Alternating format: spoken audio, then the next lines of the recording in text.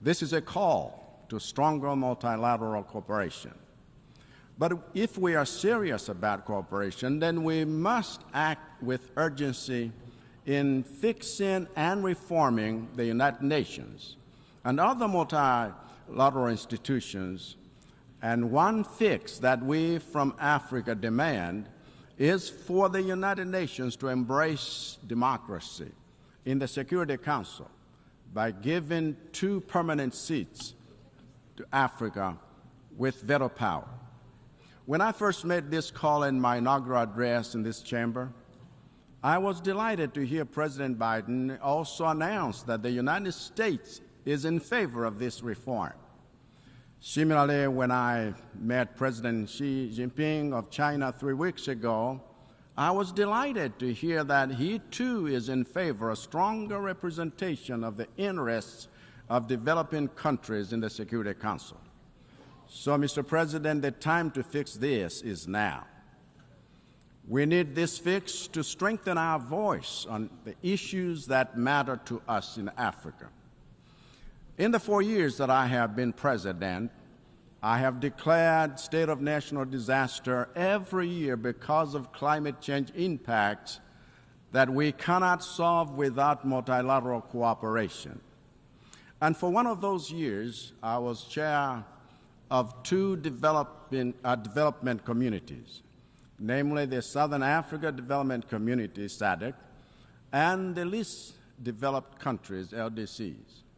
And I learned firsthand that no nation can survive a global crisis or develop in the face of shocks without strong multilateral cooperation to sustain it.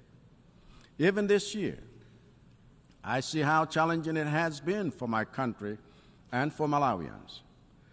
Coming off the back of the state of national disaster that I declared last year to secure international cooperation in response to the devastation caused by Cyclone Freddy, I had to declare another state of natural disaster this year to secure international cooperation in response to El Niño weather conditions that have destroyed crops in 3/4 of the country's districts, leaving 1/5 of the Malawian population without enough food to last the year. And this is happening in the face of devastating trauma we have suffered as a nation for the past 3 months, from the tragic death of our Vice President, Right Honorable Dr. Saulos Klaus Chilima, in a plane crash, whose cause is yet to be established by the German experts we have asked to investigate the accident. Yet another example of the necessity of international cooperation. Even the great strides of development we have made over the past 4 years have been facilitated by strong international cooperation, whether it be the 4 road corridors and hundreds of secondary schools we are constructing through our cooperation with the United States, or the M1 road we are rehabilitating and expanding through our cooperation with the European Union, or the railway line system we have revived for the first time in 40 years through our cooperation with China, or the orthopedic and neurosurgery hospital we have developed through the cooperation with Norway, or the Makanjira Road we are ready to develop through our cooperation with Saudi Arabia, or the investments we are making to strengthen education and governance institutions through our cooperation with the United Kingdom, or the solar power plants that we have developed through our cooperation with Japan, or the extended credit facility from the International Monetary Fund that has unlocked access to the World Bank's and IDEA support through cooperation with developing partners, or the life-saving food assistance we mobilized for the people of Mangochi following the impact of Tropical Storm Anna through the cooperation with Iceland, or implementation of social protection programs to help rural women enjoy economic empowerment through our cooperation with Ireland, or the procurement of emergency food, fertilizers, and climate-resilient seeds for climate-ravaged Malawian communities through our cooperation with Tanzania, Ukraine, Egypt, Iceland, Russia, Morocco, and many others. Malawi is a testament to the power of cooperation to move a nation's development forward into an inclusively wealthy and sustainable future that is brighter than the past. It is, in fact, this foundation of international cooperation that we have built on to actively engage in intergovernmental negotiations for the pact of the future, for the future that we have fully endorsed at this 79th session of the General Assembly. It is also this foundation of international cooperation that we have built on to host 80 international organizations and institutions for our second annual Malawi Partners Conference right here in New York to get investor alignment to our ATM strategy of boosting productivity and value addition in the sectors of agriculture, tourism, and mining that hold the greatest promise for Malawi's economic transformation. If the future belongs to nations that know how to leverage the power of international cooperation, then the future belongs to Malawi. If the future belongs to nations with an apologetic commitment to multilateral collaboration, then the future belongs to Malawi. If the future belongs to nations that are driven by moral conviction to uphold the values of servant leadership, shared prosperity, ending corruption, and the rule of law, then the future belongs to Malawi. If the future belongs to nations that have adopted a no retreat and no surrender attitude towards the achievement of SDGs by 2030, then the future belongs to Malawi. If the future belongs to nations that put its children first, then the way that Malawi has done, by resolving to end child marriages and poisoning of children with lead products by 2030, that future belongs to Malawi. But, Mr. President, our efforts to move toward, in the fifth gear, toward these goals are being significantly slowed down by a global system of multilateral agencies and financial institutions that are too slow, too inefficient, too monolithic, and too undemocratic for the kind of speedy and tailor-made interventions that we need. As a result of our refusal to practice the democracy of equal representation here in the UN, our calls for member states to practice democracy in their jurisdictions are beginning to fall on deaf ears.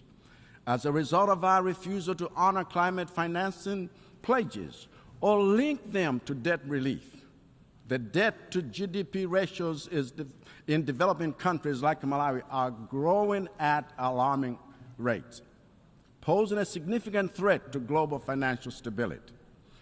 If this is not fixed, those who keep us in a state of perpetual debt, when they have the resources to cancel those debts, should make no mistake, the spreading debt crisis in the developing world is a cancer that will make your own economies unsafe. So the time to fix this is now. Mr. President, I said that the second dimension of international relations is competition.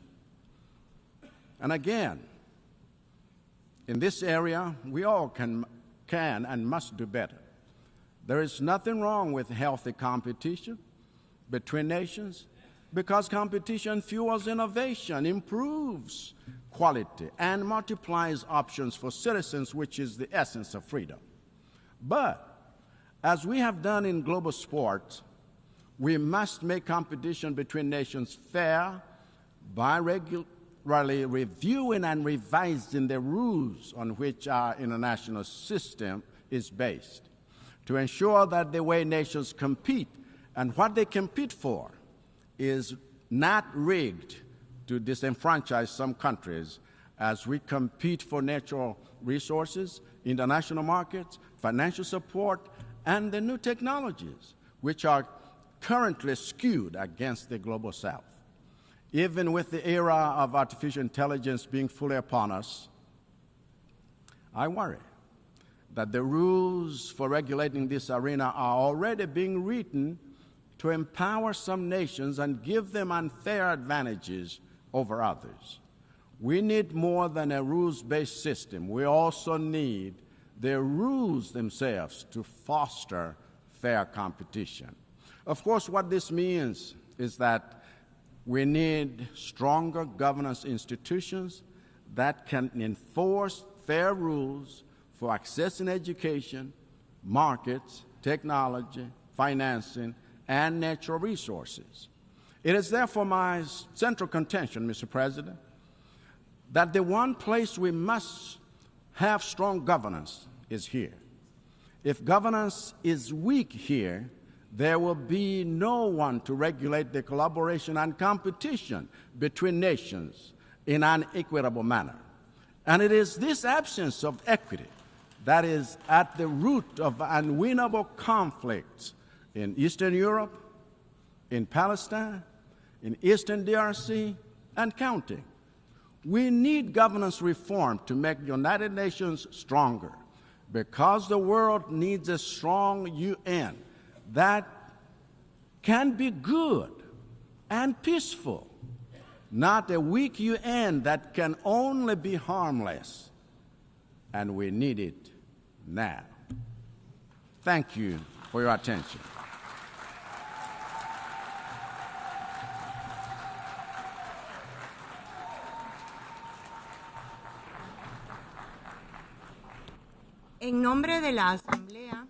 On behalf of the Assembly, I wish to thank the President of the Republic of Malawi and Commander-in-Chief of the Malawi Defense Force.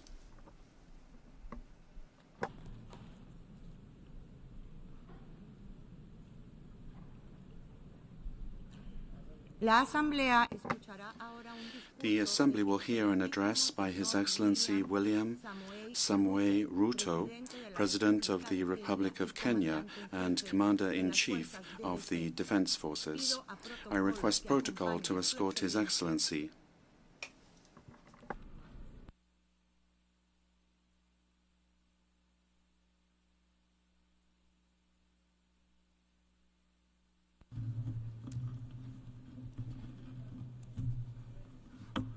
Your Excellency, President of the 79th session of the United Nations General Assembly, Ambassador Philemon Yang, United Nations Secretary General Mr. Antonio Guterres, Excellencies, Heads of State and Government, distinguished delegates, ladies and gentlemen. I congratulate you, Ambassador Philemon Yang, on your well-deserved election as President of this session of the General Assembly.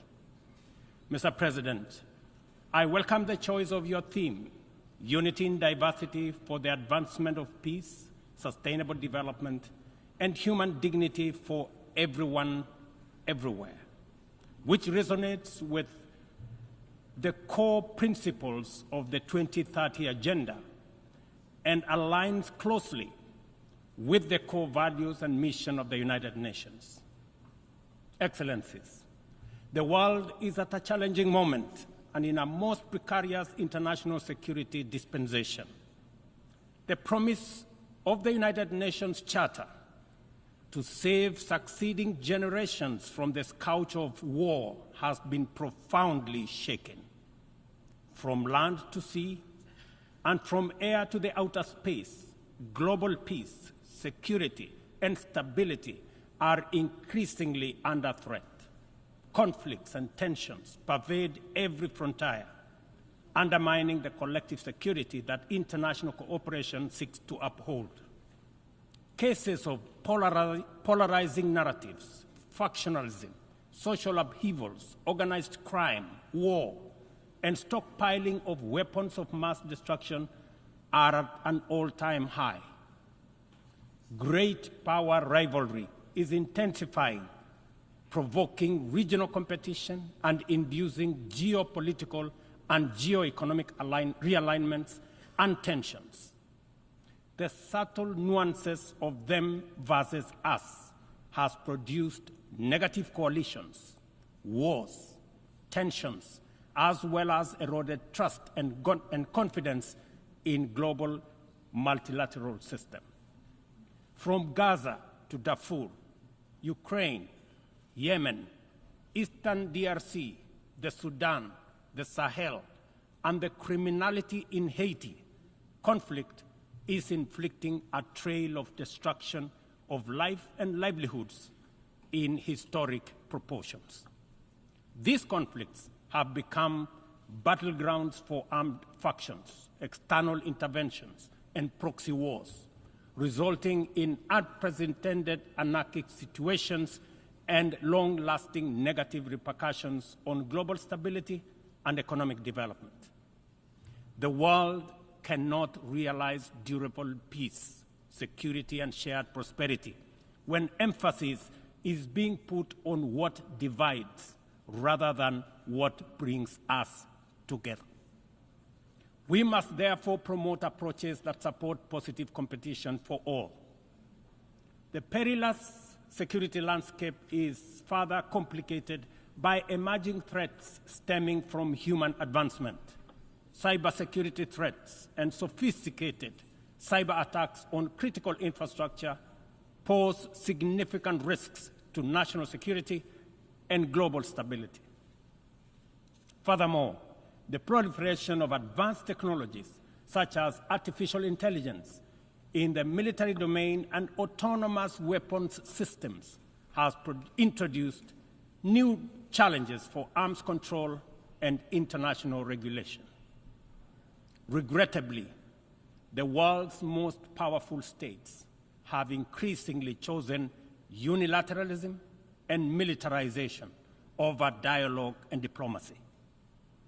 As a consequence, the capacity of our multilateral institutions to maintain and enforce peace, even in national crises with significant regional impacts, is severely undermined.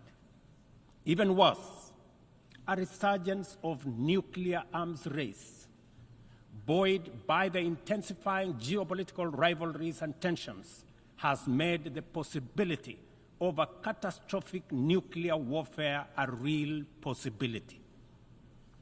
Our vision of a world free from nuclear weapons and other weapons of mass destruction is dying incrementally. We must not sit back and leave the future of upcoming generations to fate.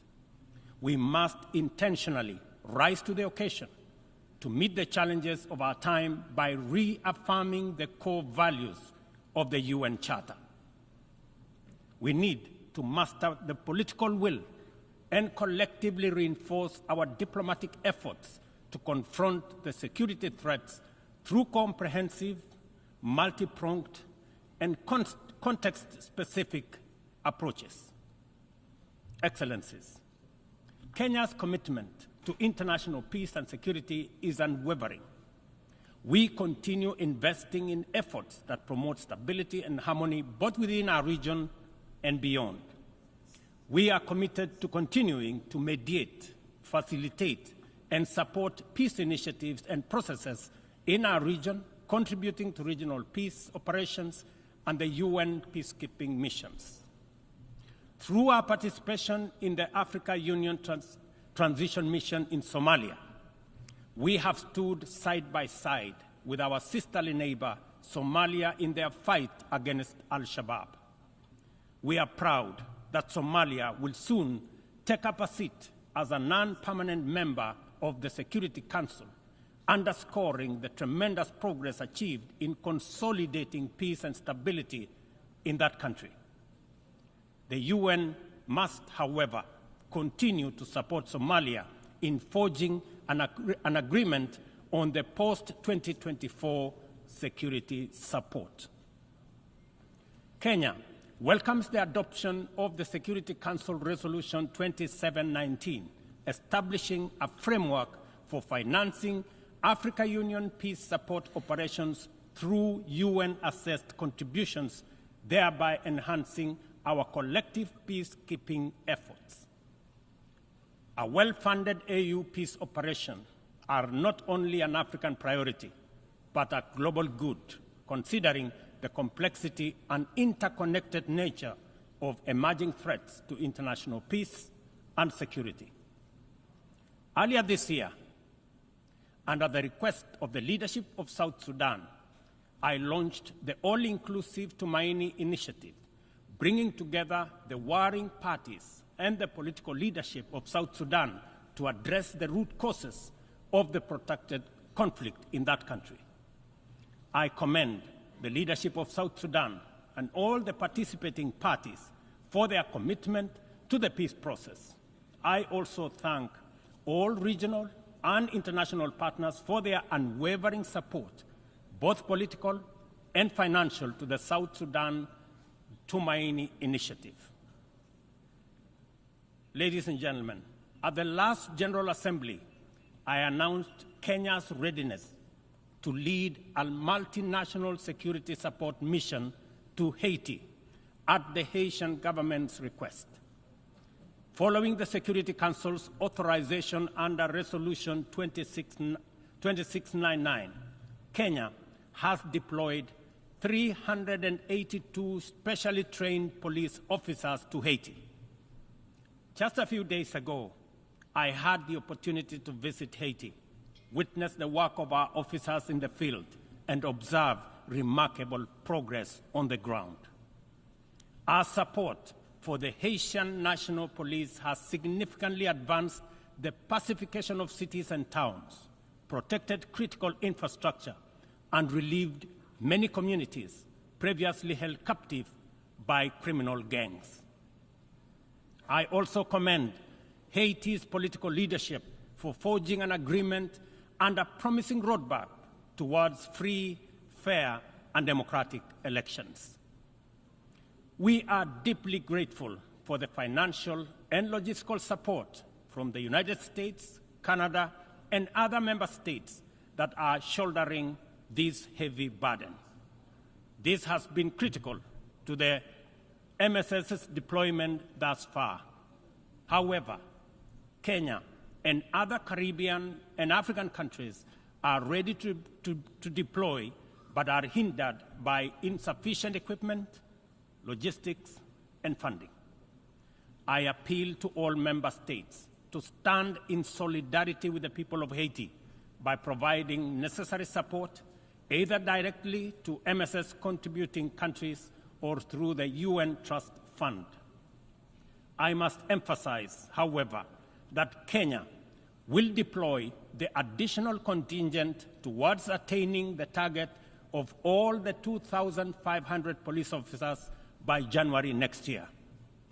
The progress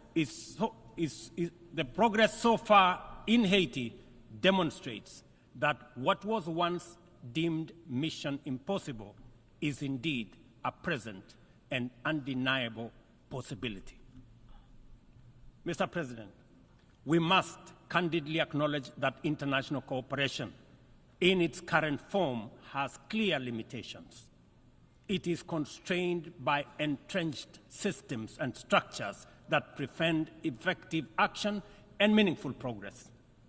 Since the last General Assembly, the global situation has deteriorated across multiple fronts. Conflicts have deepened, economic disparities have widened, and the climate crisis has intensified.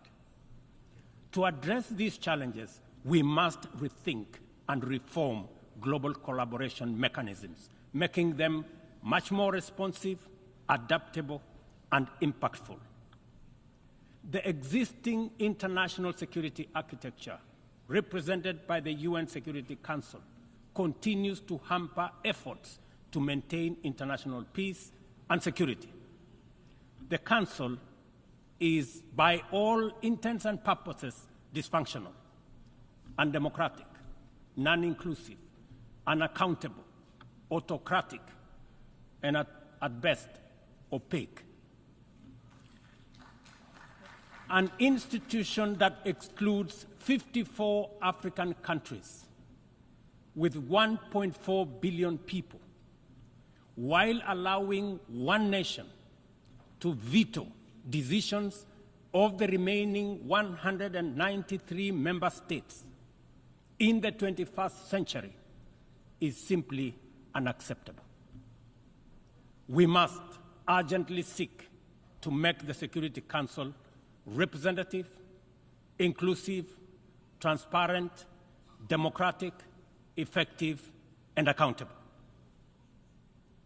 In Africa, we are not advocating for reform and collective action solely at the UN. In fact, we are also in the process of comprehensively reforming the Africa Union to become a fit-for-purpose institution that can effectively represent African nations globally and deliver prosperity. Excellencies, peace and development are inseparable pillars. One cannot flourish without the other. Yet, the 2024 Sustainable Development Goals report paints a bleak picture. Only 17% of targets are on track. Nearly half show minimal or moderate progress, and over 1/3 have stalled or regressed. The COVID-19 pandemic, escalating conflicts, geopolitical tensions, and climate change have severely impacted progress towards the SDGs and the Paris Agreement goals. Inadequate and unsustainable means of implementation, particularly in financing, technical support, and capacity building, continue to obstruct our efforts to realize the 2030 agenda. Biased methodologies employed by credit rating agencies further disadvantage African countries, making it more difficult to access affordable financing from international capital markets. Additionally, unilateral economic, financial, and trade measures not only impede the full achievement of economic and social development, but also undermine the principles of international cooperation, mutual respect, and sovereignty. Let us pause and reflect on the true significance of this predicament. Many countries in the global south are forced to choose between buying medicine and hospital equipment or paying their debt obligations, and between buying textbooks for school-going children or paying their debt obligations. They are forced to choose between hiring teachers and making sure that there is equipment in schools or paying their debt. I can go on and on. This is not an abstract illustration detached from daily reality, but the normal experience of millions of ordinary people. One must wonder what goes on in the minds of those who prioritize economic returns over people. Ladies and gentlemen, what really happened to humanity? Addressing these deep-rooted challenges requires transformative changes to build a more equitable and resilient global framework. We have outlined many of these solutions in the Pact of the Future, demonstrating our clear understanding of what needs to be done.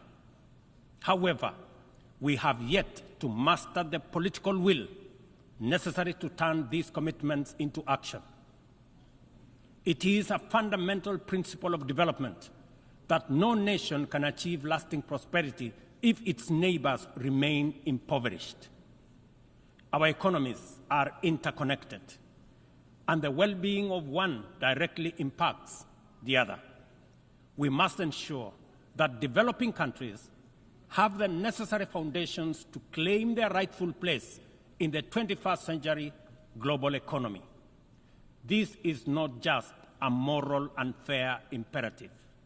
It is a strategic necessity to address systemic challenges such as migration, labor market disparities, climate change, and global security.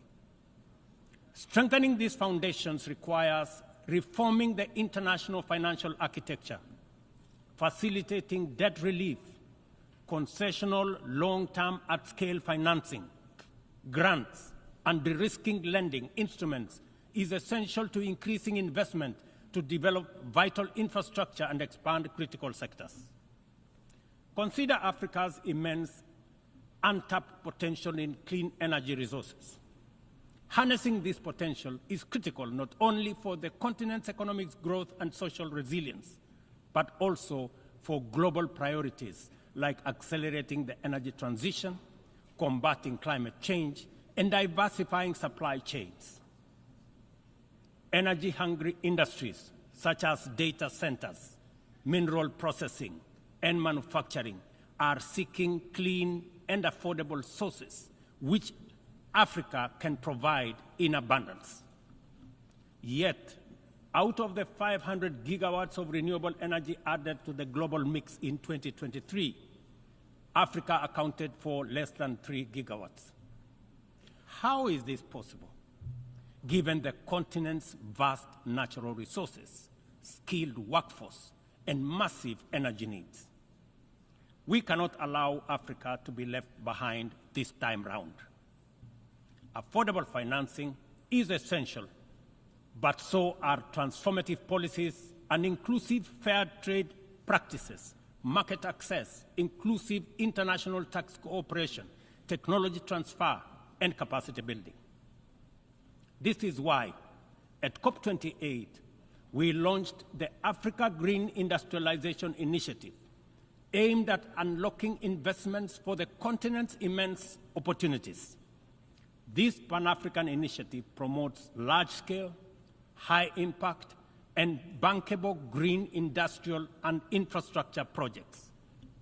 Next month, in Nairobi, we will host an investment forum for the Accelerated Partnership for Renewables in Energy to attract investments for the untapped potential in solar, wind, geothermal, and hydropower. Globally, we also need to improve the tools we already have. The SDG Stimulus Fund, initiated by the Secretary General in 2023, requires our joint support to succeed, including from multilateral development banks. Similarly, replenishing the International Development Association, IDA, is essential to provide concessional loans to the world's poorest nations. Earlier this year, I hosted the IDA 21 Replenishment Summit in Nairobi, where African leadership reaffirmed the critical importance of IDA for developing countries and called for an ambitious replenishment of US dollars 120 billion. Our collective efforts must include trust and accountability to ensure that we fulfill our promises and our commitments. Additionally, we launched the Africa Club, the Alliance of African Multilateral Financial Institutions, to strengthen and support Africa's position in the global financial architecture. This body will serve as a powerful negotiator on behalf of the continent, coordinate with global financial institutions, and leverage African countries' balance sheets to increase investment and create jobs in Africa.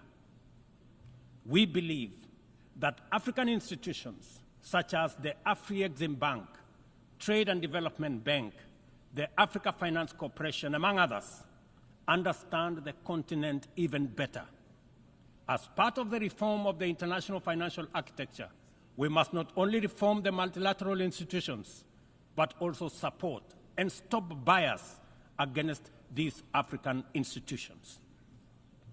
Excellencies, ladies and gentlemen, climate change remains one of the greatest challenges of our time.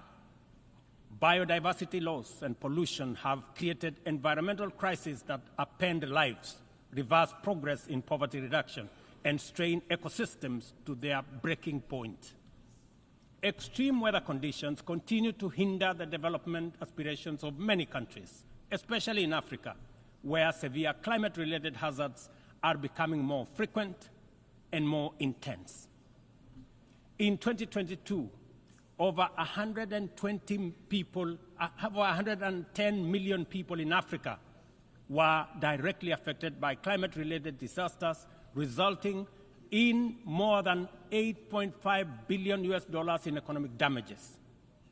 According to the Emergency Event Database, there were approximately 5,000 fatalities, though the toll is likely to be higher due to underreporting.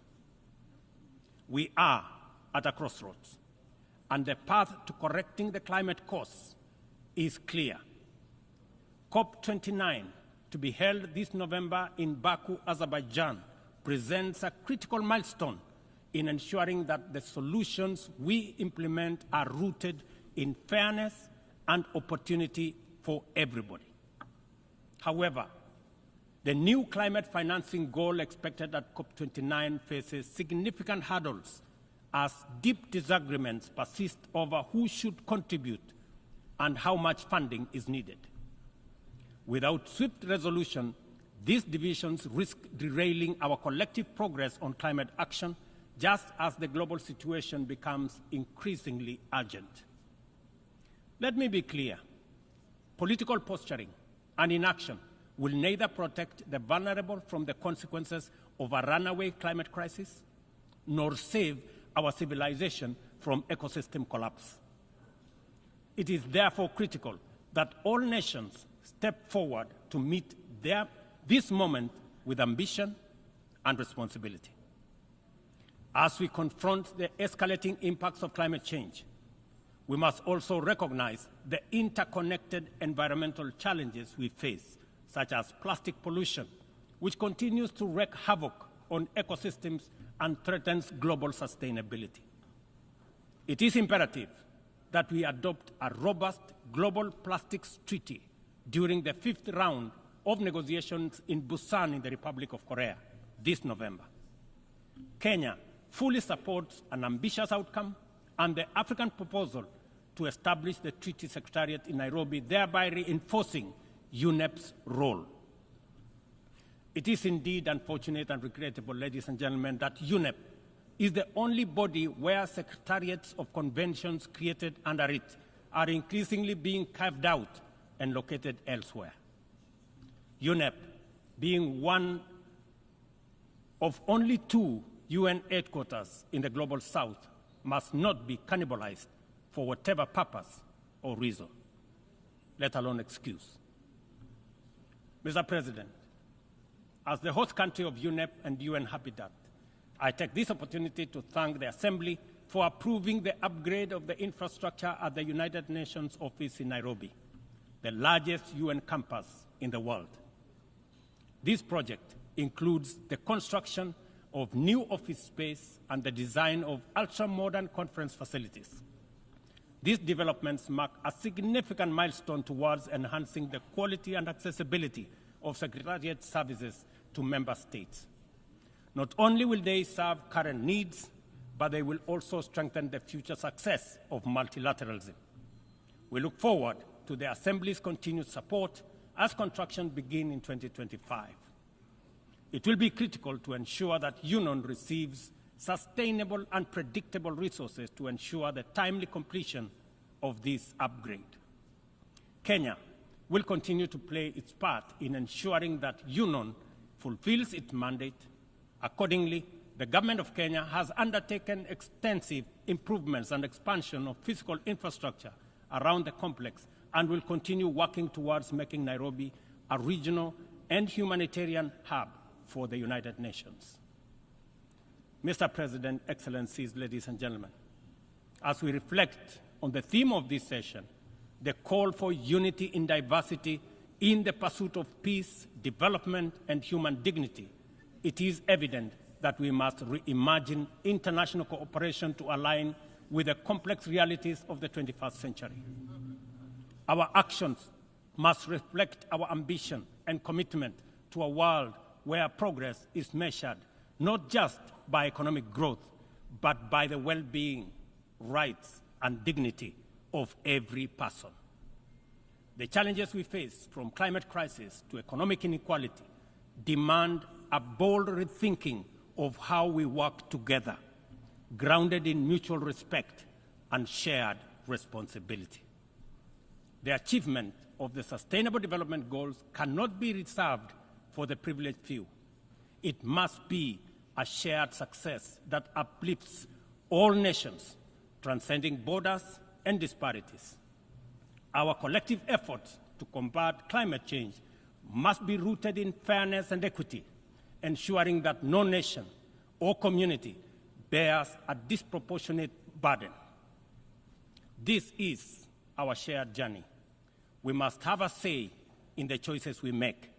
We must move beyond outdated paradigms of power and influence to create a system of international cooperation that reflects the aspirations and dignity of every human being.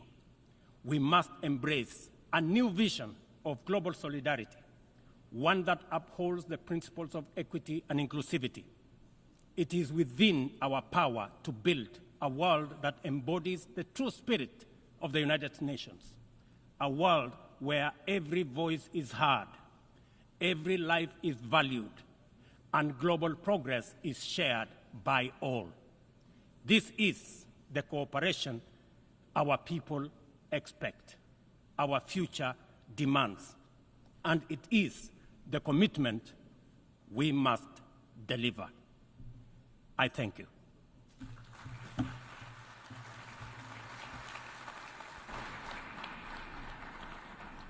On behalf of the Assembly, I wish to thank the President of the Republic of Kenya and Commander-in-Chief of the Defense Forces. The Assembly will hear an address by His Excellency Rashad Mohammed Al-Alimi, President of the Presidential Leadership Council of the Republic of Yemen. I request protocol to escort His Excellency and invite him to address the Assembly.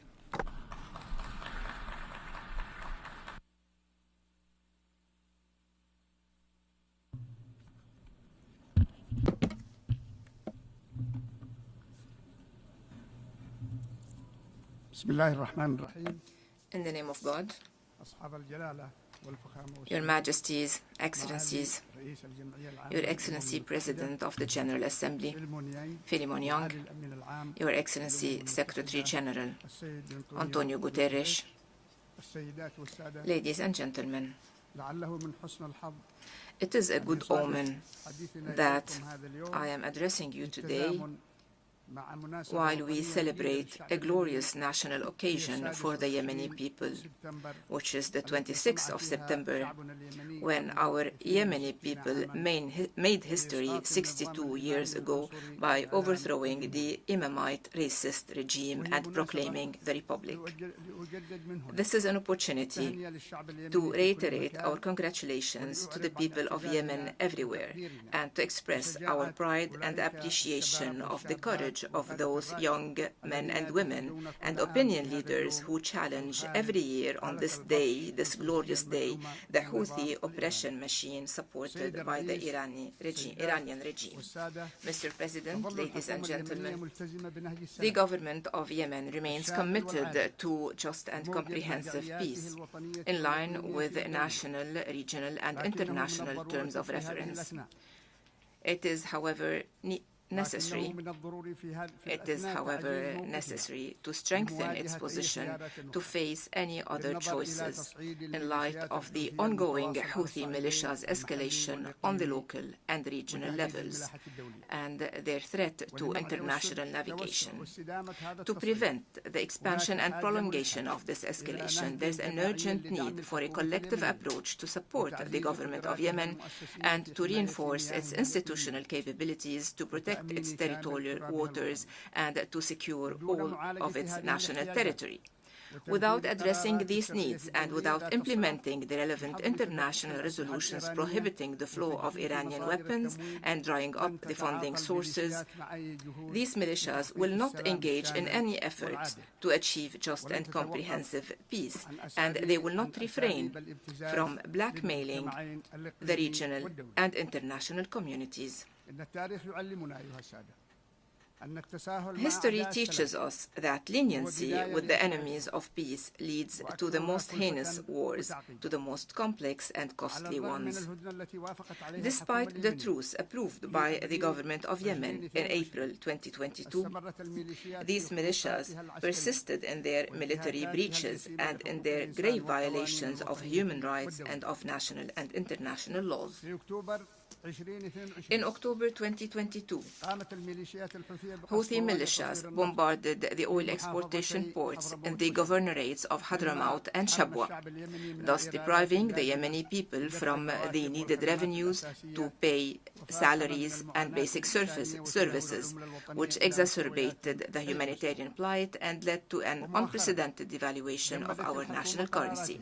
Recently, the government suspended its decision to transfer the headquarters of banks from Sana'a, which is under the control of the militias, to the temporary capital Aden, heeding the call of the UN and international community to de-escalate, provided that the Houthis engage in serious talks to address the economic crisis and to revive the peace efforts in line with the roadmap mediated by our brethren in the Kingdom of Saudi Arabia and the Sultanate of Oman. Despite all the above, the militias hijacked 3 planes owned by Yemeni airlines. They attacked the Safir oil facility in the governorate of Ma'rib with drones. They issued racist orders and laws to nominate their affiliates in specific public function positions, especially in the judiciary. This suggests that they will be taking more oppressive measures against public freedoms and civic work. This ongoing pattern of reckless escalation in response to the de-escalation initiatives requires the international community to take firm policies and push these militias towards the choice of peace in line with international resolutions, particularly Resolution 2216, instead of their senseless escalation. Mr. President, ladies and gentlemen, 4 months ago, terrorist Houthi militias arrested dozens of UN personnel, to be added to the thousands of innocent men, women, children, elderly, who disappeared in their prisons years ago, particularly activist Mohammed Qahtan, included in a Security Council resolution. There is a widespread belief that the United Nations is responsible for giving these militias the opportunity to kidnap this unprecedented number of relief workers and NGO staff, as well as activists and civil society leaders, by not heeding the call of the Yemeni government to transfer their headquarters from Sana'a to the temporary capital, Aden. By not taking seriously these militias and by keeping their headquarters in Sana'a, the United Nations unintentionally enabled these terrorists to take their personnel and assets as hostages and to use them as a bargaining chip to blackmail the international community and to achieve negotiation concessions that cannot be accepted under any circumstances. This ongoing situation cannot be defended nor justified.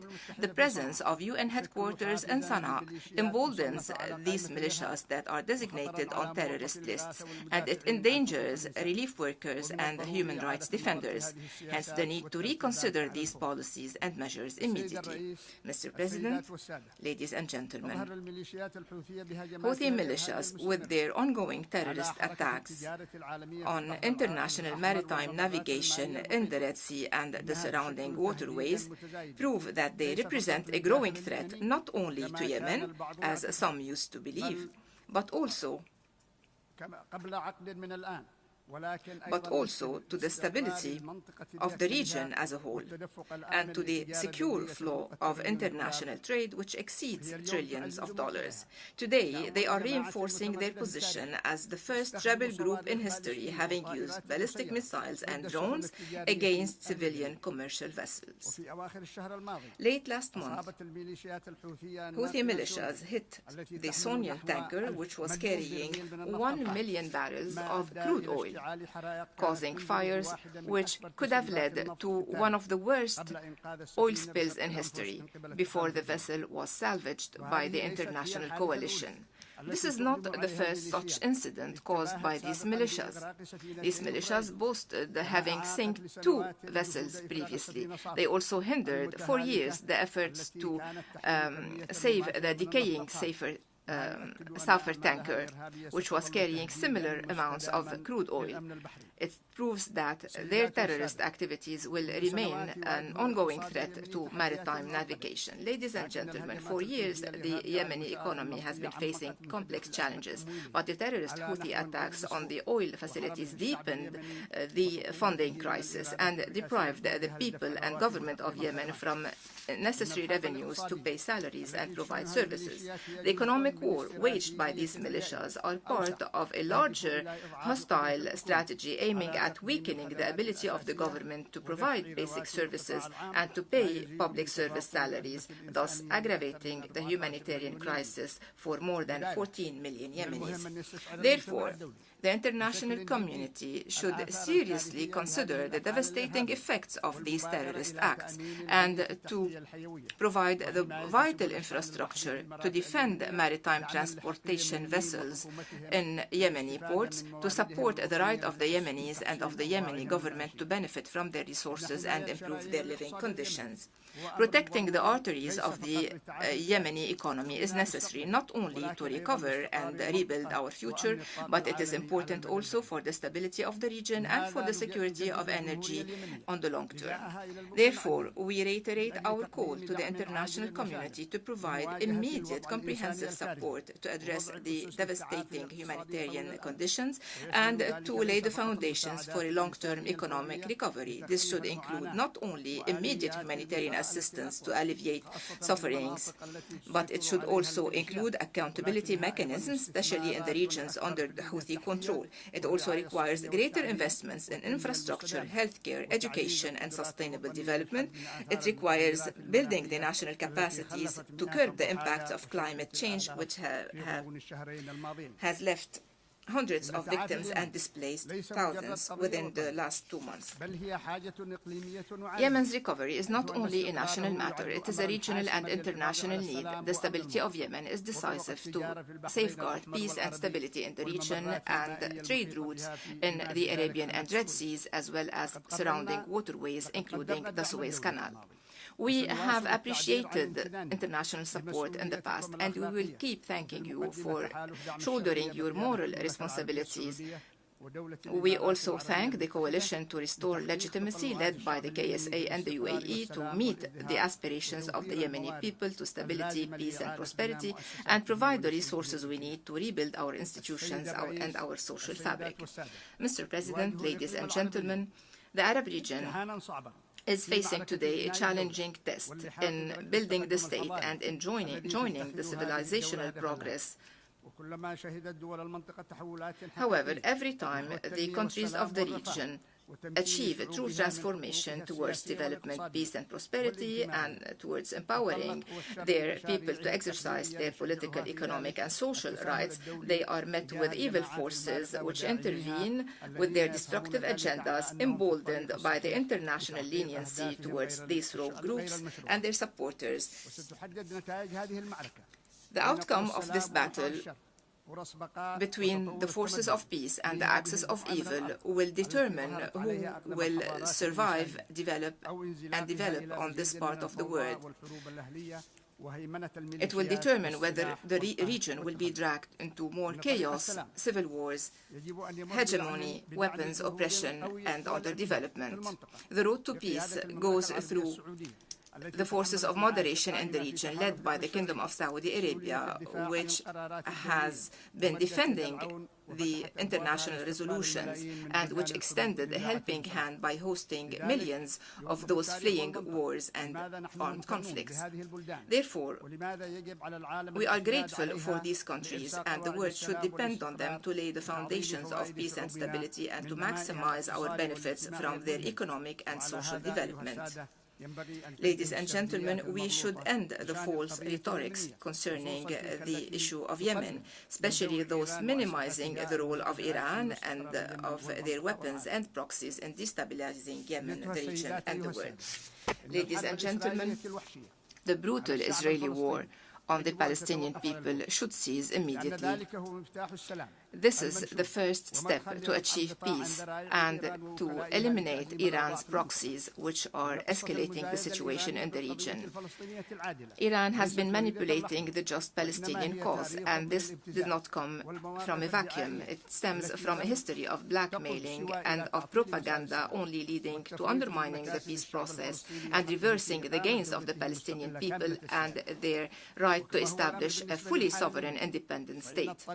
The same holds true for Yemen, ending the plight, and as is the case for Yemen, ending the plight of the Palestinian people should be based on implementing the international resolutions, especially the Arab Peace Initiative. And as is the case for both Yemen and Palestine, the only way to deter the wanton Israeli aggression on Lebanon will be through a firm stance from the international community and through the unity of all the Lebanese and their independent decision and the non-interference in their internal affairs so that the Lebanese state can recover the choice of peace and war. Mr. President, ladies and gentlemen, it is important to recall that the Universal Declaration of Human Rights quotes, I quote, "the inherent dignity and the equal and inalienable rights of all the members of the human family is the foundation of freedom, justice, and peace in the world." End of quotation. Today, these values are undermined, and as are the ethics and national and international norms, with the grave violations perpetrated by leaders of Al-Qaeda and Daesh and by the Houthi militias, promising the world more devastation. Thank you, and may the peace of God be upon you. En nombre de la Asamblea. On behalf of the Assembly, I wish to thank the President of the Presidential Leadership Council of the Republic of Yemen.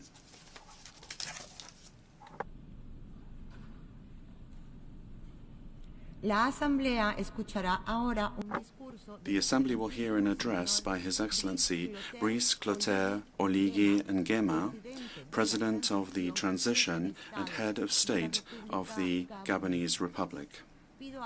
I request protocol to escort His Excellency and invite him to address the Assembly.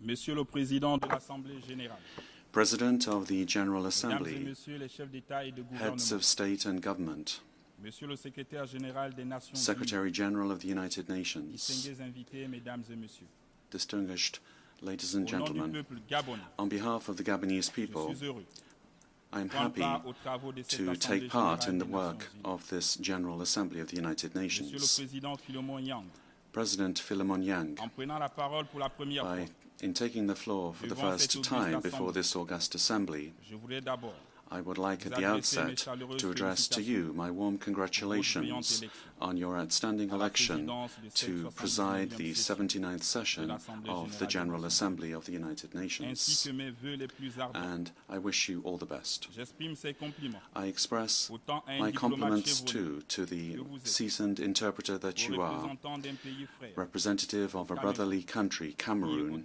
linked to Gabon by geography, history, and culture. Soyez donc assurés du plein Please soutien be assured de mon pays of the full support tout au long du of my quinquennat. country throughout your mandate. Je voudrais enfin And finally, rendre un hommage I would like to pay tribute, well-deserved tribute, to Mr. Antonio Guterres, Secretary General of our organization, for his tireless devotion and commitment to servicing the ideals of the United Nations. Monsieur le Président, je saisis Mr. cette President, occasion I'd like to take this pour porter à opportunity votre attention to bring que les to your présents attention that the current debate où mon pays, is le taking Gabon, place at a moment where my country, Gabon, has just celebrated the first anniversary of the liberation coup. Indeed, our path towards the construction of a new Gabon to date has been able to keep its promises that we announced here at the last general debate, namely the establishment of transitional institutions, the release of prisoners of conscience, permanent inclusivity, the holding of an inclusive national dialogue, the drafting of a new constitution. The next step is to organize the referendum in the coming months and the adoption of an electoral code and a revision of the electoral register in accordance with the timetable adopted during the inclusive national dialogue. All of this progress, supported by the people of Gabon, contributes to a progressive return to our constitutional order through free, transparent, and peaceful elections as soon as possible. Apart from these points that I have just outlined, significant reforms have been undertaken in sectors that directly affect human development. Roads, healthcare centers, schools, a return to school grants, the opening up of competitions for our major universities, lifting of the recruitment freeze, and the payment of pension arrears, all of this respecting our international commitments at the same time. And this is the opportunity for me to thank all of our partners, friendly countries and donors of national and international funds that have accompanied us in this transition process, despite the difficulties of the process. Ladies and gentlemen, the current General Assembly is focusing on the subject unity and diversity for the advancement of peace, sustainable development, and human dignity everywhere and for everyone. This is part of our building of a planetary community that is in harmony with the principles mentioned in the preamble to the Universal Declaration of Human Rights of 1948. Gabon, faithful as we are to our tradition of peace, unreservedly supports this project, aiming at a more just and inclusive interactive world.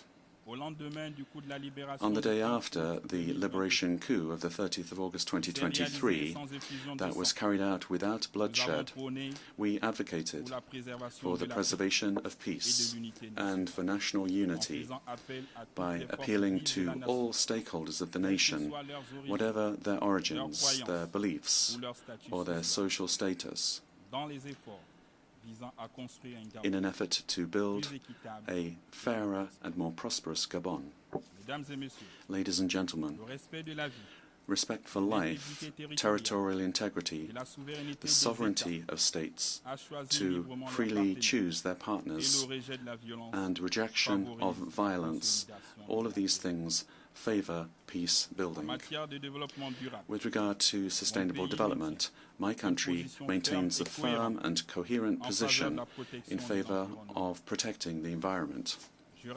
I would like to recall that for several years now, Gabon has dedicated 13 national parks to the service of humanity, thus contributing to the absorption of more than 100 million net tons of CO2 per year and the preservation of threatened species.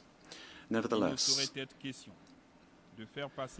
this does not mean in any way that we are bypassing the expectations of our population, who are focused on their basic needs being met. That is why this forum is the occasion to recall once again, to industrialized nations the need for them to respect their commitments by supporting the countries that host the greatest carbon sinks in the world. Mr. President, with regard to security, as many of us would believe, I feel that it is an urgent matter to provide appropriate responses to the numerous conflicts that we see in the world, and particularly in Africa.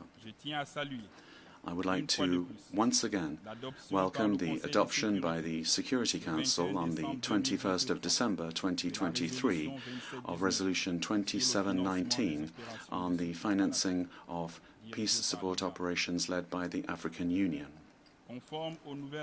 In accordance with the new agenda for peace of the Secretary-General of the United Nations, this resolution, presented jointly by Gabon, Ghana and Mozambique, today is a crucial part of the architecture for international peace and security. Its implementation is an absolute imperative. And I would like to take this opportunity to support the efforts of the Secretary-General aimed at providing a realistic, pragmatic and sustainable political solution for the Moroccan Sahara. I would also like to welcome the official announcement made by the United States of America that they support the admission of 2 African states as permanent members of the Security Council. However, Africa is expecting broader support from other permanent members of the Security Council for this initiative. And at the same time, we expect access for African members to the right to veto.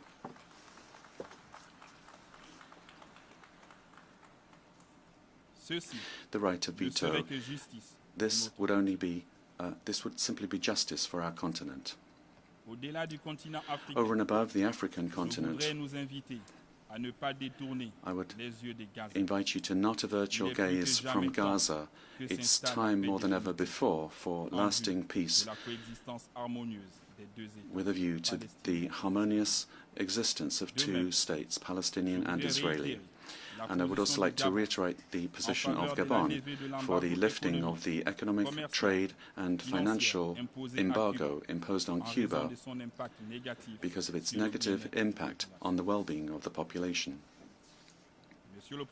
President, ladies and gentlemen, as President Félix Houphouët-Boigny said, peace is not just a word, it's a behavior, it's a genuine state of mind. This legitimate aspiration of peoples is an ideal. It recommends that developed countries that have experience in resolving conflicts share with other states their know-how to build a more just and more balanced world. Unity in diversity for making progress in peace, sustainable development and human dignity everywhere and for everyone is, in my view, a genuine society of dialogue, tolerance and respect for others. This should help us to build a world where development will be adapted to everyone's needs, to the needs of all peoples. Mr. President, with regard to economic and financial matters, the 2024 report of the United Nations on Sustainable Development underscores once again the urgency for mobilizing massive funding in order to plug the financing gap in the economy aimed at several $billion. This is a reality. The international financial system, as it is at the moment, does not enable us to steer investment towards development and thus to ensure the dignity of our populations, which we are addressing in our debate this year. I also share with you the willingness of my peers to reform international financial institutions. This is crucial in order to produce financing for developing countries. Secretary-General of the United Nations, ladies and gentlemen, heads of state and government, excellencies, ladies and gentlemen, my country, Gabon, is resolutely committed to restore happiness, and we plan to fully play our role to ensure that we build a human community that is working together and which everyone desires. Together, let us pool our efforts in the hope of a better future by acting in a different way in order to preserve the human race. I thank you.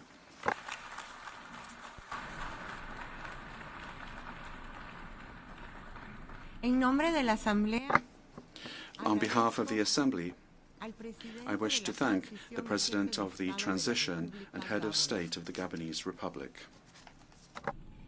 seguidamente, la Asamblea escuchará The Assembly will hear an address by His Excellency Faustin Archange Touadéra, Head of State of the Central African Republic. I request protocol to escort His Excellency and invite him to address the Assembly.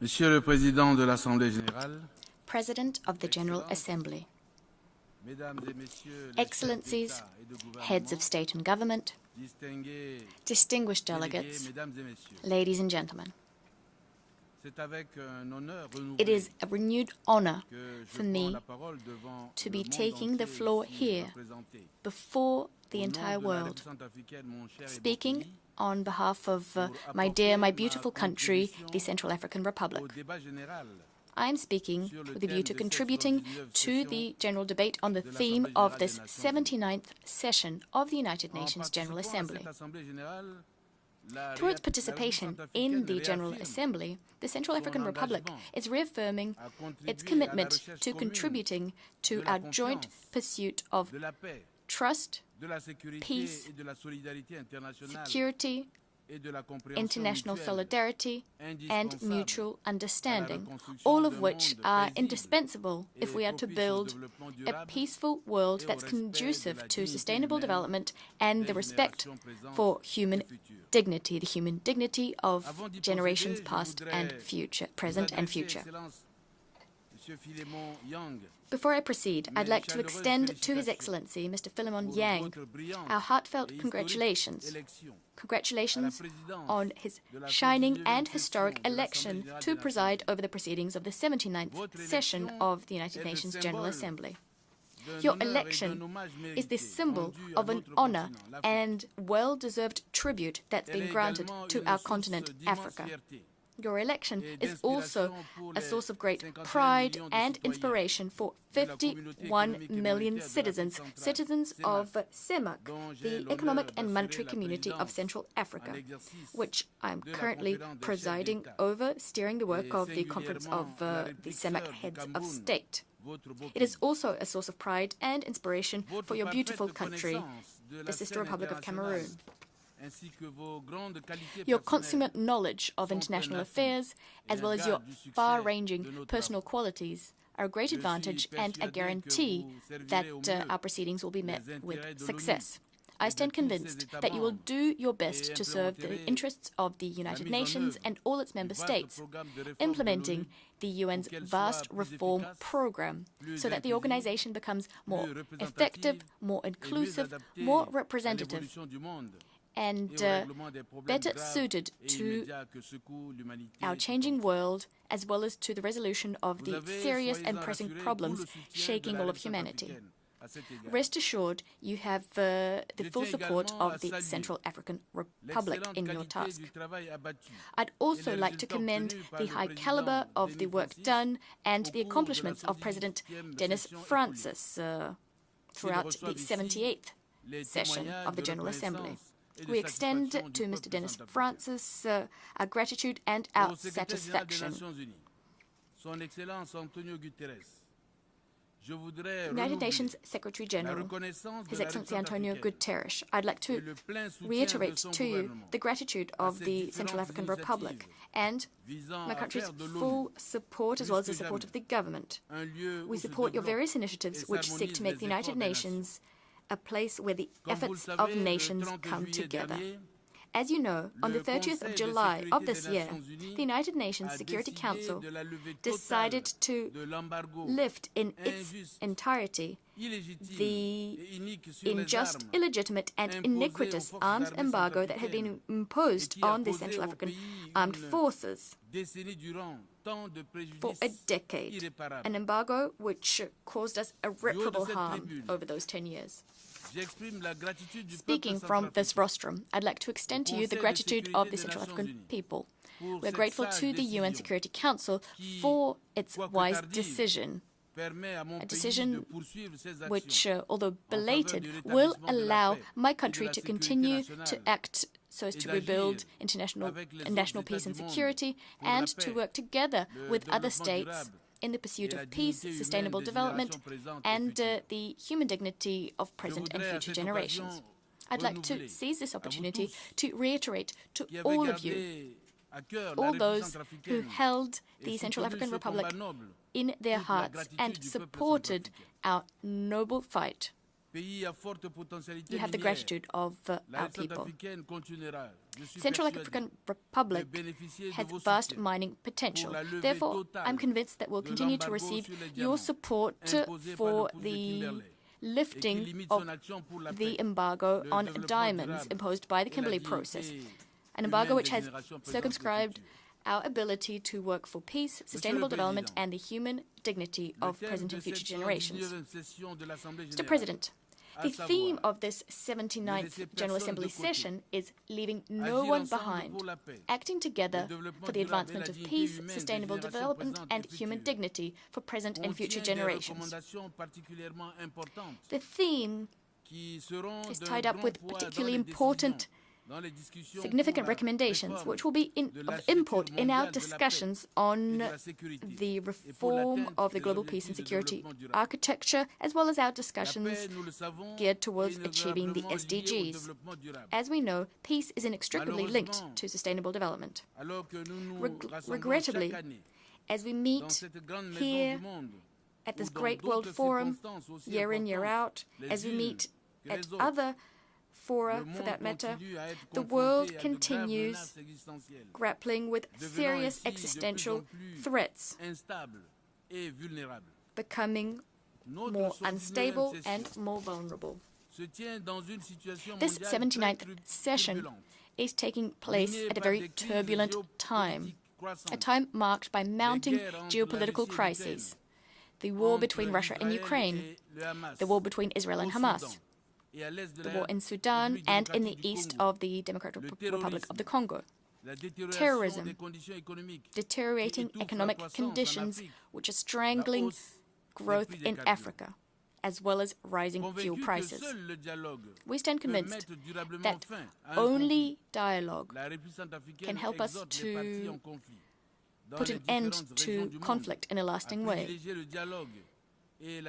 The Central African Republic implores the parties to these various conflicts to opt for dialogue and diplomacy, so as to find a solution to the various disagreements at the root of these conflicts and to save millions of human lives. The Central African Republic would like to note that the security situation has been stable for the most part in 2024.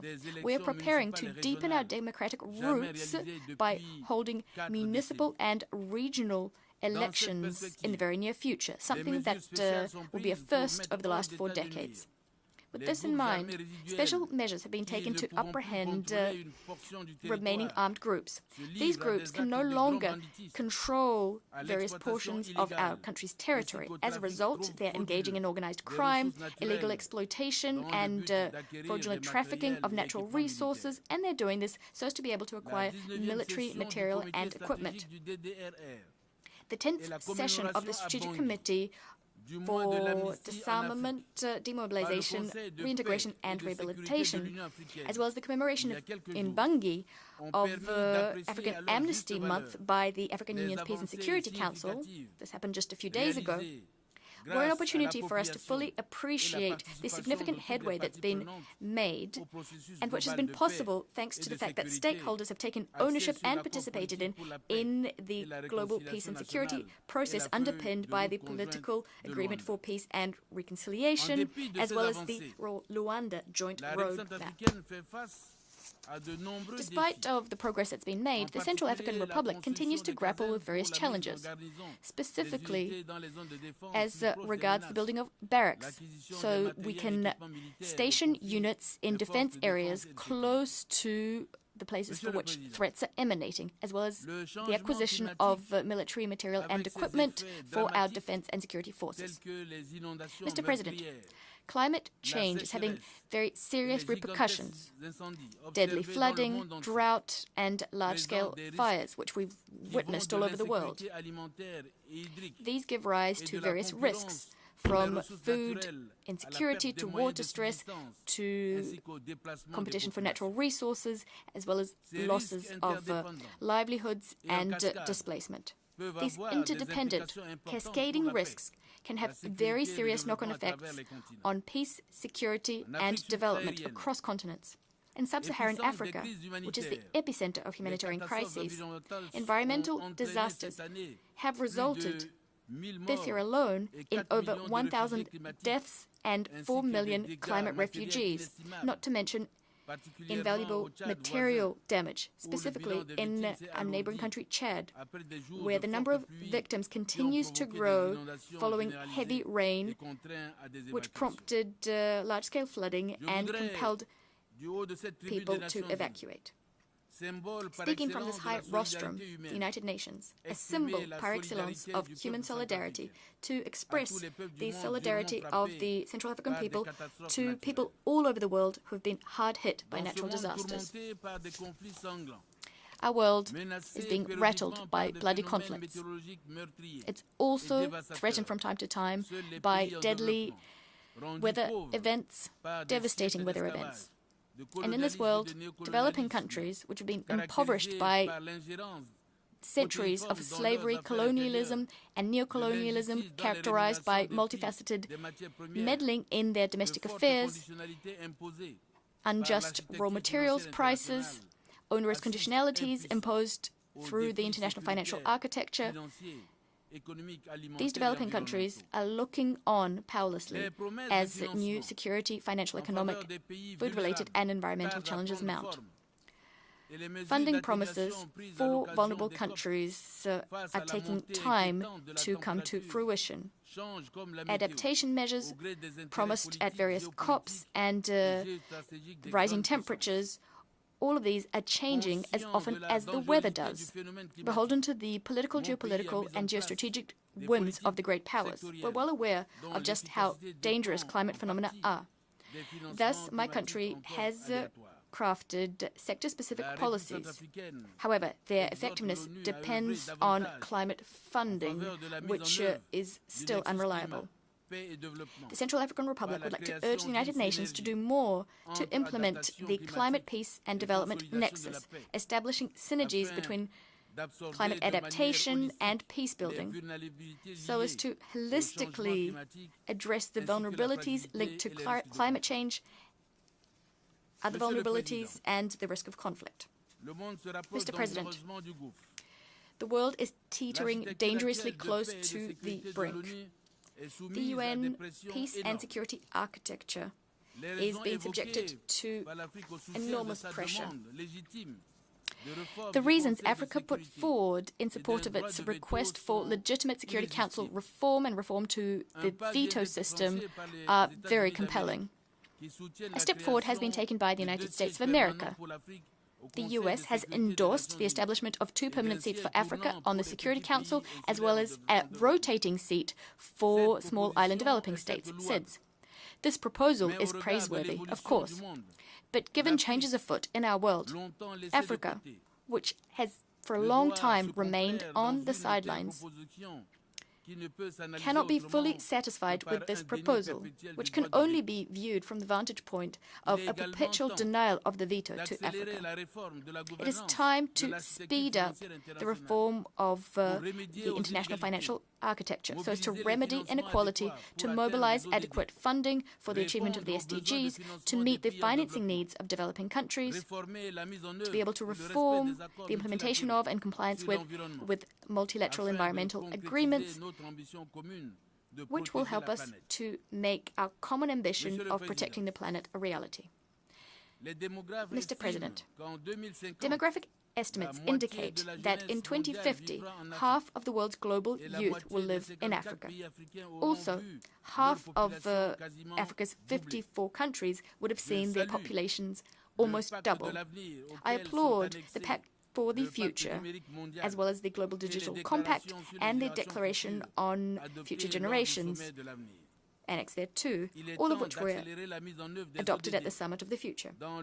It is high time that we speed up the implementation of the SDGs in the following areas: science, technology, innovation, and digital cooperation.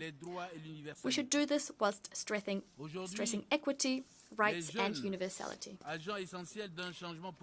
Young people today are key agents of positive change. They can make an important contribution to sustainable development, respect for human rights, as well as global peace and security.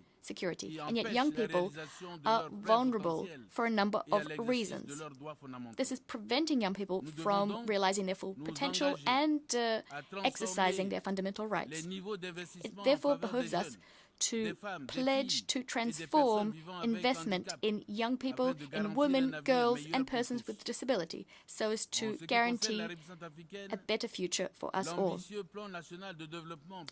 As for the Central African Republic, our ambitious 2024-2028 National Development Plan strikes a better balance between the needs and interests of present and future generations.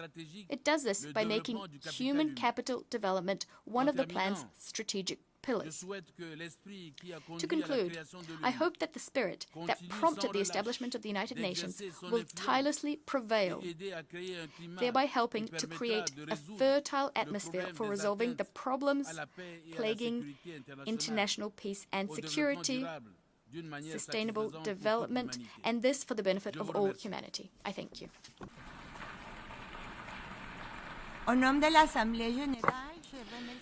On behalf of the Assembly, I wish to thank the head of the State of the Central African Republic.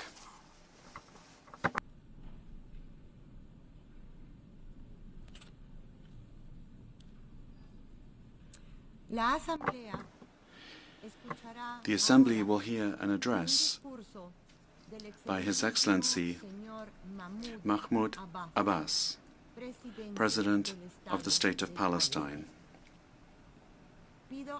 I request protocol to escort His Excellency and invite him to address the Assembly.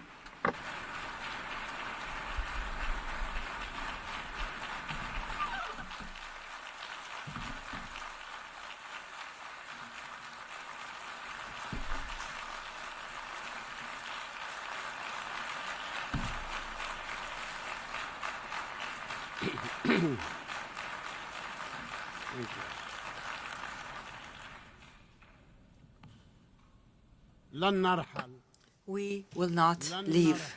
We will not leave. We will not leave. Palestine is our homeland. It is the land of our fathers, our grandfathers. It will remain ours. And if anyone were to leave, it would be the occupying usurpers. In the name of God, most gracious, most merciful. Mr. Philemon Yang, President of the General Assembly of the United Nations. Mr. Antonio Guterres, Secretary General of the United Nations. Ladies and gentlemen, heads and members of delegations, esteemed guests, peace and God's blessings be upon you all. I come to you today as my people, and for almost a year now, are subjected to one of the most heinous crimes of our era. It is a crime of a full-scale war of genocide that Israel is perpetrating. Israel, the occupying state. A crime that so far has killed more than 40,000 martyrs in Gaza alone, and thousands remain under the rubble. A crime that has injured more than 100,000 others to this day, and matters are getting worse. Hundreds of Palestinian families have been annihilated. Entire family names have been wiped out of the civil record. More than 100 families have been completely wiped out of the civil record. They no longer exist. Thousands have died because of the spread of disease and epidemics and the shortages in medicine and water. Moreover, more than 2 million Palestinians in Gaza have left their homes multiple times in search of safety and fleeing the systemic operations that the Israeli occupying army is perpetrating.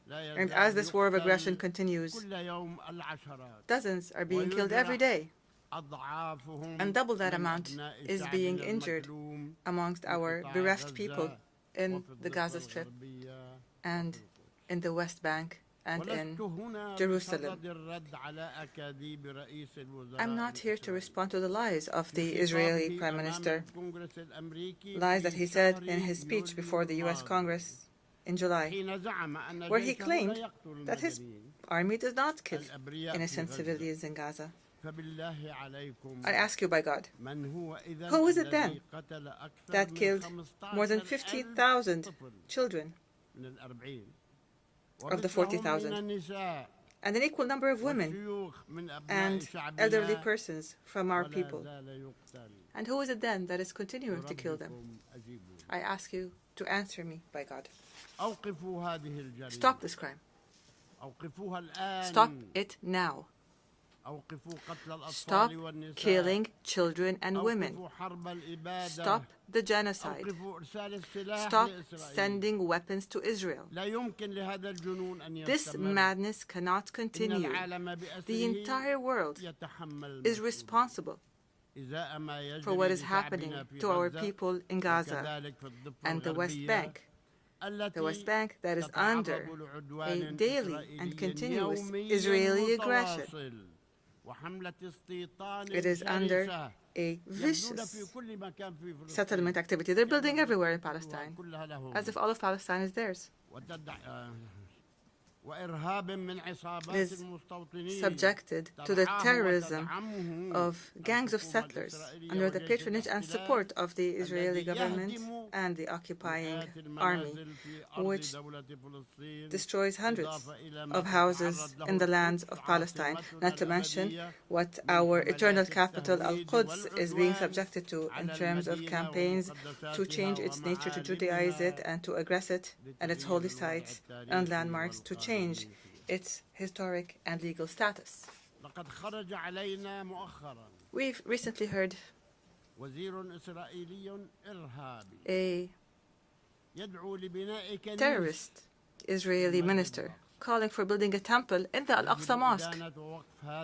We must condemn and stop this reckless minister and those like him who want to set fire, a fire of religious conflict and strife that will burn everything in its way. The Aqsa Mosque and its surroundings, ladies and gentlemen, is the exclusive property of Muslims. This has been endorsed by a resolution taken by the League of Nations in 1930. This was a resolution by the League of Nations, and we will accept nothing else regardless of the circumstances. Ladies and gentlemen, we have repeatedly warned here in the General Assembly that the situation in the occupied land of the State of Palestine warns of an explosion, and this explosion has happened. It happened on October 7th of last year and afterwards. And from the very first day, I stressed the need to immediately stop the war. I condemn the killing of civilians, regardless of who they are and regardless of what side they were on or any people they were from. I demanded the release of prisoners and those detained by both sides. There's no need to detain women, children, and the elderly. We've said this repeatedly. To anyone who has those people detained, I called for immediately going to the negotiations table to implement a two-state solution based on international resolutions. But instead of heeding the voice of reason, the Israeli government took advantage of what happened to launch an all-out war of genocide against Gaza. It committed and continues to commit war crimes as acknowledged by the international community. They're called war crimes. Israel today is now launching a new aggression on the brotherly Lebanese people. The Lebanese people are now being subjected to a war of genocide. And Israel must stop the war in Lebanon and in Palestine. We condemn this aggression and we demand that it stops immediately. Israel has reoccupied the Gaza Strip in its entirety, and it has destroyed it almost entirely, so that Gaza is no longer fit for life. Most homes have been destroyed. The same applies to most buildings. Health facilities, educational facilities, economic buildings, roads, churches, mosques, water plants, electric plants, and sanitation plants. Anybody who goes to Gaza who'd known it before would not recognize it anymore. It's no longer there. 75% of everything in Gaza has been fully destroyed.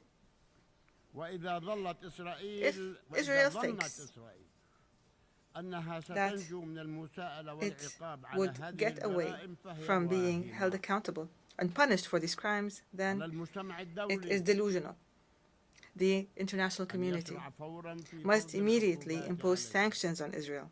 The massacres, the crimes, the genocide that Israel has been perpetrating against our people since its inception in 1948 to this very day will not go unpunished. There is no statute of limitations. Rights will never be lost as long as there are those who demand them. And despite our repeated calls and demands, the world has not succeeded in obliging Israel, this transient state, to stop this war of genocide and its war crimes against innocent civilian residents. We regret that the U.S. administration, the democracy of the world, the largest democracy in the world, obstructed 3 times draft resolutions in the Security Council demanding Israel to observe a ceasefire. The U.S. alone stood and said, no, the fighting is going to continue. It did this by using the veto. And added to that, it furnished Israel with the deadly weapons that it used to kill thousands of innocent civilians, children and women. And this further encouraged Israel to continue its aggression. As long as the U.S. is supporting it, then why not keep going, since it's already an aggressing state? This is the United States, the very country that was the only member in the Security Council that voted against granting the State of Palestine full membership in the UN. We don't deserve membership in the eyes of America, so they use the veto against it. I don't understand how the United States could insists on opposing our people, insists on depriving us of our legitimate rights to freedom and independence, as is the right of the rest of the countries, 194 countries, and we are no less than them. Ladies and gentlemen, Israel, which refuses to implement United Nations resolutions, does not deserve to be a member in this international organization. Israel, whose permanent representative in this organization says that the very building of the United Nations, and he said that this building must be removed. This building that we are sitting in right now, it must be wiped off the face of the earth. This country does not deserve to be a member in this organization. It is, from the very beginning, it has from the very beginning not fulfilled the conditions for membership. Because in 1949, when it submitted its membership application to the UN imposed two conditions. First, to accept and implement Resolution 181 and Resolution 194. Without implementing these two conditions, you will not be granted membership in the United Nations. Moshe Sharet, the foreign minister at the time, wrote a pledge. You will see it. A pledge, a written pledge, that he and Israel are committed to the implementation of those resolutions.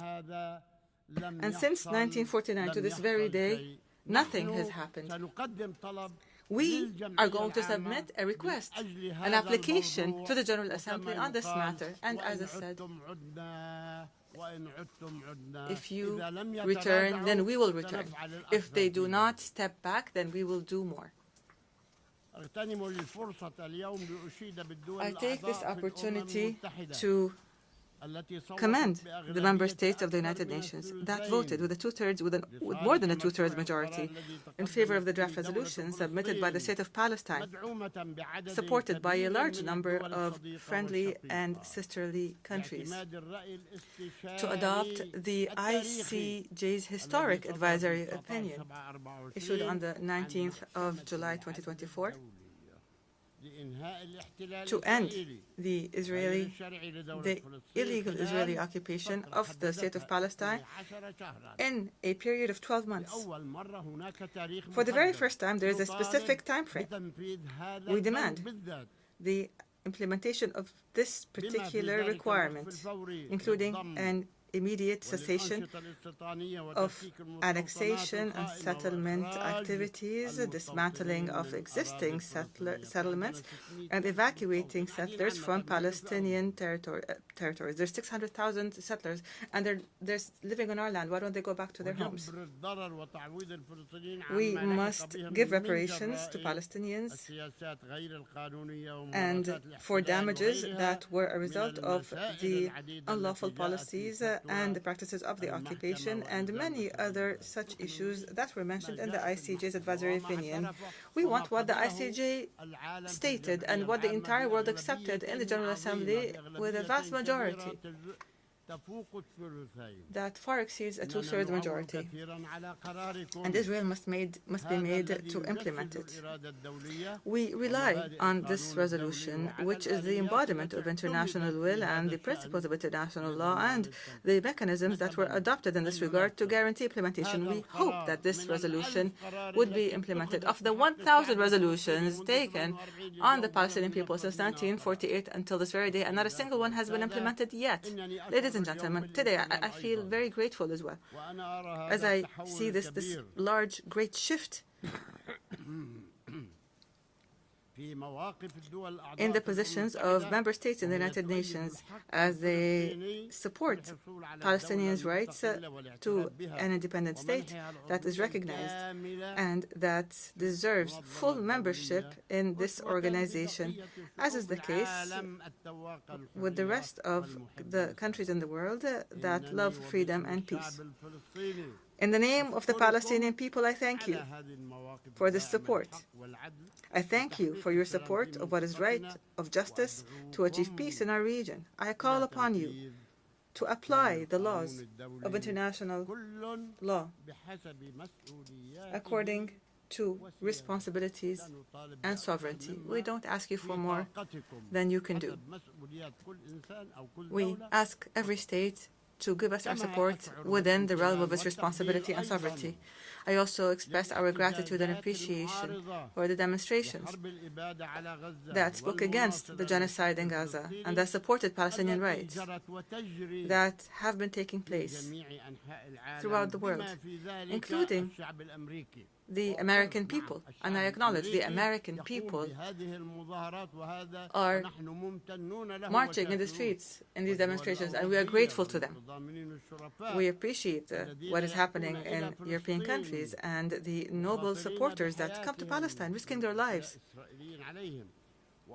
as Israelis attack them. And here, I would like to make special mention of the Turkish-American martyr Aisha Noor, killed by the occupation army in cold blood.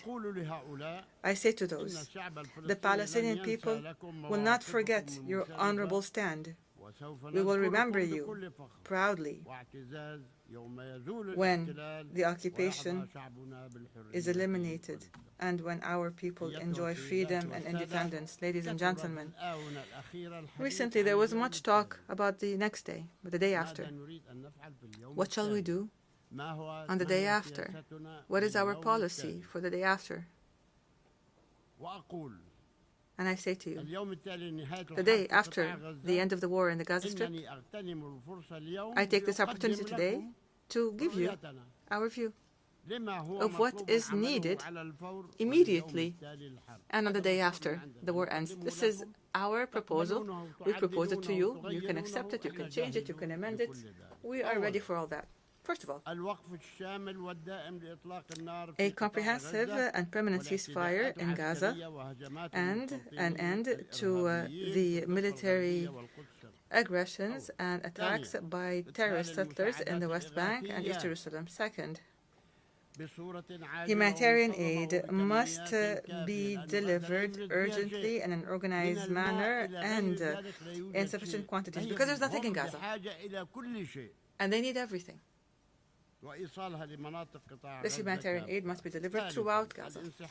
Third, a full Israeli withdrawal from the Gaza Strip.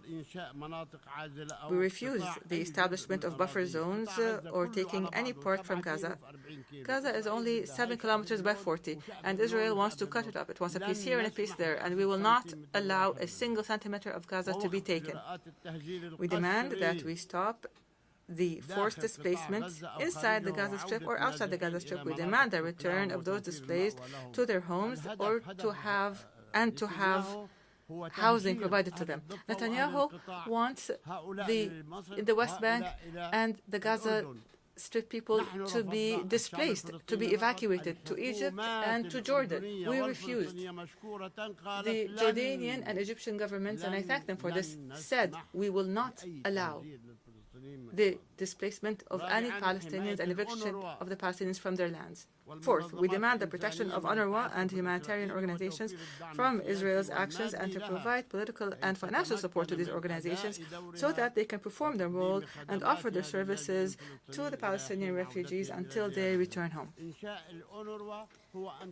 UNRWA was established to do its job until the refugees return.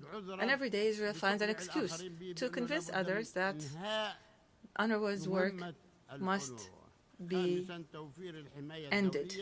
Fifth, we demand international protection for the Palestinians on the lands of their occupied land. We want protection. We are not fighting Israel. We cannot fight Israel. And we don't want to fight. But we want protection. We want our children, our women, our families to be protected internationally.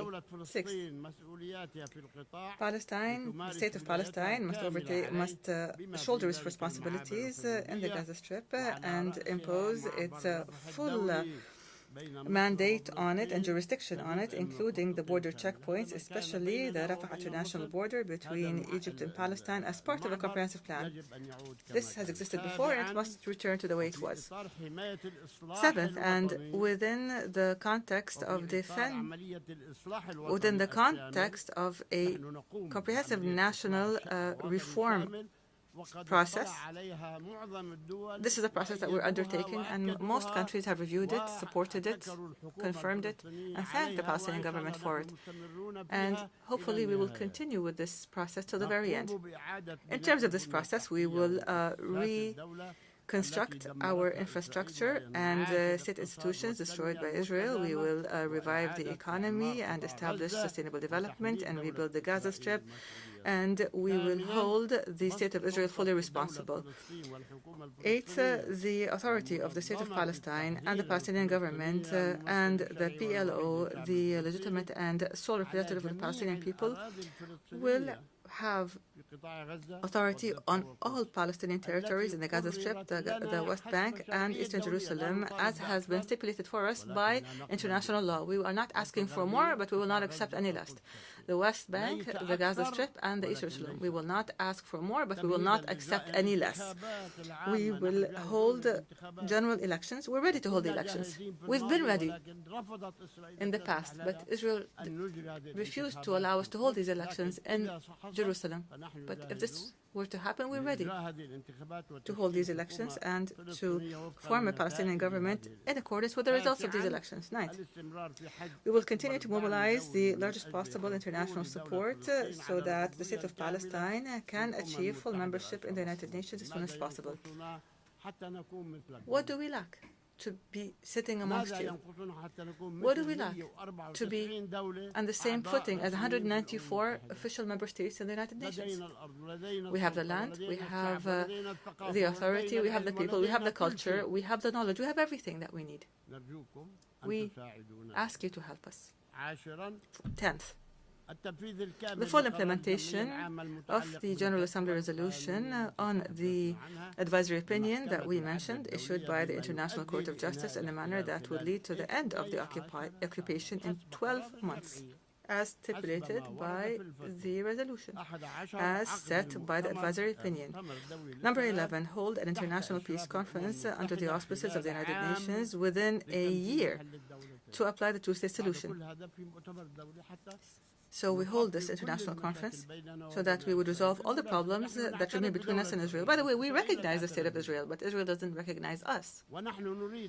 We want a solution that would protect both countries, the State of Palestine and the State of Israel, so that they can coexist in peace, stability, and security. Number 12, to adopt international peacekeeping forces by virtue of a Security Council resolution between the states of Palestine and Israel to guarantee the security of both countries. We call for guaranteeing the security of both countries. These are the elements of our vision for the day after, for today and for the day after the war ends, in the state of Palestine in general. And I call upon you to adopt this plan and to provide all the necessary means to guarantee its success. Ladies and gentlemen, a few weeks ago, I declared that I've decided to lead a Palestinian delegation to the Gaza Strip so that we can stand by our people who have been exhausted by the Israeli genocide war. I call upon you to support this decision by issuing a United Nations resolution by the United Nations here, by pressuring the occupying government so that it would not obstruct this effort. And here I welcome any state, any party that wants to join us in this visit. We'll be happy to go with you to Gaza so that we could all see the tragedies that are taking place. I salute our heroic people that are sacrificing all that is precious for Palestine. In the Gaza of sacrifice, in the West Bank of solidarity, of Al-Quds, which is our crown jewel and our capital. We salute our people in the diaspora and the refugee camps, to our brave prisoners in Israeli prisons. 6,000 prisoners. Israel arrests whoever it wants. Those prisoners whose dignity is being violated every day. Palestine will be free. It will be free despite anyone who objects to that. Our people will live on the land of their fathers and grandfathers as they have done for more than 6,000 years. They will continue their legitimate struggle for independence. The occupation will end, will end, will end. God's and peace blessings be upon you.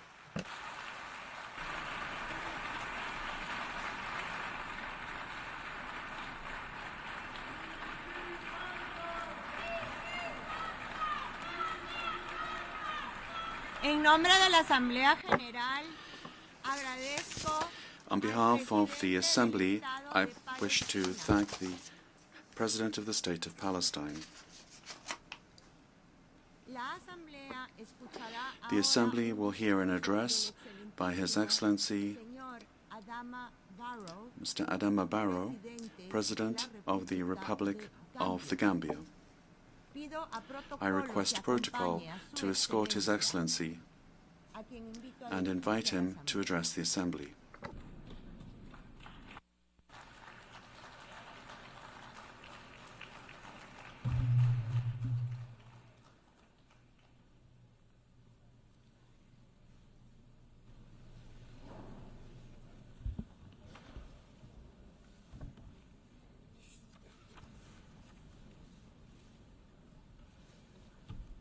President of the 79th session of the UN General Assembly, Secretary General Mr. Antonio Guterres, Your Majesties and Excellencies, Heads of State and Government, Heads of Delegation, distinguished delegates, ladies and gentlemen, it is an honor for the Gambia to participate in the 79th session of the United Nations General Assembly and to engage in meaningful dialogue with global leaders and partners on the vision of shaping a more prosperous future for humankind. Your Excellency, Mr. President, allow me to express my heartfelt congratulations to you on your assuming the role of President for the 79th session. I similarly wish to register sincere gratitude to His Excellency Ambassador Denis Francis for his exemplary leadership and accomplishments during the 78th session. Mr. President, as we undertake to chart the future we envision, we welcome the initiative presented by Secretary General Guterres at the summit of the future under the theme Multilateral Solutions for a Better Tomorrow. My delegation firmly believes that the path to a better tomorrow lies in multilateralism and closer international cooperation. Through our collective responsibility and inclusive participation, we can decisively confront and overcome our challenges and bottlenecks. The high-level summit of the future has determined that human actions are largely responsible for the challenges we face today. Therefore, it is within our power to ably address the disasters that continuously trouble our nations. To succeed, however, the international community must recommit to implementing the resolutions of the Summit of the Future to tackle such critical global challenges as climate change, poverty, transitional crimes, and conflict. These incidents underscore the urgent need for comprehensive reforms within the United Nations system, particularly the UN Security Council and the international financial institutions. We must equally strive for a more representative, just and inclusive United Nations to shape the world we so dearly want.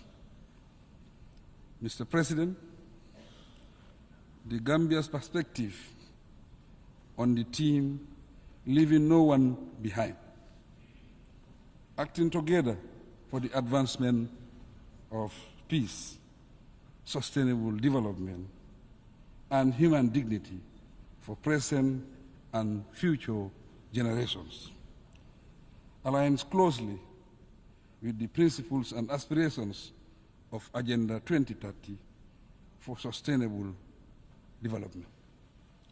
In accordance with the principles of the United Nations Charter, the theme serves as a crucial reminder to the international community of the need for solidarity and renewed commitment.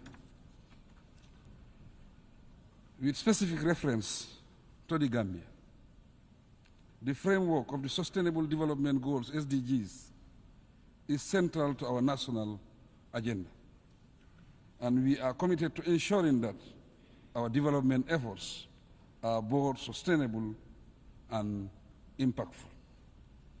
Like many least developed countries, LDCs, the Gambia faces huge challenges that pose serious threats to our survival as a nation, hence requiring collective international efforts to resolve.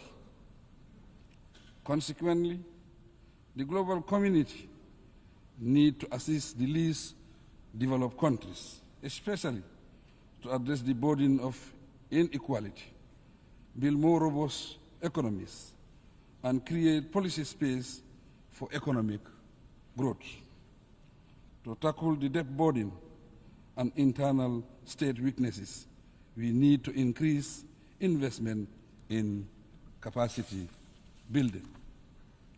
Also, we must jointly endeavor to bridge the digital divide and support technology transfer to advance development.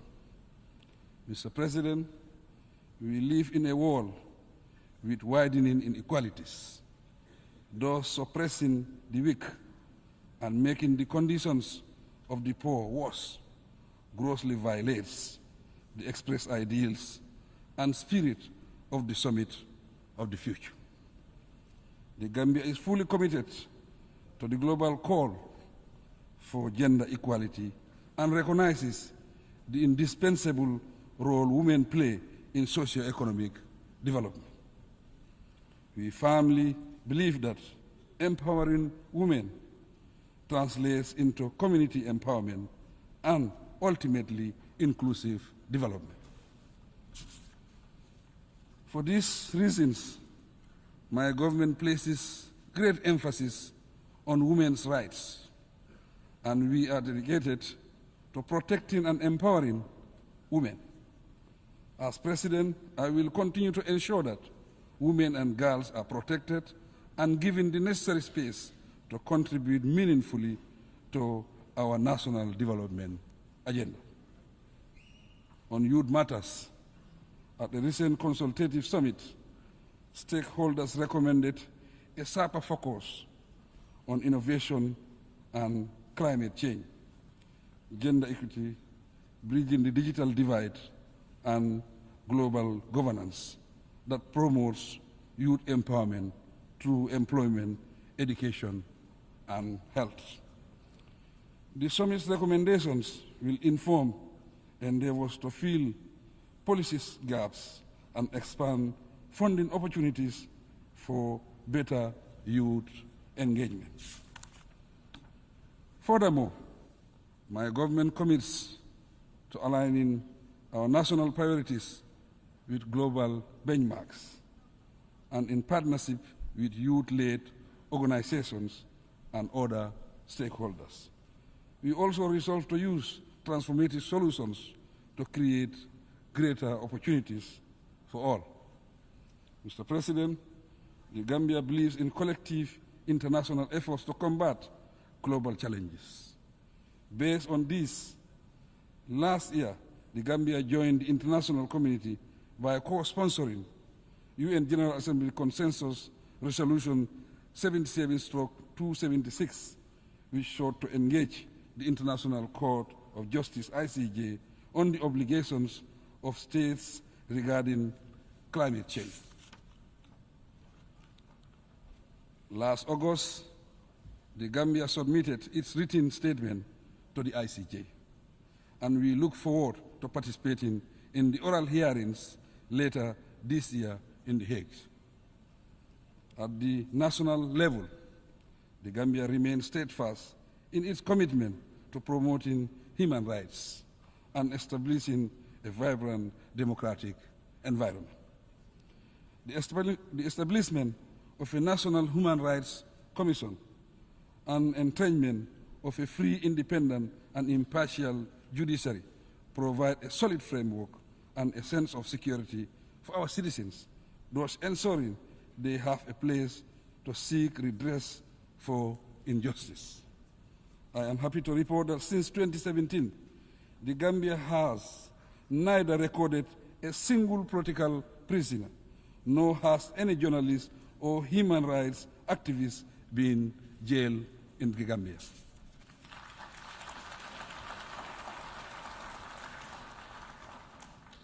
Proudly too, in August 2024, the Gambia was recognized as one of Africa's leading defenders of freedom of expression and ranked third in Article 19's Global Expression Report 2024. We will continue striving to better our situation. Mr. President, as committed advocates of peace and security, respect for basic rights and freedoms, and the application of international law, we stand firmly against injustice, no matter where it occurs. No doubt, as a nation of peace, guided by democratic principles, we have learned valuable lessons to act upon and share. With the help of the international community, we are steadily taking steps to bring closure to the saga of the victims of dictatorship in our country. So far, we have successfully managed the transitional justice and reform processes. Moving forward, we count on your support in the next critical stages of ensuring justice, reconciliation, reparation where necessary. The Gambia will continue advocating preventive approaches to peace building to avert future conflicts. Once again, I take this opportunity to express our appreciation of all the support the UN Peace Building Commission has been extending to us. Mr. President, the ongoing conflicts in Palestine, Sudan, the Sahel, Ukraine and Russia, the Democratic Republic of Congo, Libya, and other conflict zones demand the international community's immediate intervention. We must explore all diplomatic means to restore lasting peace worldwide and free all innocent people, particularly women and children, from the calamities of war.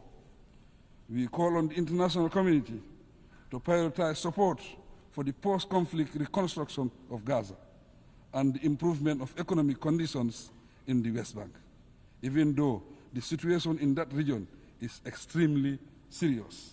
The intense destruction of lives and property continues. The Israel occupation, expansion of settlements, blockade of Gaza, and restrictions in the West Bank, together with the threat of intensifying the war to a regional conflict, continue to worsen the ongoing tensions in the Middle East. Accordingly, I call on the United Nations, the international community, and the Organization of Islamic Cooperation, OIC member states, to join forces and urgently bring about permanent peace in Palestine.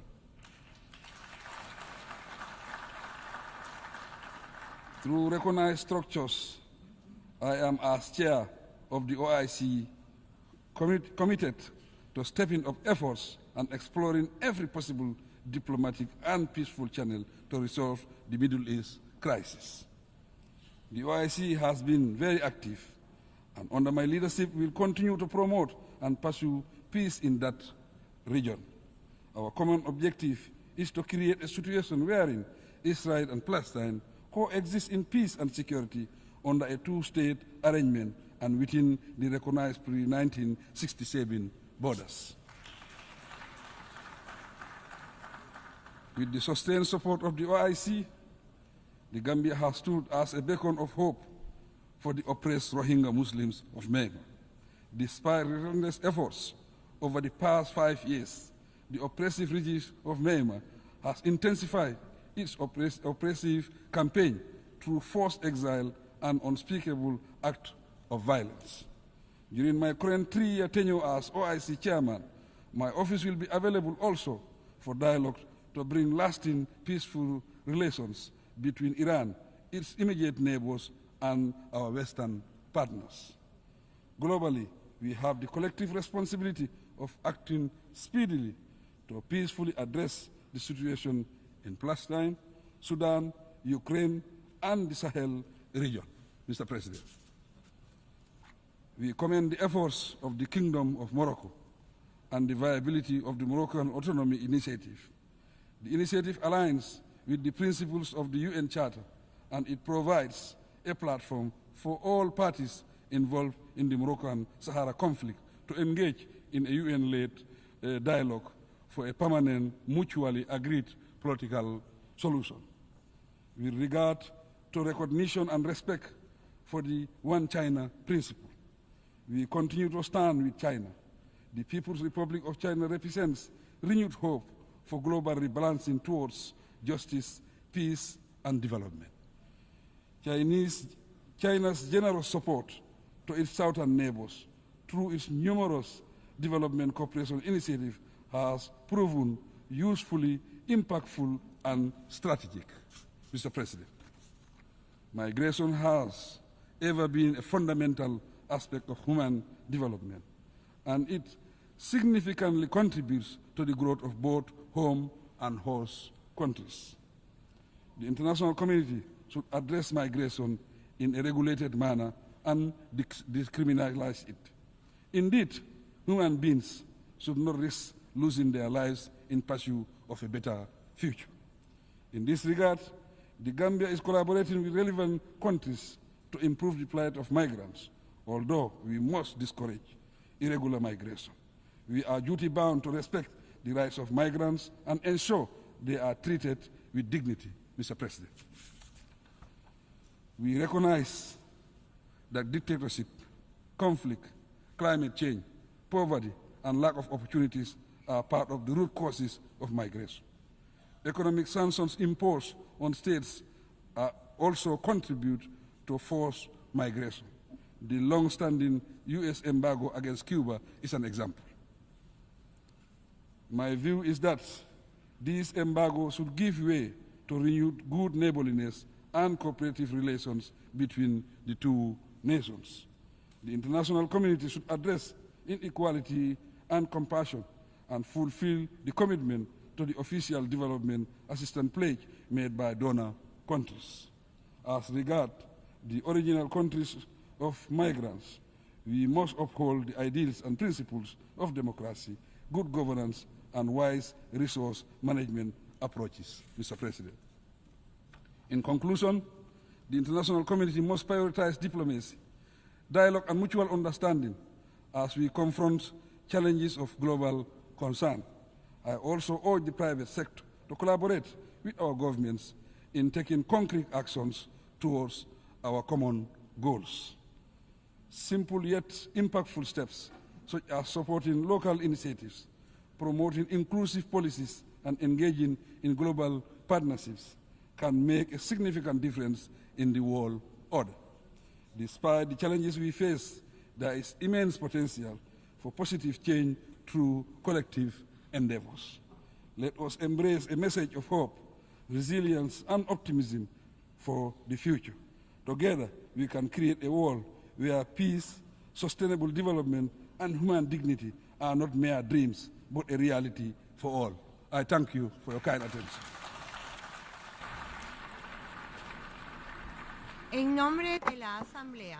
On behalf of the Assembly, I wish to thank the President of the Republic of the Gambia.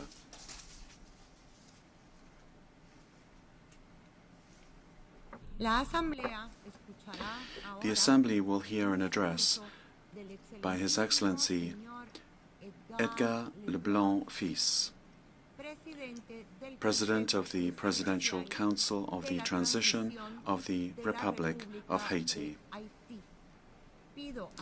I request protocol to escort His Excellency and invite him to address the Assembly.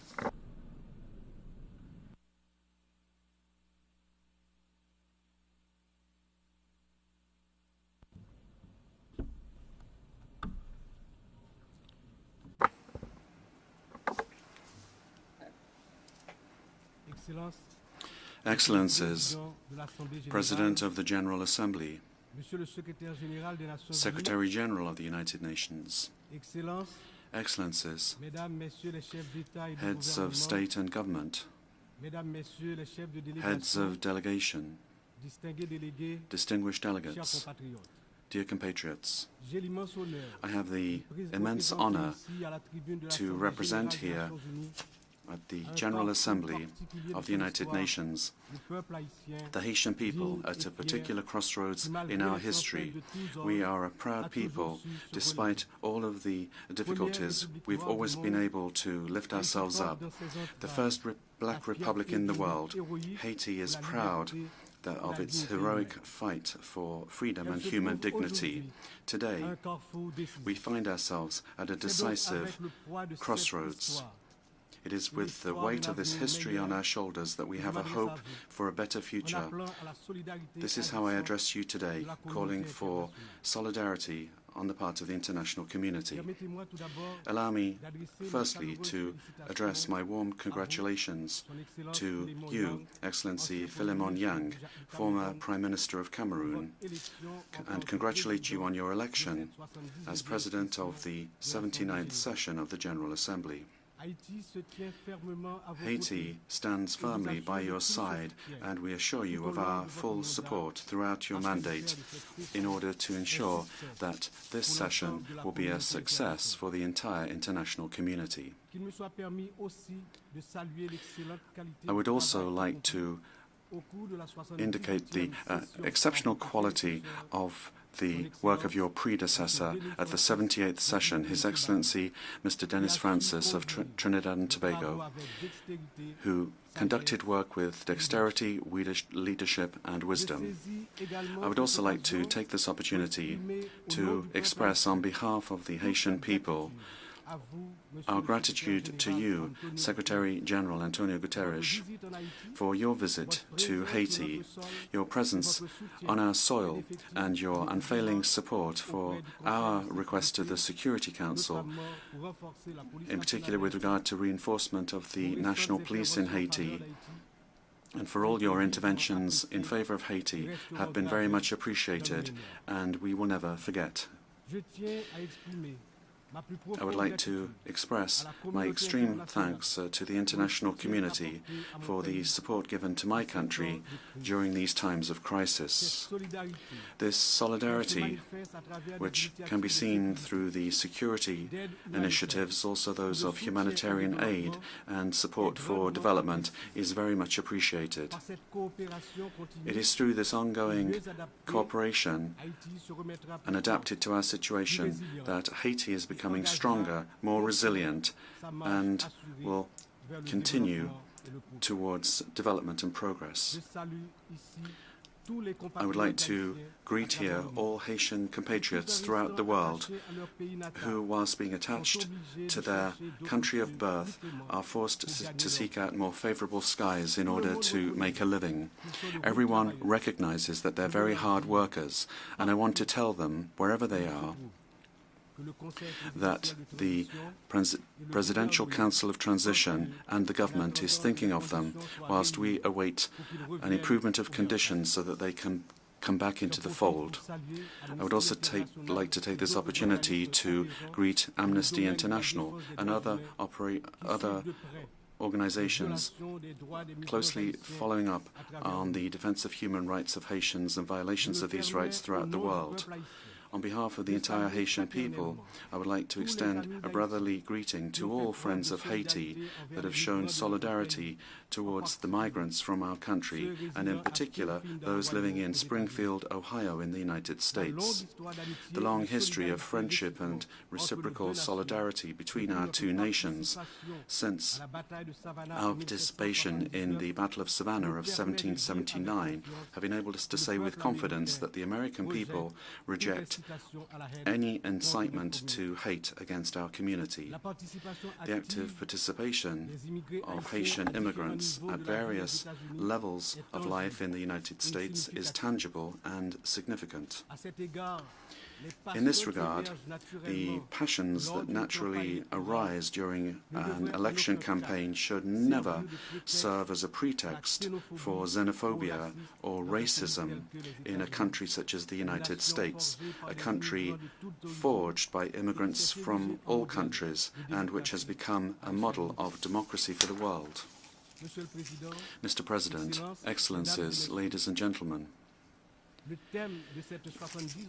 the theme of this 79th General Assembly is leaving no one behind, acting together for the advancement of peace, sustainable development and human dignity for present and future generations. This very much resounds with the major challenges that we are facing today. This theme is an urgent call for unity and international cooperation in a context where inequalities, conflicts and the climate crisis are rendering even more vulnerable millions of people throughout the world. Whilst many nations are struggling to achieve the Sustainable Development Goals, it is more necessary than ever to guarantee that all voices, and in particular those of the most marginalized, are included in the global decision-making process. This theme is also of capital importance when it comes to the context of the crisis in Haiti. It speaks to our fight to restore peace and stability, ensuring that every Haitian citizen is able to enjoy their fundamental rights. Acting together, as underscored by the theme, is essential for Haiti because our recovery can only happen with this international solidarity. President, Excellencies, ladies and gentlemen, today our world is facing unprecedented challenges that are of deep concern to the entire international community. The United Nations, in its historic mission to promote peace, security and sustainable development, is in the front lines of the crises that are not only threatening isolated nations but the entirety of humanity. Climate change undoubtedly is one of the great perils of our time. According to recent data of the Intergovernmental Panel on Climate Change, global temperatures have already increased by 1.1 degrees Celsius since the pre-industrial era. This increase has led to an increase in intensification of climate phenomena such as hurricanes, droughts and floods, disasters which particularly affect the most vulnerable nations such as Haiti. In 2023, the United Nations Programme for Development estimated that more than 100 million additional people risk descending into poverty between now and 2030 due to the effects of climate change. For Haiti, which is part of the countries that emit the least greenhouse gases but which experiences the most devastating impacts of this, this global crisis is making it even more difficult for us to guarantee food security, access to drinking water and economic stability. Armed conflicts also continue to sow destruction and to ravage human lives. According to the High Commissioner of the United Nations for Refugees, the number of people forcibly displaced was 110 million in 2023. That's the highest figure that we've ever seen. Whether it be in Syria, in Ukraine, or in the Sahel region, these prolonged conflicts are exacerbating poverty, destroying vital infrastructure, and leading to massive flows of refugees. The world cannot remain inactive when millions of men, women, and children are fleeing violence in search of security and dignity. The commitment of the international community is more necessary than ever before in order to find diplomatic solutions and to promote peace initiatives. Another major challenge relates to economic inequality, which continues to get worse. According to the Human Development Report of 2023 of the UNDP, almost 1.2 billion people are still living in multidimensional poverty, namely that they lack access to essential services such as health, education, and conditions for a decent life. The COVID-19 pandemic has worsened these inequalities, pushing millions of additional people into poverty. For nations such as Haiti, this impact has been devastating. With a high level of poverty, the country is facing profound structural challenges, but these inequalities are not just a Haitian problem. They are a global problem which requires global economic reform. Moreover, the challenges linked to food insecurity have become worse in recent years. According to the United Nations Food and Agriculture Organization, FAO, more than 735 million people in the world suffered from famine in 2022, an alarming increase that reflects the disruptions caused by conflicts, economic crises, and climate change. Haiti, unfortunately, is no exception to this. The World Food Programme recently underscored that almost half of the Haitian population is in a situation of acute food insecurity. This situation is not just a humanitarian emergency, but it is a threat for the stability of our nation. We must work together to strengthen our farming systems, guarantee fair access to food resources, and fight against hunger in a concerted and sustainable manner. Finally, technological progress provides new opportunities, but also new threats. The acceleration in the development of artificial intelligence, the proliferation of cyber attacks, and disinformation are endangering the stability of democracies throughout the world. The report of the International Telecommunications Union demonstrates that the digital divide remains a major challenge, with almost 2.7 billion people still not having access to the Internet in 2023. Haiti is one of the least connected countries, and we urgently need support in order to fill in this digital divide so that we can fully participate in the global economy of the 21st century. This year, Haiti reaffirms its commitment in favor of the preservation of our common heritage, the oceans. That's why today I announced proudly that Haiti will sign the agreement on marine biodiversity of areas beyond national jurisdiction adopted on the 19th of June 2023 and open for ratification since the 20th of September 2023.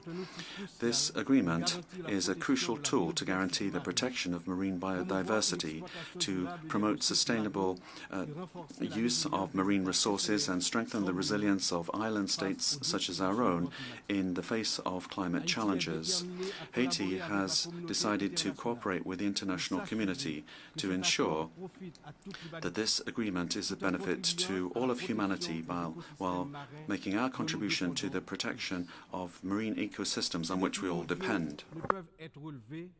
These global challenges can only be addressed through a renewed commitment to multilateralism, through solidarity and collective action. Haiti, despite our difficulties, is ready to cooperate with the international community to overcome these crises and build a future where peace, justice, and human dignity are triumphant. But we can't do this alone. It's only together that we can act to guarantee that no one is left behind. Excellencies, ladies and gentlemen, in proclaiming the independence of Haiti in January 1804, General Jean-Jacques Dessalines, the founding father of our homeland, gave human rights a universal character. In other terms, he began the dismantling of the colonial and slave order, and then human rights ceased just being white man's human rights and became human rights for all men and all women, namely the rights of all humankind. In this regard, and as representative of the Republic of Haiti, and as an official spokesperson for the Haitian people, I must draw the attention of the leaders of the major powers to the danger of a nuclear war threatening the existence of peoples on all continents. In this regard, on behalf of the Republic of Haiti, I launch an urgent call to all heads of state of the United Nations to prevent humanity experiencing this peril of the end of civilization on Earth. President, Excellencies, ladies and gentlemen, I am speaking today with the experience of several years dedicated in the service of my country. My political career is very much anchored in the history of Haiti, and it's led me through various trials, always with the same goal in mind: the progress of my country, the pride, the restored dignity and the well-being of the Haitian people that are so downtrodden. Having presided the Senate of the Republic from 1995 to 2000, and having been a witness to critical moments in our political history, I have seen the challenges that our country has been facing. My political commitment goes back to a time when the fight for stability and democracy were everywhere. Today, as President of the Presidential Council of Transition, I find myself once again at a key point in the history of Haiti. My career has shown me that resilience and collective willingness are the only ways to guarantee a stable and prosperous future. It is with this vision, this devotion, and the strength given to me by this rich political experience that I am leading the transition, determined to lead Haiti towards peace, security, and participatory democracy through the holding of the National Conference and the renewal of politicians through free, credible and transparent elections. The Haitian people, despite the challenges that we face, refuses to be overcome by despair. The challenges are unprecedented: devastating violence, political instability that is persistent, a precarious situation virtually everywhere, and a humiliating level of poverty that challenge the Haitian people's capacity for action and their intelligence. In the middle of this storm, we understood that we had to take a brave decision, that of coming together, becoming unified despite deep differences in order to rise up again in full confidence towards an exit to the multi-dimensional crisis that has been afflicting us now for far too long. The creation of the Presidential Council of the Transition is how we put this decision into force. It's a tangible example of this willingness to become reconciled with ourselves. This council, which brings together organizations of civil society and the entire political spectrum, is the fruit of long negotiations. It is the embodiment of the plurality of Haitian society. Its roadmap is clear: to restore public order, to hold free and transparent elections at the end of 2025, to restore trust in the institutions of the state. In order to do this, we, those that bear responsibility at the highest levels of the state, know that we will need the support of the international community. But first and foremost, we have to be able to count on ourselves, on our resilience, our capacity to overcome differences and internal divisions. It is important to stress that the resolution of Haiti's problems lies above all on the shoulders of the Haitian people. It is our duty as a sovereign nation to take our destiny in our hands and to overcome divisions and together build a future of peace and prosperity. However, this responsibility is not just our own. The international community, the United Nations, the foreign powers that very often played a decisive role in the history of Haiti have also got their essential part to play in this restoration of peace, economic recovery, and institutional development and the establishment of the rule of law. In this sense, the failure of Haiti to recover is not that of just one nation. It is a collective failure, a global inability to fully respect the principles of solidarity, justice, and international cooperation. It is together, with a shared sense of responsibility and renewed commitment, that we will be able to transform this crisis into an opportunity to embark upon a sustainable path to peace. Today, Haiti is facing an unprecedented security crisis. The increase of armed gangs, generalized violence, and political instability have plunged the nation into a state of extreme vulnerability.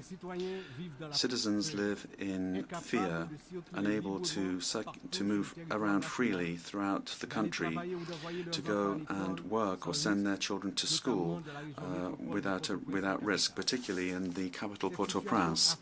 This situation is affecting all aspects of Haitian society. It's weakening institutions, paralyzing the economy, and it's undermining hope in a better tomorrow. The future of the country is under threat. 50% of gang members from the capital region are made up of children and young people, girls and boys. They very often serve as cannon fodder during operations against the police. They are subject to serious violations of all kinds, including sexual violence. This abuse and violence exercised against children and young people, teenagers, must be considered as a crime against humanity, given the consequences that this has on future generations. The restoration of national security is an absolute priority for the Haitian authorities. They are fully committed to putting an end to this spiral of violence and to restoring order in order to guarantee every citizen the fundamental right that they have to security. They are aware that peace and stability are the indispensable foundations that will enable Haiti to rebuild and restore trust in its institutions and to ensure the socio-economic development of its people. With this in mind, the decision of the Security Council to authorize the deployment of the Multinational Security Support Mission through Resolution 2699 was a direct response to the calls of the Haitian people. This mission, although it is not a classic UN force, embodies the commitment of the international community to support Haiti in its fight against insecurity. I would like, on behalf of the Haitian people, to express my profound thanks to the contributing countries, particularly Kenya, for having accepted to take on the leadership of the mission, as well as to all countries that have provided their support.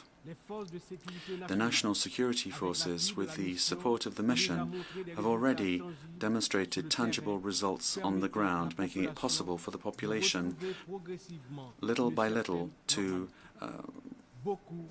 see normal life restored, but a lot still remains to be done.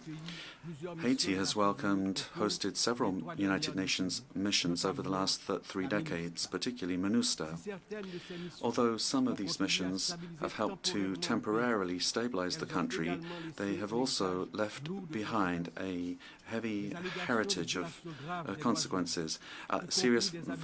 Allegations of serious violations of human rights have eroded the trust of the Haitian people. The lack of prosecutions and reparations for the victims have reinforced a sentiment of impunity, undermining the efforts at rebuilding. Nevertheless, it's never too late to act and to learn lessons from the past. By rethinking the approach, we have the opportunity to boost the reputation of international missions in Haiti and to build a future that is better for the Haitian people. It is in this spirit that we would like to see a thought being given to transforming the security support mission into a peacekeeping mission under the mandate of the United Nations. This transformation would make it possible not only to secure more stable funding and to extend the capacity of the mission, but also it would make it possible to strengthen the commitment of member states to security in Haiti. I am convinced that this change of status, whilst recognizing that the errors of the past cannot be repeated, would guarantee the full success of the mission in Haiti. Excellencies, ladies and gentlemen, today I stand before this assembly as the voice of the Republic of Haiti, a country whose history is inextricably linked to the ideals of freedom and justice that we all celebrate here. But Haiti, the first independent black nation of the world, today is the greatest victim of a historical injustice which has not only delayed our development but has also saddled our people with a burden, the repercussions of which we still feel today. In 1825, just 21 years after having won its freedom at the cost of a heroic fight, Haiti was forced to pay a colossal debt to France, the colonizing country, in exchange for recognizing its independence. This ransom, imposed under threat, siphoned off resources of the young nation, plunging it into an infernal cycle of impoverishment, which it still struggles to overcome. This debt was a form of punishment for our audacity in throwing off the chains of slavery and raising up Haitians to claim their human dignity. It was an unjust penalty which asphyxiated the economic and social potential of the black people of Haiti for generations. In today's context, where more than ever attention is being paid to efforts to restore without delay security and respond to the immense humanitarian needs in Haiti, I think it is important to draw the attention of this Assembly to the after effects of our colonial past and the ransom paid to certain powers that have largely mortgaged the development of Haiti. It is worth recalling that Haiti was the only country to have paid for its independence, obtained, however, through the fire and the sword. On the eve of the 200th anniversary of this unprecedented event in history, hasn't the time come for these amounts paid to be returned? In this regard, my country welcomes the proposals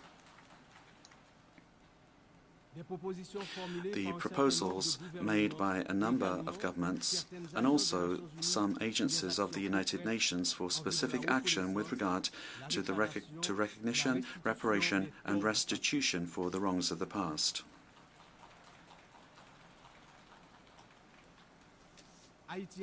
Haiti has absolute confidence in the United Nations organization the pillars of which are the fight against inequality between peoples and the maintenance of peace between nations, that it will play its role in order to facilitate dialogue between the victim countries of colonization and the former colonial powers. Here, at the 79th session of the General Assembly, Haiti, and through my person,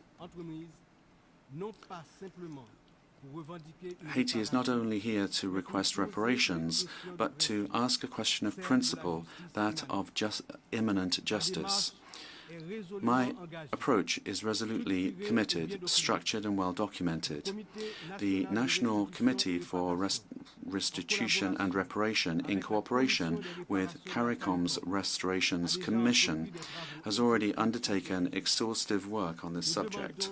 We demand recognition of the moral and historic debt and the implementation of just and appropriate reparations, which will make it possible for our people to free themselves from the invisible chains of this unjust past. Excellencies, ladies and gentlemen, history teaches us that nations do not rise up in isolation, but by unifying forces in a resolute commitment to build a better future. Haiti, this land that has offered the world a symbol of unshakable freedom and which has helped several nations to throw off their yoke of barbaric colonialism, is not looking for charity, but justice, respect,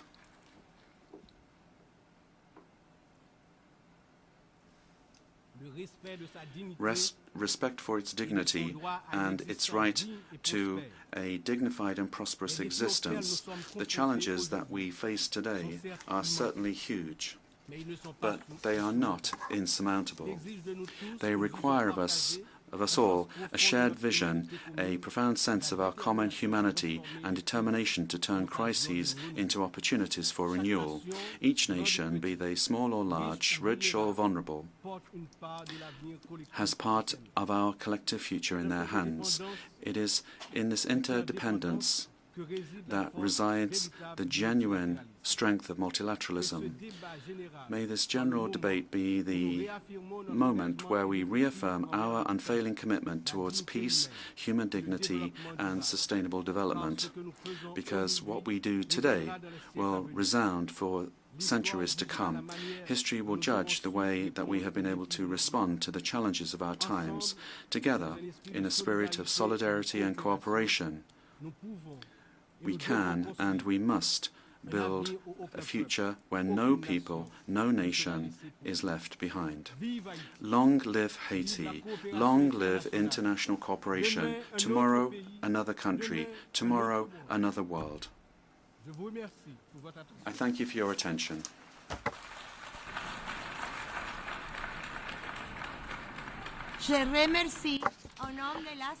On behalf of the Assembly, I wish to thank the President of the Presidential Council of the Transition of the Republic of Haiti.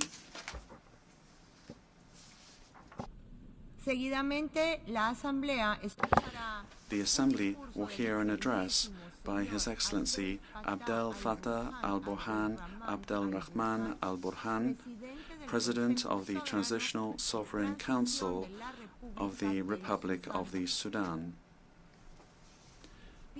I request protocol to escort His Excellency and invite him to address the Assembly.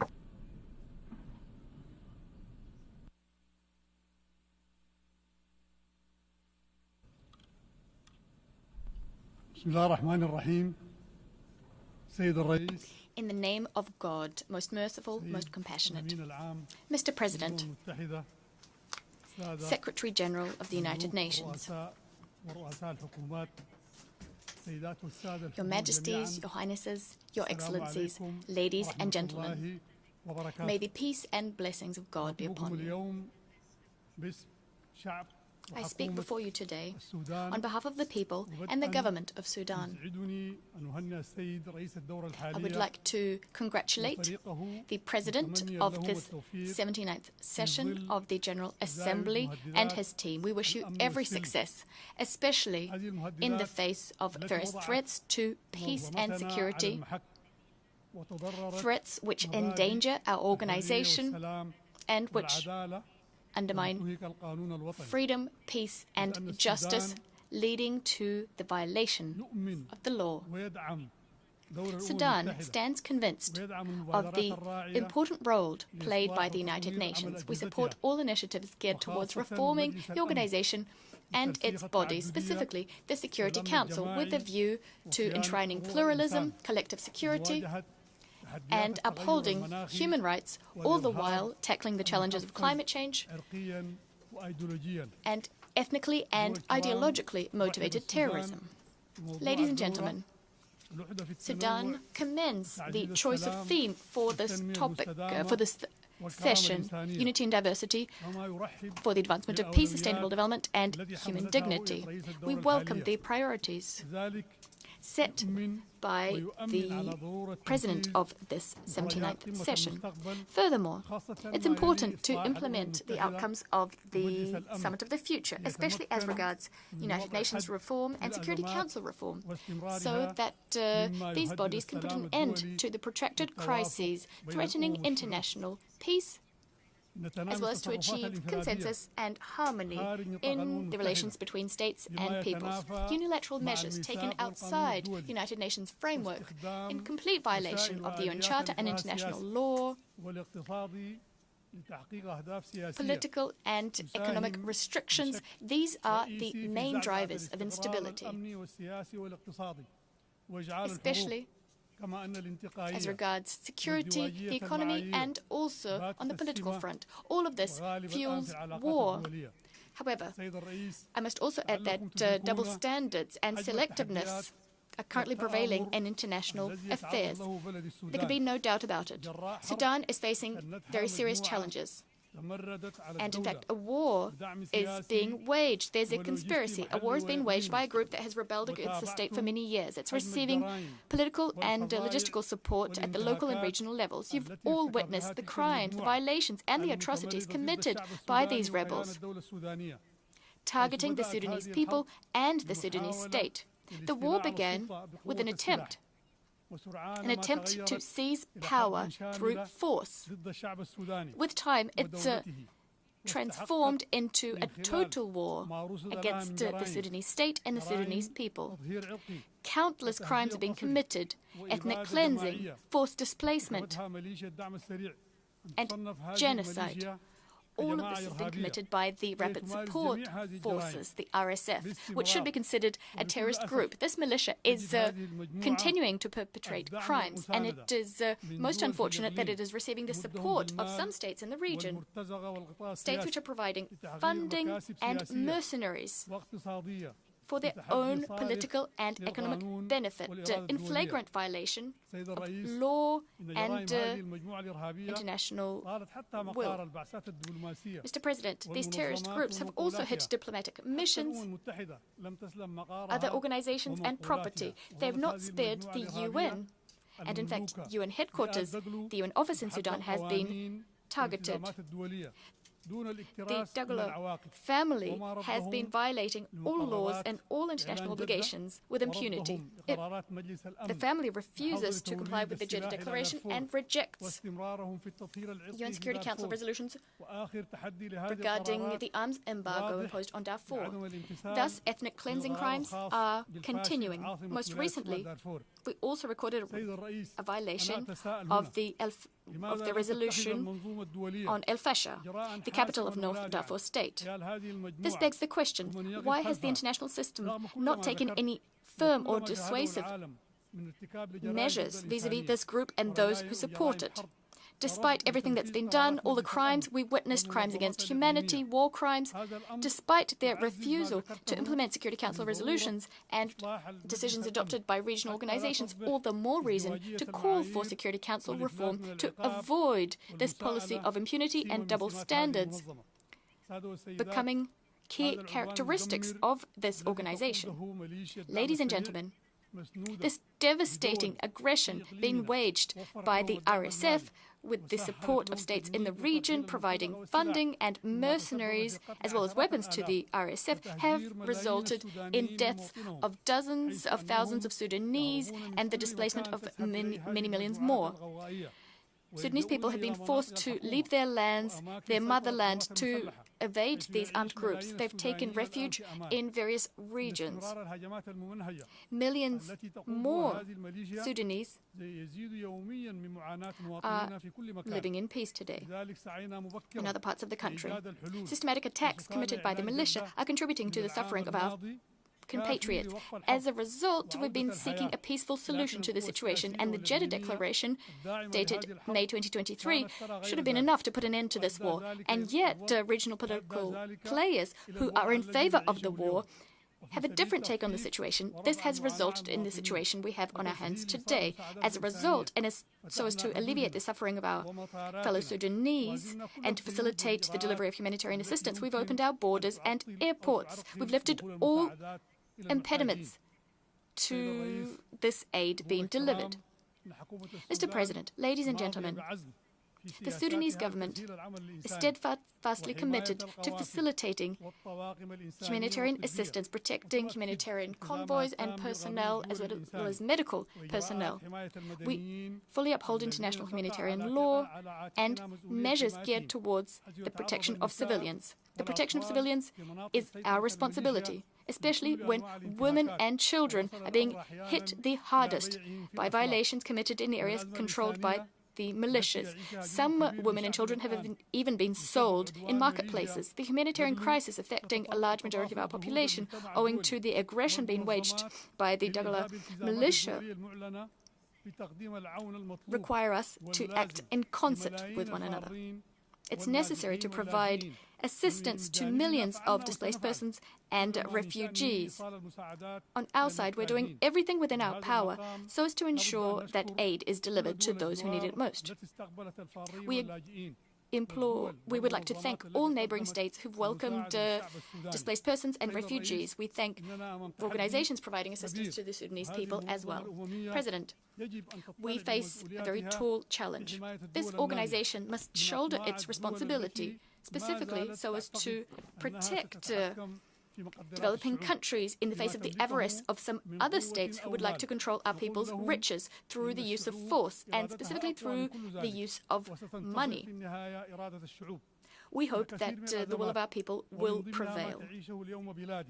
Numerous crises, including the one underway in Sudan, are the product of a policy of double standards, as well as political approaches based on exerting power, economic blackmail, and the fact that the organization has not managed to deter those who defy the will of their people and of nations,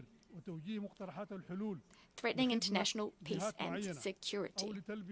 Mr. President, today, we have a marketplace of initiatives. Some of these initiatives serve narrow interests, and the corrosive effects of this are patently obvious.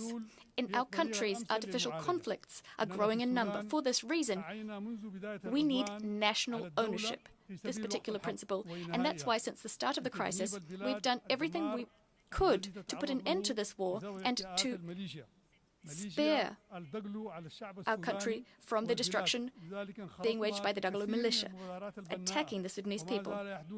Thus, we contributed to various constructive initiatives. And we still harbor hopes of ending this conflict so as to guarantee the dignity of the Sudanese people and the sovereignty of our state. We are hoping to ensure that the conflict will not be resumed and conflicts will end. The path towards an end to this conflict is clear in our view. First and foremost, we need to put an end to the hostilities. The militias must withdraw from all of the areas they currently occupy and from which people have been displaced. They must lay down their weapons so that people can go back to their homes and so that assistance can be delivered. This will also facilitate the reopening of roads, airports, and the resumption of production. Second, this end to hostilities must be accompanied with a comprehensive political process so that we can see through the political transition, avoiding the resumption of war and potential coup d'etats. Mr. President, the Sudanese Armed Forces, the SAF, is one of the state's oldest institutions. It's non-politicized. It's very much in favor of a democratic transition, and it's committed to the right of the Sudanese people to pick its leadership. This is why the SAF is upholding the commitments undertaken as part of the glorious 2019 revolution, so that a consensus government, an elected government, can accede to power. We will never accept a return to the previous regime, which was rejected by the Sudanese people. Thus, we are very much committed to facilitating the transition process, moving towards a civilian government. We will continue pursuing peace, working with all groups who have laid down their weapons, as well as with groups who still carry weapons but who are willing to respect the Juba Peace Agreement signed in 2020. Throughout this war, the Sudanese Armed Forces have done everything they possibly could, continuing to uphold international humanitarian law as well as the Geneva Conventions and Protocols thereto, working to protect civilians and to facilitate the delivery of humanitarian assistance. We stand ready to partake in all initiatives that can help to put an end to this war. As soon as we have an initiative that would respect the principle of national ownership and will put an end to the control and occupation of our territory by this rebel militia. We are also in favor of all initiatives which will protect civilians and guarantee the dignity of our people. These are the prerequisites for a return to democracy. It's unacceptable for a government as well as for the Sudanese people to partake in these, to see organizations who've supported the war, states who've supported the war and massacres of Sudanese partaking in such initiatives. Some of these organizations and states have allowed weapons to be funneled through their territory to the militias, and they've also provided political support to these rebel groups. We must therefore continue acting to convince the aggressors that they shouldn't be receiving this assistance. Mr. President, I'd like to thank all of the states as well as the organizations and various human rights defense groups, as well as civil society organizations, all those who've tried to paint a true, accurate picture of what is happening in Sudan. I welcome the outcome of the Summit, the Great Lakes Summit in Rwanda, and the meeting that took place in Yaoundé. There, at all of these meetings, the RSF were described as a rebel group working against the state. We've managed to circumscribe the activities of this group and deter them. Hopefully, we'll be able to deter them from acting in a similar fashion in other countries. The RSF should be called should be called out for what they are. They've rebelled against the state. They're committing terrorist crimes and should be considered as such here at the United Nations. Mr. President, before I conclude, I'd like to reassert our position vis-à-vis the issue of Palestine and the right of the Palestinian people to establish an independent state within 1967 borders. It's necessary to put an immediate end to the aggression being waged in Gaza and in Lebanon. We also call for Palestine to become a fully fledged member of the United Nations. By way of conclusion, we'd like to extend our gratitude to all those who've supported us through these testing times. Millions of Sudanese still need your help. Thank you very much, Mr. President. I'd like to reiterate that the will of the Sudanese people will prevail. May the peace and blessings of God be upon you all. I thank you. On behalf of the Assembly, I wish to thank the President of the Transitional Sovereign Council of the Republic of the Sudan. The Assembly will now hear an address by His Excellency Carlos Manuel Villanova, President of the Democratic Republic of São Tomé and Príncipe. I request protocol to escort His Excellency, and I invite him to address the Assembly.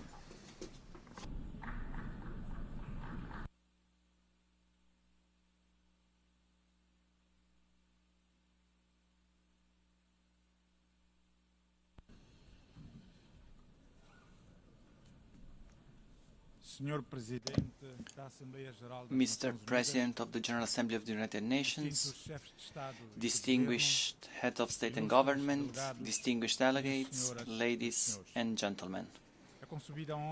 It is with great honor that I address this honorable assembly, representing São Tomé and Príncipe, a small island state which, like so many others, face the complex challenges of our time. On behalf of the people of São Tomé and Príncipe, I would like to congratulate you, Mr. President, and I would also like to extend to the Secretary General, António Guterres, our warm congratulations. Excellencies, it is easy for me, as it is for anyone present in this assembly, to say that what stands out in relation to international issues is the uncertainty and insecurity that marks both the present and the future. As a small island state, my country is on the front line of the consequences of climate change, and the climate crisis represents the greatest existential threat to our populations. Although we are responsible for a tiny fraction of global greenhouse gas emissions, we are among those who suffer most from its impacts. Sea level rise, more frequent and intense storms, coastal erosion and loss of biodiversity threaten not only our livelihoods, but also our very existence. It is therefore imperative that the international community strengthens its commitment to the Paris Agreement and ensures that the voices of the most affected nations, like ours, are heard and integrated into concrete actions. We call for global action that is not only ambitious, but also urgent. COP29 on climate change, to be held next November in Baku, Azerbaijan, will be a crucial opportunity to reaffirm the collective commitment to limit global warming to 1.5 Celsius. However, commitments have not been sufficient. We need concrete, immediate actions to mitigate the impacts of the climate crisis.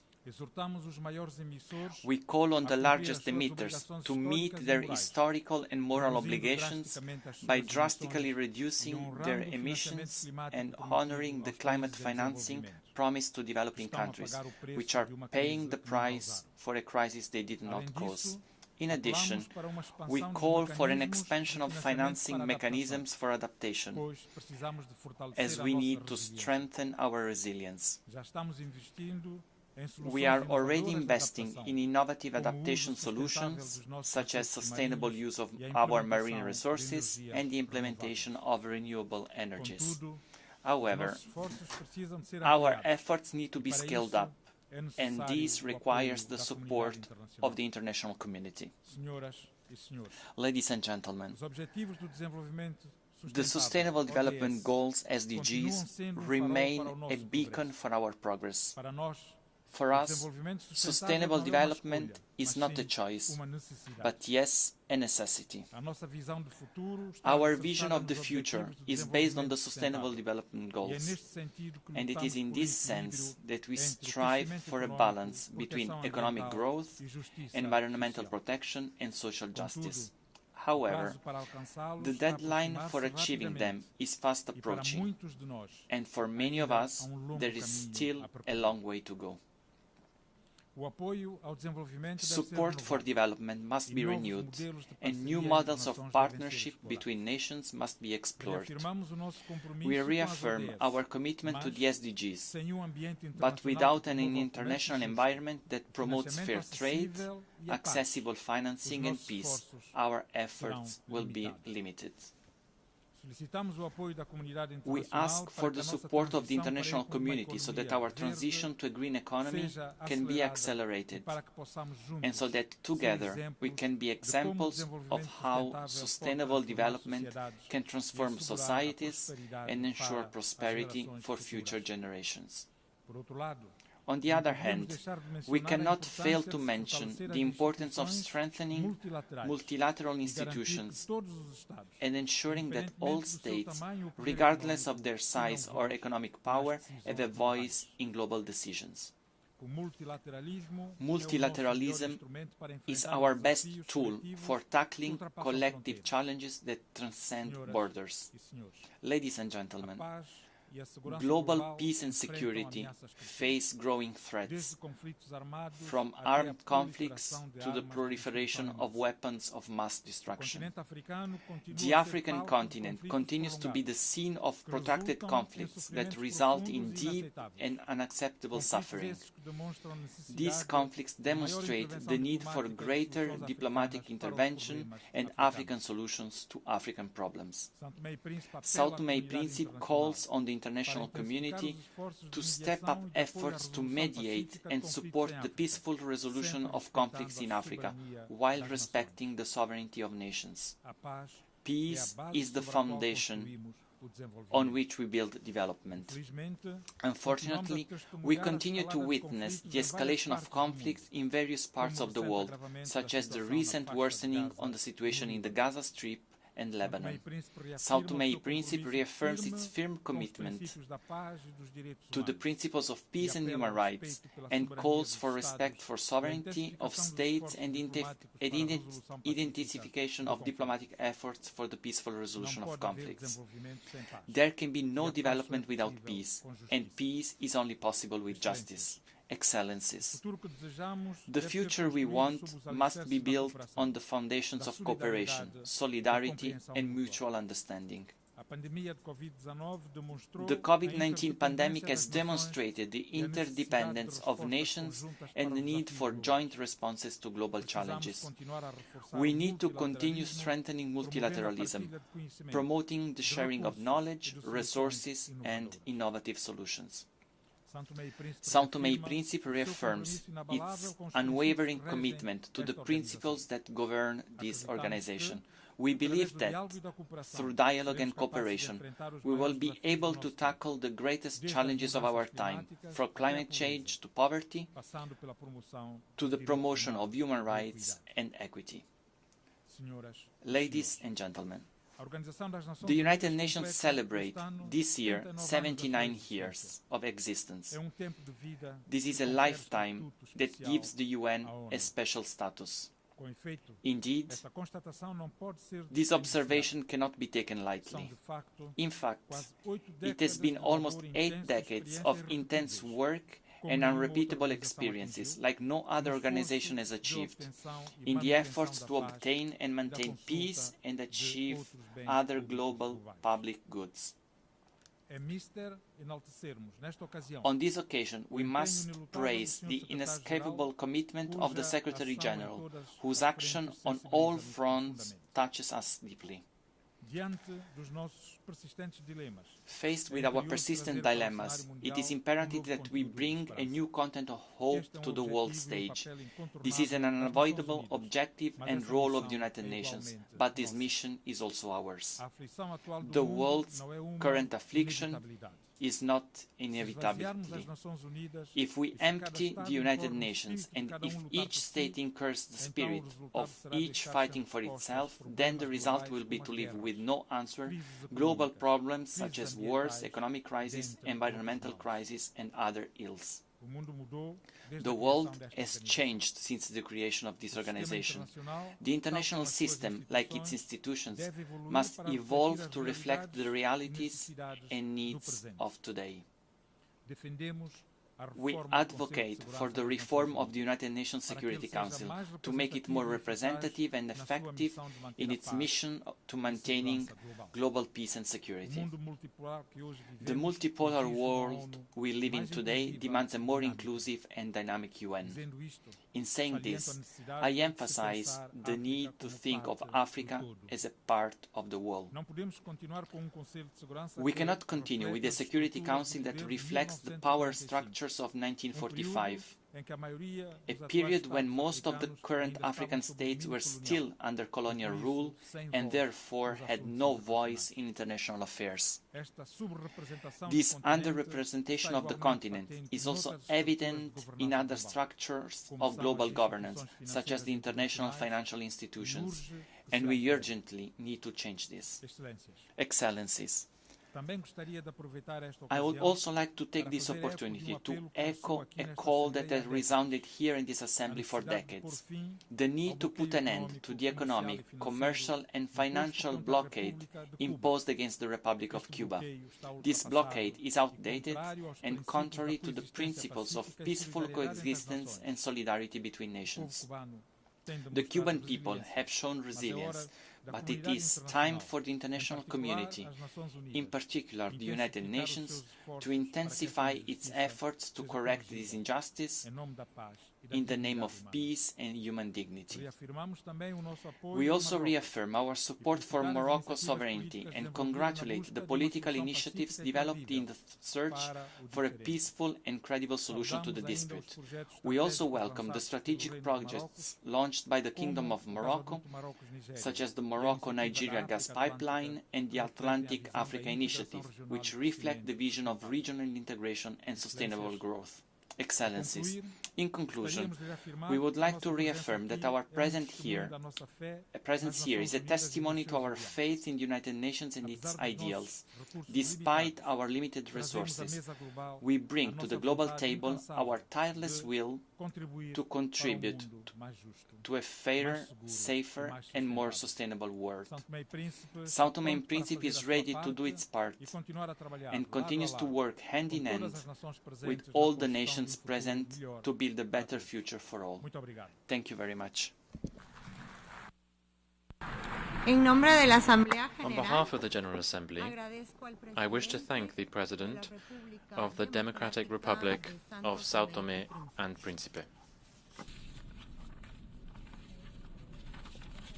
The Assembly will now hear an address by His Majesty King Letsie III, King of the Kingdom of Lesotho. I request protocol to escort His Majesty, and I invite him to address the Assembly.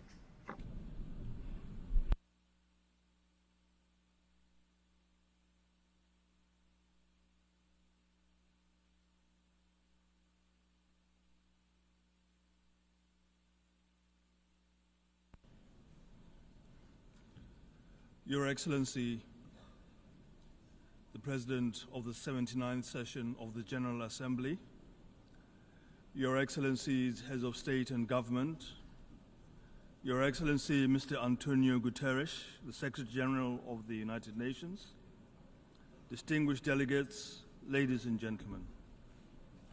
Mr. President, I wish to congratulate you on your well-deserved election to the office of President of the 79th session of the General Assembly.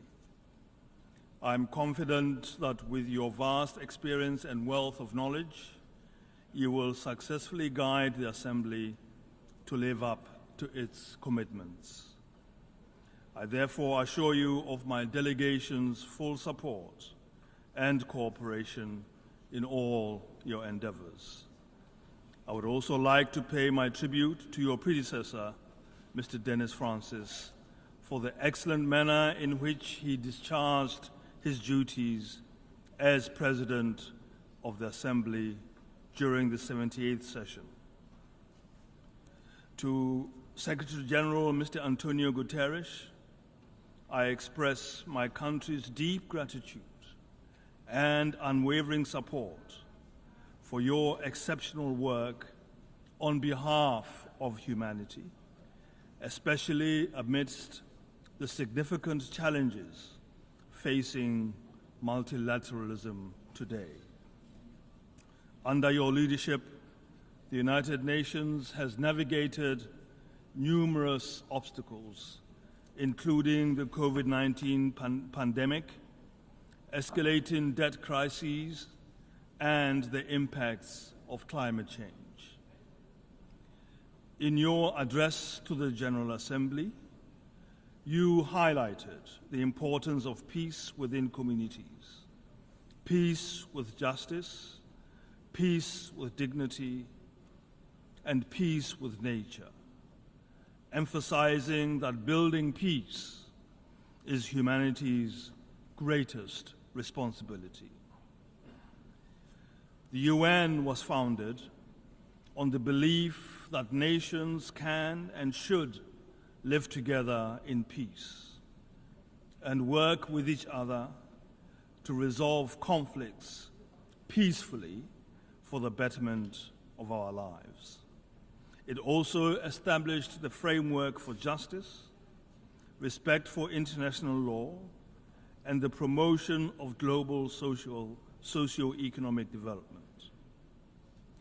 As the UN celebrates its 79th anniversary this year, we must reaffirm the enduring conviction of our founders and reassert their sense of purpose. As I stand here today, I resonate with these sentiments, drawing from our nation's history and experiences. This year, Lesotho commemorates 200 years since the founding of the Basotho Nation, with the pinnacle of this celebration occurring on the 4th of October. What, then, can we, as a smaller nation, contribute to the global discourse on peace? Mr. President, Lesotho was founded on the principle of peace, Kgotso. Our founder, Morena Moshoeshoe I, cherished peace as one of his core values.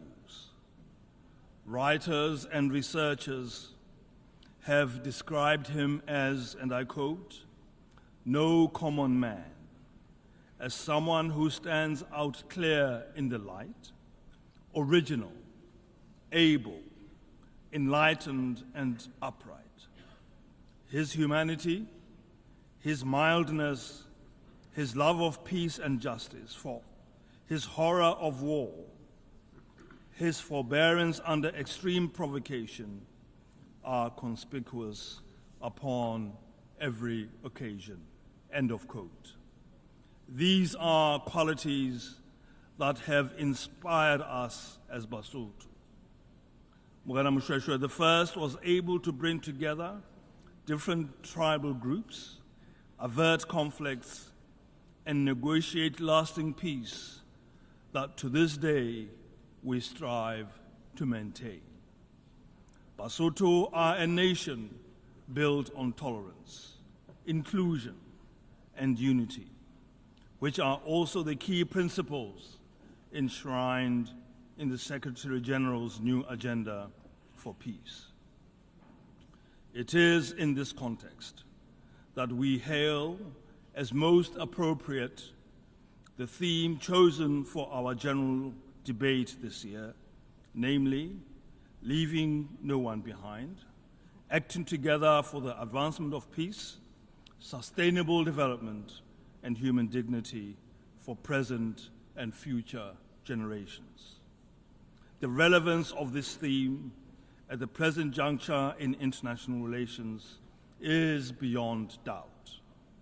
Through collective action, we can conquer the challenges facing humanity and realize a sustainable future for all. However, this will require leaders with humanity, mildness, a love of peace and justice, horror of war, and forbearance under extreme provocation. These are ideals that can be achieved. My ancestor, as testified by many, was the embodiment of these traits which built a nation that stands to this day. Business as usual will not preserve our world as we know it. The enjoyment and exercise of human rights and attainment of sustainable peace and development require a deliberate, fundamental shift and commitment by the world's leadership. In the words of another of my ancestors, and I quote, "Always be slow to take arms at all times. I beseech you, lean upon this rod of peace. Always keep it clear in your mind that it is far more profitable to harvest food in the grain fields than to kill men in the battlefields." End of quote. In today's rapidly changing world, the UN has continued to forge peace in conflict-ridden areas around the world, promoting human rights and lifting thousands out of poverty.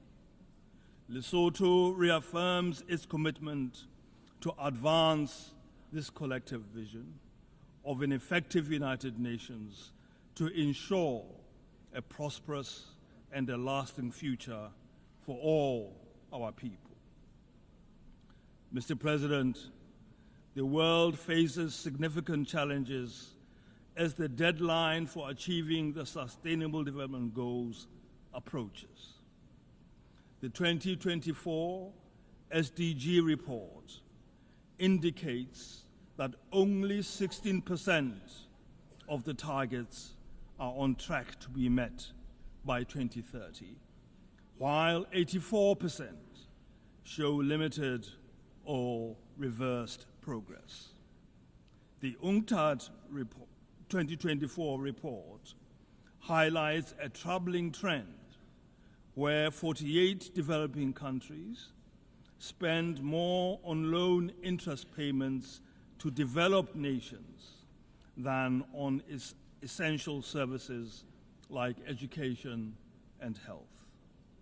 This economic inequality drives migration, and as refugees seek better opportunities, often leading to xenophobia and conflict in host countries.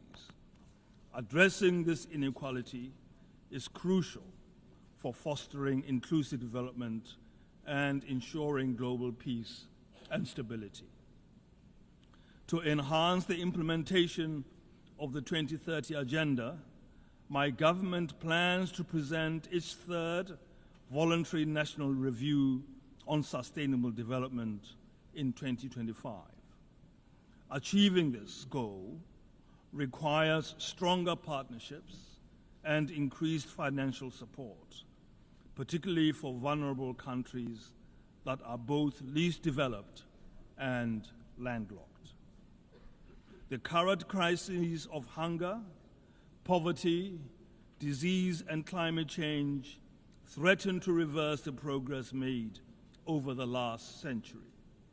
In Lesotho, climate change exacerbates environmental degradation, impacting agriculture, water resources, and energy supplies, leading to food shortages, which have compelled our government to declare a state of emergency in food security.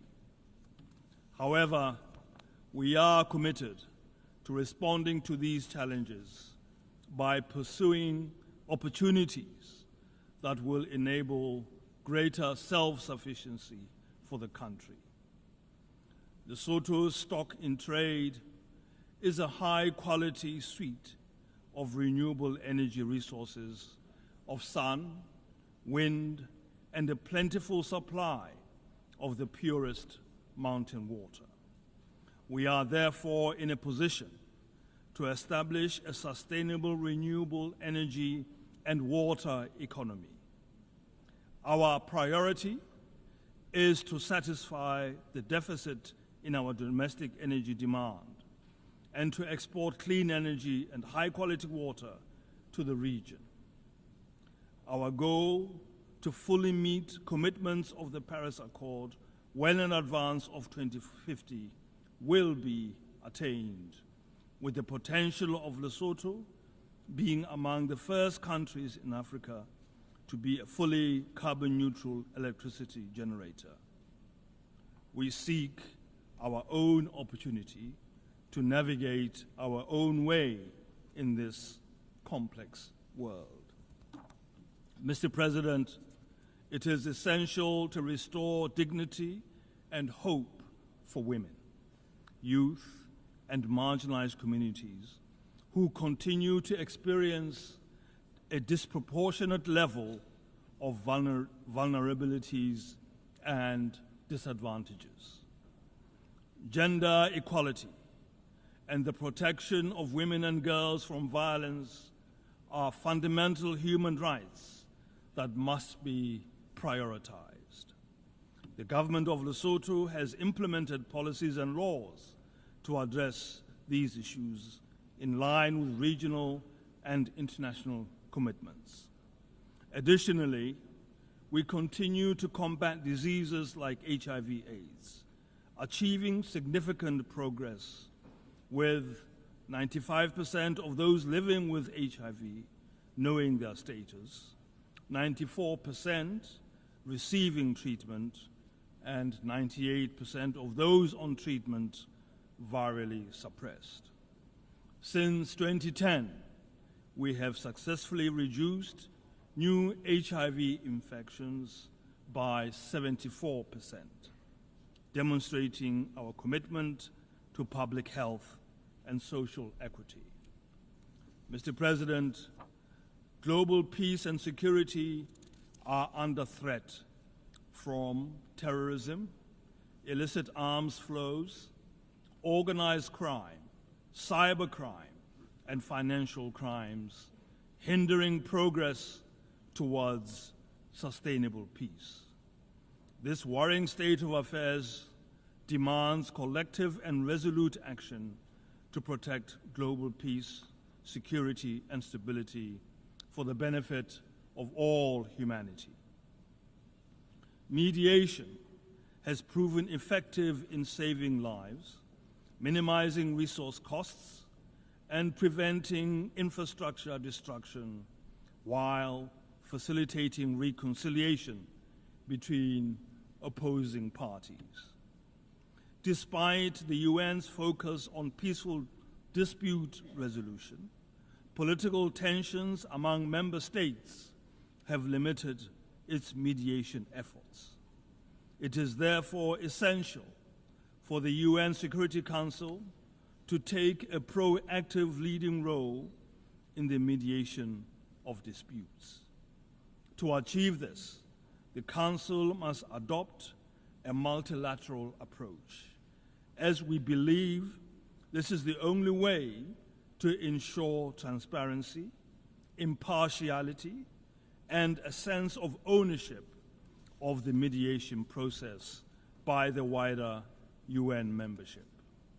For this reason, we warmly welcome the Secretary General's new agenda for peace, which emphasizes the urgent need to rebuild mechanisms for managing disputes and enhancing trust among member states and regional frameworks. Mr. President, respecting and upholding human rights is a fundamental obligation of all states as outlined in the United Nations Charter. Self-determination and independence are essential rights that should be accessible to all people. We urge the full implementation of United Nations resolutions aimed at ending all forms of colonialism and occupation, particularly emphasizing the need for the self-determination of the people of the Western Sahara. Mr. President, the situation in the Middle East, especially the ongoing human rights violations in Gaza, requires urgent attention. We renew our call for a ceasefire, as both the General Assembly and the Security Council have repeatedly advocated for one. The high cost of war is a burden humanity should not bear. We believe in a two-state solution that allows Israelis and Palestinians to coexist peacefully and securely. Genuine dialogue and mediation, respecting the rights and concerns of both parties, are crucial for resolving the Palestine question. Additionally, we call for a mediated solution to the unilateral coercive measures on Cuba, as the international community has consistently demanded the lifting of the economic and commercial embargo. Cuba, like all member states, deserves the right to participate freely in international trade. And we also reiterate our call for the lifting of sanctions on Zimbabwe. Mr. President, to conclude, we would like to reiterate our belief in the principle of subsidiarity, recognizing the Security Council's primary responsibility for maintaining international peace and security. We, therefore, call for greater and more effective cooperation between the Council and regional organizations as outlined in Chapter 8 of the UN Charter. The strengthening of this cooperation is crucial for the swift resolution of regional conflicts. We believe that the Security Council should be more representative of UN membership to ensure its decisions enjoy greater legitimacy. Therefore, we advocate for a comprehensive reform of the Security Council, supporting the common African position known as the Isolini Consensus. We also believe that the UN should continue to be a place where all our aspirations for a better and secure life for humanity must be championed.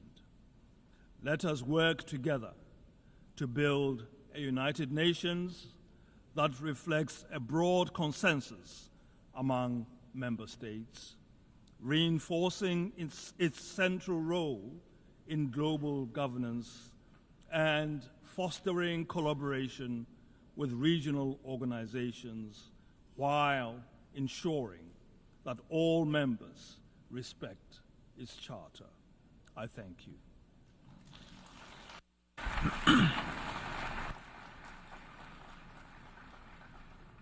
On behalf of the Assembly, I wish to thank the King of the Kingdom of Lesotho.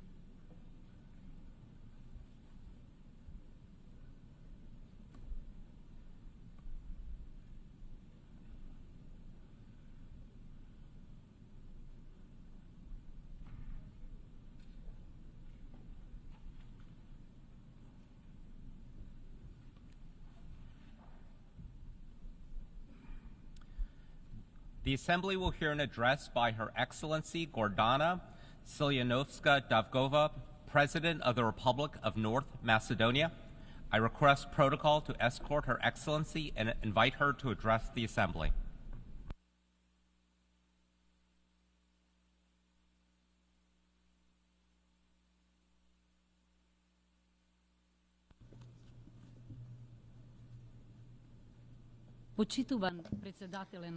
Distinguished President of the United Nations General Assembly, esteemed Excellencies, ladies and gentlemen. Those more familiar with the Macedonian case know about the Scylla and the Charybdis that my homeland, the small Balkan state, has passed through and is still passing through. Although indirectly, as one of the 6 constituent Yugoslav republics, we participated in the creation of the United Nations, yet, upon its admission to the United Nations in 1993, we faced a great injustice. Namely, the country was admitted under the temporary reference, the former Yugoslav Republic of Macedonia, along with the additional condition, I quote, to negotiate until a final solution to the name issue is found, end of quote. In 2018, we ratified and signed the Prespa Agreement, a process that was followed by an unsuccessful referendum and constitutional changes, following which the Republic of Macedonia legally and formally became the Republic of North Macedonia. As a professor of constitutional law and as a former member of the Venice Commission, I do know that what is legal is not always just and legitimate, because in the case of my country, it was not acted in accordance with international and national law, namely the right to self-determination of every nation guaranteed by the UN Charter and the Constitution of the then Federal Yugoslavia from 1974 was forgotten. The line that divides what is legal from what is just is sometimes merely a crack, but other times it is a profound gap and even an abyss. That gap, that abyss, most often and most severely affects the small nations and states, which are the first victims of the clash between force and justice, because this can be an insurmountable obstacle to realizing the right to progress. Of course, the new name is indeed a formal and legal reality, and my country, the Republic of North Macedonia, as a responsible member state of the United Nations and of NATO, is fulfilling its international obligations.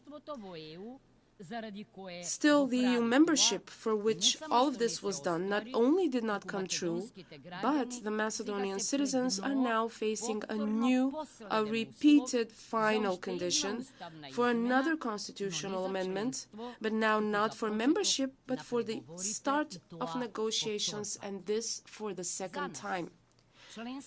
To us, membership in the European Union after 20 years of negotiations and 16 positive European Commission reports resembles Mr. Godot, because we have been waiting for him since 2005, always encouraged by international representatives with the refrain, just this one condition more, just this one concession more, just this one constitutional amendment more. Thus, we became a sui generis state with 36 constitutional amendments in 30 years, anchored in the geopolitical region called the Western Balkans. As a peace-loving country, committed to good neighborliness and regional cooperation, we expect understanding and cooperation from our neighbors without the threat of a veto, because if there is a veto, there is often no justice. The veto has turned into an instrument for bilateralization of European integration, or in other words, its stagnation. In conditions of conflict on the European soil, the stagnation of the European integration not only demotivates Macedonian citizens and slows down reforms, but it also destabilizes the region of Southeast Europe, leaving room for penetration of malignant imperial and great power influences. Enlargement must be tied to the meritocratic Copenhagen criteria, and it must be freed from the veto linked to the attempt to revise history and to disrespect national and cultural identity. From our European and strategic partners, we expect understanding and fair and just unblocking of the process of negotiations for membership in the European Union, rejecting double standards and respecting our own principles and values embedded in the fundamental constitutional documents. The European reunification is like an unfinished symphony without us. The European Union is not only a political system, it is also a political philosophy in which the largest number of Macedonian and Balkan political actors and citizens do believe. Integration is a powerful motive and a key driving force for democratic development. The full integration of the Balkans into the EU will put an end to the endless redrawing of borders and so-called Balkanization as a phenomenon.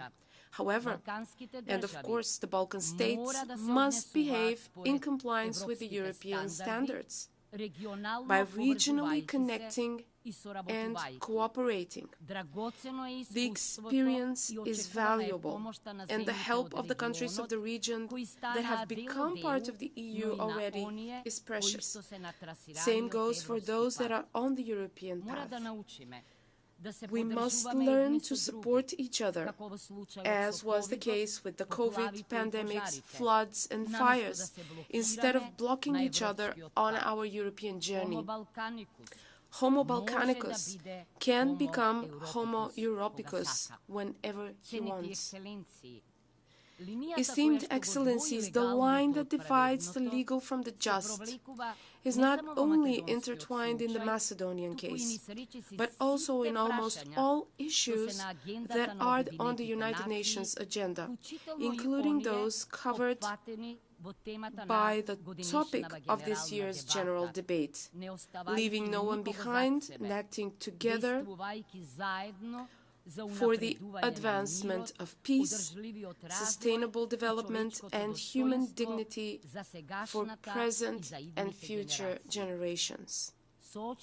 We are faced with some big questions. Let me start with the most important one, peace. Is a just peace possible when we are faced with more and more wars and flagrant violations of the Charter of the United Nations? Is a just peace possible with the deepening militarization of politics and the new arms race? Is human dignity possible in an environment of double standards, when human life is not equally valued and when the sufferings of innocent victims in conflicts are not treated equally? How can we achieve a fair and just development plunged into the race for profit at the expense of the nations and of the planet, when global public resources are sacrificed, marginalized, stuck at the periphery, forgotten in national and corporate policies and actions? How can we achieve social justice in conditions of growing economic, educational, gender, and digital disparity between states and within the states themselves, with less and less winners and more losers from globalization and digitalization, the former sinking into decadence and the latter into pauperization? How will we ensure generational justice if we continue with the irresponsible and uncontrolled exploitation of limited resources? How will we create a safe and sustainable future for our descendants if we continue with ecocidal production practices and consumer habits that leave a world choked with air pollution, poisoned with pesticides, and littered with plastic? With the alarming level of greenhouse gas emissions that are rapidly leading to climate change with catastrophic consequences, can we even talk about responsibility, or should we start thinking about survival or our ability to live? The main problem is that all those injustices are systemic, which means that if they are not legalized, then they are tacitly tolerated. What is legal, unfortunately, is not always just and moral, if I may say this once again. Why is this so? In the most famous dialogue about power and justice, Thucydides recalls that justice is a word that has value in disputes between men only when both sides are of equal strength. In other cases, The strong do what they can, and the weak what they must. However, the United Nations exist to ennoble this cruel to Syrian world by securing legal equality among nations, taming the power of the great and protecting the smaller nations. This legal equality is a prerequisite for achieving the highest goals of the United Nations: peace and security, human rights, and sustainable development. The United Nations exist to bridge, or at least to narrow, the gap between the legal and the just. We are facing a big challenge. How can the legal become just? Or how can the just become legal? And how can the legal and the just be implemented? Respected attendees, there are no simple, inexpensive, and painless solutions to this dual challenge. Here, in the solemn hall of the General Assembly, for years, world leaders have shared their experiences and disappointments from the United Nations, which, not infrequently, oscillate between two extremes: utopian optimism on one hand and nihilistic pessimism on the other. Still, reality is complex and contains both successes and failures. The United Nations have prevented another world war, but they failed to prevent and preclude regional conflicts, including the war in Ukraine and the bloodshed in the Middle East, the scenes of which resemble Picasso's Guernica. The World Organization has lifted millions of people out of poverty, but it still fails to eradicate hunger. With the right to self-determination, it accelerated the process of decolonization, but failed to bridge the gap between the rich North and the poor South. The United Nations are the main driver for resolving global security, migration, health, environmental, energy, and climate crisis, but hardly any of them are fully and justly resolved. The resolutions of this very General Assembly reflect the will of the majority of nations, but are not always consistently respected. The International Court of Justice is the ultimate instance of justice between states, and yet its judgments are not always implemented or even treated as advice. The world is going through a turbulent geopolitical, economic, scientific, technological, and industrial transformation in which man has a huge impact on the planet. I fear man is destroying the Garden of Eden and will be kicked out of it again unless the UN supports him. But the competencies, structures, and procedures of the United Nations seem to have been frozen at the time of their founding in 1945. Instead of increased cooperation and action on pressing issues, the geopolitical rivalry and the new arms race are intensifying, that are rapidly pushing us towards a state resembling a new Second Cold War and Orwell's World II. We have rarely needed the United Nations so much as we do today. And yet, the United Nations have rarely been as politically marginalized as they are today. Ladies and gentlemen, dear colleagues, to overcome this political marginalization, what we need is a new spirit of multilateralism that will alleviate geopolitical rivalries and will increase the trust and cooperation among states around shared challenges. That multilateralism rests on three pillars. The first pillar is the consistent compliance with the Charter of the United Nations and international law, which exists to protect the weaker from the predatory instincts of the stronger.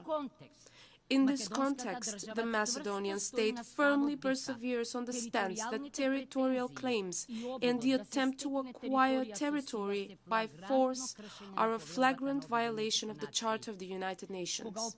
When dangerous precedents go unchallenged, they transform into tolerated practices that threaten world peace and security. Therefore, we support efforts for a sustainable, just, and lasting peace in Ukraine based on international law, including the UN Charter.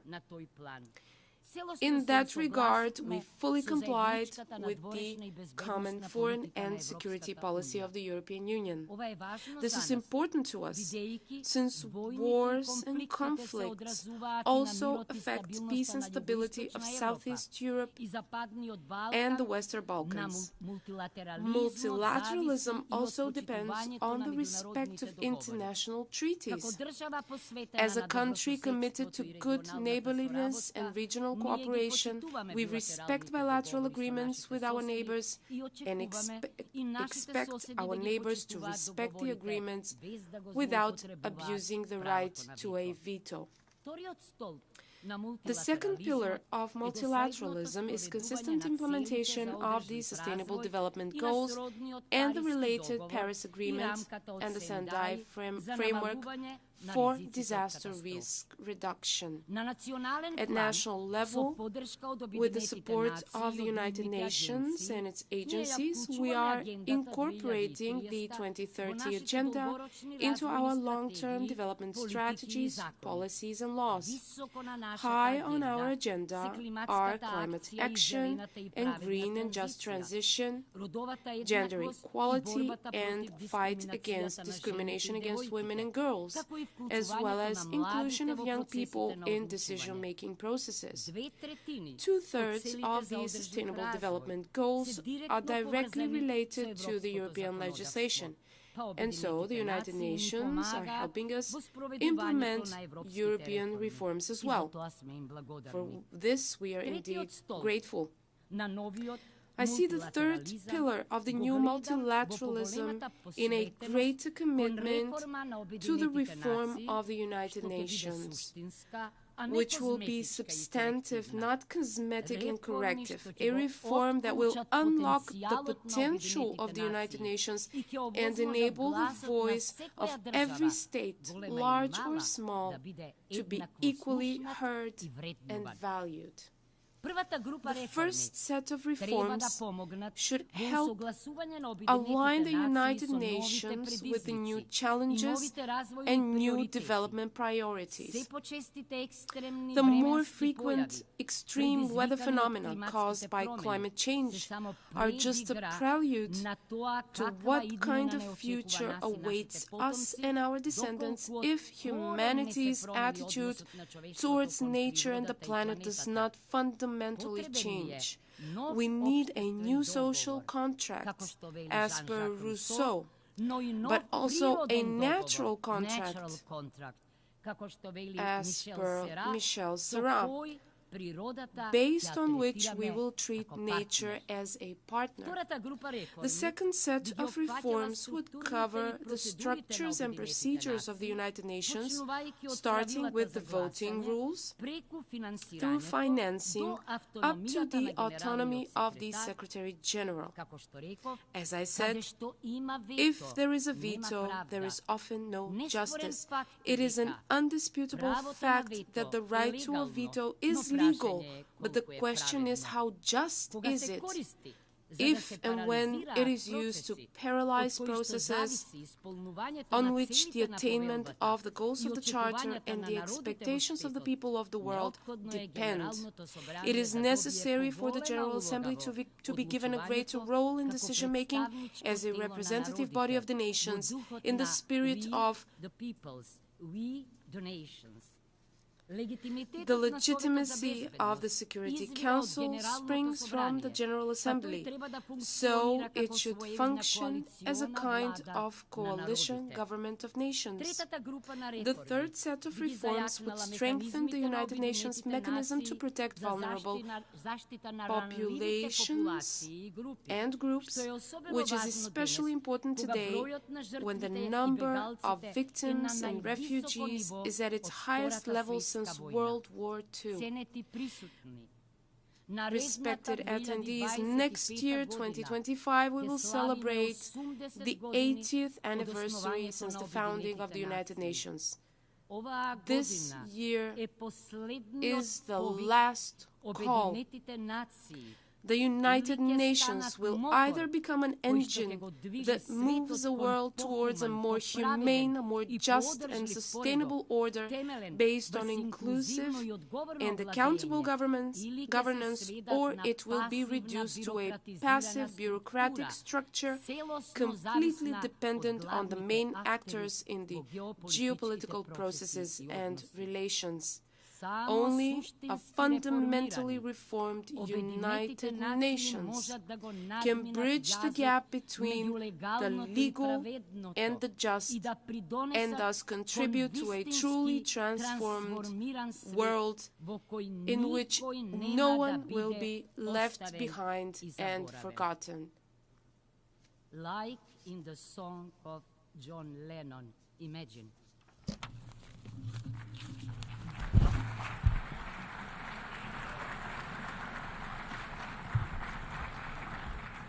On behalf of the Assembly, I wish to thank the President of the Republic of North Macedonia.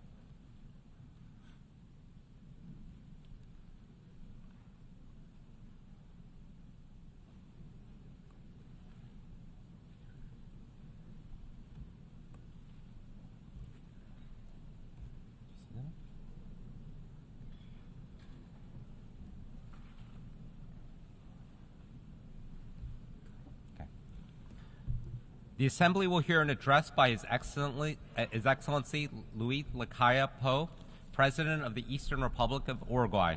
I request protocol to escort His Excellency and invite him to address the Assembly.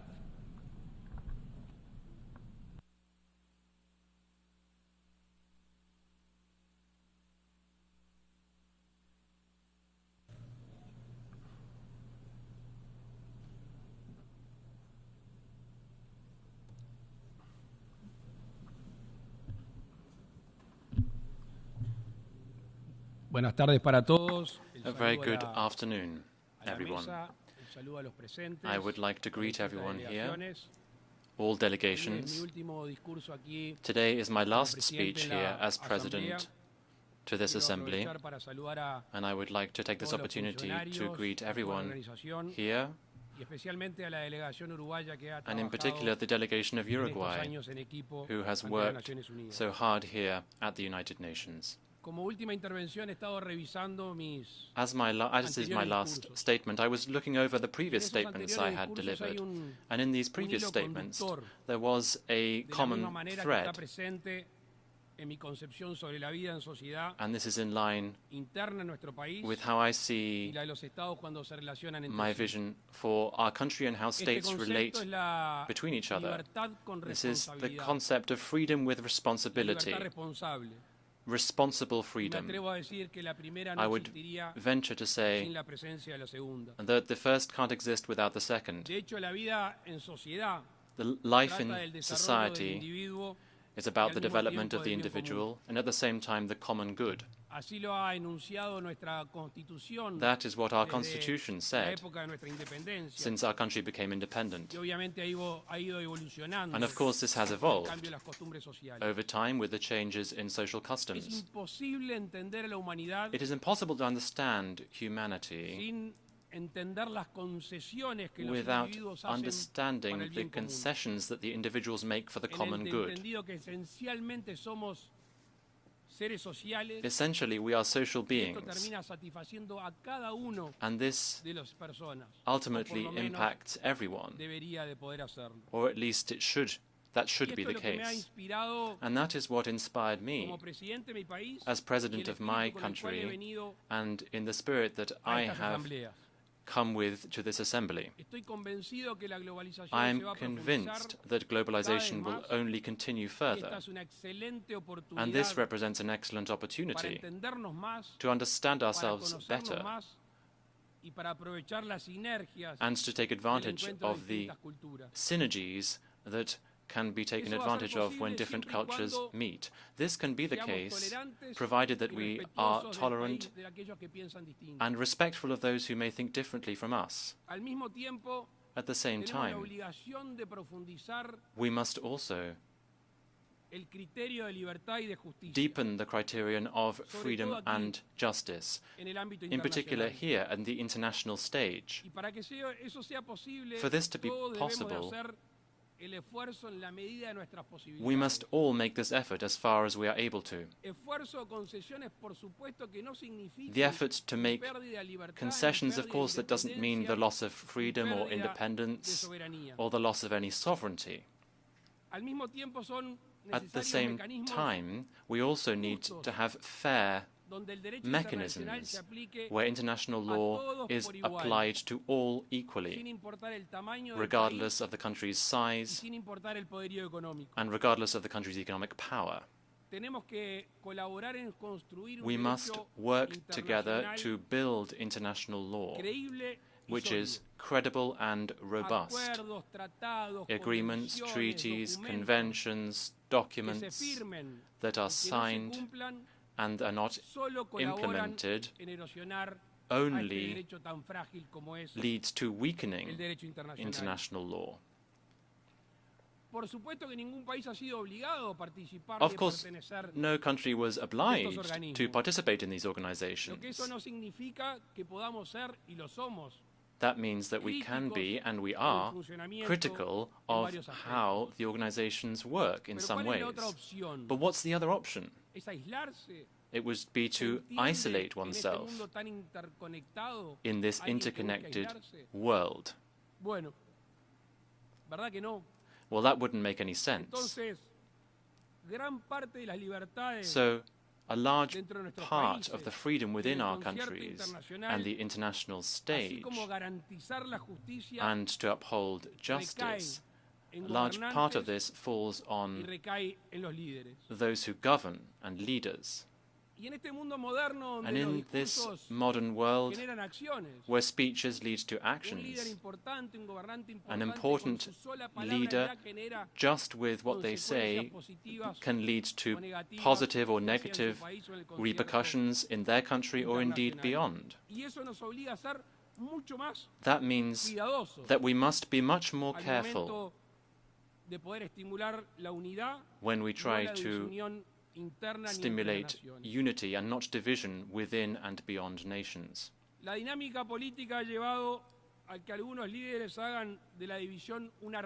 Politics has meant that some leaders have used division as a tool to reach power and to stay in power. But of course, there's one thing to defend one's own beliefs or those shared by some individuals, and it's quite another thing to attack others' beliefs and others' way of life. In some countries, formal democracy in terms of elections, constitutions and laws, such as the material, which is the material democracy that citizens experience on a daily basis, sometimes when that is weakened, that means that people's freedom can be affected. And I cannot ignore to mention what is happening in Venezuela. Among other things, because this isn't a new position that we are taking. Fortunately, we have always been far from this authoritarian regime, this intolerant regime, which has attacked freedom and the common good. We all know what has been going on for quite a while in that country. And many governments and many global leaders have turned a blind eye. And for a lack of interest, some of them, or unfortunately because of their interests, for some. I'm not going to go into the situation of the elections. Ultimately, one has to call out the regime and the situation of the elections, and not just the distorted electoral process. This also has to be done in terms of the political persecution that is going on and the violations of human rights and arbitrary detentions. I know that many heads of state and government have spoken about this. It seems to me that now is the time to act. We need to act for Venezuela and for the Venezuelan people. And also, if the international community tolerates these attitudes, then we'll just wait to see what the next country would be that would be subjected to a similar fate as the Venezuelans are.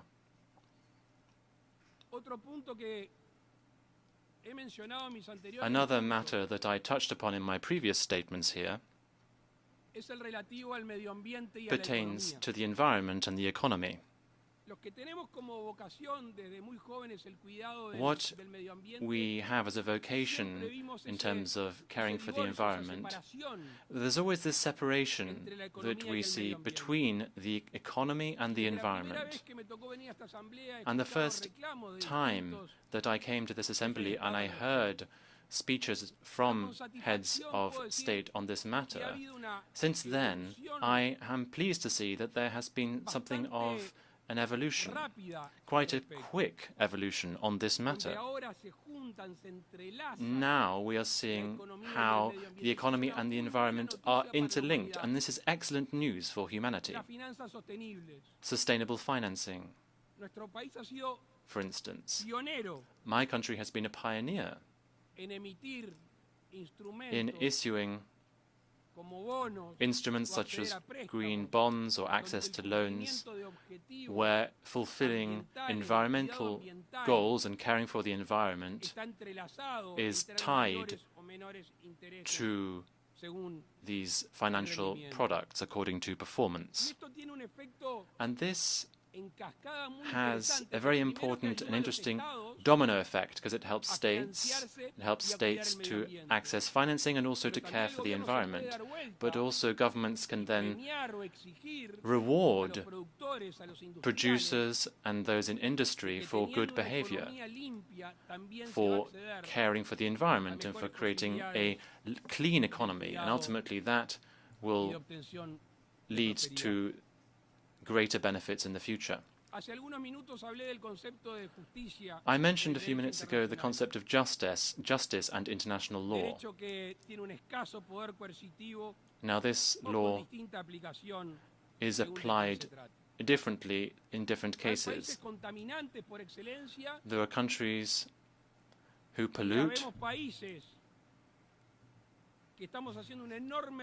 and we see some countries who are making major efforts to try to improve their environmental situation. In order for this path to be sustainable in the medium and long term, the goals domestically should be fulfilled for each country, and at the same time, countries need to shoulder economic commitments. And in addition to just undertaking commitments, they have to fulfill them.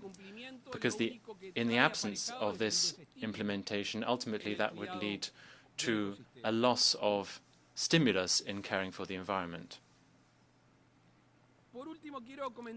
Lastly, I just wish to mention one other point that I have also touched upon previously.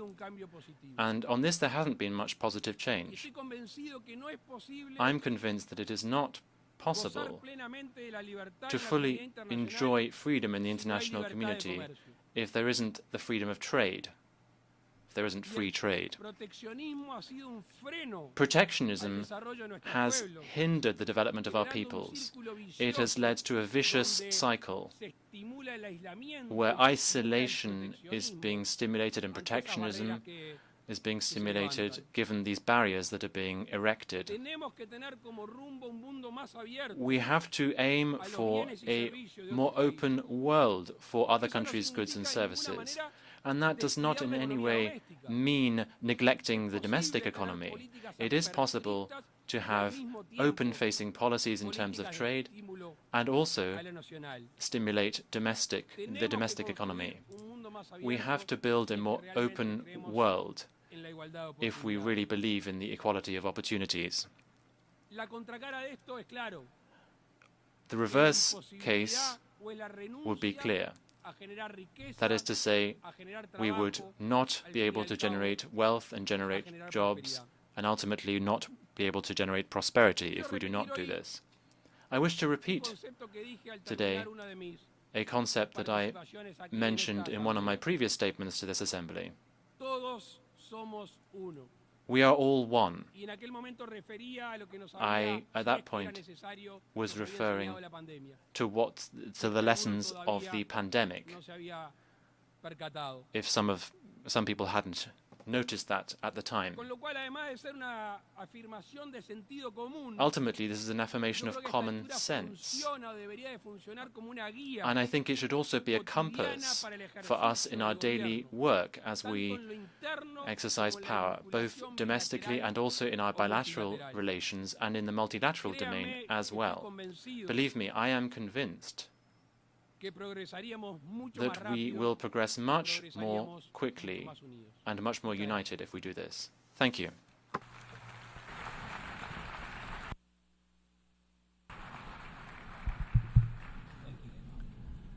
On behalf of the Assembly, I wish to thank the President of the Eastern Republic of Uruguay.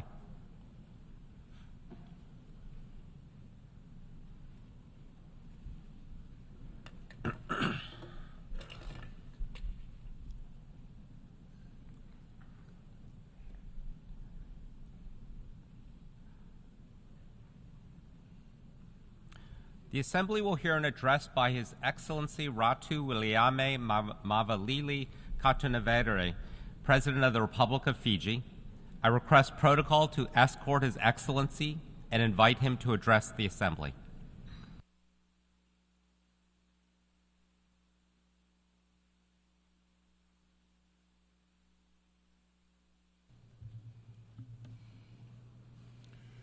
President of the United Nations General Assembly, Your Excellency Philemon Yang, Secretary General Antonio Guterres, my fellow leaders, I bring you greetings from the people of Fiji. I would also like to offer sincere congratulations to you, Mr. President, on your election to your high office, and we wish you well in the discharge of your important duties. As this is my first United Nations General Assembly, I begin by reiterating the words of the first Prime Minister of Fiji, the late Ratu Sir Kamisa Semara, in his inaugural address to this Assembly in 1970, and may I quote, "We do not live by bread alone, and it is only from the firm base of sound moral and spiritual standards that we can go on to meaningful economic progress. Quality should not take second place to quantity, especially when we are estimating society, its life and accepted values. Quality is measured by standards, and these standards must be observed by larger nations as well as by smaller. But it is for the United Nations to set the standards and to disseminate them widely," unquote. This statement was made when the United Nations was celebrating its 25th anniversary with the theme, Peace, Justice, and Progress. In this Assembly, 54 years later, the theme of the 79th session, Unity in Diversity for the Advancement of Peace, Sustainable Development, and Human Dignity for Everyone and Everywhere, echoes similar sentiments. It resonates with us in its importance, its relevance, from when Fiji first joined the United Nations in its urgency in today's precarious global context. climate change, sea level rise, pandemics, poverty, unsustainable development, conflicts, inequalities, injustice everywhere. The challenges are daunting. From Gaza to Sudan, Ukraine, Afghanistan, and beyond. Conflicts rage on as humanitarian needs escalate. These are the challenges we have been fighting since time immemorial. It is the background against which the United Nations was established in 1945. Today, the rapid evolution of technology has made us more connected than ever before in history. However, the more connected we are, the wider gaps between the rich and the poor, the developed and the developing world. Small island developed states who are on the forefront lines of climate change and sea level rise continue to grapple with the impacts of climate-induced disasters with devastating consequences for the ecosystem and vulnerable communities. Fellow leaders, this year, at least 72 countries whose population combined comprises almost half the world's total population have already or will soon select their own leaders at the polls. The world is in need of courageous leaders who are willing to garner the political will and mobilize the resources to bridge the divide and seek solutions that benefit humankind.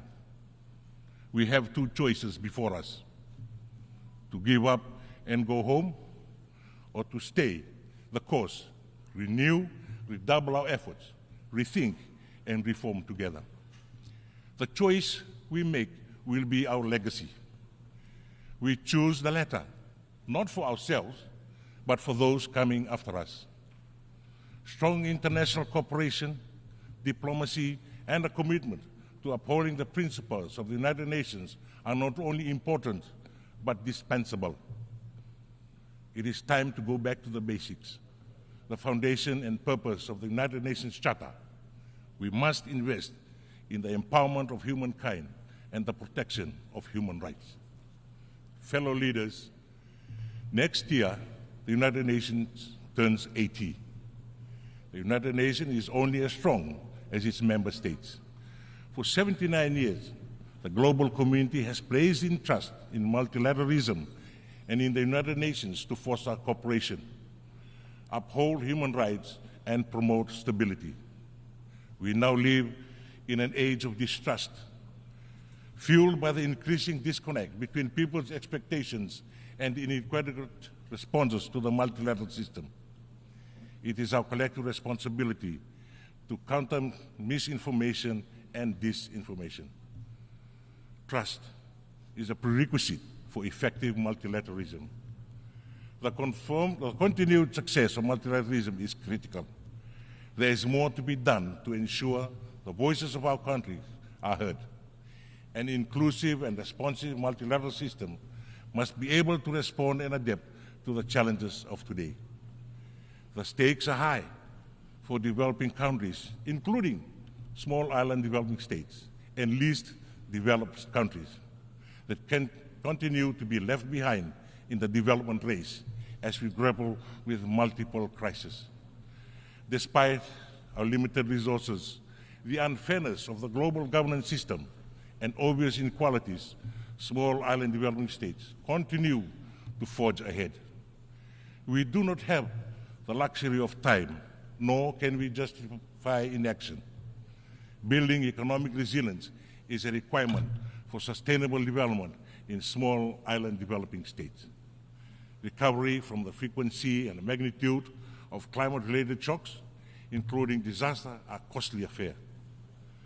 Mobilizing the upfront funding needed for adaptation remains a challenge as resources are focused on recovery and reconstruction.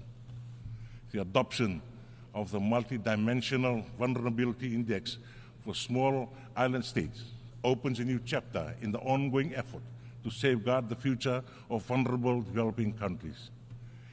Mainstreaming multidimensional vulnerability index into existing practice with policies will help ease the economic burden for small island developing states when needed the most. Fellow leaders, cultivating a culture of peace is now more urgent than ever. The Blue Pacific continent knows the value of peace, having lived through its horrors of its absence. Our oceans and its diverse and vibrant lands have been a theater of the 2 world wars and a testing ground for the most dangerous weapons, the impacts of which are still felt today. Yesterday, the 25th of September, there was an unilateral test firing of ballistic missile into the Pacific Ocean. We urge respect for our region and call for cessation of such action. Under Principle 4 of the Ocean of Peace, as was endorsed by the Pacific leaders in Tonga last month, our statement reinforces the Pacific's peaceful example to uphold international law and urge others to refrain from actions that undermine peace and security in the Blue Pacific. Under Principle 12, the Oceans of Peace sets and champions the rules of responsible, peaceful, and deconflicting behavior. Fiji may be a small state, but through our leadership and stewardship roles in the region, we make a profound contribution to regionalism and multilateralism. Fiji's first ever foreign policy white paper builds on 3 interconnecting themes of Fiji's foreign policy: sovereignty, security, and prosperity. Fiji's National Development Plan for 2025 to 2029 envisions empowering the people of Fiji through unity, based on the pillars of economic resilience, people empowerment, and good governance. True to the spirit of multilateralism, our bilateral, regional, and multilateral development partners are key part of our efforts. We commit to the principles of the 2050 strategy for the Blue Pacific continent and to the Pacific leaders' vision of a prosperous Blue Pacific continent. Fellow leaders, as a large ocean state, Fiji is a proud advocate for the United Nations Convention on the Laws of the Sea. Fiji has signed and will ratify the agreement on biodiversity beyond national jurisdiction in the lead-up to the Third Nations Oceans Conference in France. Fiji has ratified the World Trade Organization agreement on fisheries subsidies, which aims to eliminate harmful subsidies that contribute to illegal, unregulated, and unreported fishing. We call for a concerted effort at the World Trade Organization to finalize Part 2 of the Fisheries Subsidies Agreement that addresses subsidies to overfishing and overcapacity. Fiji reiterates the importance of understanding the vast ocean space, guided by science and data, in order to undertake risk-informed decisions. As the global community prepares for the climate COP in Baku, Azerbaijan, we call on countries to work together with the United Nations to implement the outcomes of the global stock take undertaken in COP28.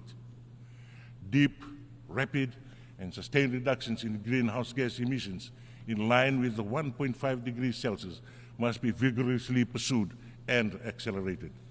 The phase-out of unweighted coal power, transitioning away from fossil fuels in energy systems, will contribute to the achievements of net zero targets by 2050. Both adaptation and mitigation finances require a substantial increase. We call on states to commit to finalizing the new collective quantified goal and address glaring gaps in climate finance. The momentum from COP27 and COP28 on the Loss and Damage Fund and the Santiago Network must be accelerated in order to protect vulnerable communities who stand to lose most from the climate crisis, particularly in small island developing states and least developed countries. By 2050, around 240 of our coastal communities will be displaced due to sea level rise. 42 communities are in urgent need of relocation. With limitation of the multilateral climate financing architecture, Fiji has established the world's first national relocation trust fund to support our relocation costs.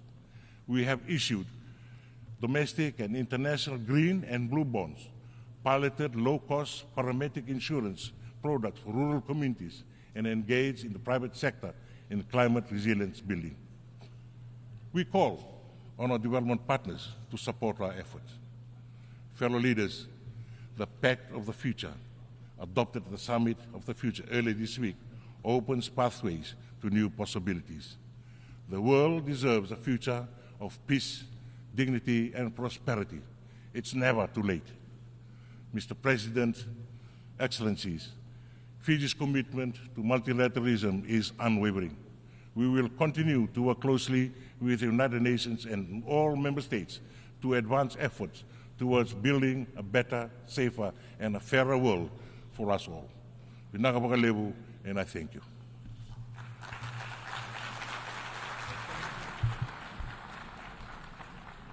On behalf of the Assembly, I wish to thank the President of the Republic of Fiji. The Assembly will continue its consideration of Agenda Item 8, entitled General Debate. The Assembly will hear an address by His Excellency Teodoro Ngema Obiang Mangwe, Vice President in charge of National Defense and State Security of the Republic of Equatorial Guinea. I request protocol to escort His Excellency and invite him to address the Assembly.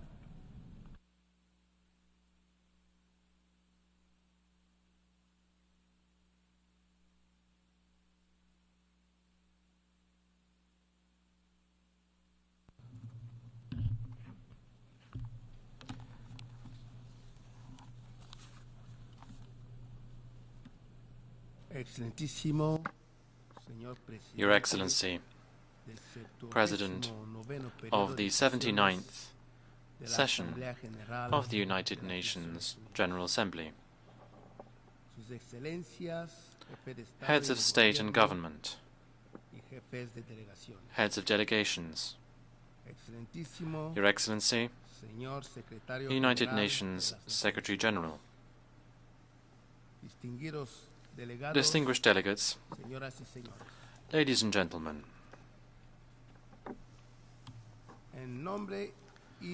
on behalf of His Excellency Obiang Nguema Basogo, President of the Republic of Equatorial Guinea, allow me first of all to congratulate His Excellency Philemon Yang upon his unanimous election as President of this 79th session of the United Nations General Assembly. And I wish also to congratulate the other members of the Bureau. We can assure them that they will have the full support and cooperation of the Republic of Equatorial Guinea throughout their presidency.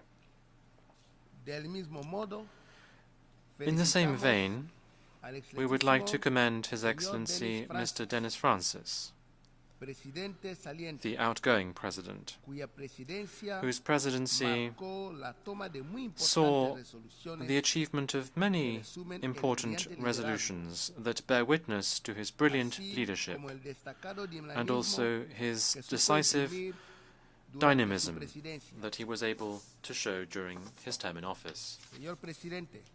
President, the topic for this 79th session of the General Assembly states as follows: leaving no one behind, acting together for the advancement of peace, sustainable development, and human dignity for present and future generations. That is a theme that is very pertinent given the current state of affairs around the world, including major global challenges such as wars, the existence of armed groups, terrorism, crises brought about by the effects of climate change, organized criminal gangs, the possibility of emerging health crises, discrimination, and the food crisis as a result of armed conflicts that trigger it or may lead to hunger in different countries. Indeed, this backdrop requires us all to recall the need and importance of giving greater emphasis to multilateralism and international cooperation. These are crucial if we are able to overcome these global challenges that humanity is currently facing. We also must promote sustained economic growth and sustainable development. This pursuant to the relevant resolutions of the General Assembly, as well as recent conferences and summits held under the aegis of the United Nations. Equatorial Guinea has an unwavering stance vis-à-vis the conflicts that are currently raging throughout the world. We are clear about the need to prioritize the quest through all means to ensure the prevalence of peace throughout the world by using preventive diplomacy, negotiation, and inclusive dialogue at all times to put an end to these conflicts. We call upon those countries that are immersed in the current conflicts and all governments who directly or indirectly are involved in said conflicts as a result of geostrategic, economic, neo-colonial or other interests. We call on all of these countries to prioritize dialogue and inclusive negotiations in a realistic and pragmatic manner so as to resolve these conflicts. The proliferation of so many conflicts around the world is further proof of the obsolescence, incapacity and inefficiency of the United Nations Security Council today. What we are currently seeing in terms of what this decision-making body is able to do is ultimately the struggle as a result of geostrategic interests that make it even more difficult for unanimous decisions to be taken by this body to resolve these conflicts and to alleviate the suffering of people and the loss of innocent lives.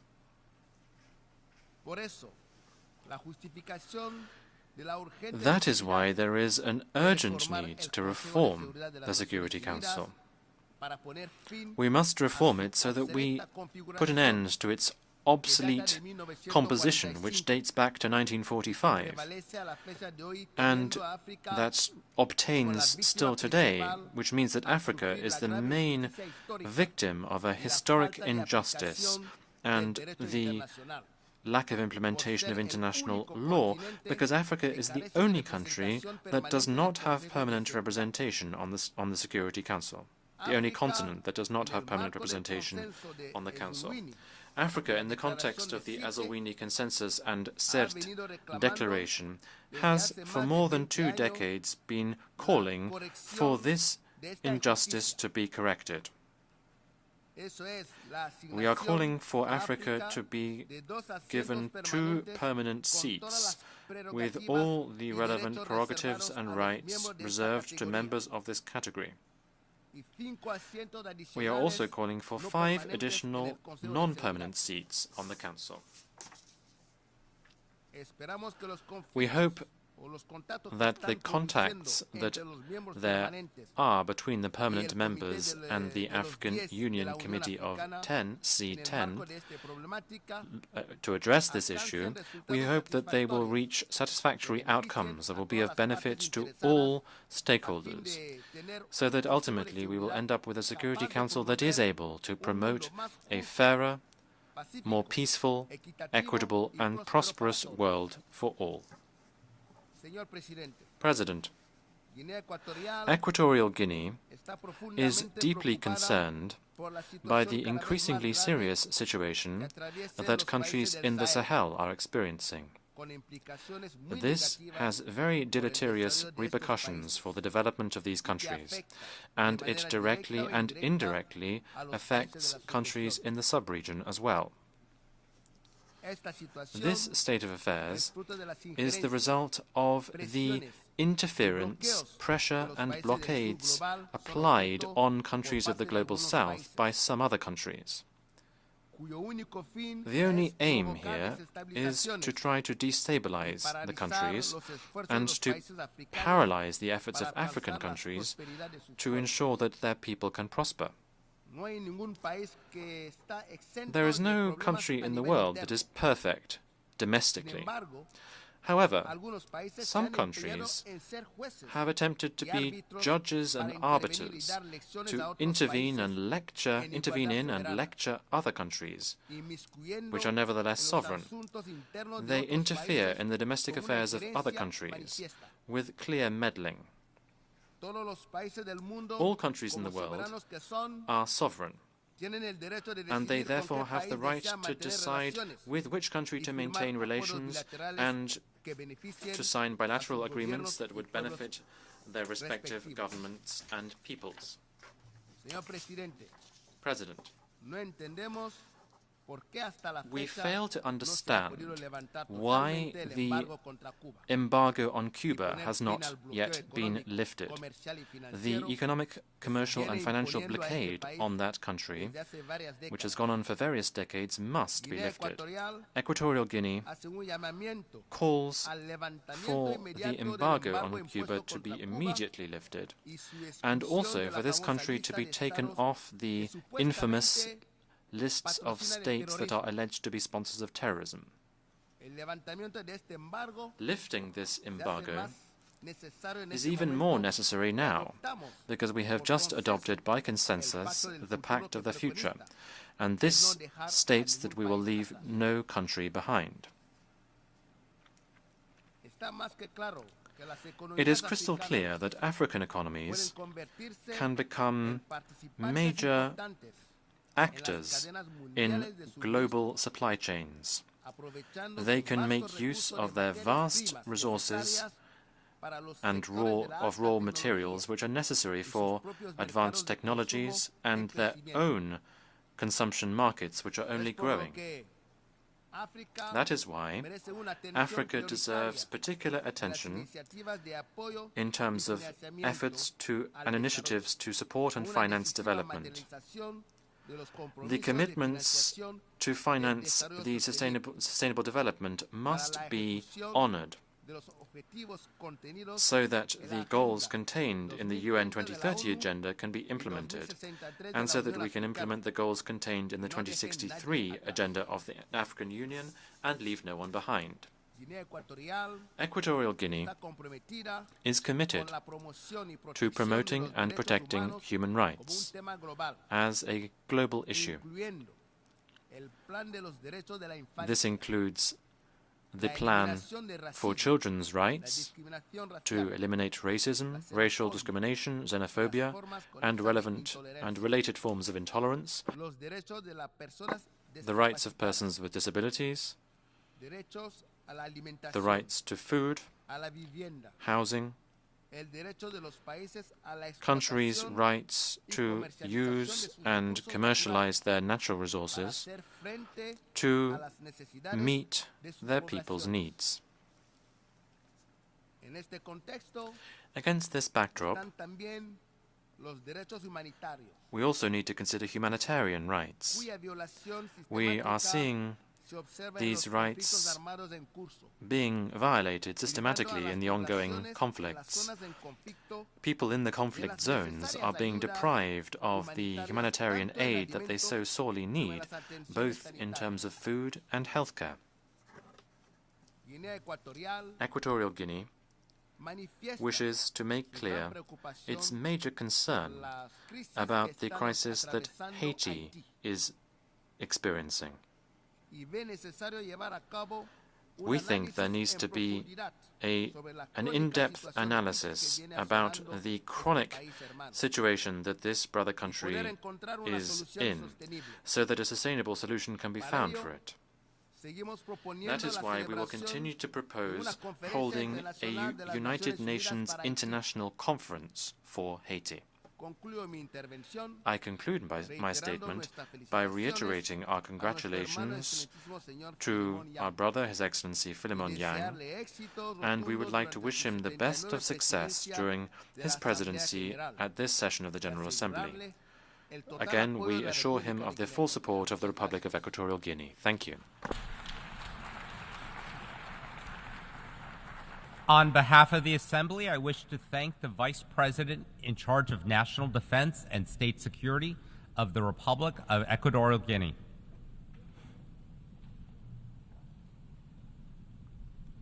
The Assembly will hear an address by Her Excellency Uduch Sengabao Senor, Vice President and Minister of Justice of Palau.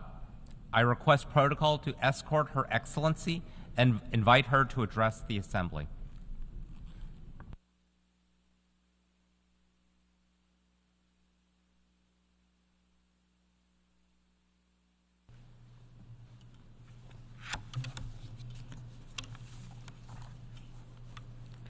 Secretary General Antonio Guterres, President Philemon Yang, Excellencies, ladies and gentlemen, Ali, and warm greetings from Palau.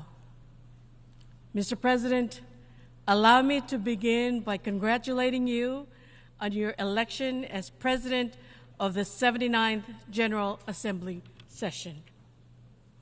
We also extend our deep gratitude to former President Dennis Francis for his leadership over the past year. And to Secretary General Guterres, we commend you for your tireless efforts in advocating for a more secure, prosperous, and sustainable world. It is this shared vision that unites us today. This year, Palau proudly celebrates 30 years of independence. On October 1, 1994, Palau became a sovereign nation, and shortly thereafter, the 185th member of the United Nations. To honor the journey that has brought us here, we have chosen the theme, Ar'ad A'otil Agaramalel Belau. The people are the anchor of Palau's conservation and identity. This phrase encapsulates what has sustained us through decades of both challenges and progress. Our people are the foundation of our efforts to protect our environment, culture, and way of life. This was further underscored during our voluntary national review, VNR, presentation that was done this year, which centered around the theme, harnessing our cultural heritage to build back better for a sustainable future. It highlighted the pivotal role of our culture and people in shaping a future that not only fosters development and enhances quality of life, but also safeguards our natural resources, homes, and the environment that has sustained us for generations. Mr. President, Palau begins its pursuit of equality with a critical role that women play in our society. It is crucial to leverage our recent advancements and collective experiences.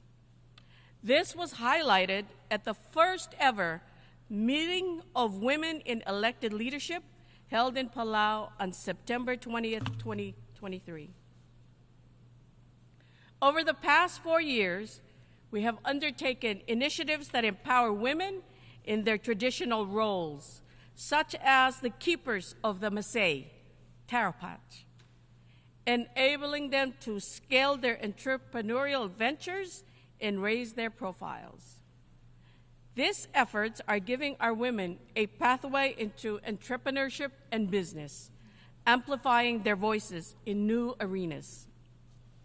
Food security is central to Palau's long-term resilience. we have set a national goal to reduce food imports from 80% to 60% by 2030. By promoting local food production, we not only preserve our traditions, but also combat non-communicable diseases linked to over-reliance on imported processed foods. As a small island developing state, SIDS, Palau, like many others, confronts unique challenges that threaten our economic development, environment, and survival. While SIDS contribute less than 1% of global greenhouse gas emissions, we bear the brunt of the climate crisis. Palau has experienced the unmistakable signs of climate change firsthand.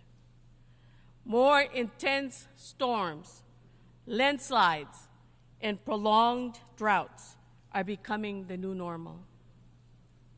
The ripple effect of climate disasters globally have caused the cost of imported foods to skyrocket, further jeopardizing our food security and economic stability.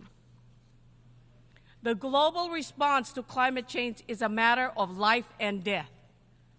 Through the Paris Agreement and other international frameworks, we have underscored the vulnerabilities of island nations like ours. One of the most urgent challenges for SIDS is sea level rise. Many of our islands sit just a few meters above sea level, leaving us vulnerable to coastal erosion, flooding, and storm surges. This is not only a present threat, but an existential crisis for future generations. In Palau, we are taking steps to relocate critical infrastructure, including our national hospital and schools, to protect our people from rising waters and climate-related disasters. Adaptation is vital for our survival. Our National Adaptation Plan, NAP, prioritizes both immediate and long-term actions to build resilience.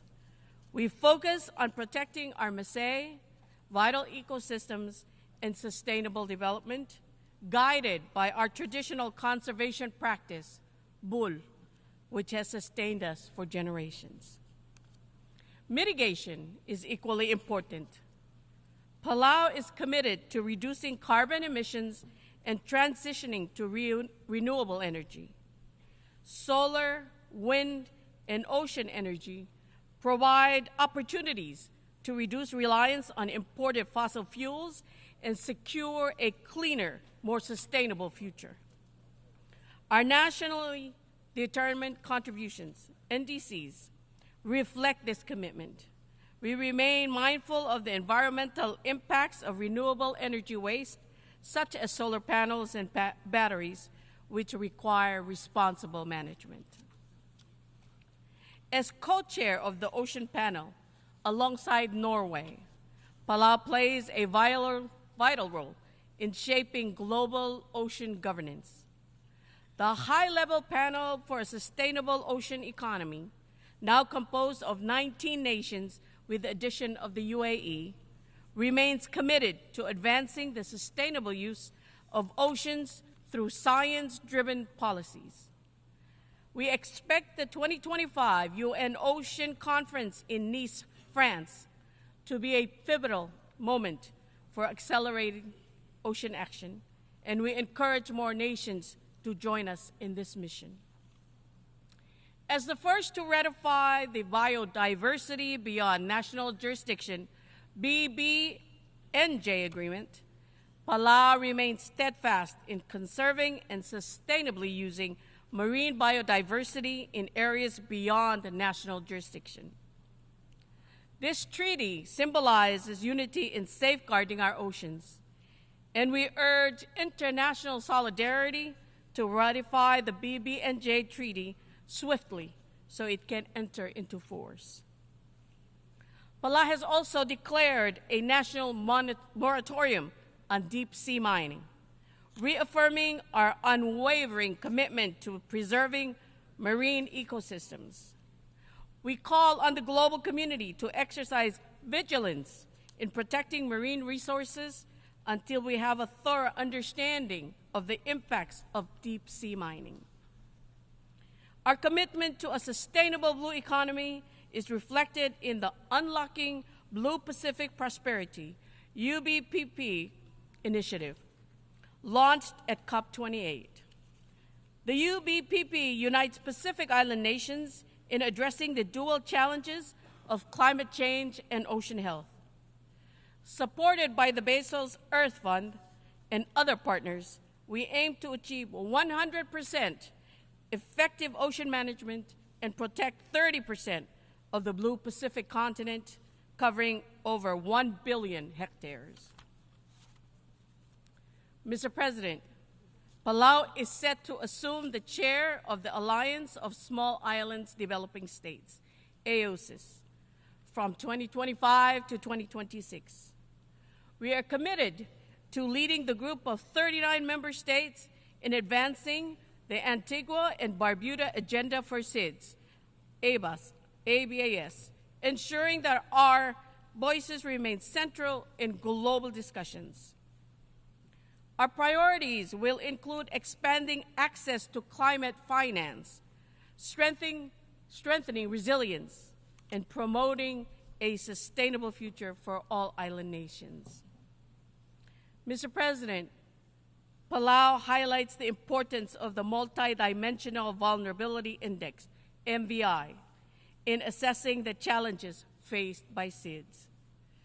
Traditional metrics like GDP do not capture the economic and environmental shocks that disproportionately affect our nations.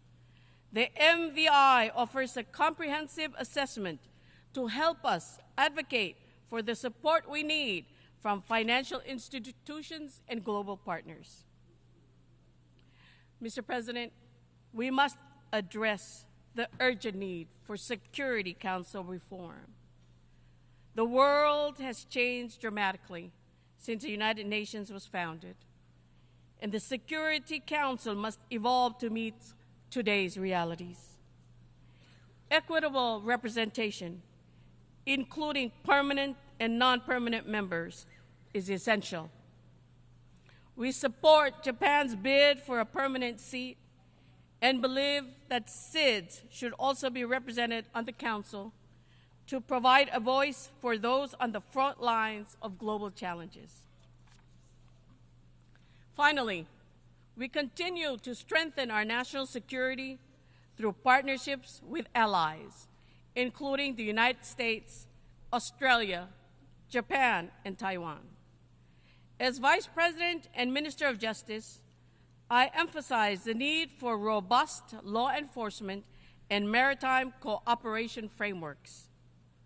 With Interpol membership and enhanced cyber defense capabilities, we are better equipped to protect our borders and our people.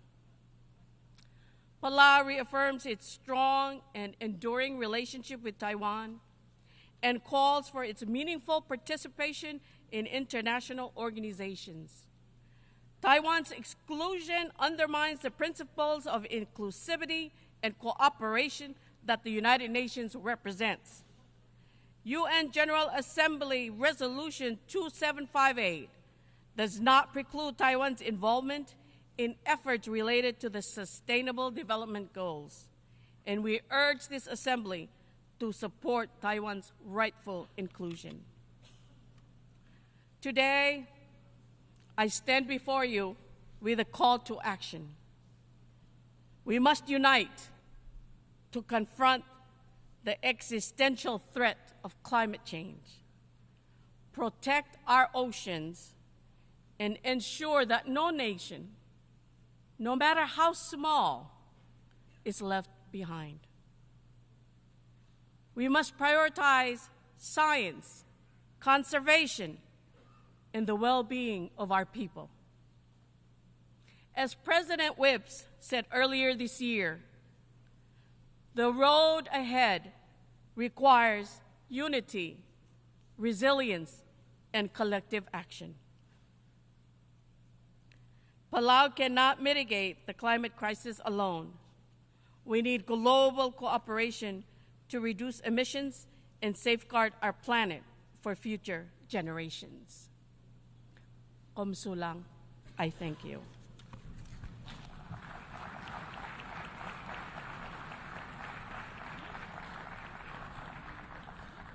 On behalf of the Assembly, I wish to thank the Vice President and Minister of Justice of Palau.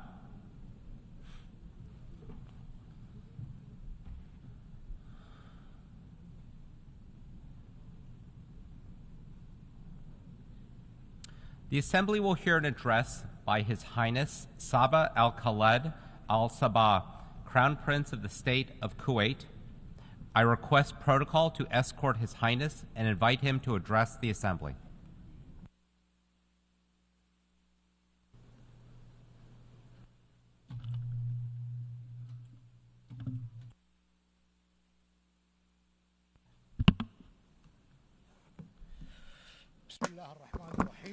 In the name of God, the Merciful, the Compassionate, Your Excellency, President of the General Assembly of the United Nations, Your Excellency, Secretary General of the United Nations, Your Highnesses, Your Excellencies, Heads of Delegations, ladies and gentlemen, may the peace, mercy, and blessings of God be upon you. Allow me to convey to you the greetings of His Royal Highness, the Emir of the State of Kuwait, Sheikh Mishael Al-Ahmed Al-Jaber Al-Sabah. May God protect him. His Royal Highness wish you all success during the 79th session of the General Assembly of the United Nations. Mr. President, I congratulate you and your brotherly country on assuming the presidency of the 79th session of the General Assembly. We are confident that your vast experience in international affairs will allow you to lead the deliberations of the General Assembly with acumen. Your vision, unity in diversity, for the advancement of peace, sustainable development, and human dignity for everyone, everywhere, is of paramount importance. It's an urgent need in today's world.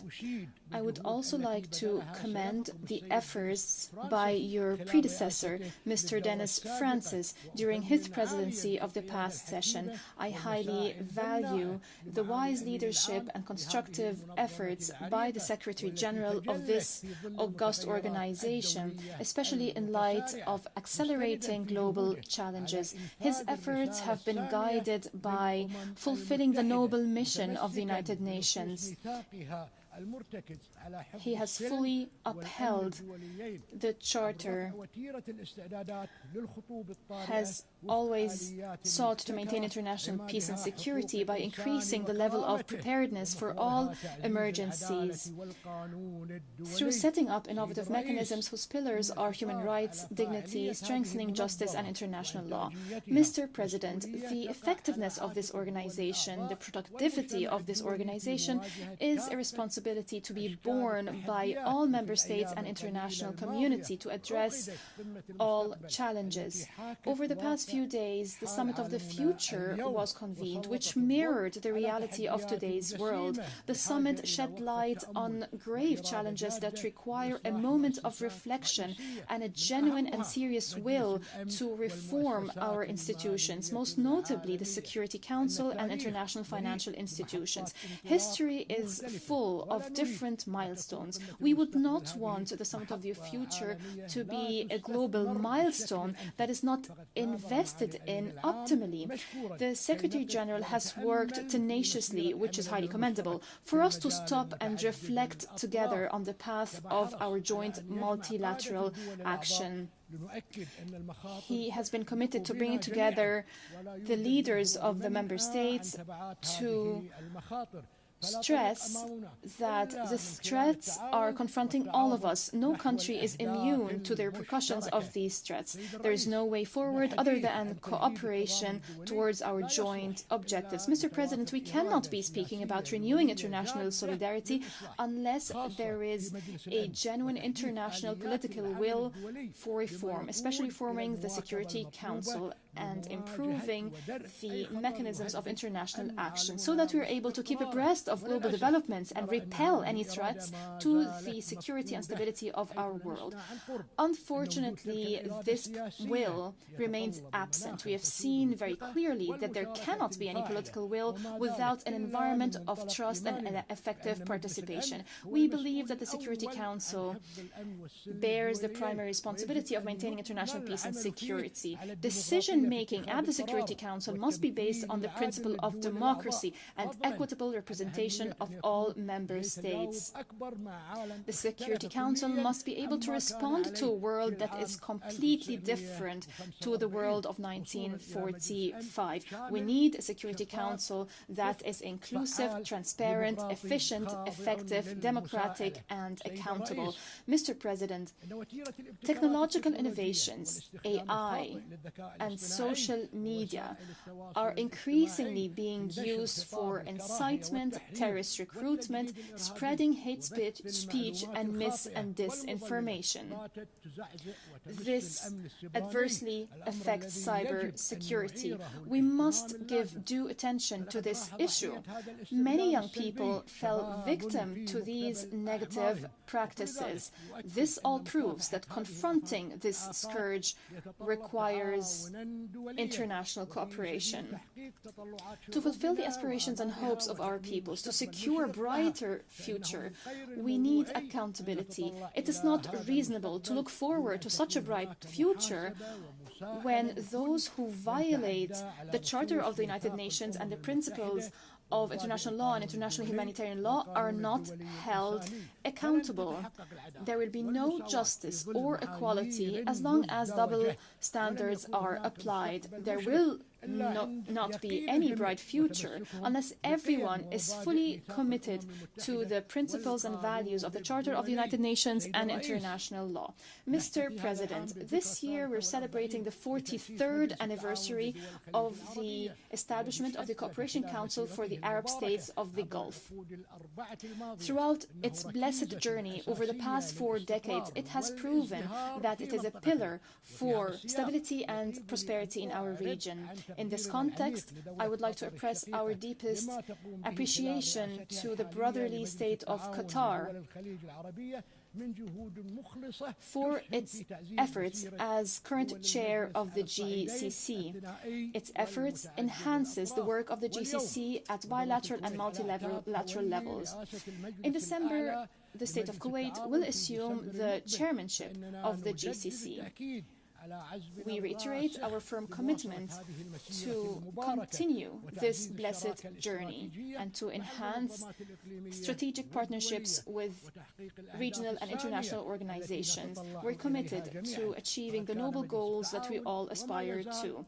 The GCC has always been and will remain, God willing, a voice of wisdom, moderation, and a beacon for constructive dialogue in a region fraught with challenges, in a region where change is fast. The state of Kuwait looks forward to the regional and international events that the GCC is going to host. In this context, we congratulate once again our brethren in the Kingdom of Saudi Arabia on being selected to host Expo 2034, rather Expo 2030, and the FIFA World Cup 2034. The state of Kuwait will spare no effort to contribute to the success of these events in the Kingdom of Saudi Arabia. Mr. President, the state of Kuwait believes in the principle of good neighborliness. For around 2 decades, we have been committed to helping the brotherly Republic of Iraq through continuous target-oriented measures. to help Iraq return to its rightful place regionally and internationally, and to help it fulfill the hopes and aspirations of its people. We call upon the Brotherly Republic of Iraq to take tangible, resolute and urgent action to settle all outstanding files between the two countries, most notably the demarcation of the maritime border beyond marker 162. We also call for settling the file of Kuwaiti prisoners, missing persons and Kuwaiti property, including the National Archives, with the UN and specifically the Security Council following the progress in this file. We call upon our brethren in Iraq to respect bilateral security and technical agreements on the maritime corridor in Khor Abdullah. These agreements ensure environmental preservation, regulate navigation, and contribute to combating terrorism and the illicit trafficking in arms, drugs, and persons. Continuous dialogue is important to lay the foundation for promising relations and a bright future based on understanding and mutual respect between the two brotherly nations. Mr. President, the whole world is witnessing practices that are not acceptable to any religion, law, or human nature. The whole world has been witnessing a dangerous escalation of military operations by the Israeli occupation forces against our Palestinian brethren in the Gaza Strip and the rest of the occupied Palestinian territories, including Jerusalem and the West Bank. Our Palestinian brethren are subjected to collective punishment. Continuous airstrikes are targeting defenseless civilians. They claim the lives of tens of thousands of innocent children, men and women, more than 41,000 martyrs. The occupying forces persist in targeting the facilities of international organizations and critical infrastructure. They are persisting in forcibly displacing the residents of Gaza. Peace in our region will not be achieved unless an independent state of Palestine is established, with East Jerusalem as its capital, along the lines of the 4th of June 1967, according to international resolutions and the Arab Peace Initiative. The State of Kuwait welcomes the recognition of the State of Israel by a number of countries over the past few months. We call upon other countries to follow suit and take similar steps. The State of Kuwait will remain supportive of Palestinians' rights and the Palestinian people. We were proud to have provided oral and written submissions to the ICJ on the legal consequences arising from violations by the occupying power in the occupied Palestinian territories. With the Hashemite Kingdom of Jordan and the Republic of Slovenia and 120 other UN member states, we were proud to sign the shared commitments document to support UNRWA. What has befallen UNRWA is only proof that the other side does not have any serious desire to achieve genuine peace. The brotherly Sudan is witnessing unfortunate events as a result of armed clashes. This is cause for concern. We call for immediate cessation of fighting. We call for resorting to dialogue and returning to the peaceful political track to maintain the security of the Sudan, its stability and territorial integrity. We support all ongoing regional and international initiatives to reach a political solution that ends this crisis, a political solution that provides the necessary protection to civilians and to facilitate the delivery of humanitarian aid. It is important to respect the sovereignty of the Sudan and the territorial integrity of the Sudan. Regarding the situation in the brotherly country of Yemen, the state of Kuwait renews its support to UN efforts through its special envoy, efforts that are focused on resuming the political process and reaching a comprehensive settlement according to the 3 agreed-upon terms of reference to maintain the peace and security and territorial integrity of Yemen. We commend the efforts made by the Kingdom of Saudi Arabia and the Sultanate of Oman to revive the political process to reach a comprehensive and lasting solution in Yemen. We express our concern over the developments in the Red Sea It is important to ensure the safety of maritime navigation according to international law and according to the UN Convention on the Law of the Sea of 1982. Regarding the situation in Syria, the state of Kuwait believes it's necessary to intensify efforts to reach a political solution that is Syrian-led and Syrian-owned, in line with relevant Security Council resolutions, most notably Resolution 2254. A solution that fulfills the aspiration of the Syrian people to peace and security and stability, a solution that maintains the sovereignty and territorial integrity of Syria. Regarding the situation in Lebanon, the state of Kuwait condemns in the most strongest terms the airstrikes and military operations launched by Israeli occupation forces against the brotherly Republic of Lebanon. These operations have claimed the lives of hundreds of civilians, innocent civilians, that have nothing to do with the dangerous escalation of the Israeli aggression, which is expanding day after day in flagrant violations of all norms and international law, including international humanitarian law.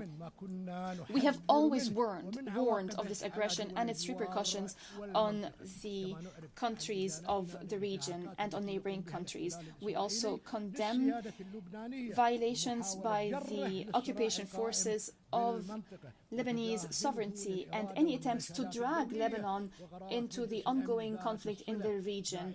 Israeli occupation forces is disregarding international calls and Security Council resolution.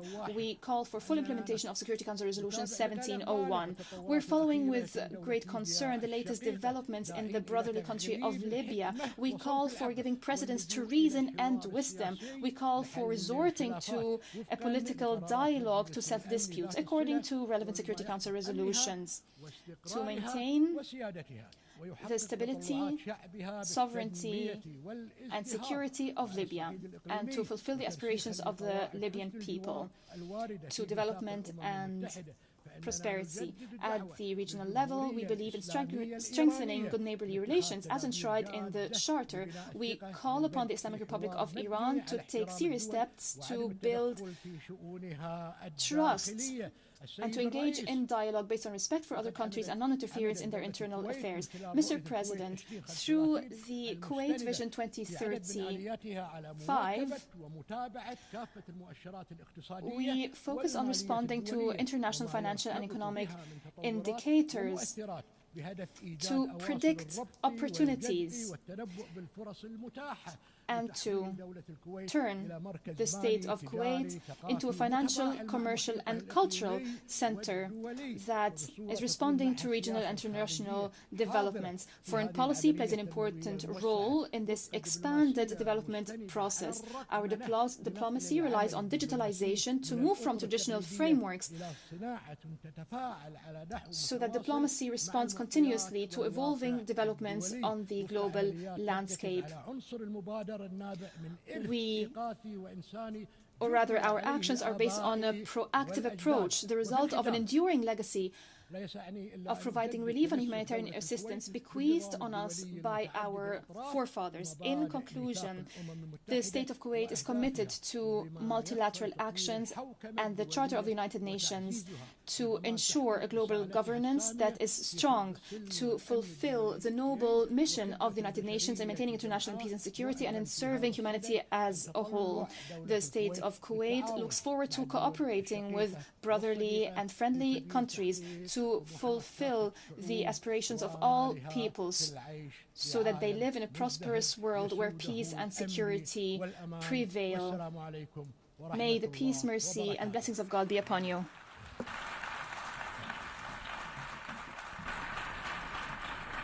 On behalf of the Assembly, I would like to thank the Crown Prince of the State of Kuwait.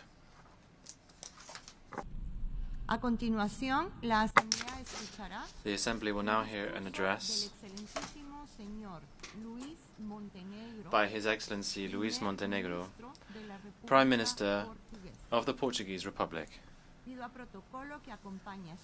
I request protocols to escort His Excellency and invite him to address the Assembly.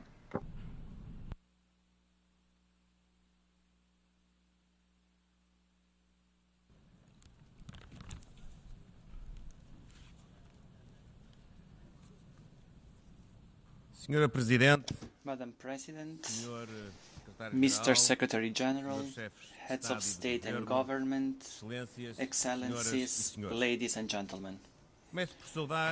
I start by congratulating the President of the 79th session of the General Assembly, Philemon Yang, on his election and wish him every success. I express special appreciation for the tireless work of Secretary General António Guterres. He knows that he can count with Portugal's full support. As this is the first time I am addressing this August Assembly, I can only recognize the weight of responsibility that falls on all of us, representatives of the peoples of the United Nations. I am doing so at a particularly demanding time, marked by the confluence of multiple global challenges and crises and growing geopolitical tensions. But I also do it with hope and confidence. Hope because this is the year when we celebrate 50 years of freedom in my country. The Portuguese people, in freedom, clamored for democracy, peace and development. And so the arc of history was bent. At a time when in many parts of the world autocracies are jeopardizing democracy, we have confidence in the strength of freedom. At a time when we are facing threats, big threats to peace, we have confidence in the power of multilateralism and collective responsibility. At a time when development challenges are becoming more acute, we have faith in economic growth as the engine of fair and sustainable progress. Madam President, Excellencies, Portugal is an uncompromising advocate of multilateralism as a method of cooperation and organization of the international system. That's why we supported the Pact for the Future, adopted within the framework of the Summit of the Future, which illustrates the vision and reforming spirit of Secretary General António Guterres. This pact reflects a renewed source of hope in the three central pillars of the United Nations: sustainable development, human rights, and global peace and security. It is with this confidence in multilateralism that Portugal, with the continuity and coherence that characterizes our foreign policy, is a candidate for a seat as non-permanent member of the Security Council for the biennium 2027-2028. We are guided by the will to work to prevent conflicts, promote a spirit of partnership, and protect people in the face of traditional threats such as terrorism and emerging threats such as biosecurity. We are determined to contribute to a more just, peaceful and inclusive international order founded on international law and based on the United Nations Charter. Mr. President, Excellencies, the Secretary General said in our common agenda that multilateralism faces a fundamental dilemma: to break through or to break down. We do not hesitate. We want to move forward with the reform of the global governance system to guarantee greater representativeness, transparency, justice and cooperation. This is the path that the Pact of the Future shows us, redesigning the international financial architecture, promoting greater alignment with the Sustainable Development Goals. With Burundi, we led the 4th International Conference on Financing for Development to ensure that no country has to choose between fighting poverty or saving the planet. On another front, we are in favor of reforming the United Nations Security Council to make it more representative, agile and functional. Its composition is outdated, and the absence of representatives from some regions hampers its functioning. Portugal supports the African Common Position and the aspirations of Brazil and India to become permanent members. Small and medium-sized countries, including small island states, should also have their representation strengthened. As far as working methods are concerned, we support the limitation and greater scrutiny of the use of the veto. The right of the veto, before constituting a power, represents a responsibility. And that's how it should be exercised, preventing a party to a conflict from being both judge and judged. While the war continues, with terrible consequences inside and outside Ukraine, the Security Council has been several times silent. We hope that now, in Lebanon, the Security Council can be effective in preventing increase in escalation. Even when resolutions are adopted, they often remain unfulfilled. It is imperative that in Gaza and Sudan, all parties do their utmost to ensure the full implementation of the resolutions adopted by the Council. Excellencies, the world is now more prosperous overall, but socio-economic divides are widening. Eradicating poverty and hunger are the first two sustainable development goals. But chronic hunger is on the rise, affecting 1 in 10 people globally. Acute food insecurity has almost tripled since 2016. In this context, we welcome the Global Alliance Against Hunger and Poverty proposed by the Brazilian presidency of the G20. The hope we are talking about can only be realized if we are able to respond to the needs of millions of people affected by conflict. Ukraine, Gaza, Sudan, Myanmar, Sahel, and now Lebanon are examples of the suffering of millions of people forced to leave their homes and families. I'm also talking about climate refugees, rising temperatures, forest fires, which tragically hit my country recently. Droughts and other extreme weather have forced millions of people to move. At the same time, disrespect for the rights of women and girls, or persecution on religious or sexual grounds, has become more and more widespread in various parts of the world.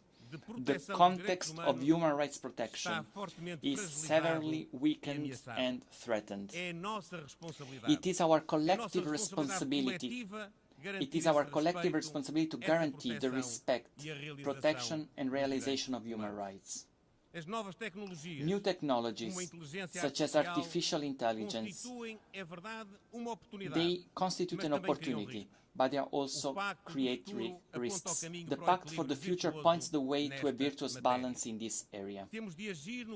We must act to combat all forms of discrimination and hatred that undermine the cohesion of our societies.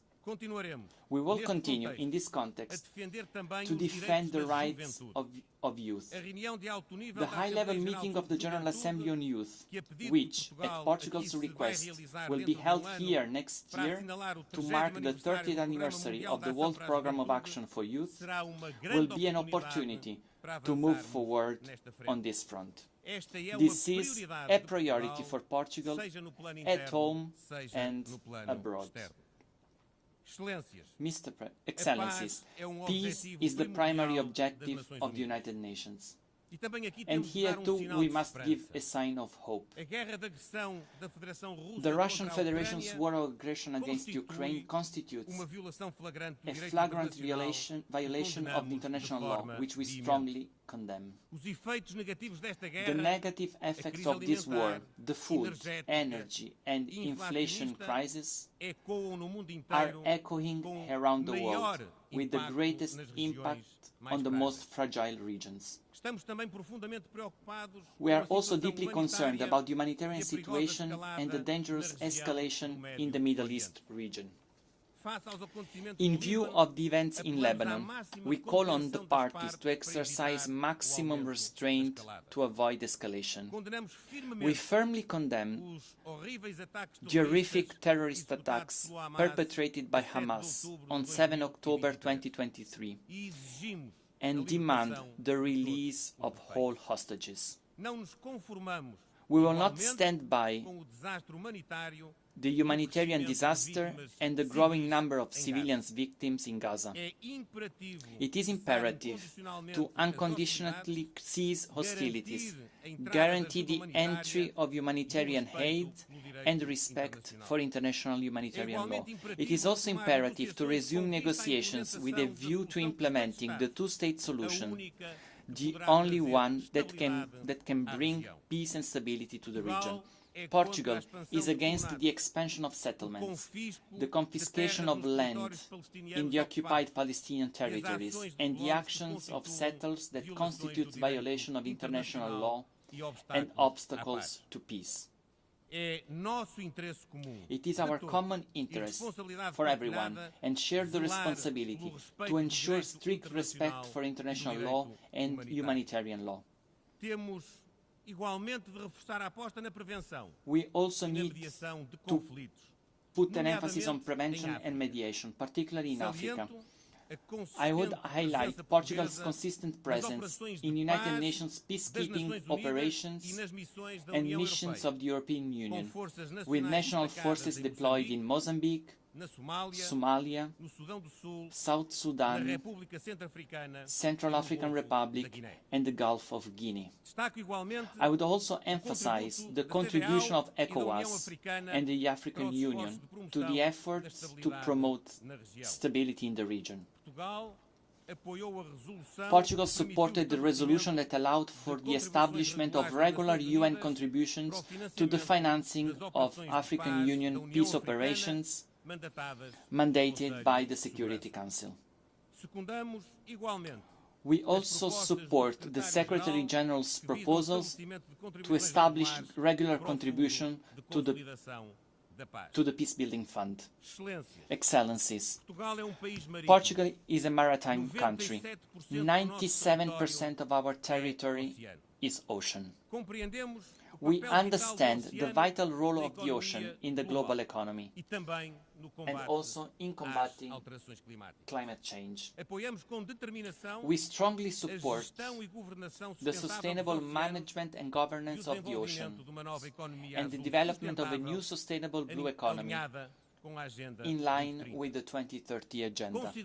We consider capacity building in ocean-related matters a priority and have designed a fellowship program aimed at developing countries with a special focus on small island developing states. The international agreement on the conservation and sustainable use of marine biodiversity in areas beyond national jurisdiction was a victory for multilateralism. We will remain committed to its entry into force. Portugal is calling for a joint effort to finalize an ambitious treaty to eliminate plastic pollution by the end of this year. Climate change is the existential threat of our time. Portugal keeps engaged in investing in renewable energies and in phasing down fossil fuels. We want to incorporate 47% of renewable energies into final energy consumption by 2030. We have also favored the introduction of innovative financial mechanisms, including with SIDS. An example of this is the agreement signed in Portugal and by Portugal with Cabo Verde and São Tomé and Príncipe to transform debt that these countries have with Portugal into climate investment, thus supporting the energy transition. Mr. President, Excellencies, the success of the 2030 Agenda is mainly in favor of the most vulnerable groups. We cannot leave anyone behind. The digital transition and emerging technologies represent a renewed opportunity to facilitate a more prosperous, fair, inclusive and sustainable future. Connectivity is a cornerstone. The path seems clear. We should conceive technological development through a human-centered lens and based on international law. Excellencies, and to conclude, I'm very proud to speak to you in Portuguese. As well as being the fourth most spoken language in the world as a mother tongue, today uniting more than 260 million people on all continents, Portuguese is an official and working language in 33 international organizations, including the community of Portuguese-speaking countries. And that's why the CPLP's ambition to see the Portuguese language recognized as an official language of the United Nations is therefore legitimate. Just yesterday, I agreed with President Lula da Silva of Brazil that we are committed and willing to work together with all the Portuguese-speaking countries to achieve this goal. The legitimacy of the United Nations, its convening power and its global normative authority, combined with its multidisciplinary expertise, are some of its unique assets, which must be harnessed in favor of our common causes and a shared vision of the future. The road ahead, we all know it's arduous and uncertain, but the goal has been set.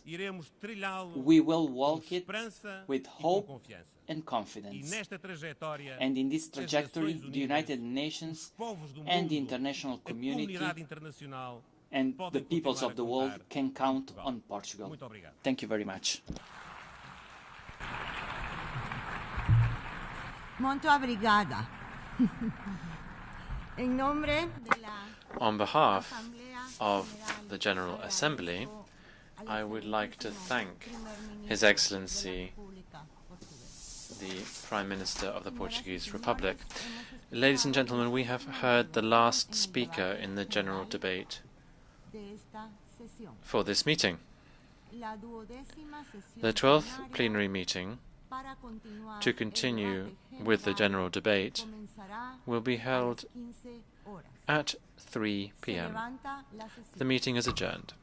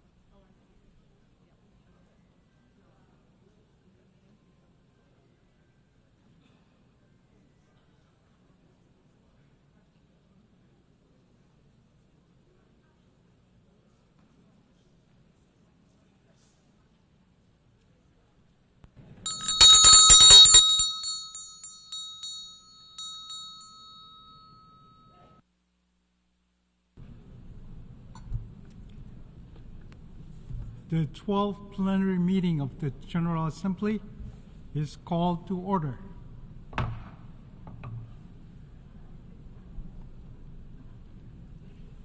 The Assembly will hear an address by His Excellency Wesley W. Simina, President and Head of Government of the Federated States of Micronesia. I request protocol to escort His Excellency and invite him to address the Assembly.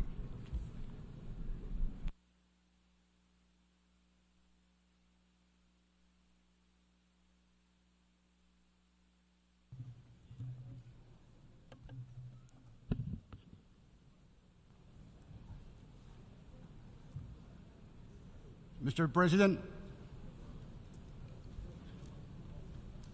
Temporary President Mr. Libwe, Mr. Secretary General, Excellencies, ladies and gentlemen, on behalf of the people and government of Micronesia, I extend a warm Kamorale. Kamorale back home was coined as a national greeting that combines the diverse languages of all our islands.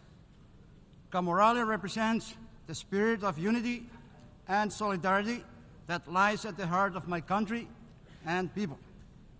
And that same spirit is equally important in the context of multilateralism here at the United Nations. In a world where global challenges require collective action, Kamorale reminds us that through our strength and solutions come from our ability to come together. Just as the 4 states of Micronesia come together under one banner, our international community must come together in order to progress peace, prosperity, and sustainable development we all wish to see as envisioned in the Pact for the Future. After traveling thousands of miles from Micronesia with my delegation, I am honored to participate in this 79th session of the United Nations General Assembly. I congratulate you, Mr. President, on your election as President of the General Assembly, and I assure you of my delegation's support for your leadership. I also acknowledge our outgoing President of the 78th session for the impactful work he had carried out during his term. I must also pay tribute to our Secretary General, who recently joined us in the Pacific for the Pacific Islands Forum Leaders Meeting. We deeply appreciate your tireless efforts to strengthen our United Nations as a vital instrument for achieving our shared goals. Mr. President, since the time Micronesia became a member of the United Nations in September 1991, we have been grappling with the severe impacts of climate change. I cannot emphasize enough how it is the single greatest threat to our home. Even as I speak today, we are currently in a state of emergency due to the extended drought facing my nation. For us, every degree, every inch of sea level rise, drought, and every delay matters. We continue to call on our global community to step up with stronger and urgent action. Mr. President, I raise an important topic that relates to our island's ability to adapt to and survive the increasing impacts of climate change. Time is running out to prevent average global temperature from surpassing 1.5 degrees. We are already at 1.2, according to the latest science. The 1.5 degrees goal is the safety limit for our small islands. Beyond that lies a danger zone with deadly heat that will cost lives, impact our food and water systems, and will drown many of our low-lying islands. Carbon dioxide stays in the atmosphere for hundreds of years. So while it is critical for the world to cut those emissions, the benefits of those cuts will not be felt until later this century. We need to control temperatures now. We call upon the larger emitters to prioritize reduction of the non-CO2 pollutants, especially methane, fluorinated gases, and black carbon. The IPCC and more recent scientific reports explains that this is the only way. So I urge all of us to take a greater action now. I call on all parties to the Paris Agreement to include ambitious non-CO2 goals and measures in their 2025 round of NDCs. As we take action on non-CO2 pollutants, we also need all countries to come together and agree on a global plan to transition away from fossil fuels in a fair, just, and equitable manner. In this connection, I am announcing that Micronesia endorses the Fossil Fuel Non-Proliferation Treaty Initiative. We must accelerate all our efforts to tackle the climate crisis. Mr. President, the health of our ocean is deteriorating due to the effects of climate change and greenhouse gas emissions. One of the most hard-hitting issues we are confronted with is sea level rise. I am very pleased that the General Assembly is hosting for the first time a high-level meeting on sea level rise this week. Sea level rise poses a significant threat to the livelihoods, well-being, and security of our small island nations, communities, and ecosystems. However, this climate crisis does not jeopardize our statehood or sovereignty, nor does it diminish our rights under international law. Leaders from the Pacific Islands Forums, or PIF, and the Alliance of Small Island States, AOSIS, have affirmed that our maritime zones, as recognized by the UN Convention of the Law of the Sea, will remain valid despite physical changes due to climate change. We emphasize that the statehood and sovereignty of PIF and AOSIS members will endure, along with the associated rights and responsibilities, including the protection of our citizens, regardless of the impacts of sea level rise.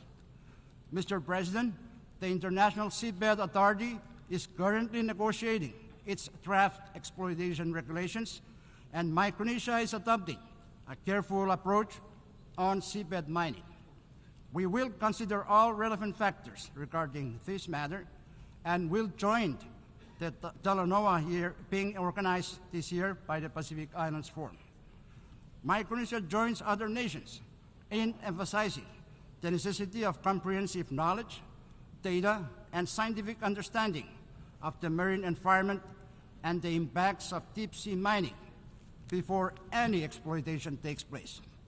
We urge the ISA to finalize all relevant regulations, standards, and guidelines for its mining code prior to exploitation. Additionally, it is crucial that all stakeholders, including adjacent coastal states, indigenous peoples, and local communities in the Pacific, are consulted and their perspectives considered before any exploitation occurs. Mr. President, Micronesia is pleased with the adoption of the United Nations PB&J agreement. I was the first leader to sign the PB&J agreement here in New York a year ago, and among the first to deposit our instrument of ratification. Currently, over 90 countries have signed, and we wish that all will sign.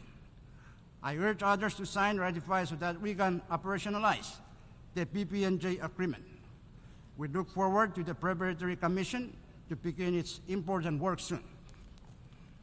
Mr. President, the international community is set to adopt a legally binding treaty to end plastic pollution, including in the marine environment in Busan, Republic of Korea, later this year. This treaty must address plastic pollution at its source, plastic production, particularly primary plastic polymers derived from fossil fuels. Micronesia's bridge to Busan Declaration, launched earlier this year, calls for international support to regulate plastics production in the treaty. As negotiations near completion, We urge global backing for the declaration to ensure the treaty includes strong measures to curb plastic production and tackle both pollution and climate change. If we do not address the unsustainable production of primary plastic polymers, then the global goal of ending plastic pollution by 2040 and limiting the average temperature rise to less than 1.5 degrees Celsius cannot be achieved. Mr. President, Micronesia plays a vital role in the Pacific Islands Forum 2050 strategy for the Blue Pacific continent. As part of the large oceanic countries and territories, we are custodians of nearly 20% of the Earth's surface, placing immense cultural and spiritual value on our ocean and land as a shared heritage. Our leaders' commitments to the 2050 focus on preserving and protecting our oceans, ensuring a sustainable future for our children. Micronesia is dedicated to reducing and preventing the causes and impacts of climate change and sea level rise. With the support of our partners, we are committed to achieving net zero carbon emissions by 2050. We pledge to safeguard the future of our people by protecting our sovereignty, maritime zones, and resources, especially in the face of climate-induced sea level rise. Mr. President, the health of our people is crucial to Micronesia's nation's building. Non-communicable diseases, NCDs, significantly undermine our nation's well-being. NCDs hinder workforce productivity and contribute to poverty. Unfortunately, the Pacific has some of the highest rates of these diseases, with Micronesia ranking among the top countries. In 2016, NCDs accounted for 75% of all deaths in Micronesia. Recognizing this national health emergency, Micronesia has taken decisive action. Since 1995, we have participated in WHO's Healthy Islands Initiative, focusing on health protection, risk reduction, and promoting healthy lifestyles. We developed a national NCD action plan in 2006, and the Pacific NCD Roadmap has guided our efforts since 2014. In 2022, we reaffirm our commitment to securing the well-being of our people through the 2050 strategy for the Blue Pacific continent. Our fight against NCDs is key to building a healthier, stronger future for Micronesia. However, despite decades of effort under the Healthy Islands Initiative, NCDs continue to pose a serious challenge in Micronesia. The persistence of this disease warrants the need for renewed support and stronger partnerships. There is an opportunity here to reevaluate both the Healthy Islands Initiative and the Pacific NCD Roadmap, exploring ways to enhance their effectiveness. By working together, we can confront this crisis more robustly and ensure that we move forward towards a healthier and more resilient future. Mr. President, as we gather today, we are reminded of the importance of global peace and security, particularly in light of the ongoing conflicts in Ukraine between Israel and Palestine. Micronesia reaffirms its unwavering commitment to peace and dialogue. We condemn the invasions of Ukraine and the killing of innocent civilians.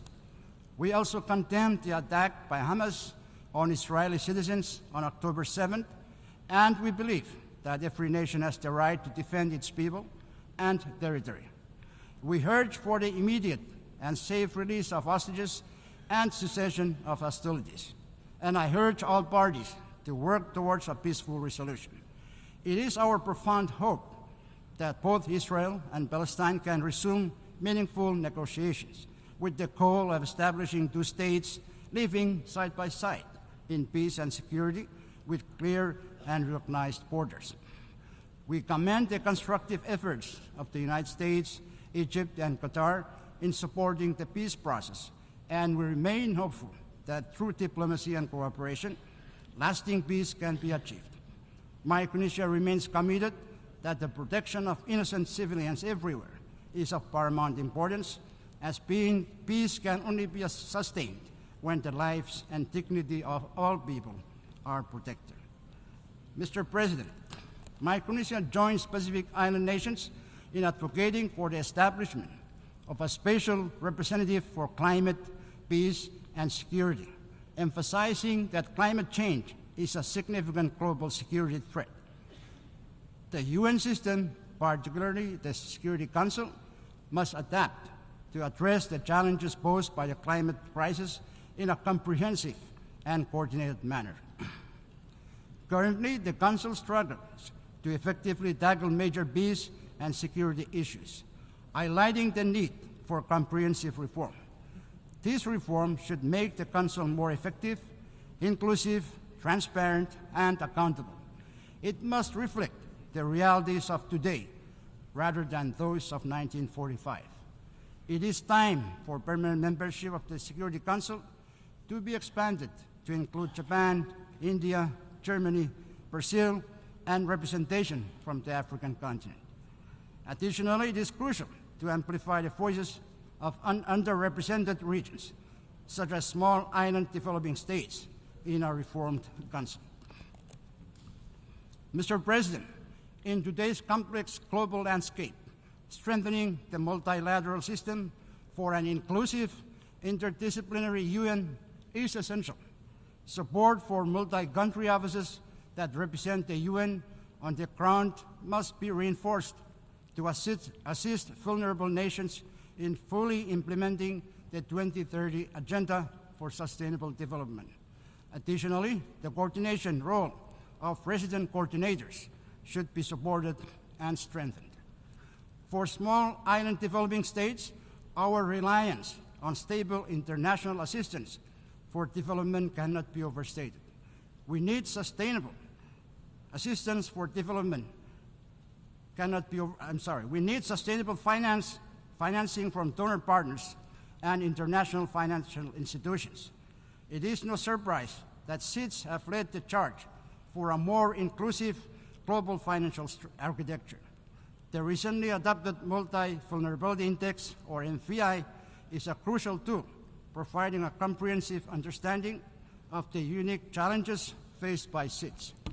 The next step is to implement the MVI in a way that addresses our specific needs.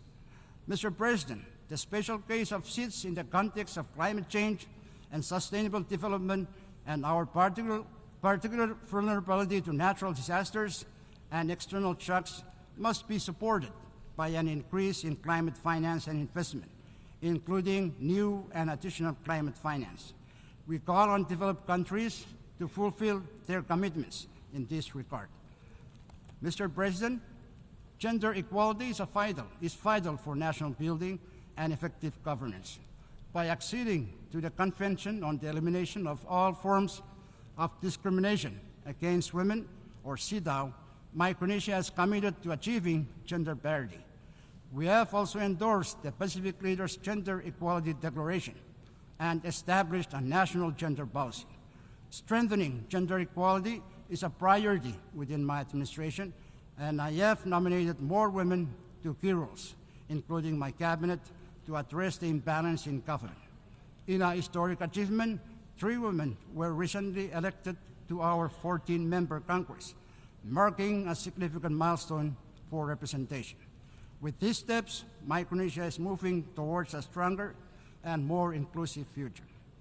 Mr. President, today we stand at a critical crossroads where the future of our planet rests in the hands of our youth. It is not enough to speak of change. We must empower the next generation to lead it.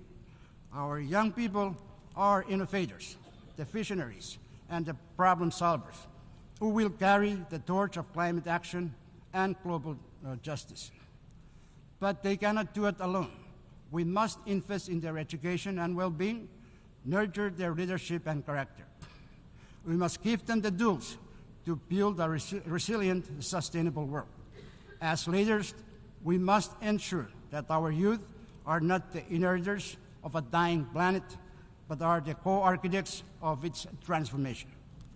In closing, Mr. President, The challenges we face, from climate change to conflict, from the health of our oceans to the well-being of our people, demand urgent and unified action. Let us not be discouraged by the magnitude of the tasks before us, but instead be inspired by the opportunity we have to reshape our world for the better. The spirit of camaraderie teaches us that strength lies in unity, and in that spirit, I call on every nation represented here to act decisively with courage and compassion.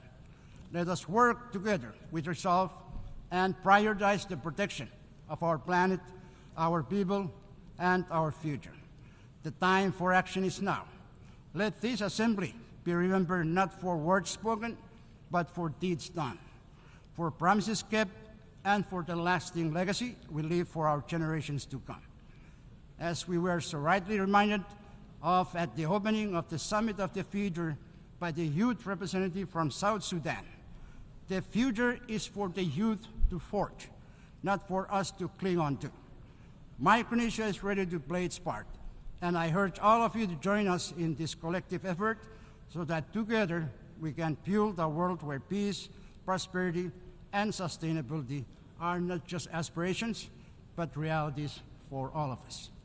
As enshrined in the preamble of our FSM Constitution, and I quote, "Our ancestors who made their homes on these islands displaced no other people.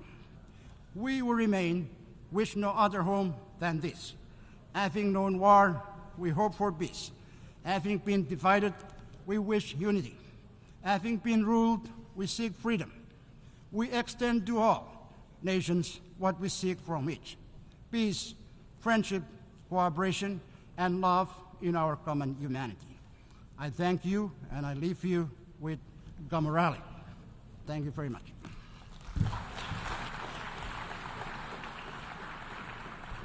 On behalf of the Assembly, I wish to thank the President and Head of Government of the Federated States of Micronesia.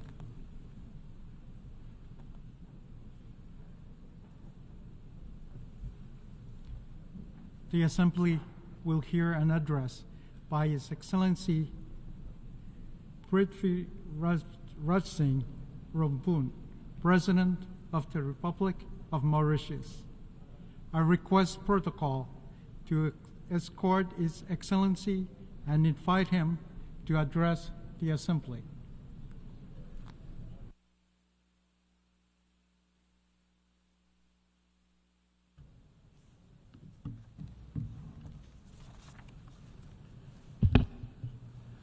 Your Excellency, Mr. Philemon Yang, President of the General Assembly, Your Excellency, Mr. Antonio Guterres, Secretary General of the United Nations, Excellencies, distinguished delegates, good afternoon.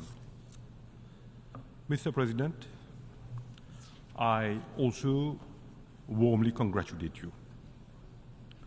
Mauritius is proud to see a son of Africa assume the high office of President of the 79th session of the General Assembly. I assure you of the full support of Mauritius. We remain committed to the universal values and noble aspirations of the United Nations. Our appreciation also goes to His Excellency Denis Francis, who throughout the 78th session championed solidarity and unity during challenging times. Secretary General Antonio Guterres also deserves our special recognition for his inspiring and commendable initiatives in furthering the objectives of our organization. Mr. President, the theme being addressed in this August Assembly is in consonance and resonates deeply with the very essence of our organization. The UN emerged out of the ashes of war and untold sufferings. we have a moral obligation to ensure that the ultimate sacrifice of millions of women and men was not in vain. Our organization has since embodied the universal values of peace, justice, equity, respect for the rule of law, and human dignity. It is appalling that we are lately witnessing an erosion of these same values. Unfortunately, might is taking over and impunity still prevails. The dignity of the weakest is being shamelessly flouted on a scale never seen before. Behind protracted conflicts around the world lies inestimable human costs. Mr. President, the devastation and sufferings in Gaza are heart-wrenching. Thousands of innocent lives have been lost. We urge the international community to find a solution for a de-escalation in the region, for a just and lasting peace. And we are convinced that the two-state solution based on relevant UN resolutions and international law will uphold human dignity and equality for all.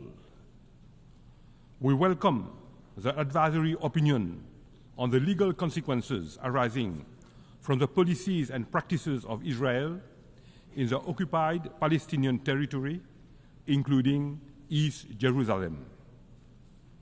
There is an urgent need for a renewed commitment to diplomacy and constructive dialogue, as in many parts of the world, conflicts, instability, and challenges to security are still unabated. Mr. President, the world has witnessed an unprecedented technological revolution in a short span of time. For humanity to benefit from its transformative power, AI governance should be anchored in international law. Current unsustainable consumption and production trends are exacerbating injustices and inequalities. We are at a watershed moment. Mauritius welcomes the adoption of the Pact for the Future, which is a renewed testimony to our collective resolve for the betterment of our world. We also need to ensure that the overall architecture of our global institutions reflects today's realities. Mauritius believes that inclusivity is a necessity and not a choice. Small states and large alike deserve a voice.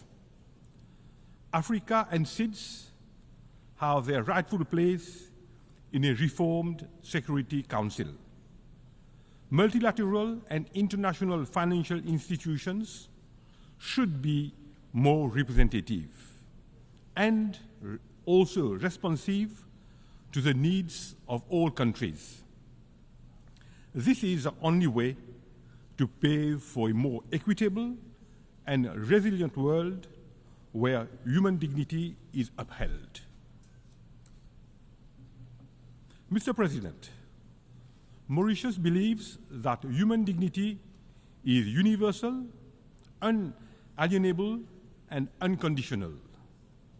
This conviction has always guided our actions. Our multicultural society thrives on fairness, equity, and human dignity.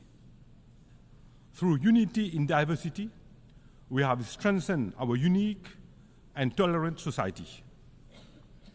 We have spared no effort in advancing the economic, social, and cultural rights of our citizens. Our commitment to free and fair elections, good governance, and putting people at the center of development remains resolute. We are investing heavily in free healthcare, infrastructural development, free education for pre-primary school to tertiary level, amongst others. We are promoting decent work for all. The empowerment of women and youth remains at the heart of the government actions. These inclusive approaches and supportive policies have contributed to the strengthening of our social fabric. Mr. President, the climate emergency is one of the most pressing global threats of our time.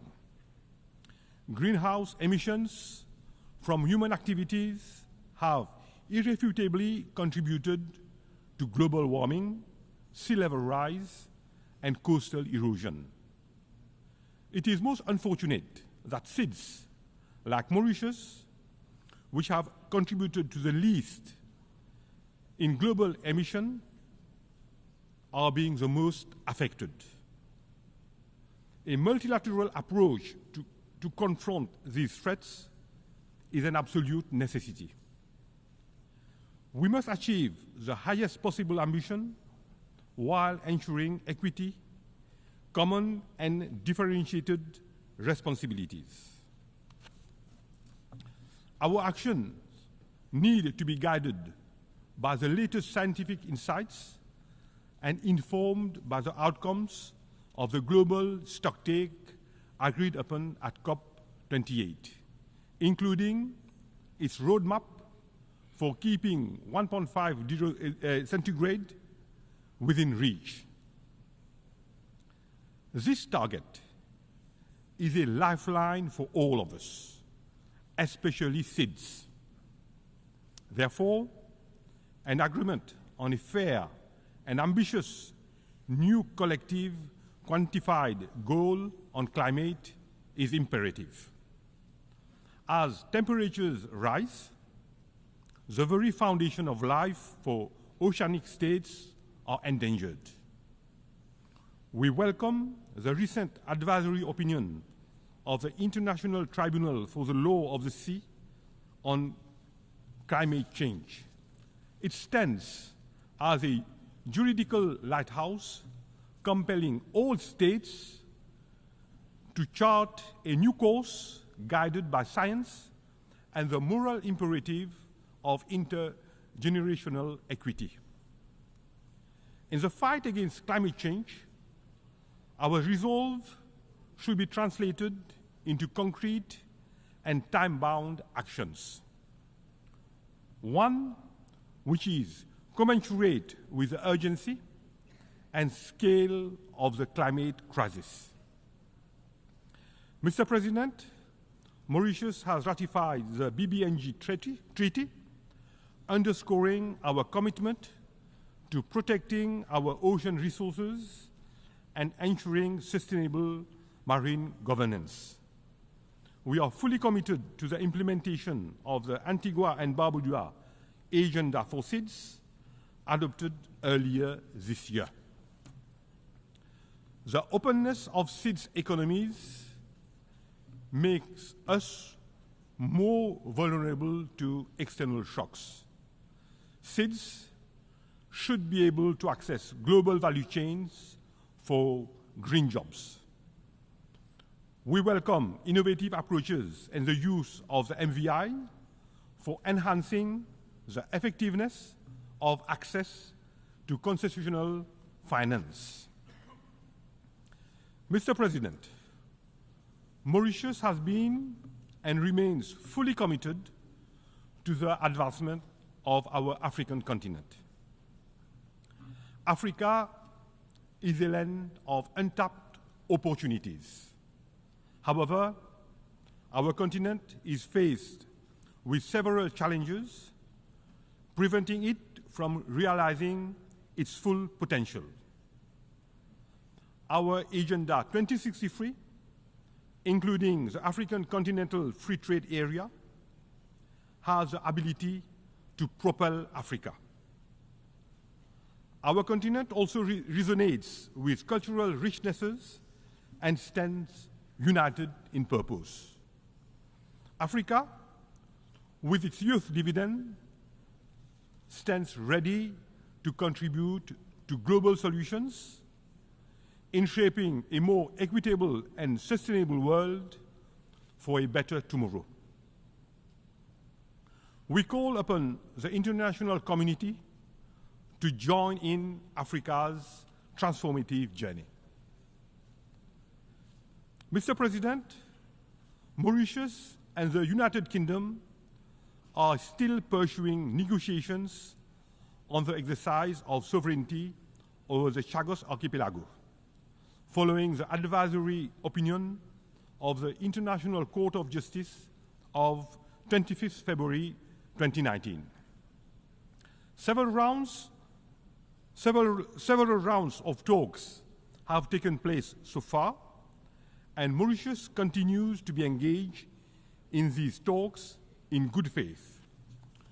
We urge the United Kingdom to conclude expeditiously an agreement that would allow for the completion of the decolonization of Mauritius and the implementation of a resettlement program for the former inhabitants of the Chagos Archipelago in accordance with Mauritian laws. Such an agreement would also protect and preserve vital security interests on Diego Garcia.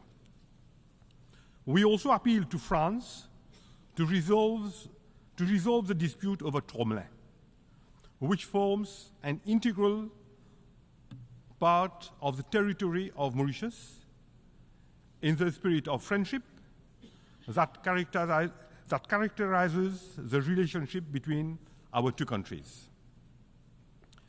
Before concluding, I wish to emphasize that the United Nations remains the ideal platform in bringing us together to address global challenges for a peaceful and more equitable world.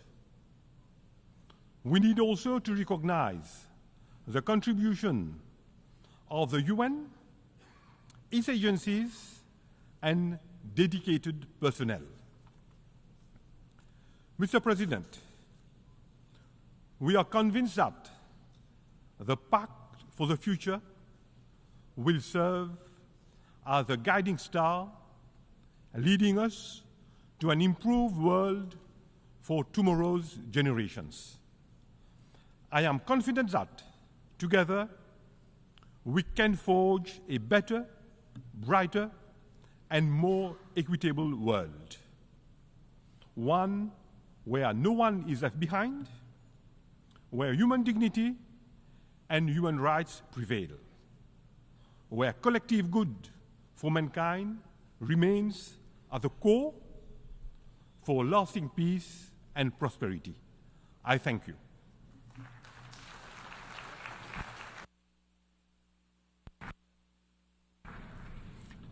On behalf of the Assembly, I wish to thank the President of the Republic of Mauritius.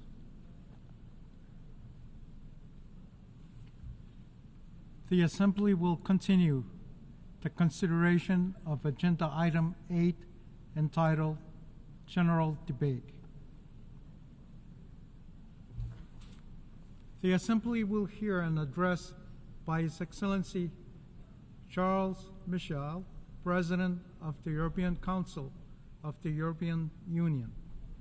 I request protocol to escort His Excellency and invite him to address the Assembly.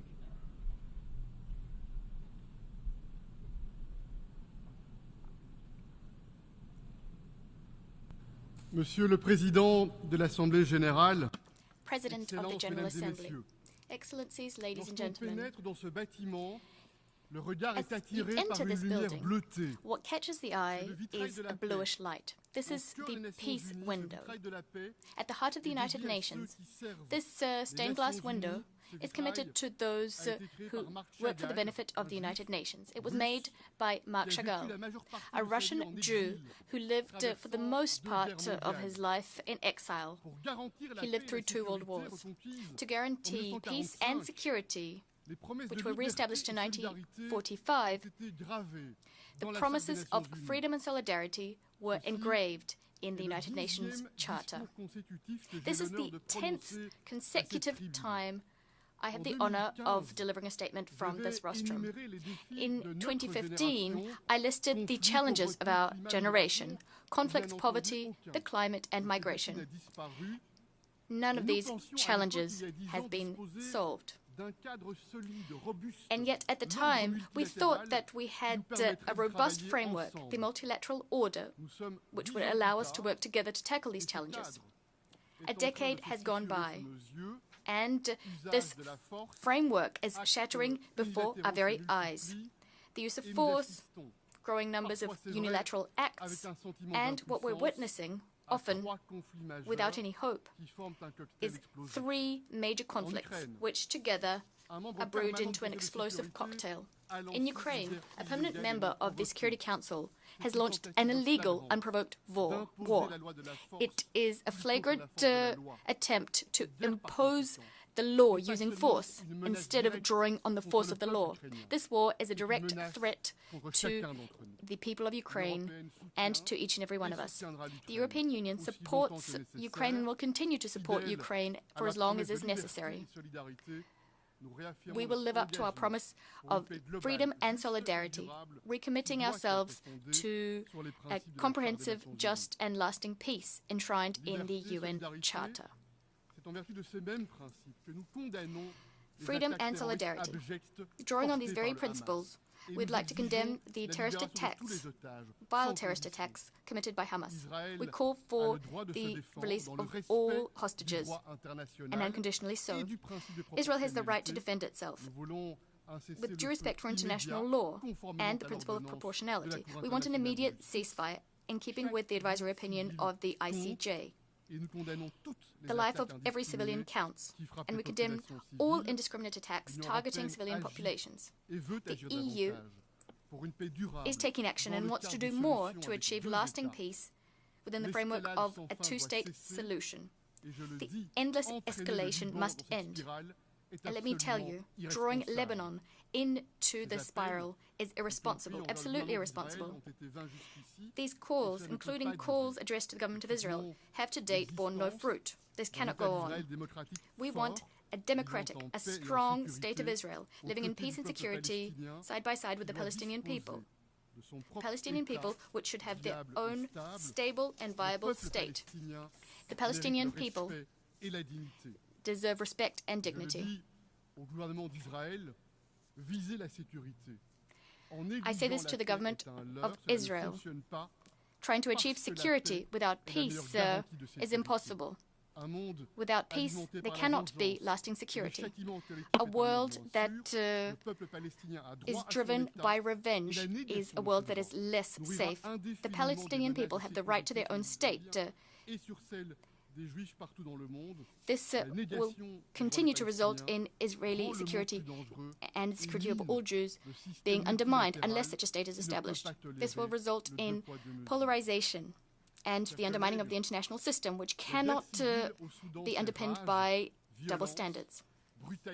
Ladies and gentlemen, the wars in the Middle East and in Ukraine are resulting in terrible consequences, and women are paying the worst price for this, including in the civil war of Sudan. Over 20,000 people have died, 20 million people are facing an emergency, 8 million have been displaced. Across the Horn of Africa, the situation is turning into chaos. We must put an end to external actors feeding these wars. We must put an end to arms supplies. It is time to take action and to implement peace and reconciliation processes. Ladies and gentlemen, the life of a child killed in a school that was bombed is valuable. In Ukraine, in Gaza, everywhere. The dignity of a woman who's been raped Her besmirched dignity is sacred in times of war and peace in Sudan, in Ukraine, elsewhere. Depriving an entire people of food is a crime of war in Ukraine, in Gaza, in Sudan, and elsewhere. A crime is a crime, regardless of who the perpetrators are or where the crime is committed. And our indignation can only be genuine if it is universal. The European Union defends international law equally across the board, everywhere. We condemn all acts geared towards destabilization, regardless of who the perpetrators are. Here I'm referring to Iran, which is using proxies to feed and conflicts in the Middle East. It's thanks to Iran's military support and Russia's war in Ukraine that this is happening. We must take stock of the situation. Iran and Russia are using the very same playbook. The nuclear threat, imperialist ambitions, support for terrorist groups, godless and lawless terrorist groups, and all of this is destabilizing neighboring countries and the rest of the world. Excellencies, ladies and gentlemen, the establishment of the United Nations and the international system underpinned by rules was a remarkable step forward. Going backwards means going back to a time of war. More than ever since 1945, our world is being hard hit by an explosive conflict, an explosive cocktail of shocks. They're piling up, they're speeding up. We must get our bearings. This requires cooperation and courage. We need common laws which are respected by all.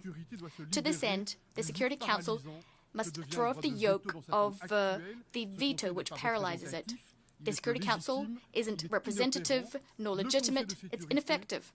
The Security Council is increasingly stillborn, like a zombie. In June 1945, when the UN Charter was adopted, President Truman said that this charter will be expanded and improved over time. It will require adjustments. Decades have gone by. No readjustments were made. And yet we must reform the Security Council. It must become more inclusive. Africa and, the way I see it, Latin America should have permanent seats. Furthermore, regional organizations must be incorporated further into UN decision-making. Furthermore, they should have an advisory role to play in the Security Council, regional organizations, that is. Ladies and gentlemen, there cannot be any freedom when drought eats away at crops. We cannot have freedom when there are terrible hurricanes tearing down houses, when there are pandemics and some do not have access to medicines or vaccines. We must open our eyes and live up to the solidarity that's required of us. It's not just about dignity, morals, or solidarity. It's in the interests of developed countries to support the green transition as well as development, helping developing countries to buttress their health systems. And it is in that spirit that Dr. Tedros put forward the idea of an international treaty on pandemics. We've made a great deal of headway on these negotiations, but it's now time to finalize the agreement. MPOX has set alarm bells off once again. However, it's unacceptable for lobbies and egotistical behavior to block the road to sharing of vaccines and vaccine technologies. Distinguished colleagues, there cannot be freedom in a world when each individual can be boiled down to his or her data, to a commercial target that can be surveilled and manipulated. The digital revolution is, of course, a driver, an extraordinary driver of progress, specifically artificial intelligence. It's a new driver of prosperity. However, it must be harnessed for the benefit of humanity and freedom. We shouldn't commit the error, unless we've already committed it, of misusing natural resources and misusing personal data like we did with natural resources. Data and artificial intelligence are instruments of power. They are instruments of subjugation and economic and political domination. They can become weapons of war. We must create a framework so that we can move ahead at a global level. Technological competition is healthy, it promotes progress, but it must be something that occurs within a framework which we all agree to, rules of the game and fair competition. We need a global dialogue within the G7, but also together with the rest of the world, Africa, Latin America, Asia. We are going to work with them. We're also going to work with those whose ideas and sometimes whose behaviors we do not agree with. China is a key partner to help us tackle global challenges, which I mentioned earlier, to reduce risks, to diversify our supply chains. Because as we know, excessive dependence on a given supplier gives rise to vulnerability and thus conflict. We should also ask China to not support to not support Russia, neither directly nor indirectly, in its illegal war against Ukraine. Instead, China should use its influence to ensure respect for the United Nations Charter. Ladies and gentlemen, the international financial architecture should help us to reduce inequality, not to exacerbate it. When a Kenyan farmer cannot access microloans at acceptable rates, it's not just something unfortunate, it's a challenge to the entire global development order, because without lasting and equitable development, we cannot have global stability and security. We must change the system. Financial firepower must be multiplied for the benefit of our people, to ensure that we can address the climate threat and achieve prosperity. The most courageous donors should restructure debt and allocate additional special drawing rights. It's not just about the transfer of financial or technological means. Solidarity also requires us to reform governance, to improve business climates, strengthen legal certainty, combat corruption, and mobilize resources within developing countries as well. As Mo Ibrahim said, very frankly, while economic aid and relief efforts for Africa are wonderful and commendable acts of solidarity, we also need to change the way our countries are run. Ladies and gentlemen, by way of conclusion, I'd like to end this 10th and last speech from this rostrum with a few personal remarks. My first point: double standards are a modern-day poison in international relations. When we defend human dignity, territorial sovereignty, honest, free, and transparent elections, we should defend and protect them across the board under all circumstances. And each and one of us must humbly look in the mirror. We have all inherited our own cultures, our own histories, traditions, and probably our various errors. Everyone must draw conclusions. Humbly, we must do our best to be better. Europe often acts awkwardly, but it does so genuinely, in good faith, to ensure that human rights and freedoms are protected across the board. This brings me to my second point. We must steadfastly reject bipolar confrontation and act forcefully to build a multipolar world in a multilateral framework, in which every country or group of countries can choose its own path towards prosperity and work hand in hand while abiding by rules we've agreed to, all of us. We must resist to the pressure to pit one group of countries against another, to choose sides, because bipolar confrontation is not a good solution.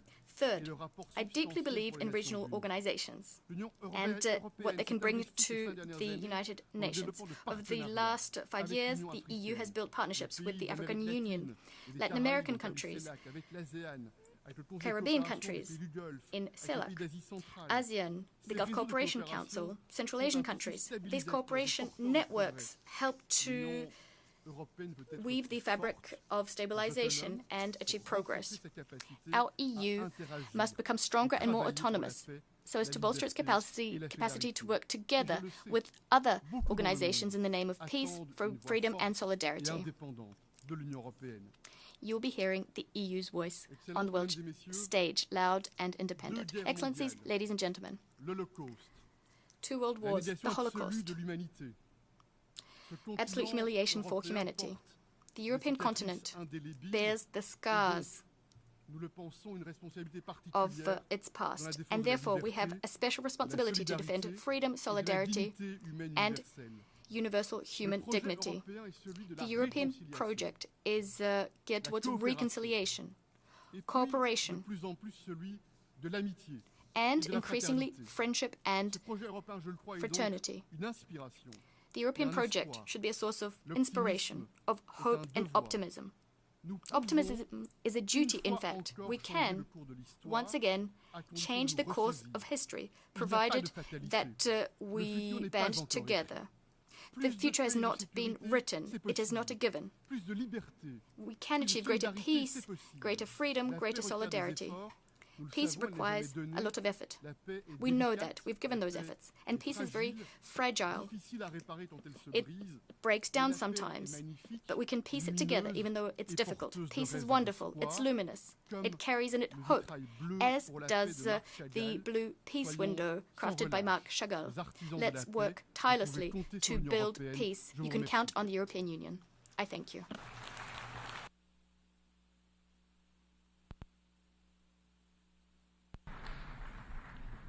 On behalf of the Assembly, I wish to thank the President of the European Council of the European Union.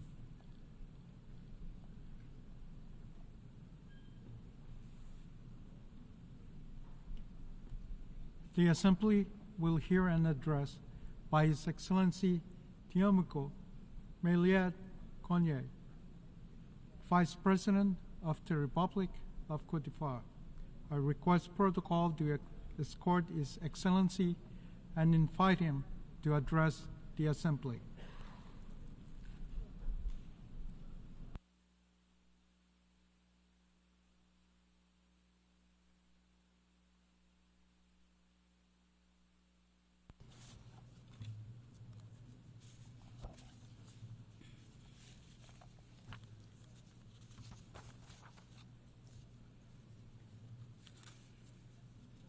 Monsieur le Président de la President of the 79th session of the United Nations General Assembly, Mesdames et Messieurs les chefs d'État et de gouvernement, heads of state and government, Monsieur le Secrétaire général des Nations Unies, United Nations Secretary General, ladies and gentlemen, je voudrais, au nom de Son Excellence, on behalf of His Excellency Mr. Alassane Ouattara, President of the Republic of Cote d'Ivoire, I wish to express my warm congratulations on the quality and depth of the debates during this session and on the remarkable success that was the Summit of the Future.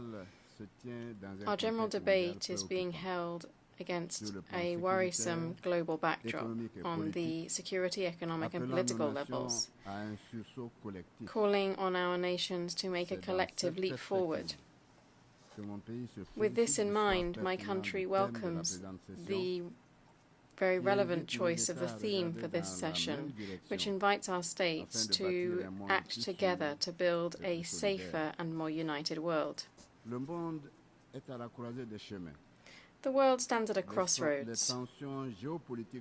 Geopolitical tensions are multiplying and fueling the escalation of several armed conflicts. Violent confrontations in sensitive regions are pushing those regions to the brink of widespread conflagration. This situation of insecurity and setbacks to peace is being worsened by terrorism afflicting regions such as the Sahel. These conflicts are gradually wiping out years of progress and development for our people. My country believes this is the right time to call on the international community to mobilize for the people of the Sahel, who are paying a high price in the war against terrorist groups. True to our values and our tradition of hospitality, Cote d'Ivoire is hosting, in the best possible conditions, several thousand nationals from neighboring Sahel countries who are fleeing the violence of armed groups. outside the Sahel, the whole of West Africa is currently threatening to collapse. This trend could spread beyond the African continent if no effective measures are taken. For its part, Cote d'Ivoire is making available the Jacquesville International Academy for Combating Terrorism to all countries in order to help them to build their capacities in counterterrorism, in combating terrorism in all of its forms. Mr. President, the progress made by our countries in development and human security is currently being undermined by the effects of climate change. This heightens inequalities, poverty, and is leading to the forced displacement and leads to the forced displacement of millions of people every year. The relentless rise in the number of climate refugees is the tragedy of our time and tugs on our collective consciousness. In this context, Cote d'Ivoire calls on the United Nations and all of its partners to increase and to intensify their emergency humanitarian assistance for hard-hit populations. But we must go further on the climate issue and wholeheartedly implement measures that allow us to, in the short term, reverse the dangerous curve of global warming and its consequences on our societies. To that end, Cote d'Ivoire reiterates its call to developed countries to honour their pledges in climate finance and in supporting the energy transition. The Loss and Damage Fund should be rapidly filled up and used to relieve the suffering of populations in climate distress. Ladies and gentlemen, in addition to facing security and climate challenges, the world is undergoing a technological revolution for which few countries are prepared. Artificial intelligence harbors great promise for our societies, but it can also pose a host of threats and is open to abuse, particularly due to the lack of international regulations governing its use. Consequently, it falls to us to ensure that this technological revolution doesn't further widen inequalities and doesn't lead to a digital downgrading of some, but rather, on the contrary, that it serves the progress and well-being for all. For this reason, my country welcomes the adoption of the Global Digital Compact. This should enable us to make better use of this technological progress for all nations. Mr. President, it's clear that no single country can enable the world to overcome the global challenges that are eroding the foundations of peace and security, as well as the social progress that has been achieved over the last few decades. In light of this, our collective action should be firmly rooted in the unique multilateral framework of the United Nations. The world truly needs a dynamic and effective United Nations that represents the diversity of peoples and has the backing of the consensus of nations that underpins its legitimacy. In this context, the United Nations that we've inherited from the 20th century must undergo far-reaching reform so that it can fully play its role in today's multipolar world. In particular, the Security Council must open up to Africa in all membership categories in order to reflect this reality.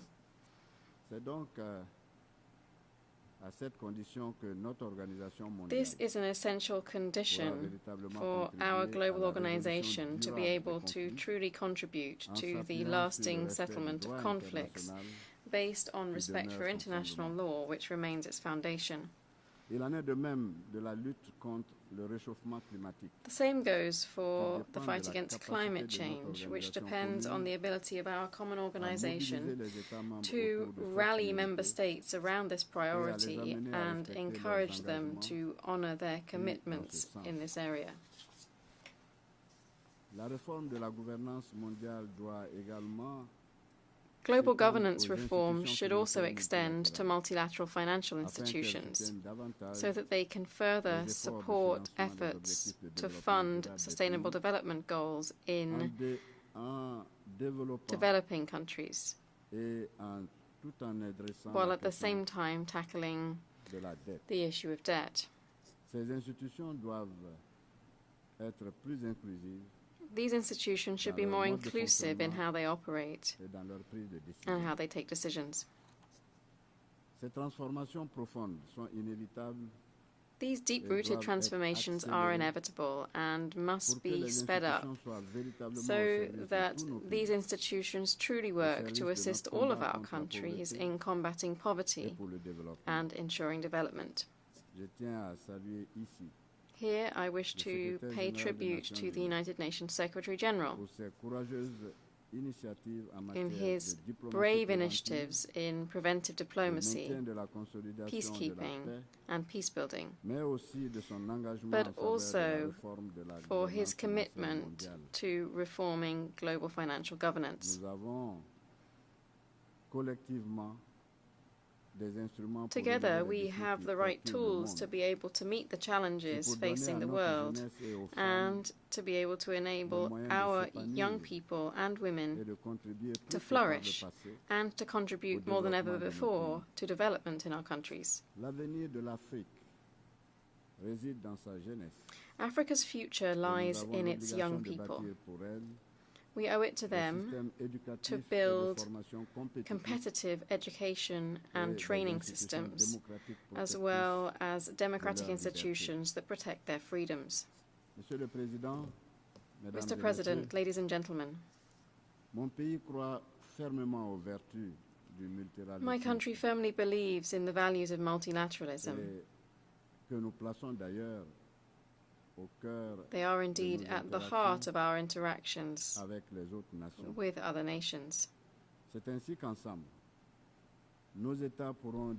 multilateralism, together our states can overcome great divisions, forge consensus around difficult issues, and put forward global solutions to major global challenges. This vision determines how we act and how we contribute to regional community construction, and also how we commit alongside other countries to building a peaceful, united and prosperous world for the benefit of present and future generations. Thank you.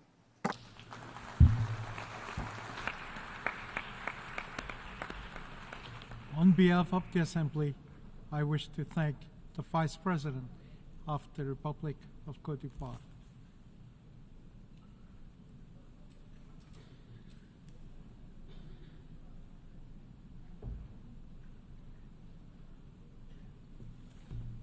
The Assembly will hear an address by His Excellency Dick Schoof, Prime Minister of the Kingdom of the Netherlands. I request protocol to escort His Excellency and invite him to address the Assembly.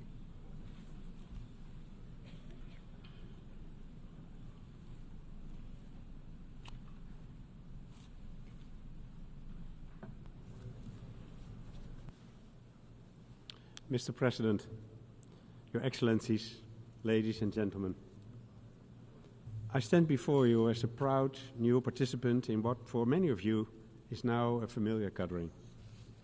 Those words not only describe my own role, but say something about the very essence of the United Nations. For each of us, our presence here is only temporary. Some are here a long time, others for only a brief period. But everyone's time here is defined by their own individual era. Today again, we embody that long tradition. Today again, we come together to work towards goals whose size and scope exceed our present reach. Today again, each of us is staying the course. And when our time is at an end, we will pass the baton to the next generation. This is not to say that our course is always clear and never needs adjusting. On the contrary, our world is changing fast. And unfortunately, in some ways, not for the better. War and conflict in so many places. Climate change, whose effects are becoming clearer by the day. And cyber threats we couldn't have imagined a few years ago. That is what I want to talk about today, anticipating an unknown future.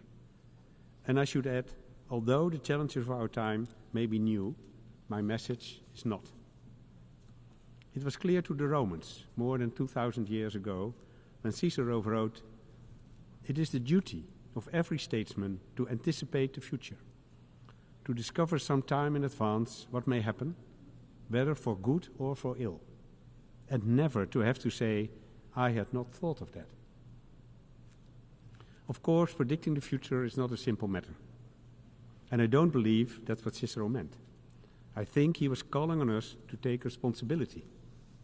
Responsibility that goes beyond the scenarios we want to imagine, beyond our national borders, and above all, beyond short-term solutions.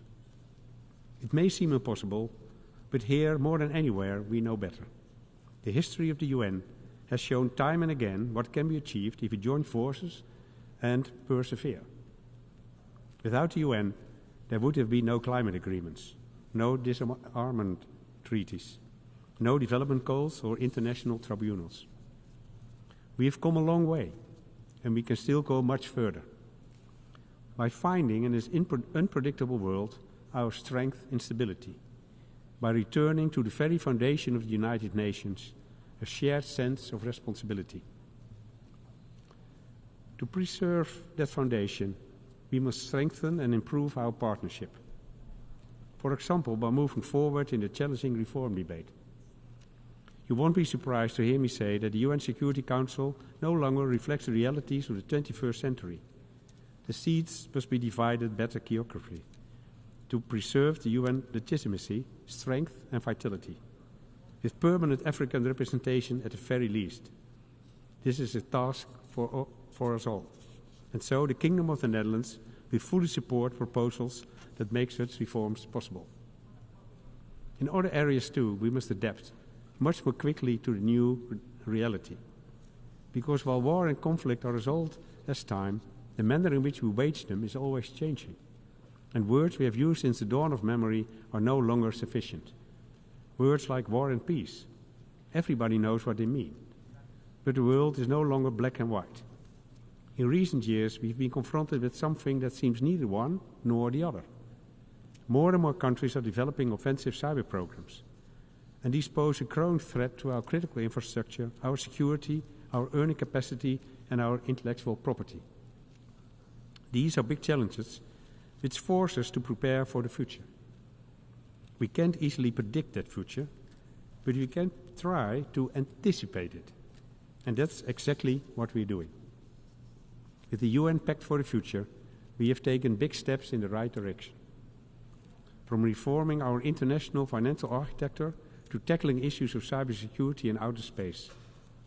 And surely, we can attribute this success to our shared desire to work towards a fair and secure life for everyone, for people today and the generations that follow.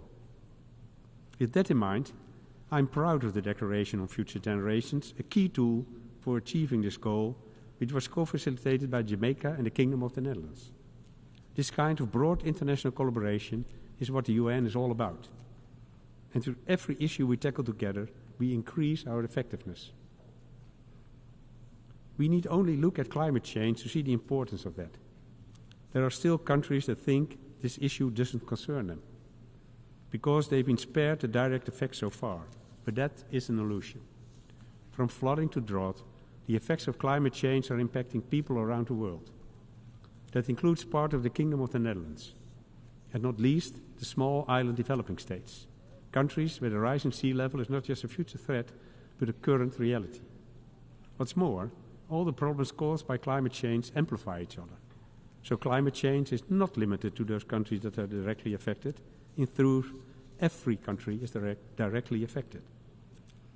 And therein lies the key to our approach, cooperation. Of course, that means committing to the climate targets of the Paris Agreement, the SDGs, and the measure we agree at COP29. But it also means using each other's knowledge and know-how. And the Netherlands has a long history of managing water. Today, we use that experience around the world. We contribute our expertise on food security and counter other challenges as they arise. At the same time, we also face issues that will always demand our attention. Issues as old as the UN itself. Protecting human rights, defending democracy, and promoting the international legal order.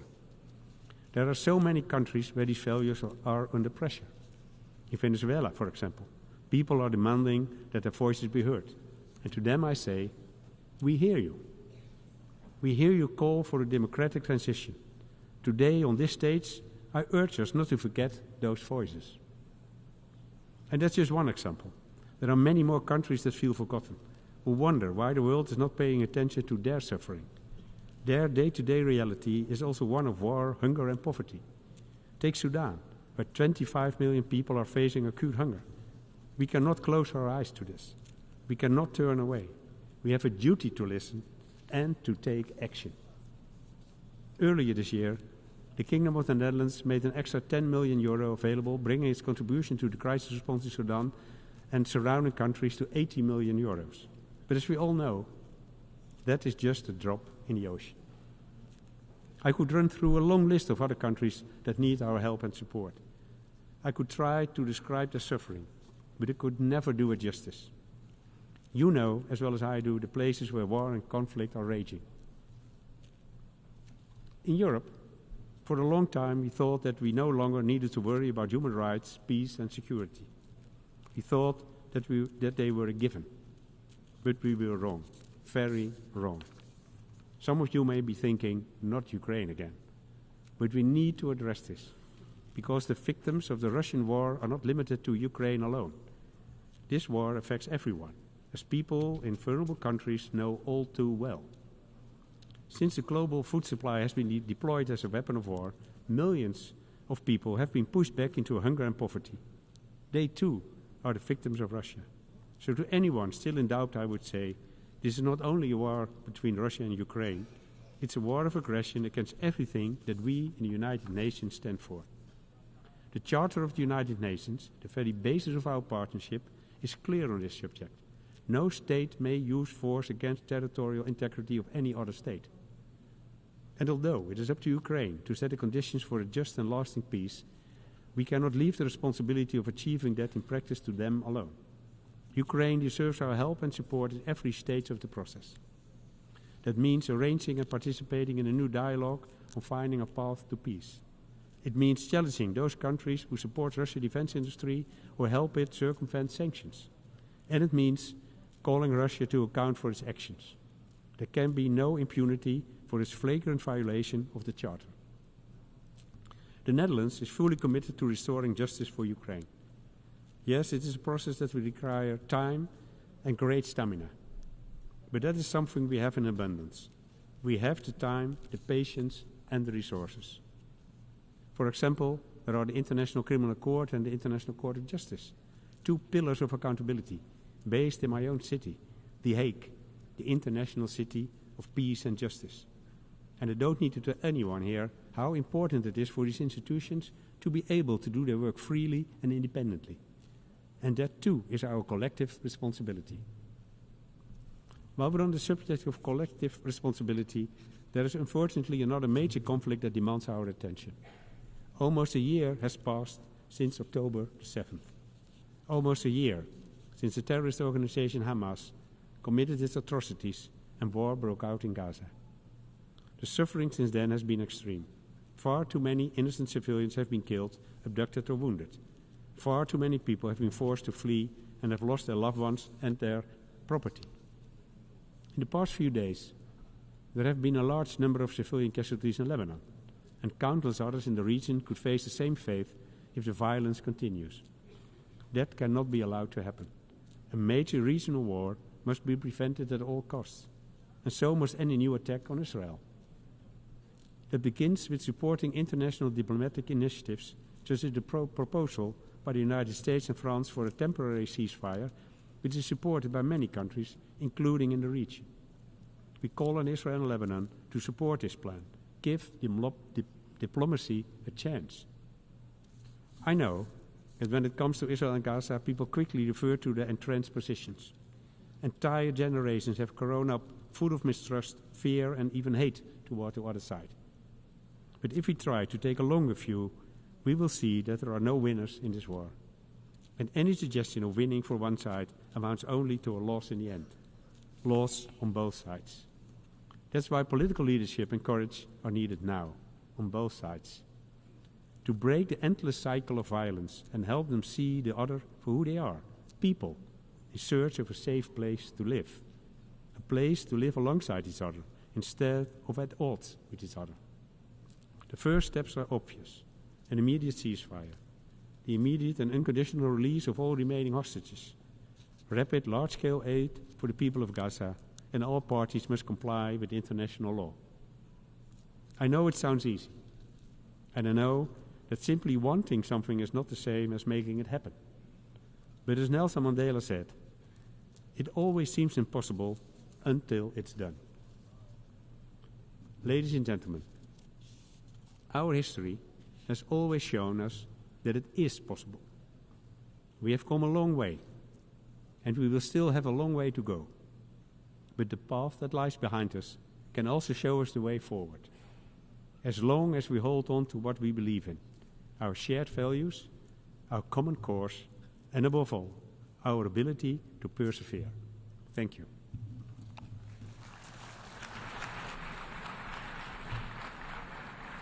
On behalf of the Assembly, I wish to thank the Prime Minister of the Kingdom of the Netherlands.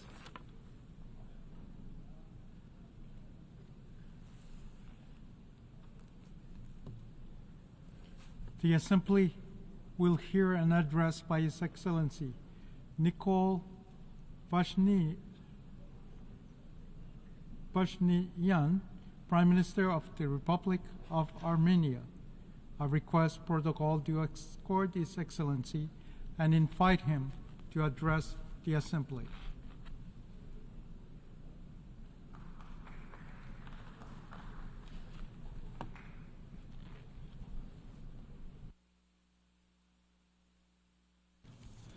Mr. President, Excellencies, ladies and gentlemen, this is my fourth speech at the UN General Assembly, and this speech will be significantly different from the previous ones.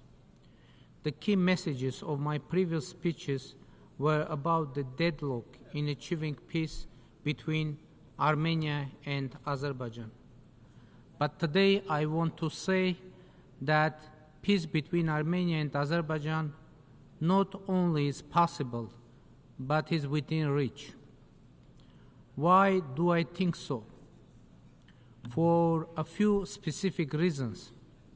Quite recently, on August 30, Armenia and Azerbaijan signed the regulation on the joint activity of the commissions on delimitation of the state border between the two countries. This is the first bilateral legal document signed between the parties. But what is more important with that document, Armenia and Azerbaijan agreed to set the 1991 Almaty Declaration as the basic principle of border delimitation between the two countries and will be guided by it. This means that Armenia and Azerbaijan de jure reconfirm the principle of recognizing each other's territorial integrity and inviolability of borders that existed during the Soviet Union, which is a fundamental factor for establishing peace. Now it is de jure reconfirmed that the two countries have no territorial claims on each other. What we have to do now is to take the next step and signed the agreement on establishment of peace and interstate relations between the Republic of Armenia and the Republic of Azerbaijan. The President of Azerbaijan and I have stated many times that at least 80% of the mentioned agreement has been agreed upon. Now, to seize this historic opportunity and to avoid the risk of reaching a deadlock, Armenia proposes to take what has already been agreed in the draft agreement, sign it, have a peace agreement between Armenia and Azerbaijan, and then go on with negotiations on pending issues. We are ready to do this right now. Why do we propose this? Because there is no precedent of a peace agreement or any agreement that would regulate and solve everything. It is practically not possible. After signing any agreement, two countries may always need to conclude new agreements and make new arrangements for this very reason. No matter how comprehensive any agreement, many important issues need to be further addressed. And in the case of Armenia and Azerbaijan, the agreed articles of the draft peace agreement actually contain provisions on peace, on not having territorial claims on each other, and not putting forward such claims in the future. Provisions on establishment diplomatic relations and a joint commission to oversee the implementation of the peace agreement. A provision on not interfering in each other's internal affairs, not using force and threat of force, and other important provisions. Signing the peace agreement with the already agreed articles will significantly facilitate the resolution of the non-agreed issues. The already agreed parts of the draft peace agreement provide tools for that. One of them is the diplomatic relations to be established between Armenia and Azerbaijan, and the second is the joint Armenia-Azerbaijan Commission to oversee the implementation of the peace agreement.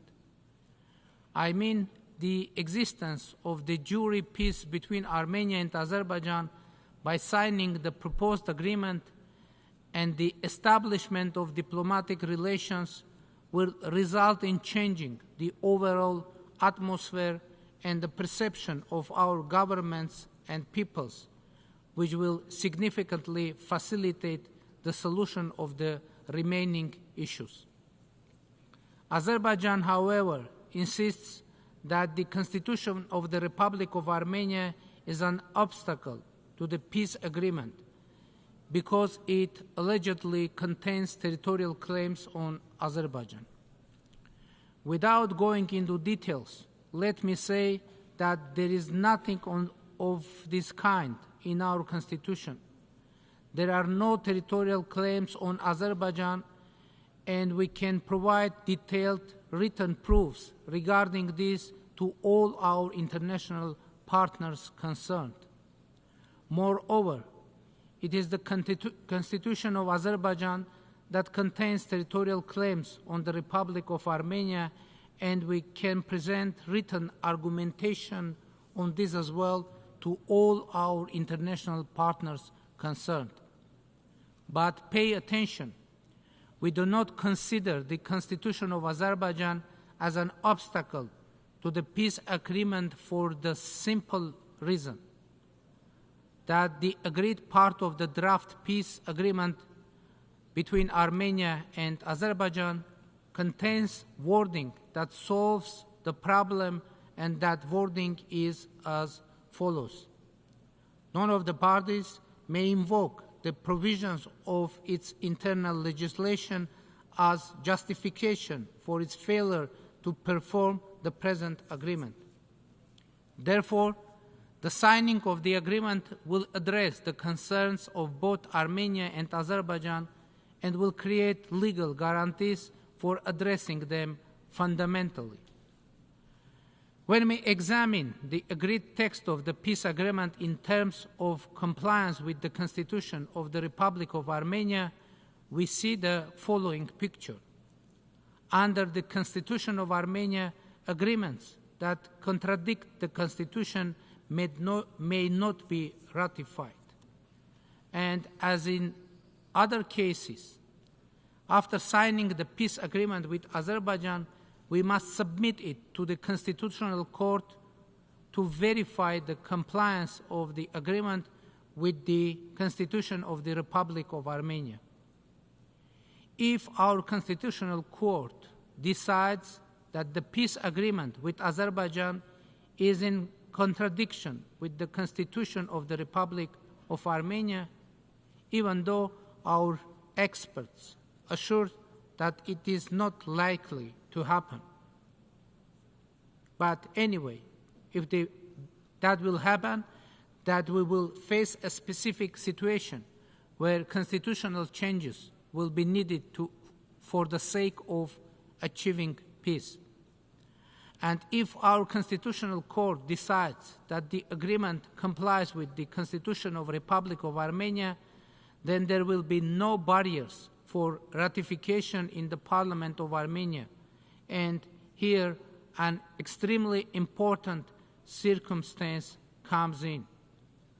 Under paragraph 3 of Article 5 of the Constitution of the Republic of Armenia, ratified international agreements have precedence over the domestic legislation of the Republic of Armenia, and therefore, after the signing and ratification of the peace agreement with Azerbaijan, theoretically, even if there were laws that could be interpreted as containing territorial claims, these documents would be subordinate to the Armenia-Azerbaijan peace agreement and would automatically have no legal force. The same logic would apply to Azerbaijan, of course. Honorable President, ladies and gentlemen, as you can see, here is peace so close to us, and all we need to do is reach out and take it. It is not easy for either Armenia or Azerbaijan, because each of us has our own truth, and the debate over those truths has led to enmity, casualties, and wars. The pain is very deep and intense, but we must now focus on peace, because peace is the only truth understandable to the people of Armenia and Azerbaijan. And this truth will open our eyes and shut down the sources of enmity, and we will all look to the future. Ladies and gentlemen, the Crossroads of Peace project of the government of the Republic of Armenia is also dedicated to that future. The purpose of the project is not only to open automobile routes, railroads, and other transport communications between Armenia and Azerbaijan, but also to provide communication between Armenia, Azerbaijan, Turkey, and the whole region, as well as to create opportunities for the passage of pipelines and cables, and eventually provide opportunities for people-to-people contacts, which is a key and critical factor for peacemaking. A key factor for peace and development is also that all this shall happen with due respect for the sovereignty, jurisdiction, territorial integrity of the countries, on the basis of the principle of equality and reciprocity. And we are ready to open our transport communications to both Azerbaijan and Turkey, as well as to our other neighbors and partners. And we are ready to do it even today, right today. By the way, the crossroads of peace can become a part of the middle corridor, ensuring greater speed and efficiency of the passage of goods through it. The Republic of Armenia is ready to fully ensure the safety of the passage of cargo, vehicles, and people on its territory. It is our wish, our commitment, and we can do it. By the way, all those claims that Armenia has agreed somewhere in some document that third forces shall provide the security of communications on its territory are simply distortion of reality. Armenia's commitment is clear to guarantee the safety of cargo, vehicles, and people on its territory, and we guarantee it. Honorable President, ladies and gentlemen, today I don't want to send any negative, worrying, or pessimistic message, not because they do not exist, but because the Armenian proverb says, "Let us speak the positive in order to be well," meaning that when you speak positive, good things tend to become reality. It may be that there is a similar saying in Azerbaijan, Turkey, Iran, Georgia, and in other countries in the world, and they all consider it their own. But let us speak the positive in order to be well is not about saying empty words. Of course, one should work hard and sometimes make hard decisions. In my speech, I laid out all the circumstances that give me a reason to speak the positive, to be well in front of this distinguished audience. And if we rely on these circumstances, good things will happen, initiating a process of reducing the circumstances that generate the negative.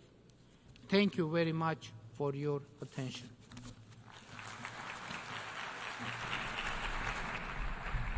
On behalf of the Assembly, I wish to thank the Prime Minister of the Republic of Armenia.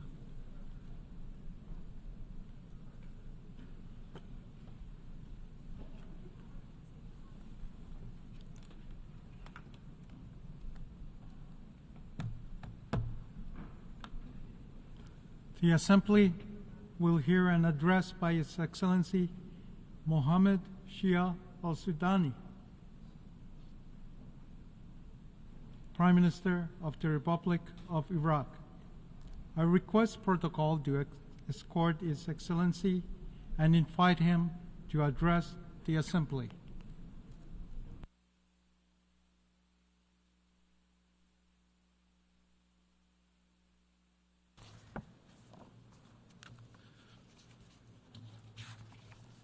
In the name of God, the most merciful, the most compassionate, Mr. President of the General Assembly, Mr. Secretary General, ladies and gentlemen, may God's peace, mercy, and blessings be upon you. The 79th session of the United Nations General Assembly comes in the midst of dangerous circumstances in the Middle East and the world, in which the global international order faces a difficult test that threatens its existence and renders it incapable of achieving the goals for which it was founded. These goals include the maintenance of international security and stability and human rights. Today we are witnessing precedents in which all international charters and norms are being violated.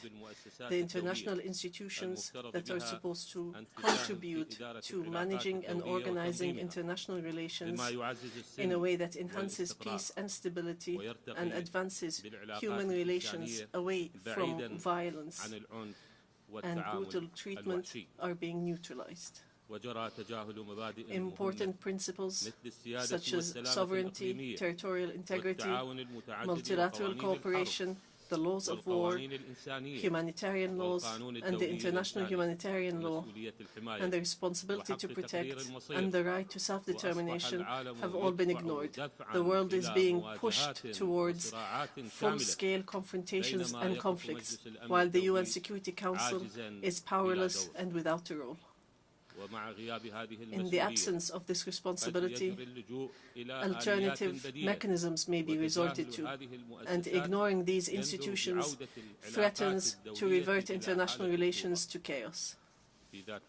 At the same time, we must not forget to commend some of the courageous positions of some of the figures heading these UN institutions, including the Secretary General of the United Nations, Mr. Antonio Guterres. However, we clearly see, despite great efforts, that there is a lack of effective influence. Putting an end to the violations taking place in Palestine and the region is the responsibility of everyone, particularly the Security Council, which has failed to achieve its most important objective, which is maintaining international peace and security. In occupied Palestine today, we are witnessing a people who are being attacked by an occupying military force, displacing millions without being deterred and killing thousands. There is public talk of mass starvation to exterminate these people, and of the use of nuclear weapons to eliminate them by senior officials of the occupying entity without any measures to deter them.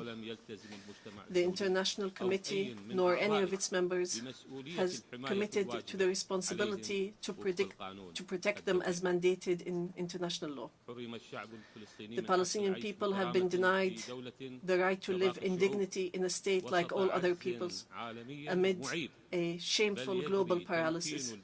Rather, criminals are being empowered to persist in, exaggerate, and expand the conflict and attack others by supporting them and ensuring their repeated impunity.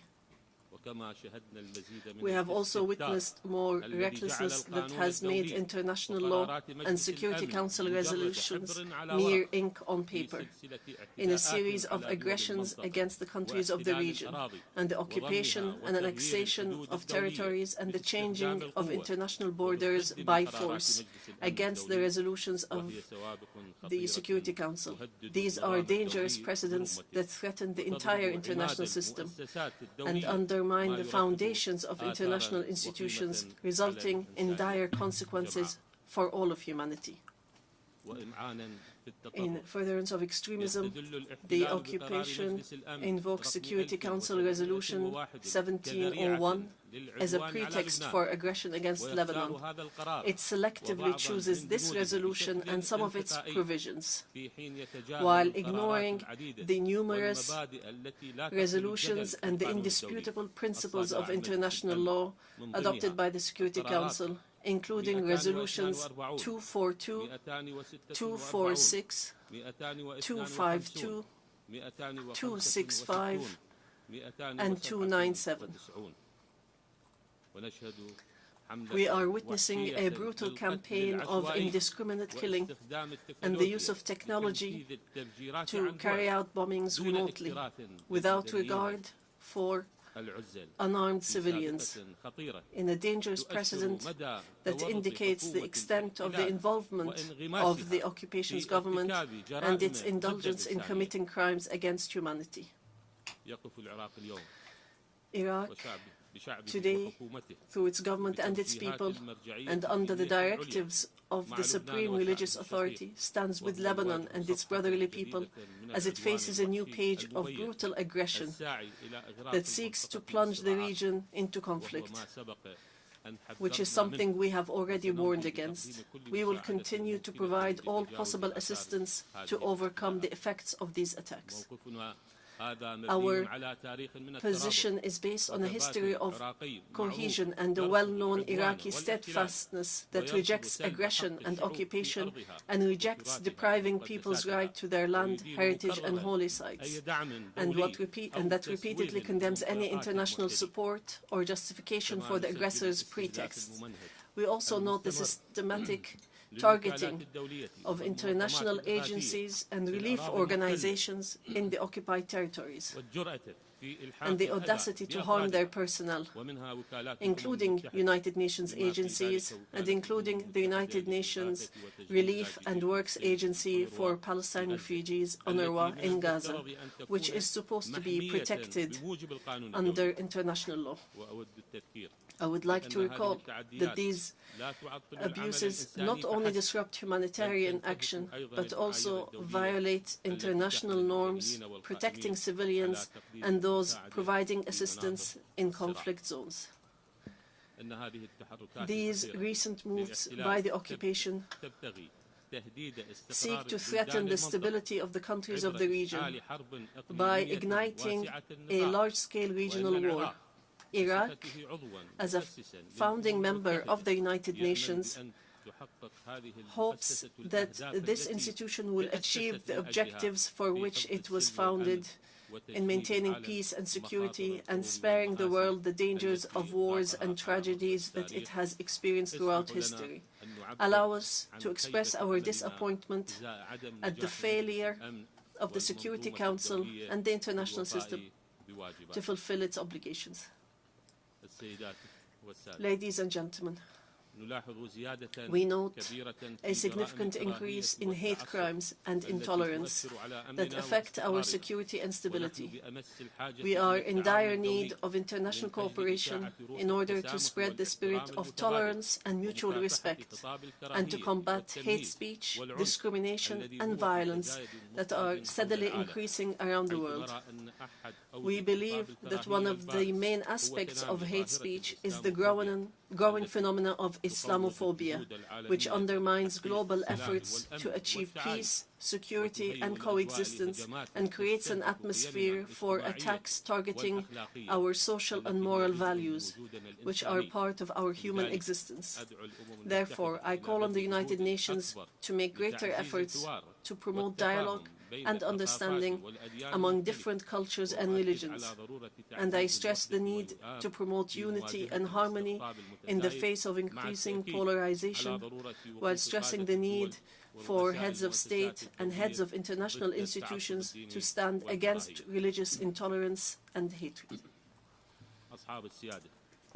Excellencies, as for Iraq, and in contrast to what I have mentioned, there are good developments, as the country where ISIS occupied a third of the territory, and where many observers believed that it was the end of Iraq as we know it. Today, 10 years later, Iraq is witnessing the implementation of a comprehensive plan for reconstruction and development, and the restoration of life to cities, and the rise of tall buildings and infrastructure and safety, and the spread of safety. We still have many fundamental challenges ahead of us in achieving economic, administrative and environmental reforms and diversifying the economy. We have made great strides in achieving security. We have achieved a victory over terrorism, and soon we will crown this victory over this terrorist organization with a joint and important declaration with our allies and friends who stood by Iraq and supported it against a brutal enemy that pose a threat to the entire world. Our efforts are focused on strengthening the democratic process in Iraq and working to consolidate the social contract and national cohesion as chosen by our people in their permanent constitution of 2005. We have organized provincial council elections, which had been suspended for 10 years, and after their organization was obstructed in Kirkuk since 2005. Now we are in the process of organizing elections for the parliament of the Kurdistan region of Iraq.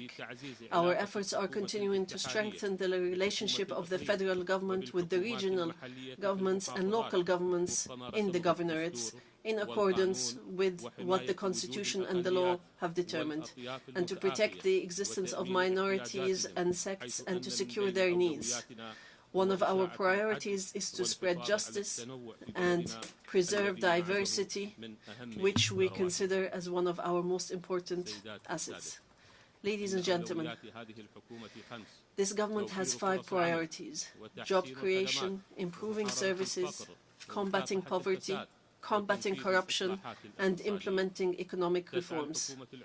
The Iraqi government seeks to rehabilitate the necessary human resources and has taken great strides towards building state institutions and enforcing the rule of law. It also seeks to activate the role of the private sector and to address administrative laxity and diversifying sources of income, reforming the banking and financial sector, and managing the energy transition and addressing the causes of social, economic, and therefore political unrest. This transformation is a complicated matter for Iraq due to the economic structural challenge represented by relying on the public sector to take in the workforce and to use oil revenues to pay the salaries of millions of employees. This dual challenge facing Iraq is the excessive dependence on oil revenues and limiting its ability to diversify economically. This has been as a result of decades of wars and economic blockade and the dictatorial regime's absurd economic policies and some aspects of miscalculation and mismanagement later on, and the waste in human and material resources that could have been developed. Governance, anti-corruption, digital transformation, and e-government are all among our top priorities, as they are the most important strategies to reduce corruption and achieve good governance. But we expect the international community to support our efforts to recover the looted assets that are Iraq's right, and to end the legal and legislative obstacles placed by some countries in order to provide a safe haven for corruption-related funds, such as banking secrecy and preventing the disclosure of beneficial owners to help evade accountability. Ladies and gentlemen, Iraq seeks to achieve security, regional security and stability by finding ways for constructive partnerships to face common challenges through cooperation between the participating parties and increasing mutual interdependence in a way that is in the interest of all. And we plan to launch initiatives that reflect economic integration and regional stability in the region, particularly the Development Road Project, which aims to transform Iraq into a major regional hub for trade and transportation, and to link the Middle East with Europe through Iraq, using a network of railways, highways, and industrial cities, and linking the large port of Fao in southern Iraq to Europe via the countries in the region. This project represents the most important steps to enhance regional cooperation and integration, and is in line with Iraq's broader goals of rebuilding the economy and improving services. Ladies and gentlemen, Iraq faces serious environmental challenges as a result of climate change and desertification, challenges that cannot be addressed without enhanced international cooperation, as desertification and the lack of vegetation cover leads to the displacement of millions in search of stability, thus exacerbating social and political crises. We call for international solidarity to face environmental challenges and to work to raise awareness of the importance of the management of sustainable water resources, which is a central issue for Iraq. This challenge requires a commitment to the principle of shared and just responsibilities among states, as we face existential challenges related to an acute shortage of water resources, which threatens agriculture and negatively affects the economy and threatens the lives of millions of Iraqis. Hence, the government attaches top priority to these files and issues and works in cooperation with neighboring countries to reach sustainable solutions and policies to deal with these influences. In conclusion, I would like to express my deep gratitude to the United Nations for the support it has provided to Iraq over the past 2 decades.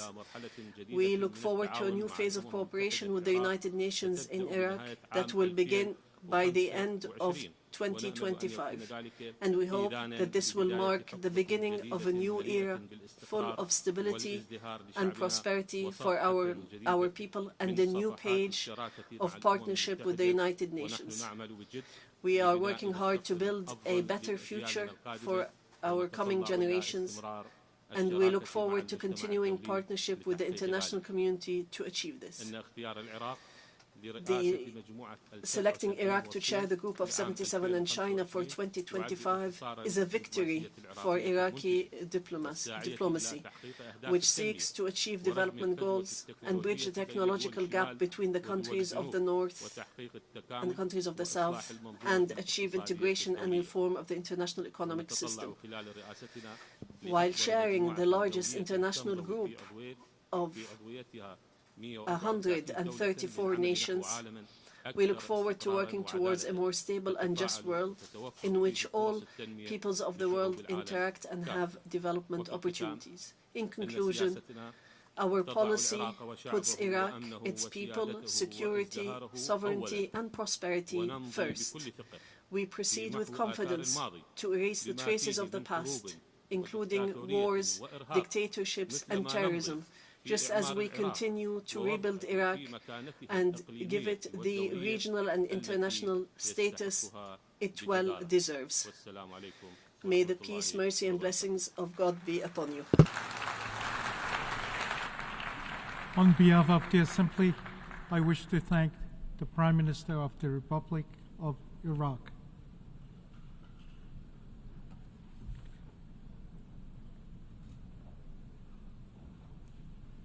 The Assembly will hear an address by Excellency Kyriakos Mitsotakis, Prime Minister of the Hellenic Republic.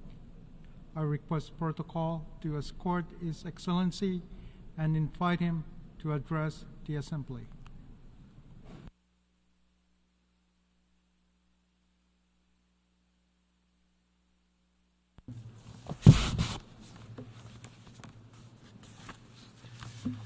Thank you, Mr. President, ladies and gentlemen.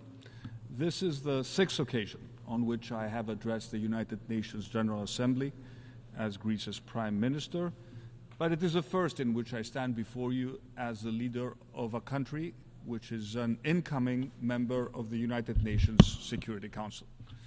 Greece is honored to accept that responsibility for the 3rd time, and I'm personally grateful for the trust the broader UN membership has placed in our candidacy for the 2025-2026 term.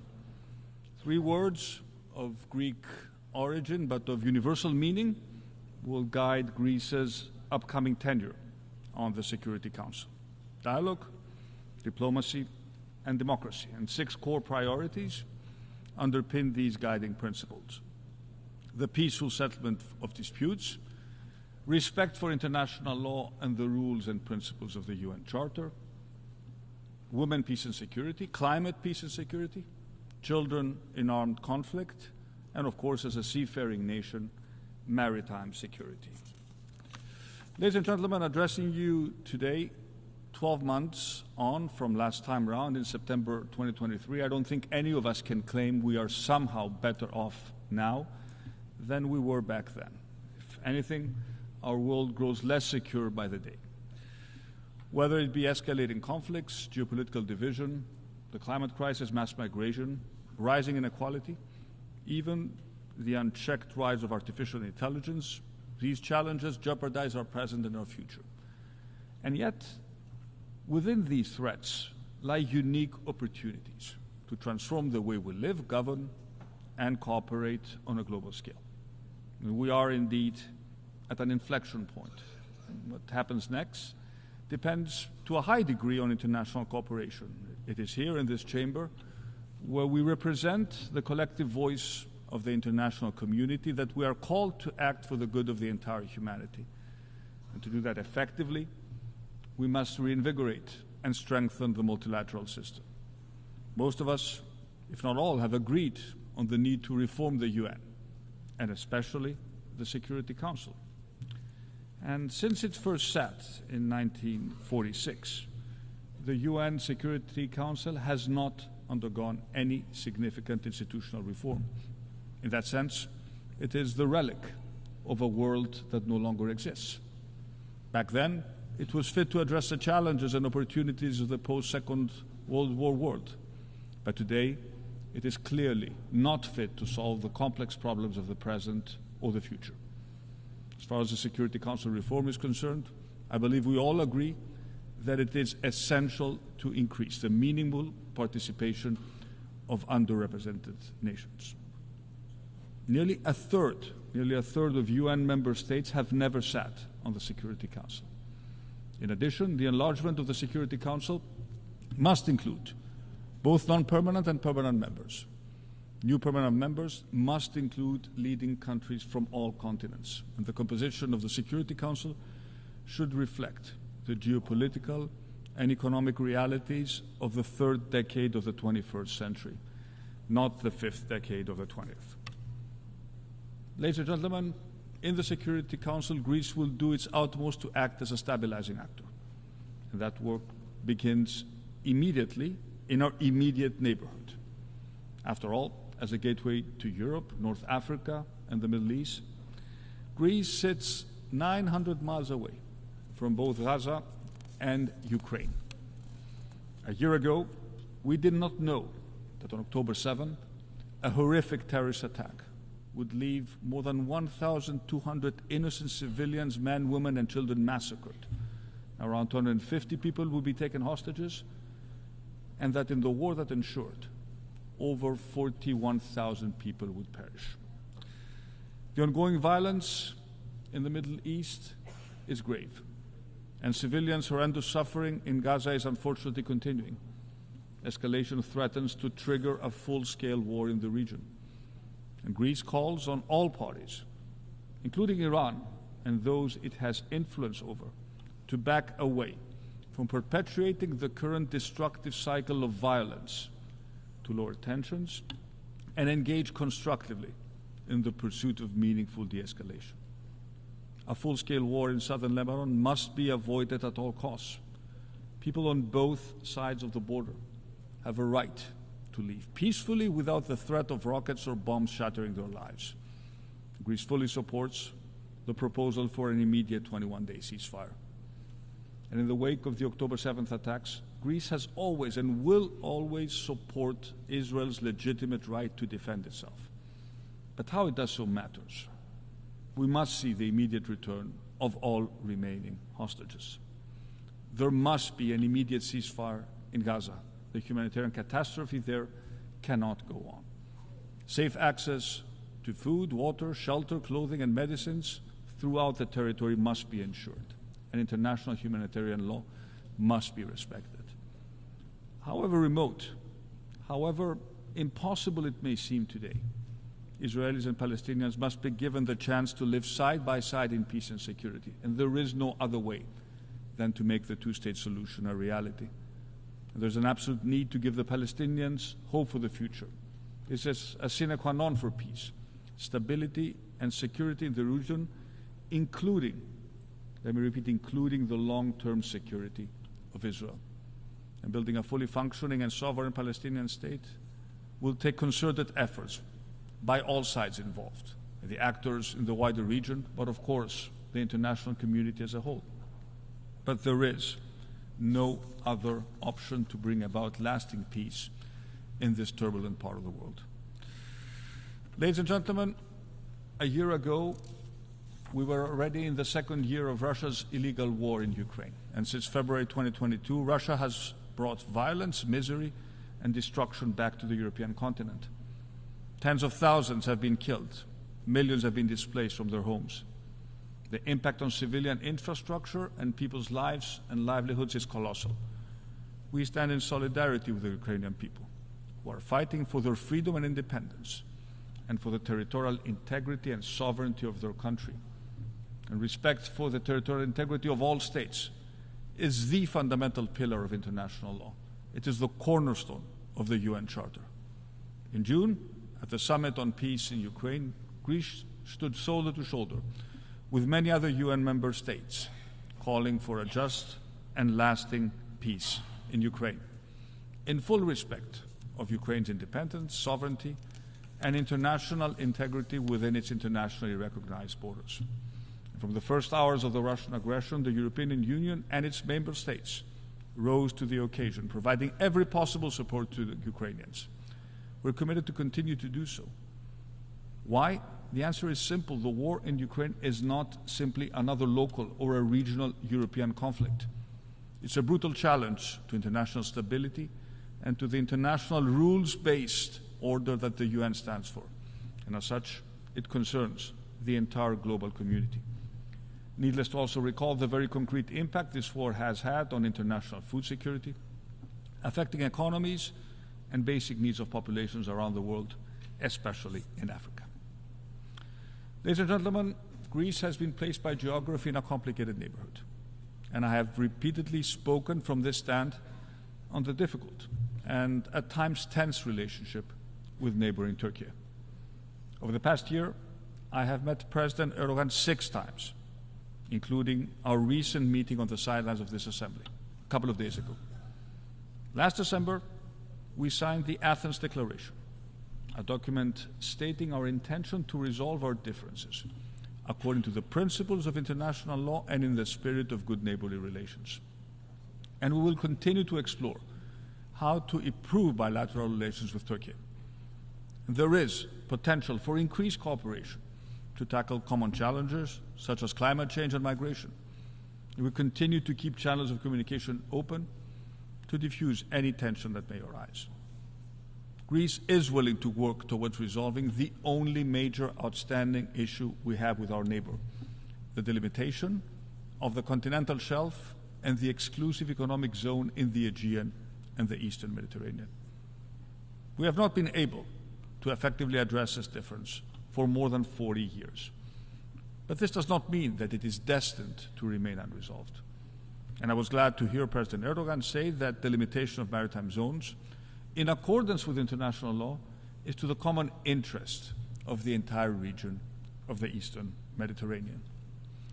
And I strongly believe that we have today a window of opportunity, and we should be bold enough and wise enough to seize this chance. But if we are to try, we should both adopt a consistent approach in every aspect of our behavior towards each other. On the other hand, when it comes to Cyprus, where this year marked the 50th anniversary of Turkey's illegal invasion and subsequent occupation of over a third of the territory of the Republic of Cyprus, we unfortunately see no progress in Turkey's position. This invasion was and remains a violation of the fundamental principles of the UN Charter. As Prime Minister of Greece, I reaffirm here today our commitment to the sovereignty and territorial integrity of Cyprus and to a solution on the basis of a bizonal bicommunal federation with a single sovereignty, a single citizenship, and a single international personality in accordance with the relevant UN Security Council resolutions. A two-state solution cannot and will not be accepted. It is simply not a solution. President Christodoulidis gave yesterday from this podium an impassionate and sincere address recalling the violence and trauma of the Cyprus invasion 50 years ago. He also expressed his unwavering commitment to engaging in order to find a solution. And I, for one, have absolute trust in this commitment. He's right to argue that international law cannot be applied a la carte and that history cannot be rewritten or erased. Greece fully supports the efforts of the Secretary General for the resumption of negotiations within this framework. And we call upon Turkey and the Turkish Cypriot community to come to the negotiating table, to at least establish mutual trust and to engage in a frank and honest discussion in pursuit of a mutually acceptable, just and viable solution. And can you imagine how powerful a message for the world community it would send to all those seeking peace in seemingly intractable conflicts around the world if we can find a permanent, viable and just solution to the Cyprus question. Ladies and gentlemen, let me also mention the other side of our neighborhood and its future, the Western Balkans. As the oldest European Union member in the region, Greece has always had a vision for the Western Balkans inside the European Union family, a vision that would reduce tensions and conflict and embed the rule of law and fundamental freedoms, driving development and prosperity for its people. There has been progress, but that progress has not been enough. 21 years after the Thessaloniki agenda, significant challenges remain. And allow me to be very frank. The countries of the Western Balkans need to take the definitive decision to leave behind the traumatic legacy of the past. And the political leadership of the Western Balkans needs to choose by action, not by words, to embrace a European future. By improving democratic governance, consolidating the rule of law and freedom of expression, pursuing difficult internal reforms, and very, very importantly, committing to good neighborly relations. Reviving nationalist narratives and agendas should have no place today in a region on the cusp of joining the EU. And let's start with the basics. International agreements must be respected and implemented fully and in good faith, whether we're talking about Dayton or Prespa or the Belgrade-Pristina agreements. There are disruptors who would like nothing more than to cause new divisions in this sensitive corner of Europe. And it is time to relegate the famous phrase of Winston Churchill that the Balkans produce more history than they can consume once and for all to the history books. Ladies and gentlemen, let me conclude by addressing briefly two issues critical to our shared future: the advent of artificial intelligence and the adverse effects of digital technology, especially on our children and our teenagers. The power of AI seems limitless, a technology with the potential to change our world in a way that will probably surpass the advent of the personal computer, the launch of the mobile phone, or the birth of the World Wide Web. Like steam or electricity before it, AI, as a general technology, presents huge opportunity to transform for good the way we live, we collaborate, we progress as humankind. And if used correctly, it could very well be driving solutions across science, climate change, R&D, medicine. For our governments, AI has enormous power to enhance productivity, facilitate more effective decision-making, and deliver more efficient and higher-impact public services. It is indeed a game changer. However, AI also has the potential to do extraordinary harm. Unchecked and in the hands of malign actors, AI could yet become a weapon of control in an uncertain world order. We're already seeing how generative AI is used to create more and more convincing deep fakes designed to spread misinformation and disinformation. And it is not lost on me standing here in this assembly, created to protect peace and security and promote global dialogue, that our world is being shaped by transnational actors in the form of a few very large technology companies with more economic muscle than most of the countries represented here. And this is leading to an imbalance that we must address. Those driving the technologies that are fundamentally reshaping the societies are essentially not accountable, and that needs to change. They, like us, in the end, have a responsibility towards humanity. And unlike with climate change, where we continue to convene globally to discuss national contributions every year within the context of a global problem, with AI there is no such framework. The European Union is trying to rectify that. But just as with climate, the EU alone cannot address this challenge. And here I would like to praise the final report governing AI for humanity, presented just a few days ago by the high-level advisory body on AI established by the Secretary General. The recommendations of this report can truly contribute to an agile and adaptable regime of global governance of AI that helps showcase the benefits of AI and address its risks. Bluntly, if both a compact for the future and a global digital compact we agreed this week are to have any effect, then we may need to put the regulation and application of AI on a global footing. Eventually, what we may need is a COP for AI, with the participation not just of countries, but also of the global technology companies. And this is an issue of the utmost urgency for one additional reason, and let me conclude with that. We are already witnessing the adverse effect of digital technology and AI-driven algorithm on the mental health of our children and our teenagers. It took over a quarter of a century for campaigners to install seatbelts in cars, despite the fact that all the evidence pointed to belts saving lives. We are in a similar situation today when it comes to children and teenagers and their use of digital and social media platforms. Every day, children around the world are being exposed to content that exasperates feelings of loneliness and unrealistic standards of beauty. Frequently, our teenagers are pulled into extremist echo chambers. Bullying, once contained to the real world, now has its virtual twin. It follows children home from school and materializes on phones and tablets and bedrooms. Social media algorithms are constantly improved by AI to keep children online for the maximum amount of time and away from the real world of unsupervised play, and all for the purpose of making money. Countless studies have shown that heavy use of social media is linked to depression, feelings of isolation, sleep deprivation, and addiction. The brains of our children are being rewired and their development changed at an almost unimaginable scale. Yet we do nothing, or very little.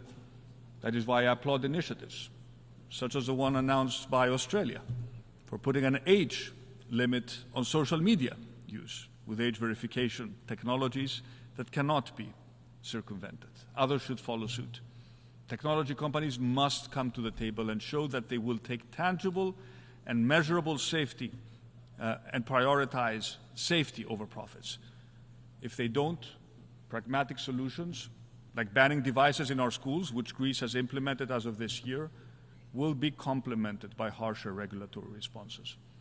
Digital technology is no different than any other industry that needs to operate under health and safety regulations.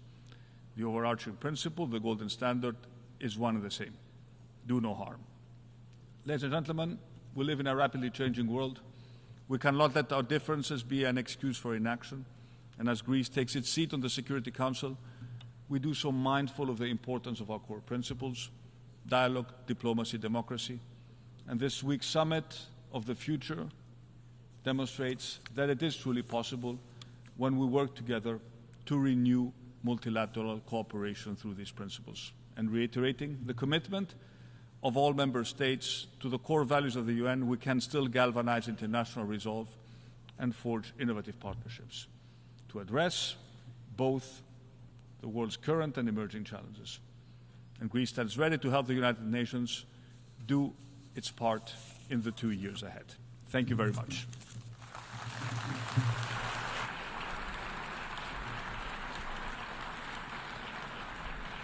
On behalf of the Assembly, I wish to thank the Prime Minister of the Hellenic Republic.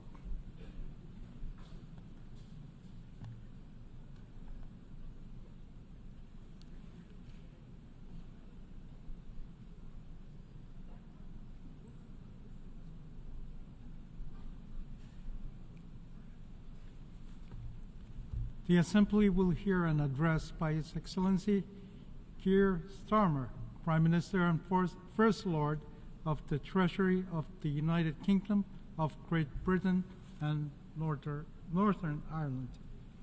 I request protocol to escort His Excellency and invite him to address the Assembly.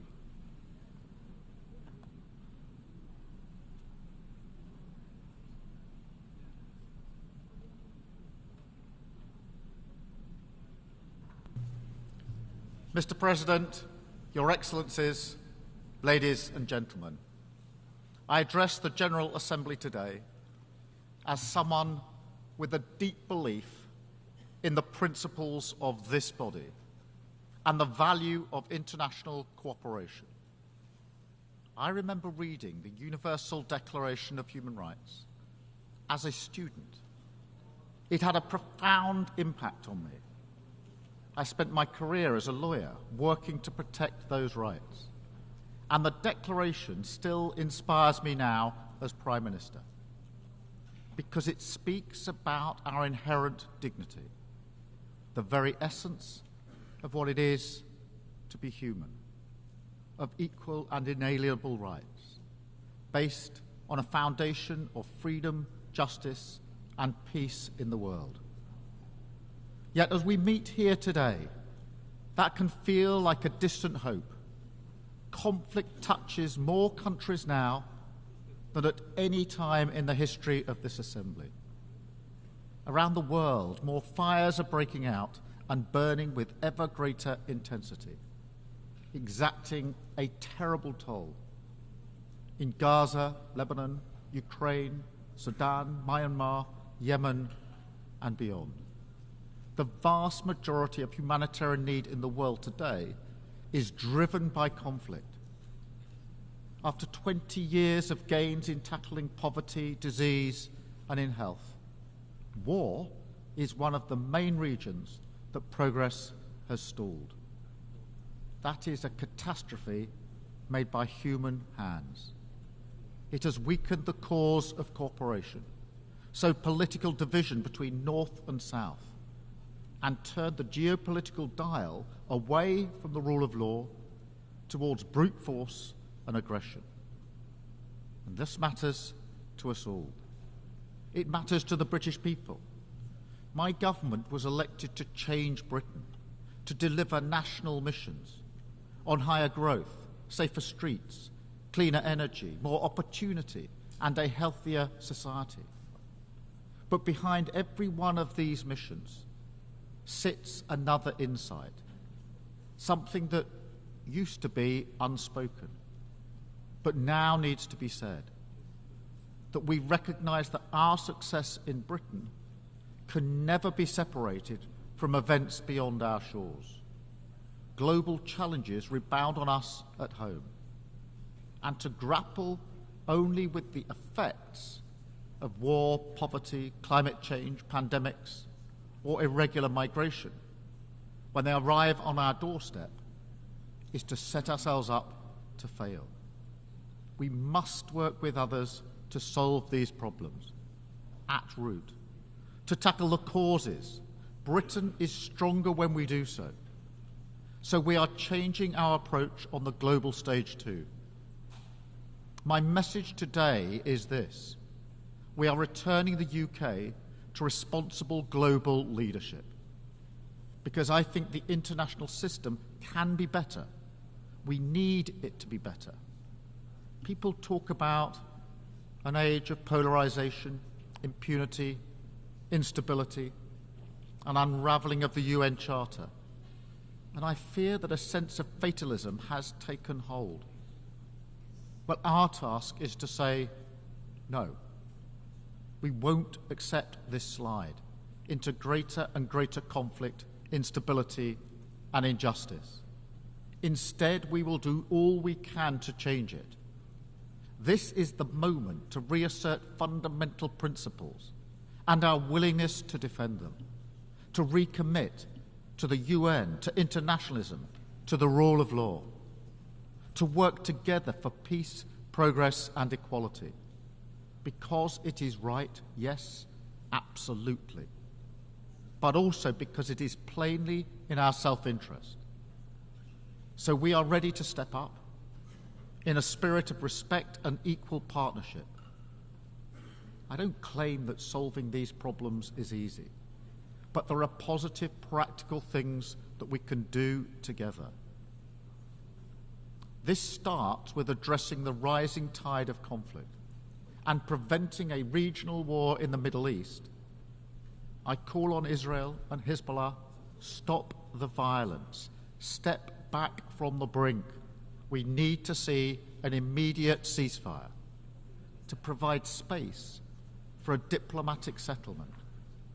And we are working with all partners to that end, because further escalation serves no one.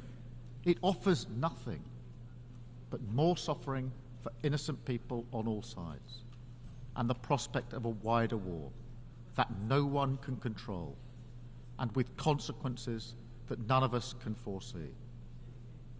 This is intimately linked with the situation in Gaza, where again we need to see an immediate ceasefire.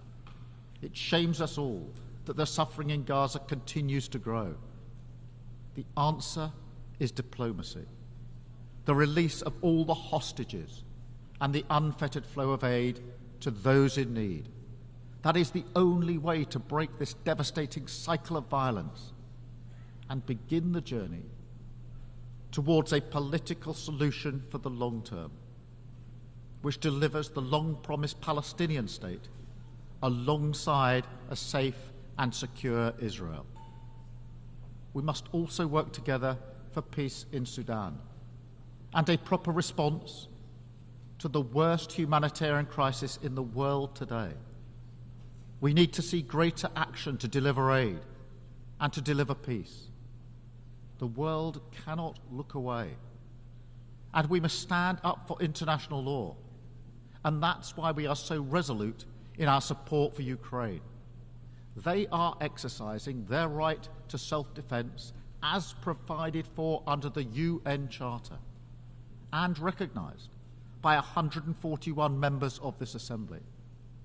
We will stand with Ukraine for as long as it takes, because the alternative would be to confirm the worst claims about this place, that international law is merely a paper tiger and that aggressors can do what they will. We will never let that happen, because it is our duty to respond to a more dangerous world with strength, to keep our people safe. But alone, that's not enough. That's not the limit of our responsibility. We must also work together to make the world less dangerous. And so we have to face some hard truths. The institutions of peace are struggling, underfunded, under pressure, and over-politicized. The entire framework of arms control and counter-proliferation, painstakingly constructed after decades, has begun to fall away. Iran continues to expand its nuclear activity in violation of its international commitments. Incredible new technologies like AI are being deployed for military use without agreed rules. These are difficult challenges to grip and too urgent to ignore. That's why the new Pact for the Future is so important. We must put new energy and creativity into conflict resolution and conflict prevention, reverse the trend towards ever greater violence, make the institutions of peace fit for purpose, and hold members to their commitments under the UN Charter. But again, reducing conflict is not the limit of our responsibility. Other global challenges impact us too. So we must work to get the SDGs back on track.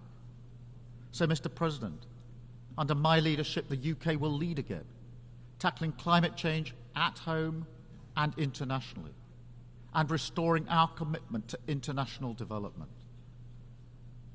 Like many of you, in a few weeks' time, I will be travelling to Samoa for the Commonwealth Heads of Government meeting, where a generation of children are having to contemplate fleeing their island of their birth for good. The threat of climate change is existential, and it's happening in the here and now. So we have to reset Britain's approach. We have lifted the de facto ban on onshore wind in England, ended new oil and gas licenses, and created Great British Energy as we become the first major economy to transition to clean power by 2030.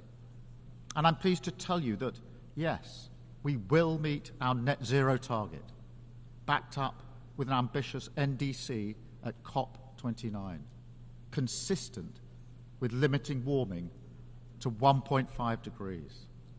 And we'll support others to do the same. I know that finance is at the heart of this, so the UK will continue to be a leading contributor to international climate finance that includes supporting nature and forests, because this is vital for biodiversity and reducing emissions. And it includes funding for climate adaptation, because those who did not cause this crisis should not be left to cope with the consequences. And the UK will also continue to be a leading contributor to development, committed to returning to 0.7% when fiscal circumstances allow.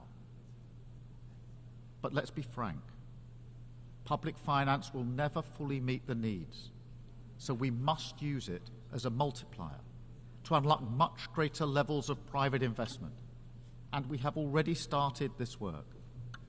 I can announce today that we're creating a new facility, the British International Investment, which will work with the City of London to mobilise billions in pension and insurance funds to invest in boosting development and fighting climate change.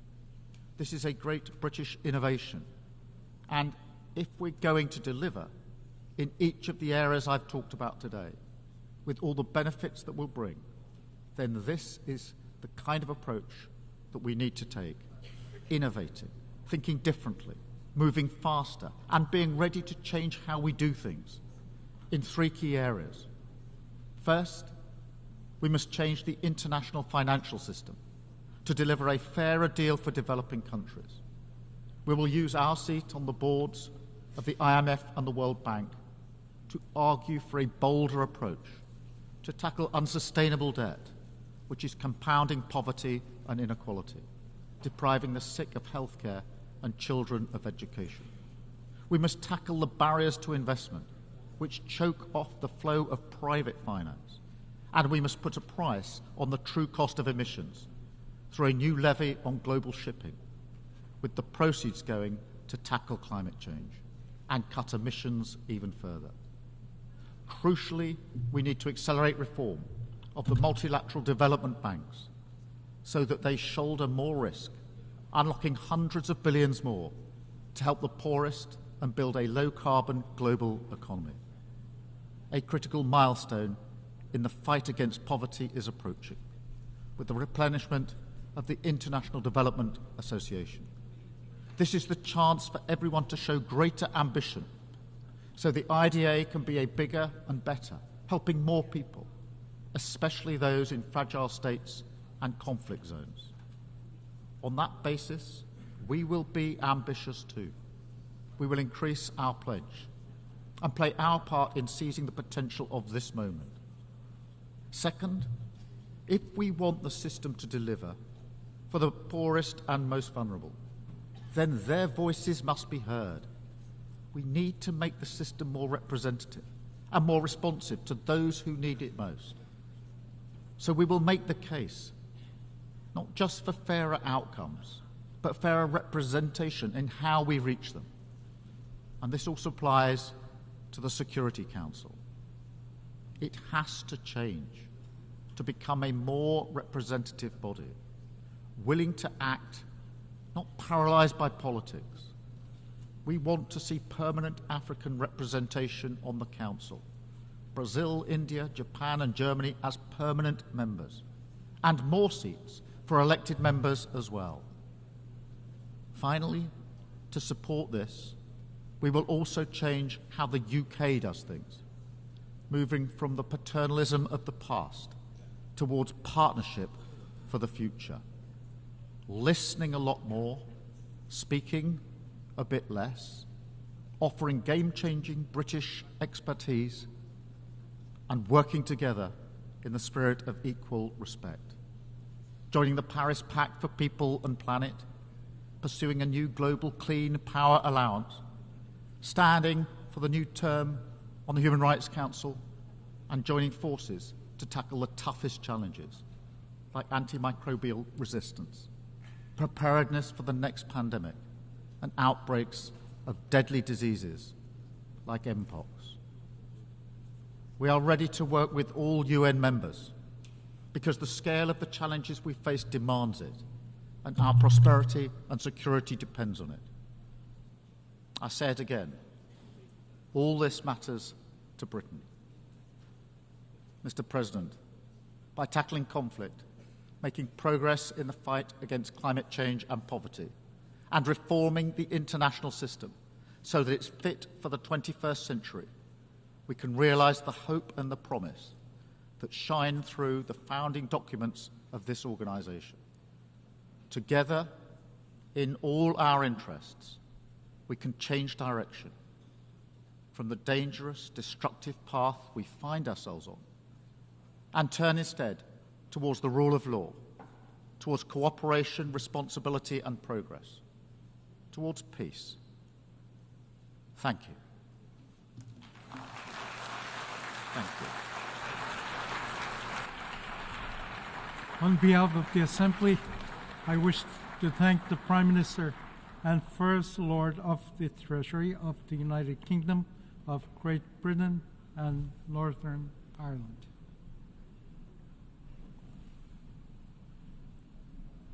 The Assembly will hear an address by His Excellency K.P. Sharma Oli, Prime Minister of Nepal. I request protocol to escort His Excellency and invite him to address the Assembly.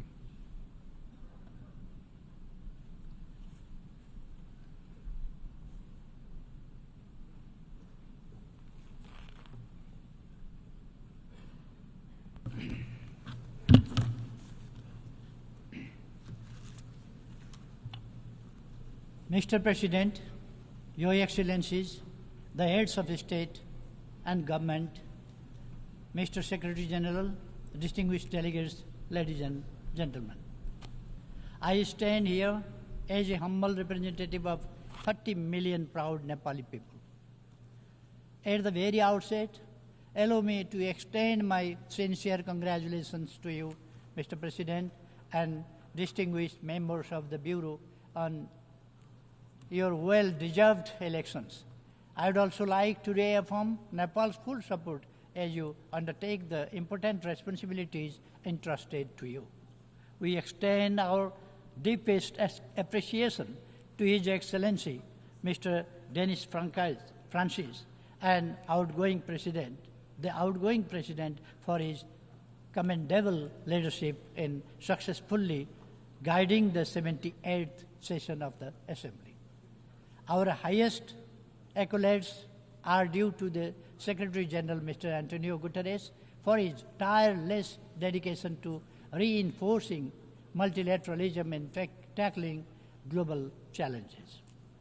I fondly recall your visit to Nepal last year, Mr. Secretary General, and your message of peace from the sacred birthplace of Gautam Buddha, and the message of climate catastrophe of mountains from the Everest region. Mr. President, the world is at a watershed moment in history. The contrast between rich and poor, harmony and hatred, and economic development and environmental destruction have never been as stark as they are today. Both people and planet stand on the brink of climate catastrophe. Geographical rivalries are resurging. Military expenditures are skyrocketing along with an unabated arms race. The specter of nuclear conflict looms larger than ever, even before.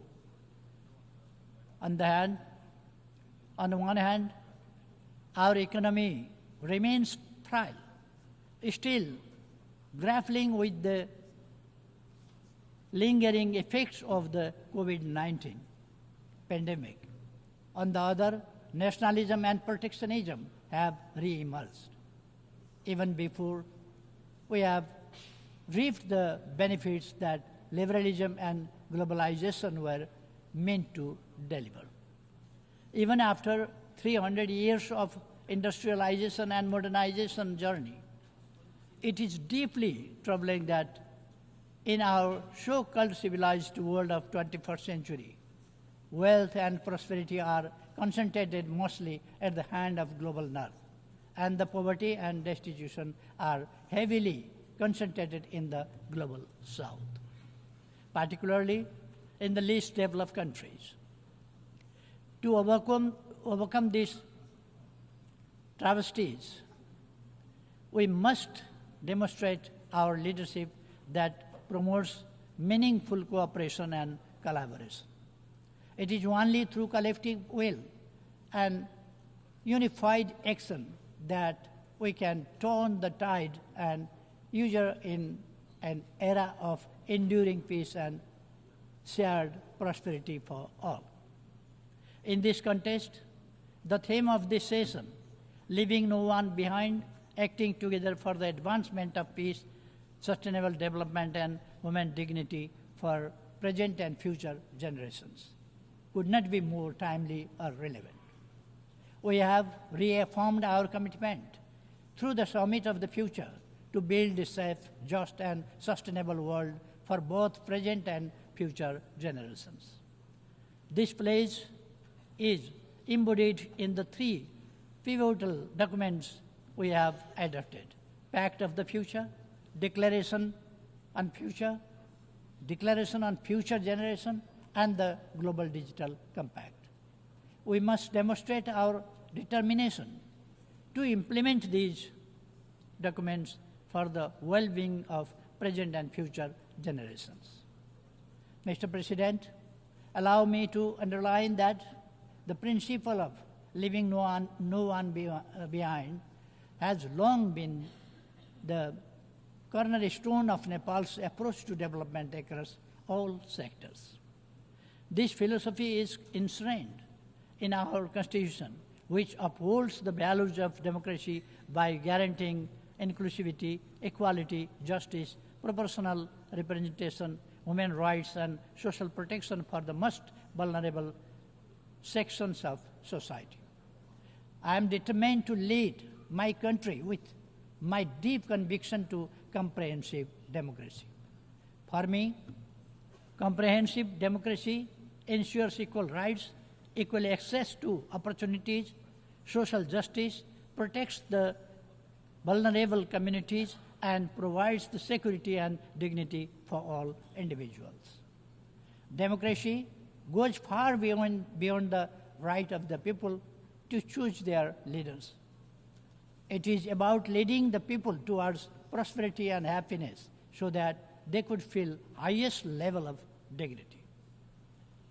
At the international level, sovereign equality and mutual respect constitute the backdrop of comprehensive democracy.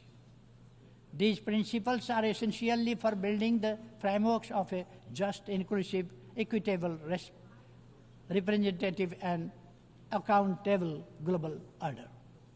Mr. President, as a nation emerging from conflict, Nepal deeply understands the profound value of peace and political stability. Since the signing of the Comprehensive Peace Accord in 2006, Nepal has been firmly focused on completing the peace process at the earliest.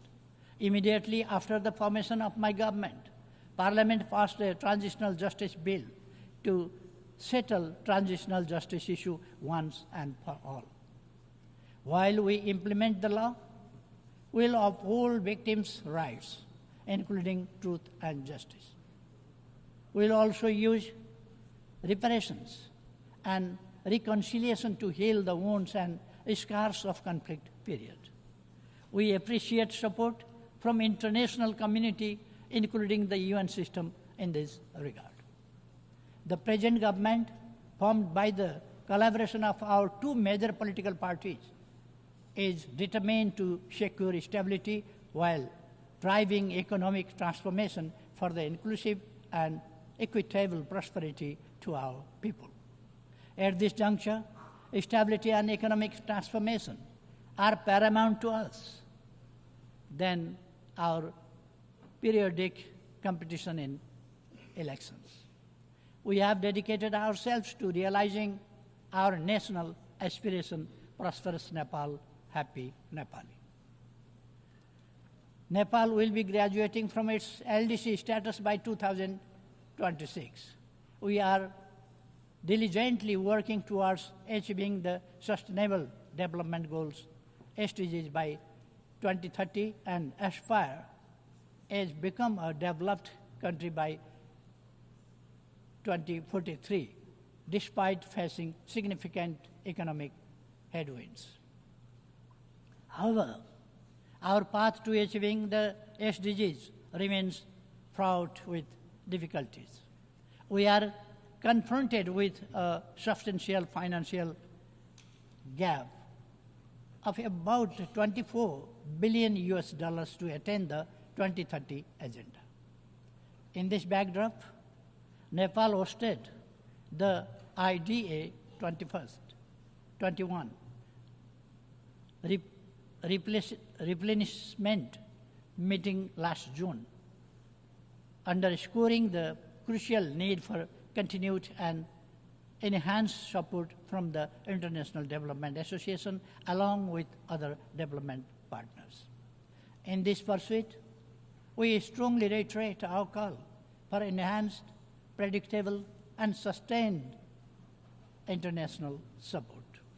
Mr. President, climate change has emerged as the gravest threat to our planet, people, and prosperity. My own country, Nepal, is particularly hard hit. We stand as one of the most vulnerable nations to climate change and are ranked as the 20th most disaster-prone country in the world. Of utmost concern is the alarming rate at which the pristine Himalayas, often referred to as the third pole, are losing their vast snow reserves. This loss threatens water availability for billions of people living downstream, extending far beyond the borders of my country. Nepal has usually been contributing to the health of our planet through its forests, mountains, and rivers. Yet, despite these efforts, we continue to bear the brunt of climate change. In this context, we call for climate justice. Our mountains play a crucial role in regulating the climate and ecosystem of oceans with their snow-fed rivers flowing down to the oceans. Nepal's Himalayas, as a natural climate stabilizer, help maintain a cooling system in a region situated in the hottest zone of the planet between the Tropic of Cancer and Capricorn. Given their significance, it is essential that the mountain agenda should receive the due attention in climate negotiations. Nepal is steadfast in its commitment to the Paris Agreement and aims to achieve net zero target by 2045, 5 years earlier than global target. As climate change is a global challenge, it demands global action and collaborative efforts to address its widespread and cascading impacts. Adequate climate financing, including loss and damage fund, is crucial to support climate resilient measures and infrastructure for adaptation in developing countries, not least in LDCs. Mr. President, Nepal's land is blessed with the wisdom of enlightened great sages from both the Hindu and Buddhist faith, particularly the teachings of Gautam Buddha. This profound legacy has shaped our world view to seek global harmony, peace, and security. The values of love, harmony, tolerance, and empathy, as espoused by Gautam Buddha, hold even greater relevance today than they did over 2,500 years ago.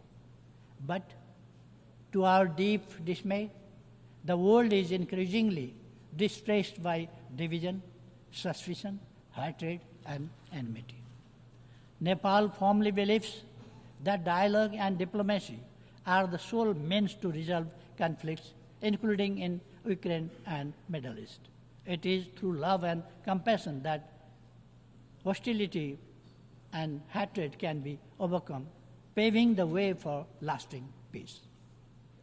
On the issue of Israel-Palestine conflict, we continue to support a two-state solution where Israel and Palestine coexist peacefully and securely within internationally recognized borders, in line with relevant United Nations resolutions. We must address the worsening humanitarian crisis in regions such as Libya, Syria, Sudan, South Sudan, Yemen, and elsewhere. It is vital to uphold the principles of sovereign equality, non-interference as enshrined in the UN Charter, to ensure peace and stability. Consequently, we sternly oppose any form of unilateral intervention or sanctions.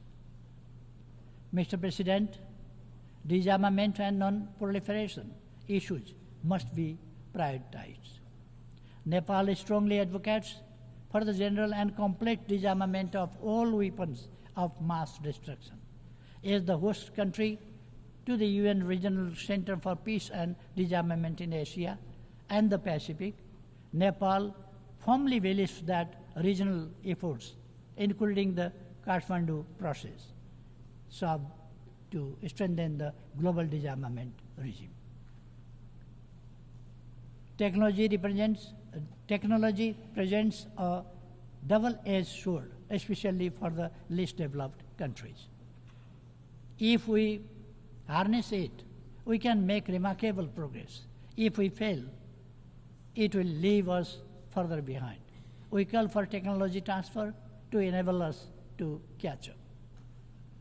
Mr. President, Nepal has always adhered to a peaceful, independent, balanced, and non-aligned foreign policy based on the principles of Panchashil, the UN Charter, international law, and norms of world peace. We conduct our foreign policy with profound belief in amity with all, enmity with none. Nepal remains committed to further strengthening its close, cordial, and constructive relations with its immediate neighbors and beyond, rooted in the principles of mutual respect, sovereign equality, territorial integrity, non-interference in each other's internal affairs, and peaceful coexistence. As the largest contributor of troops and police to UN peace operations, Nepal stands ready to further enhance its contribution to global peace and security. Nepal believes it is our rightful call for having commensurate representation in the leadership positions both at the UN headquarters and in the field, reflecting our significant contribution. Mr. President, Nepal firmly advocates for the reform of the UN system to make it more effective, democratic, transparent, and accountable. We firmly believe that stronger multilateralism with the United Nations at its core is the only path forward to tackle the numerous global crises we face. We echo a call for substantial reform of the global financial system as aptly described it by Secretary General Mr. Antonio Guterres as morally bankrupt. The voice and representation of countries in special situations, including the LDCs, landlocked developing countries, LLDCs, and small island developing states must be ensured. Mr. President, Nepal firmly upholds the belief that all human rights are universal, unalienable, indivisible, interdependent, and interrelated. It is with this conviction that we have become a party to 24 international human rights related conventions and protocols, including 7 of the 9 core instruments. We are fully committed to promoting gender equality and ensuring equal rights for women. Nepal is making necessary legal arrangements for the full realization of all human rights for women and girls, including their sexual and reproductive health rights. Protection of the rights of migrant workers, including their safety, security, dignity, and well-being has always remained our priority. We strongly advocate, so far, orderly and regularly migration to ensure that the benefits of migration are shared by all. Finally, Mr. President, the world we inhabit is far from being perfect. Yet, it is not all doom and gloom. We firmly believe that humankind is still capable enough to march ahead without compromising the prosperity and happiness of future generations. None of the global challenges we are facing today have been imposed by alliance. These are our own makings, our own creations. Therefore, it is self-evident that by fostering global understanding, trust, and cooperation, we can overcome these problems and challenges. A just, inclusive, and equitable world order, as well as sustained prosperity and attainable when we collaborate effectively. Let me resonate the wisdom of our ancient text, the Maha Upanishad, from around the 6th century BC, Vasudhaiva Kutumbakam, meaning the whole world is one family. We not only hold this philosophy dearly, but we also act it on our everyday life. With this constant conviction, Nepal is committed to playing its role to secure our shared aspiration of enduring peace, progress, and prosperity while leaving no one behind. Thank you.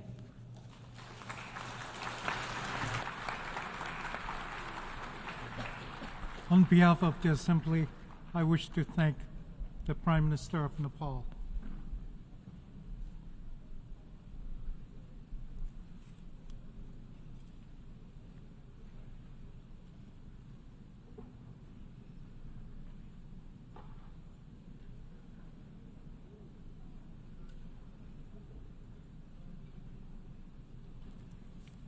I now give the floor to His Excellency Winston Peters, Deputy Prime Minister, Minister for Foreign Affairs, and Minister for Raising of New Zealand.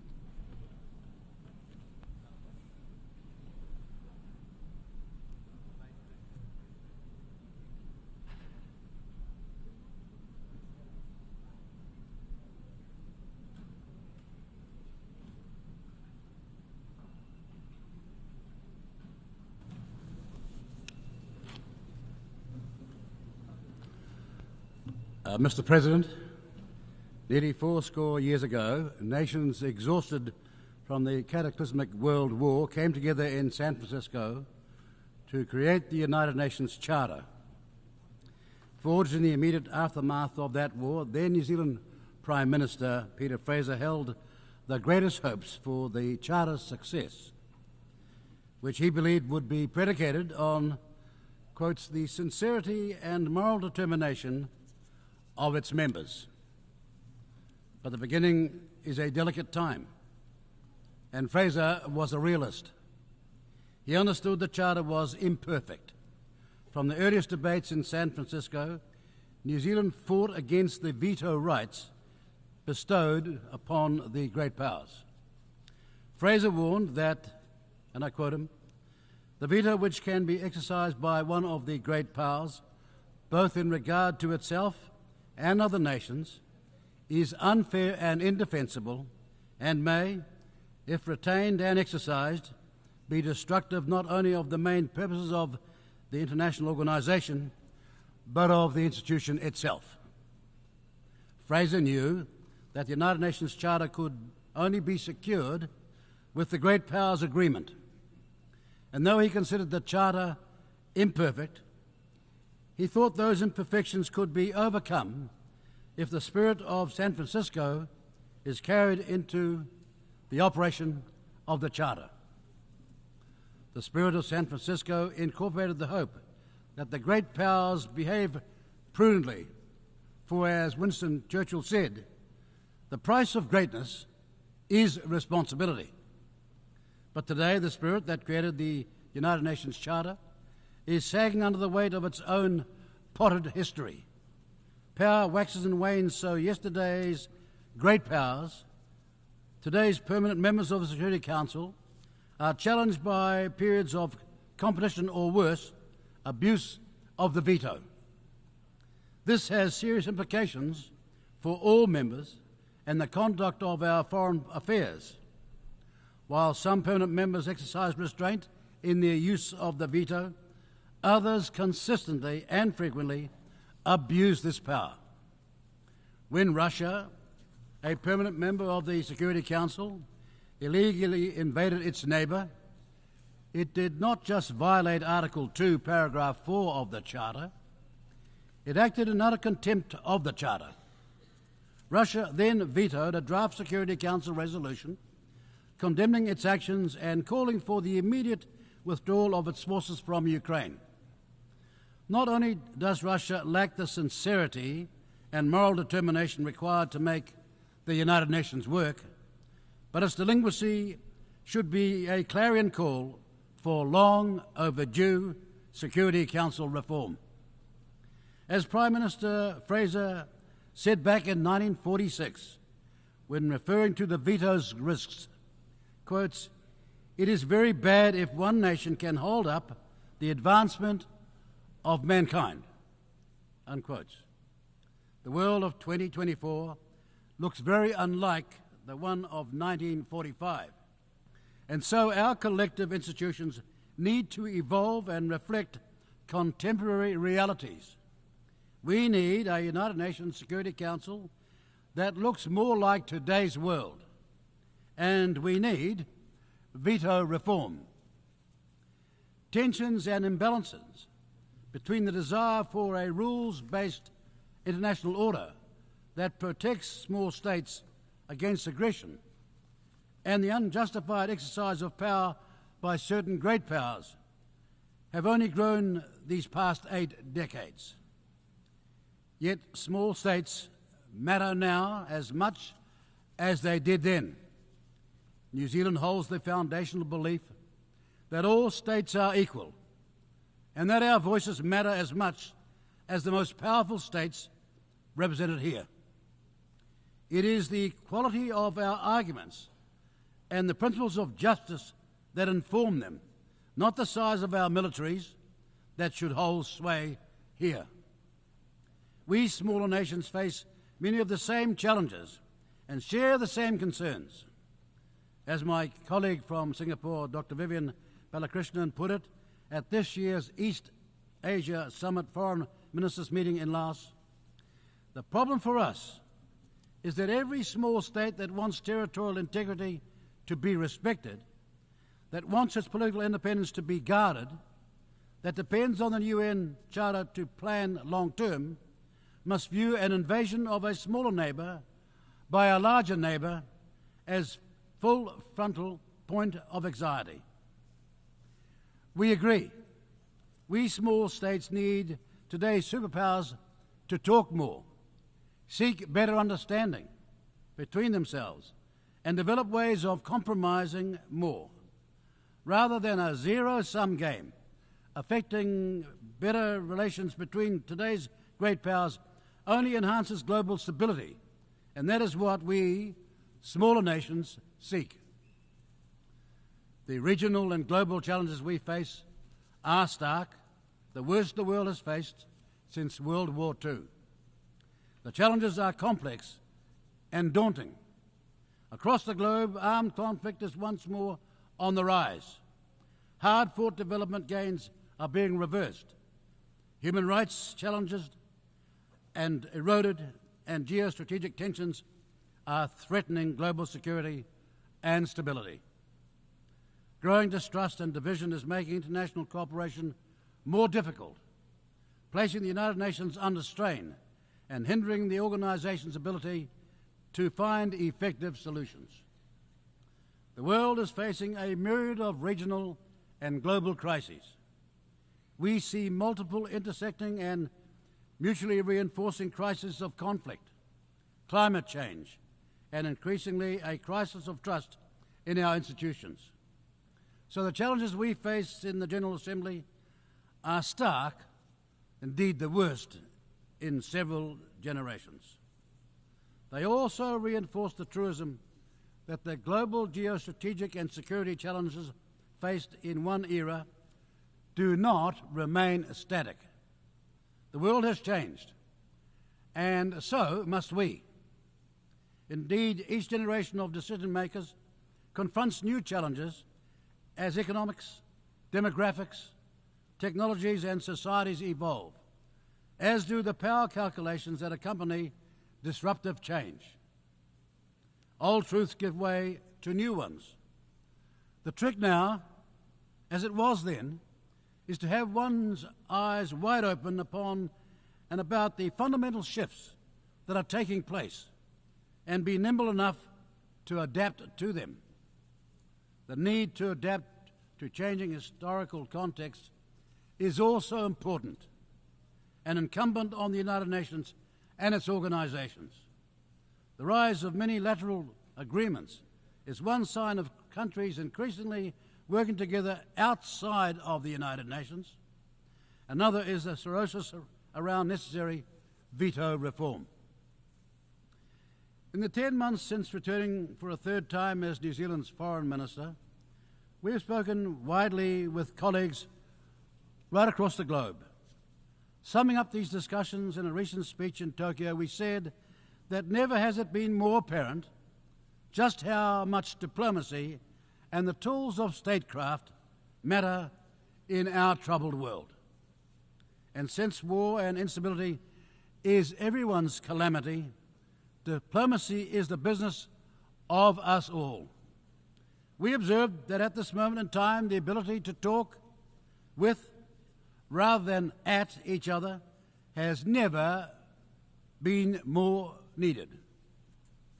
Those who share our values and those who do not gain from the understanding each other's position.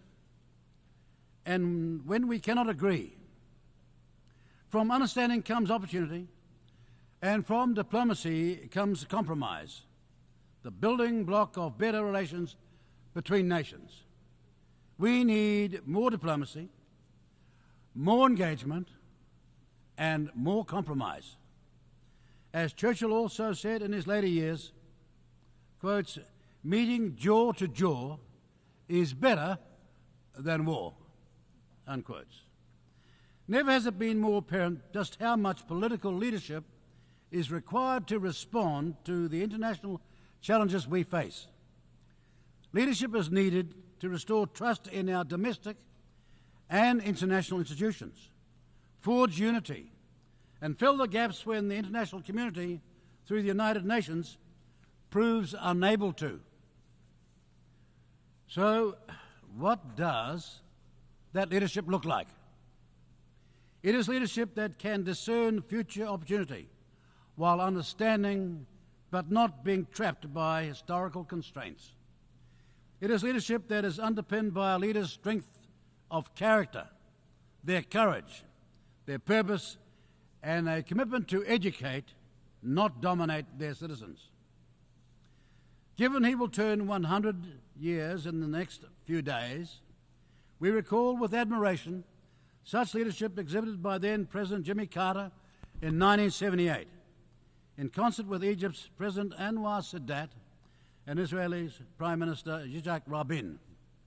They talked for 11 straight days at Camp David, from which emerged the Middle East peace accords between Egypt and Israel. That peace has endured, and New Zealand is proud as a foundational member of the multinational force and observers to have supported that peace since 1982. The accord reveals what is possible when leaders exhibit sincerity and moral determination, imbued by the spirit of San Francisco. We need more of this type of leadership and responsibility. Contrast that leadership with the catastrophic and ruinous path that has been followed in Gaza. This misery was caused by both Hamas' monstrous terrorist attack last year and now the overwhelming nature of Israel's response. We are most concerned about the generational consequences of this level of suffering and violence, with no end in sight, and which sees us on the precipice of an even wider conflict. Where is the sincerity and moral determination of today's leaders at the vortex of this unacceptable violence? New Zealand has sacrificed many of its young men to wars in faraway lands. Fully 10% of the total population of New Zealand fought in the Great War, and we lost a fifth of them. So every year on the 25th of April, we commemorate their loss at Gallipoli, the site of terrible carnage. This year, in a dawn address, we recalled that despite the horror of that war on the Gallipoli Peninsula, fraternal bonds were forged between warring nations. Countries who were once enemies became friends. New Zealand never wants to experience the catastrophe of another world war. We must never be at another San Francisco conference picking up the pieces after another descent into global annihilation and human suffering. So we must do more, demand more, and deliver more. We must reject and resist those who seek to conquer and control. We must always seek the path of peace, because the lasting victories of humanity are those of peace, not war. Finally, despite our frustration at the lack of political will required to adapt this organisation to fully meet the challenges of today, New Zealand's support for the United Nations remains unwavering. That commitment is unchanged from when Prime Minister Fraser expressed his great hopes for the Charter 8 decades ago. We believe effective multilateral diplomacy means taking responsibility for our obligations as member states. So to that end, we announced today New Zealand's intention as a voice for smaller states to campaign for a seat on the Security Council for the 2039-40 term. That intention is supported by our enduring hope that the spirit of San Francisco can be reclaimed through the sincerity and moral determination of our diplomatic efforts, and that we can all do better, and that it reinforces our enduring support for the United Nations and the cause of peace. Thank you.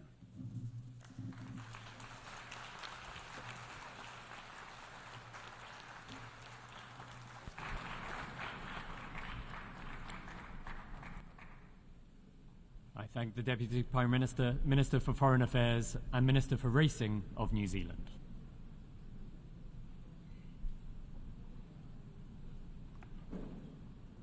I now give the floor to His Excellency Mbaye Mohammed, Minister for Foreign Affairs and International Cooperation, responsible for the Arab world, diaspora, the Francophonie and African integration of the Comoros.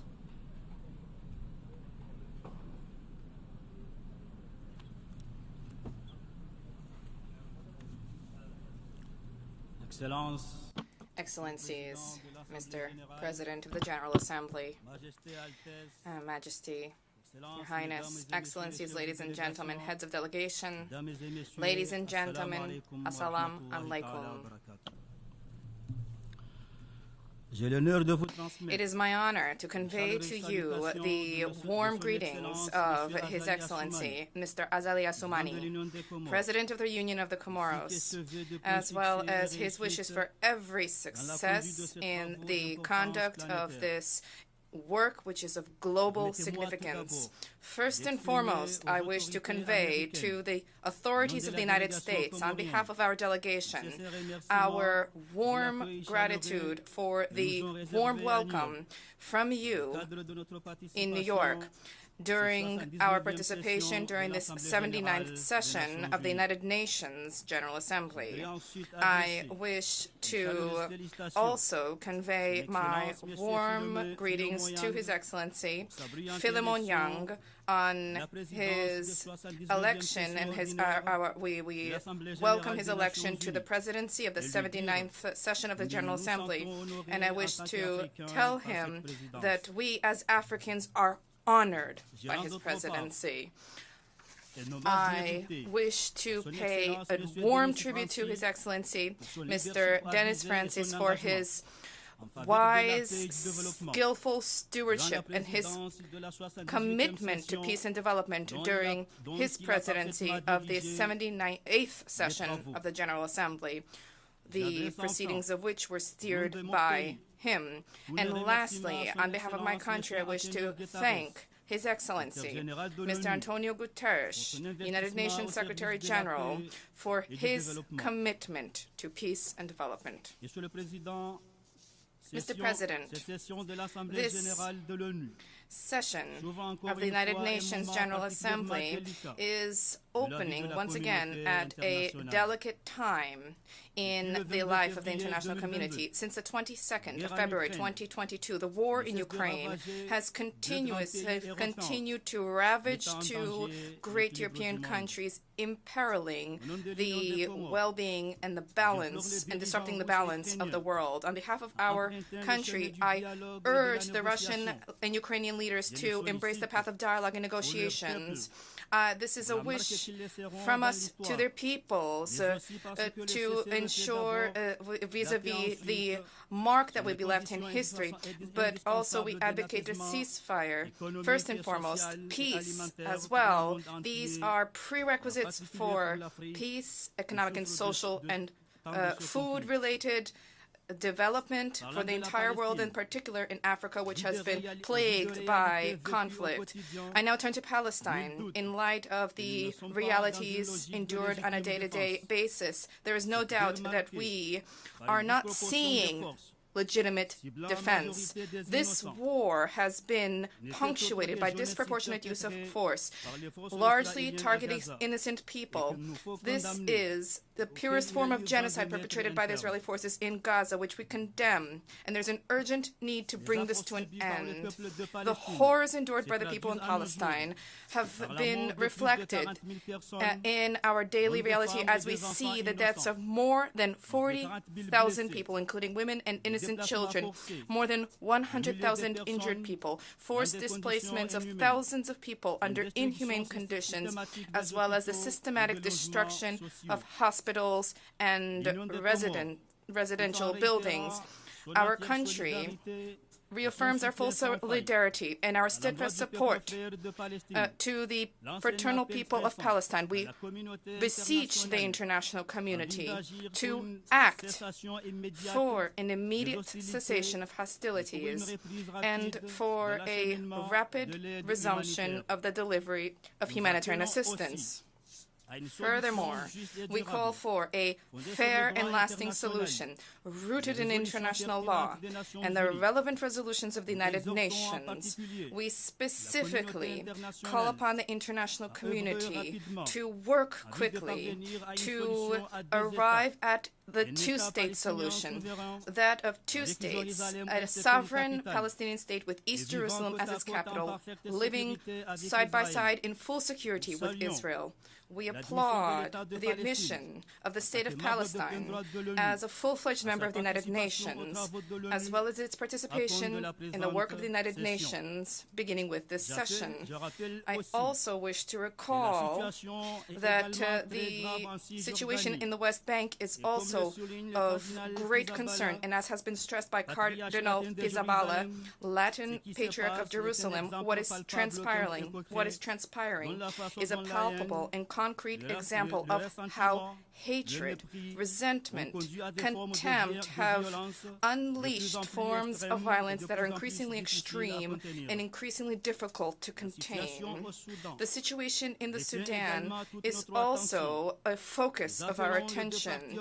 We call upon the two parties to the conflict to exercise restraint, to shield their populations from the horrors of this war, which for fraternal peoples has lasted for far too long. I now turn to Western Sahara. The Union of the Comoros believes that the autonomy plan for this territory within the Sharifian Kingdom, submitted in 2007 by the Moroccan authorities, is the surest way to arrive at a lasting settlement to the anachronistic conflict. The perpetuation of this conflict runs counter to the interest of the peoples concerned and thwarts the economic development of the entire region. My country, therefore, calls upon the stakeholders to embrace this. We urge the international community to extend its support for this. On the other hand, I wish to stress that international law and openness to dialogue need to prevail with a grasp of the problems, but particularly political issues. The same applies to respect for the territorial integrity of states.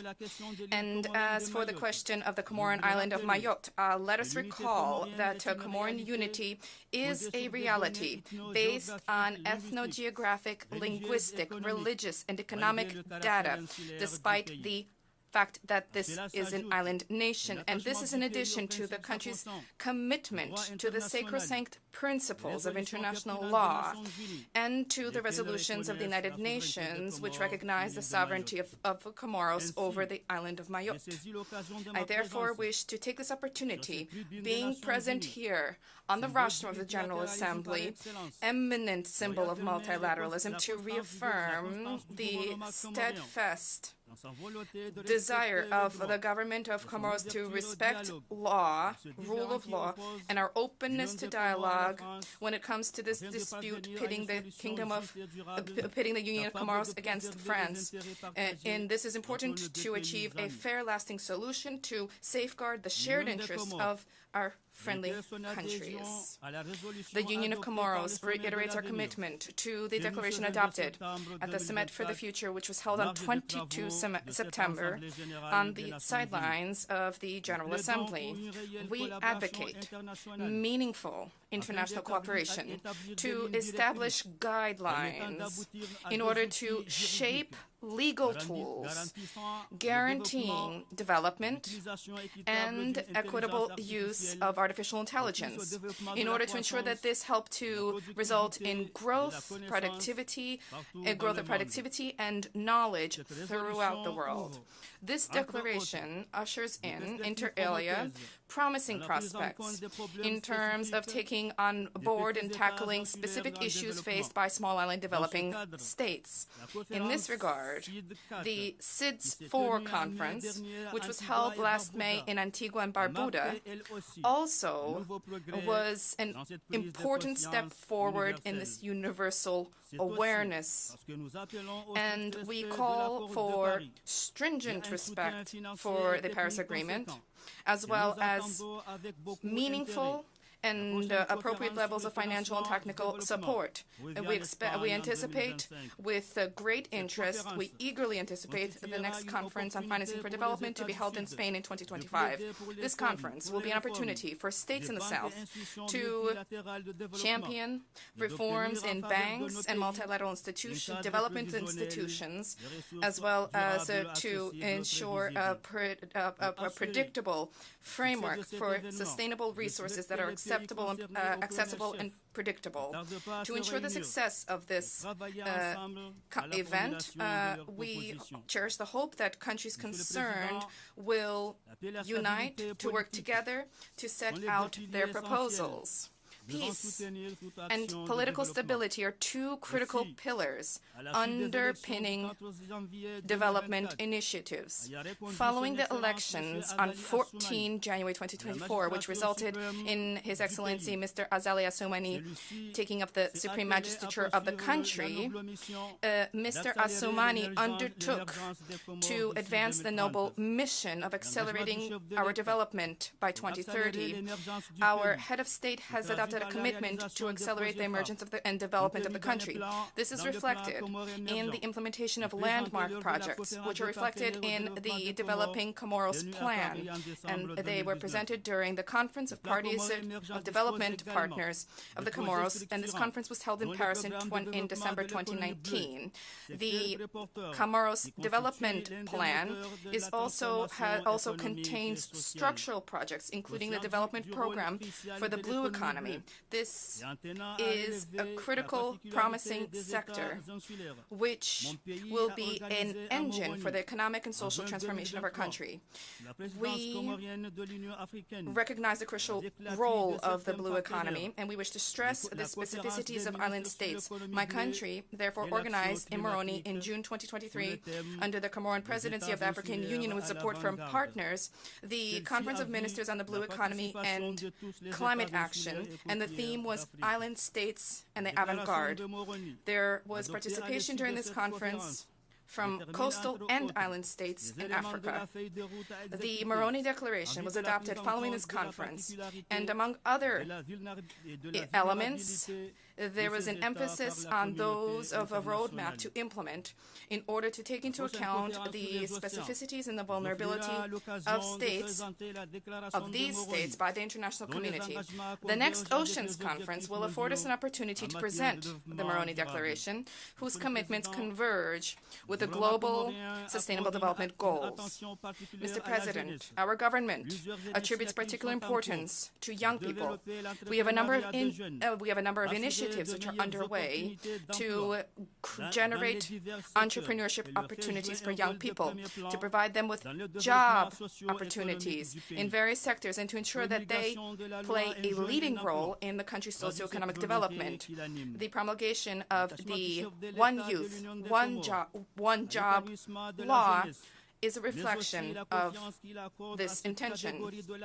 The President and the head of state of the Union of the Comoros is committed to the empowerment of young people, and he has placed great trust in young people in terms of their ability to generate new momentum as an engine for the country. And a few months ago, a government was put together comprised largely of young civil servants, and the challenge was undertaken to engage young people in the country's transformation as for the renewal of Comoros. Beyond these key areas, the head of state also highlighted sports, culture, art, and heritage in the 5-year agenda, thereby emphasizing his keenness to develop social sectors that contribute to shaping and enhancing our national identity. With respect to athletics, on behalf of the President of the Union of Comoros and his government, I wish to pay a vibrant tribute to our national team, the Coalescents, for their performances, which are a source of great pride for our people. We, as an international community, are faced with many challenges, and we need to pool our efforts to tackle them. This session has brought together the Assembly of Nations. It generates hope for peoples to see a highlighting of shifts in issues having to do with their anxieties and concerns. In behalf of the noble, in the name of the noble values which unite us, let us work to assuage these anxieties and concerns, transforming them into hope, especially by rising to the aspirations of our respective peoples. Thank you very much for your attention.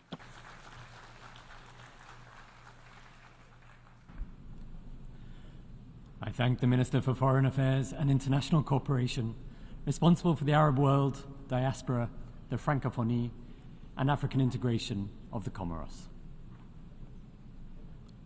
I now give the floor to Her Excellency Dominique Hassler, Minister for Foreign Affairs, Education and Sport of Liechtenstein.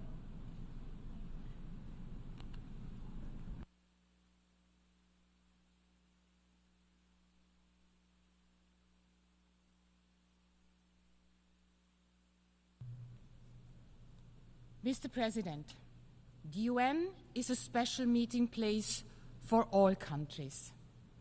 This is what our head of state said in his very first speech at the UN General Assembly when Liechtenstein became a member 34 years ago.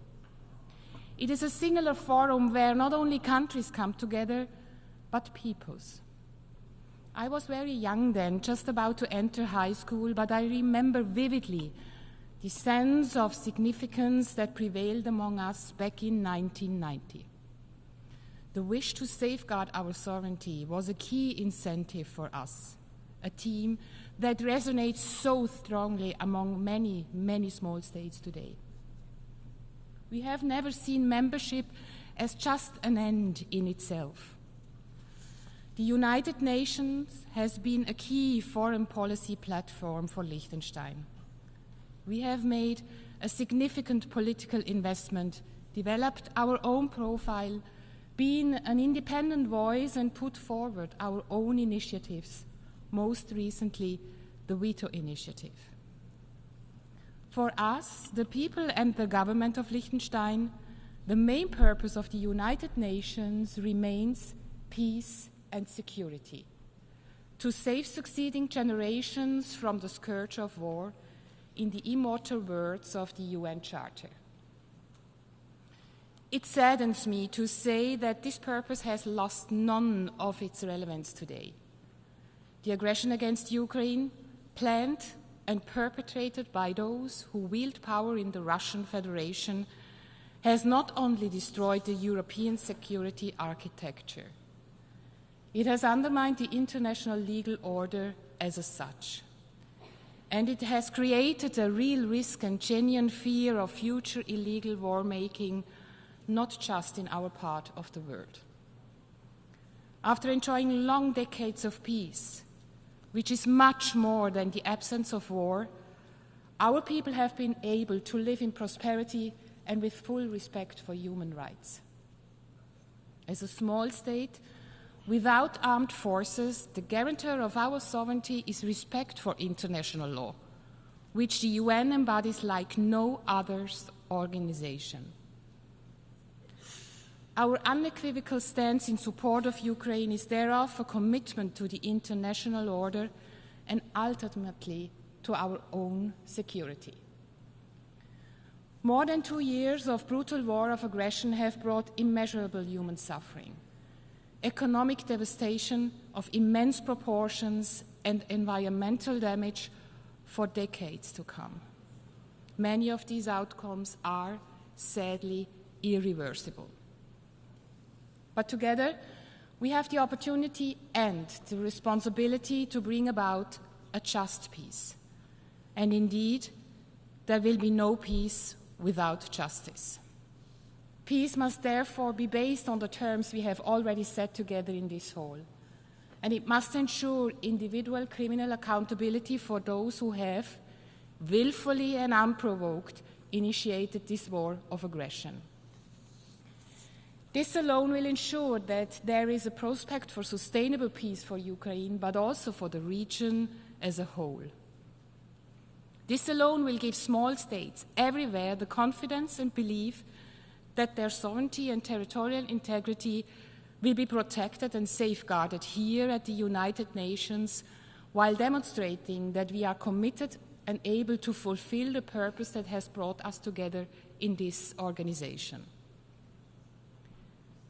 Mr. President, much of what we have done in recent years here in New York was driven by the belief that we must safeguard the role of the United Nations in maintaining peace and security. We support a strong Security Council, but see little indication that it will be able to come together in the way the current challenges require. Rather than criticizing and lamenting what is a political reality, we have to think about alternative avenues, avenues that do indeed exist. This assembly is the key platform in this respect. It has taken the lead on Ukraine, and it has adopted important decisions on the Gaza war. And under the terms of the Veto Initiative, which has resonated so strongly in this hall, it is given the option to act whenever the Council is paralyzed by a veto. The Pact of the Future has given us the necessary basis to continue what we have begun and to chart a new path for peace and security. Only in working together we will be able to deliver on this promise. Mr. President, for almost a year now, the situation in the Middle East has absorbed much of our attention. We have witnessed with horror the terrorist attack on the civilian population of Israel on the 7th of October. And we are shocked and appalled by the suffering of the civilian population of Gaza, the many thousands of innocent victims, a very large number of children among them, which is simply unacceptable. The protection of civilians is a key priority on the agenda of the United Nations. However, it seems to be a mere afterthought for those making the decisions on both sides of the conflict, whose actions cause human suffering and threaten stability in the region.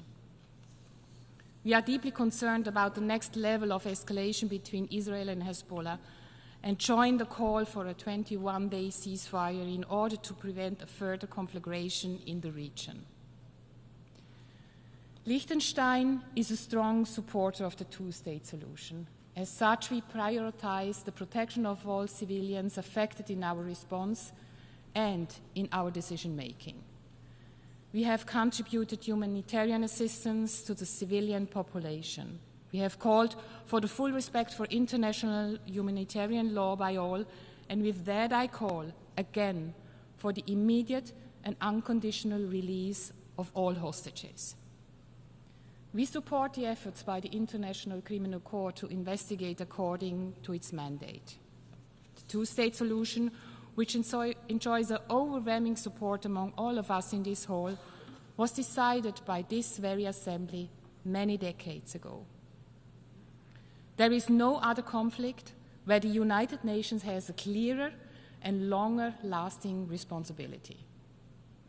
The end of the war in Gaza will only be one step in the long and difficult path to a two-state solution that allows Israel and Palestine to live together in peace and security in line with the right of self-determination of all peoples.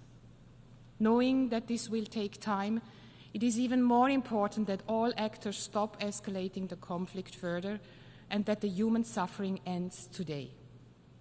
The UN and each single member state need to live up to the goal we have set ourselves many years ago and bring this conflict to an end. Mr. President, the sovereign equality of all countries and respect for international law are key for all UN members to thrive, but for smaller ones, even more so. It is no surprise then that in this building, my country is known in particular for our clear and consistent stance in support of the rule of law. We are proud of the work we have done on international law. And it is a commitment we are determined to continue, especially as there is no doubt that international law is under attack from more sides and in more ways than ever before. Today, I call on you. I call on all of us to face this challenge as an opportunity, to come together and unite in a way that brings together all who need international law upheld for their survival and prosperity. All of whose best and sometimes only defense is that the rules governing the contact between states since 1945 are actually enforced. All of us who are willing to stand up for each other, driven by both solidarity and enlightened self-interest. Today, it is a moment for us to realize that we must not take the existence of the United Nations for granted, that this organization's foundation is rooted in international law, but also that it is us in this room that have the power and means necessary if we work together. Doom and gloom are not the hallmark of leadership. We are encouraged by the fact that small states in particular are increasingly standing up for the rule of law and against the rule of might. We are gratified to see that the International Court of Justice and its decisions is looked at for guidance in our decision-making in challenges ranging from the two-state solution to the applicability of the Genocide Convention to climate change. This is a good and, more importantly, a necessary time to be the change that we want to see in the world. Mr. President, we politicians have the privilege, the agency, and the voice that we have to use. This, in my view, comes also with the obligation to speak up for those who do not have a voice. In a shockingly literal sense, the women of Afghanistan do not have a voice at all anymore. I therefore want to speak up for them from this podium. The denial of even their most basic human rights must be completely unacceptable for this organization and its representatives. We will continue to demand that the United Nations lives up to its special obligation and supports action to fight this extreme case of gender persecution. We must also speak up against the brutal oppression of women in Iran. Women across the world have been speaking up as agents of change for many years. We must ensure those voices are amplified at the highest level. As experience has shown, we will get better results for everyone if we entrust leadership positions much more often to women. As many others, I believe that it is a credibility challenge for the United Nations that a woman has yet to lead this organization.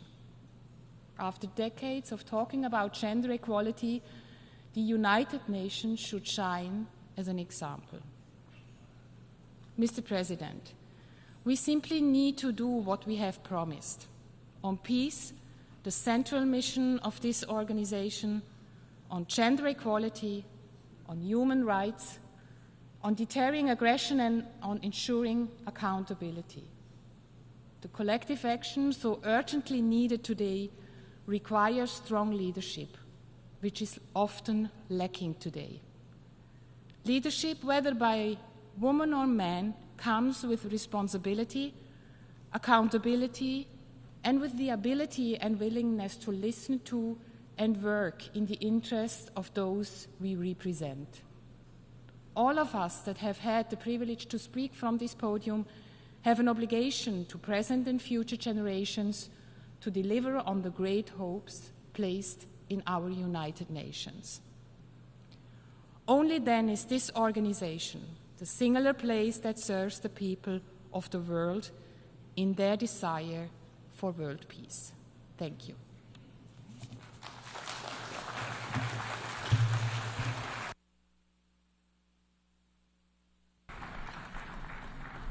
I thank the Minister for Foreign Affairs, Education and Sport of Liechtenstein.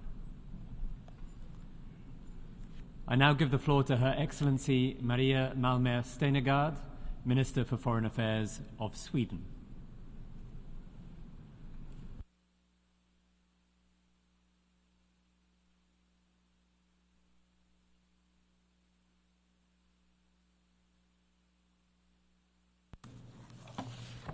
Mr. President, Excellencies, we are gathered in this assembly while the world and this organization are facing major and existential challenges.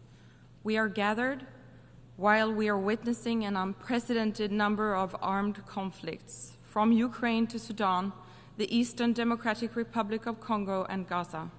We are gathered while we are failing at our collective goal of maintaining international peace and security, of saving future generations from the horrors of war and from the disastrous consequences of underdevelopment and climate change.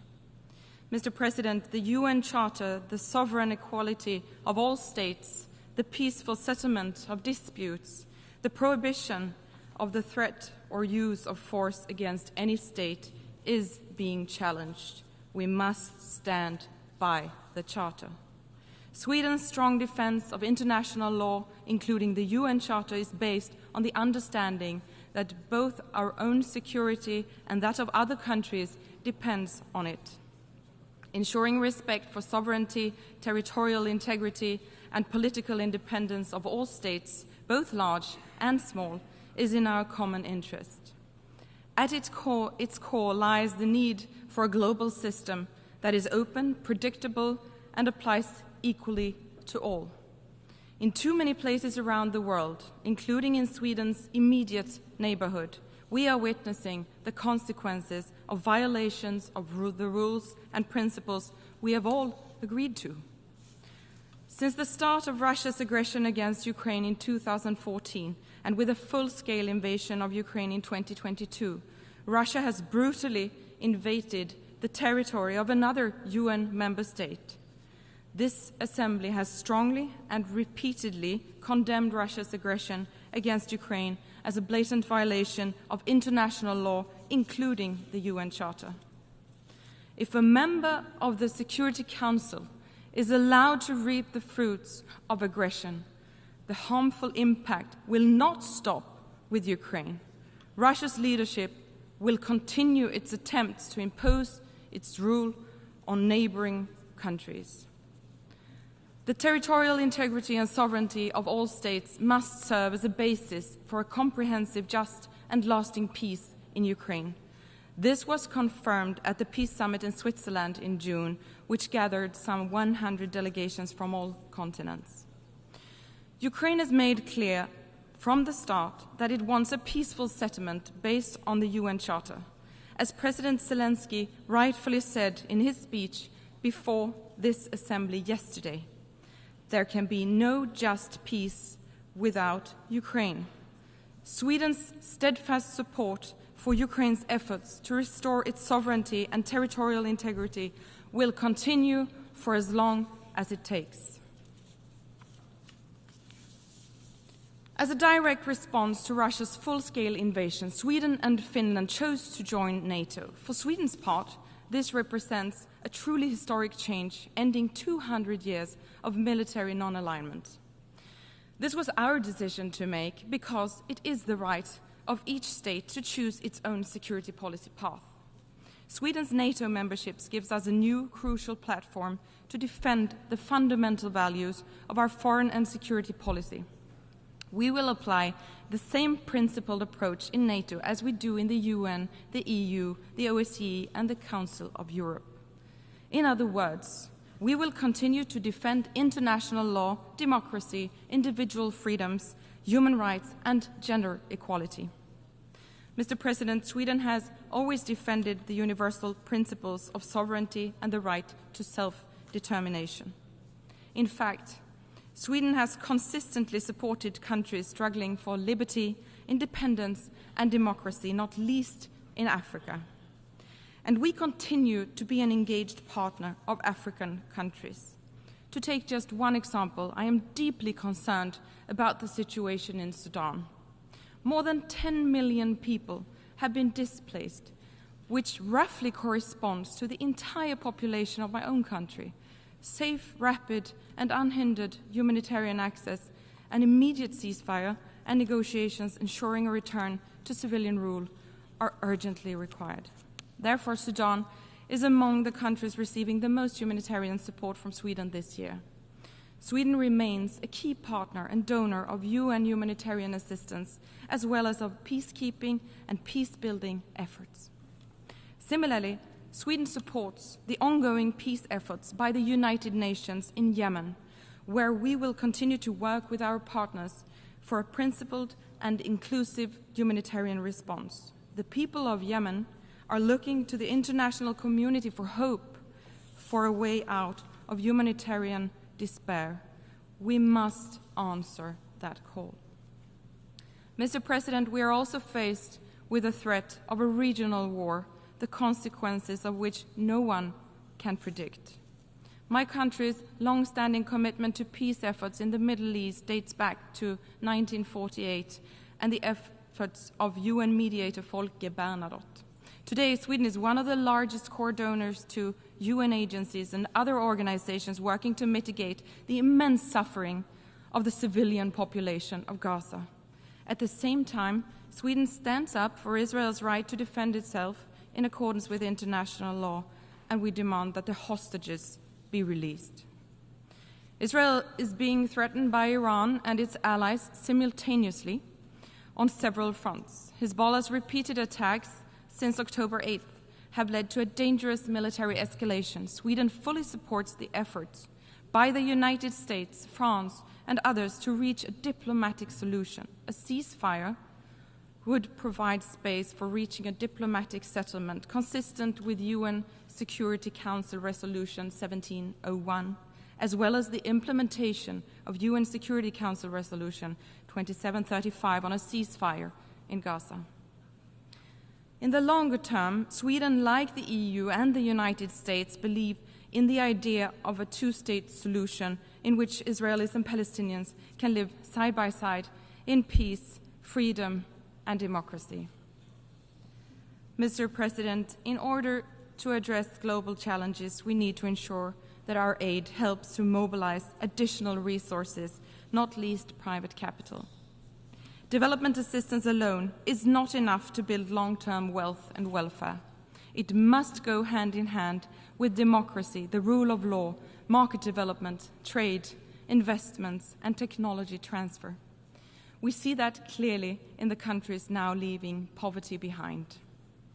We must also redouble our efforts to achieve the 2030 Agenda. Sweden is one of the world's most generous donors of development assistance. Through our development assistance, we are accelerating the implementation of the Sustainable Development Goals. To achieve this, strong national ownership in partner countries and a broader approach to development cooperation among donors is needed. We must also step up the fight against corruption so that economic growth benefits the whole of society, not just a few. Mr. President, I can only note that women have been underrepresented as speakers this week at the general debate. Women make up 50% of the world's population, yet only 10% of speakers this week are women. There is, one could say, a lot of room for improvement in this regard. And I agree with the Secretary General that global opposition to gender equality is on the rise. That is why gender equality is a core value in Sweden's foreign policy.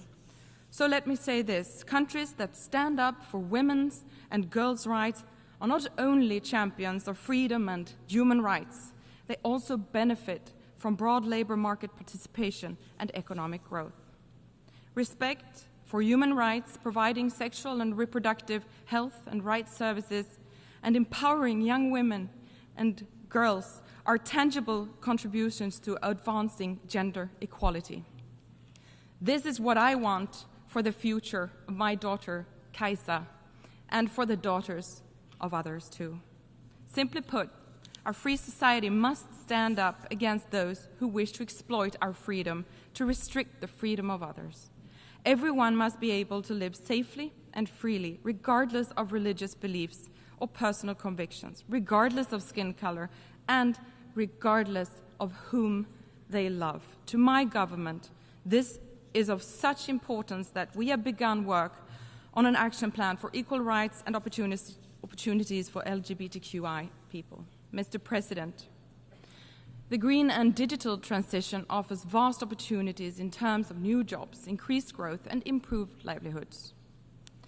Sweden aims to become climate neutral by 2045 at the latest. As early movers, we want to show that it's possible to reduce emissions while maintaining economic growth. At the same time, global ambitions on climate action and climate financing must be raised. Here as well, we are increasing our support even further and enhancing its effect, advancing innovative financial models to mobilize more private capital. Mr. President, the many crises in our world today have shed a harsh light on the need for reforms of our multilateral system. We need global governance structures that can withstand the challenges of our time and that are resilient against malevolent attempts to undermine the UN Charter. Action, implementation and follow-up must be our approach as we look forward and take stock of the Summit of the Future and the pact adopted there. The UN Security Council, the body entrusted with the ultimate responsibility to maintain international peace and security, must be effective, transparent and accountable. Sweden supports a balanced expansion of the Security Council to better reflect current global political and economical realities. This can be achieved by such means as adding new permanent and non-permanent seats, including for African countries.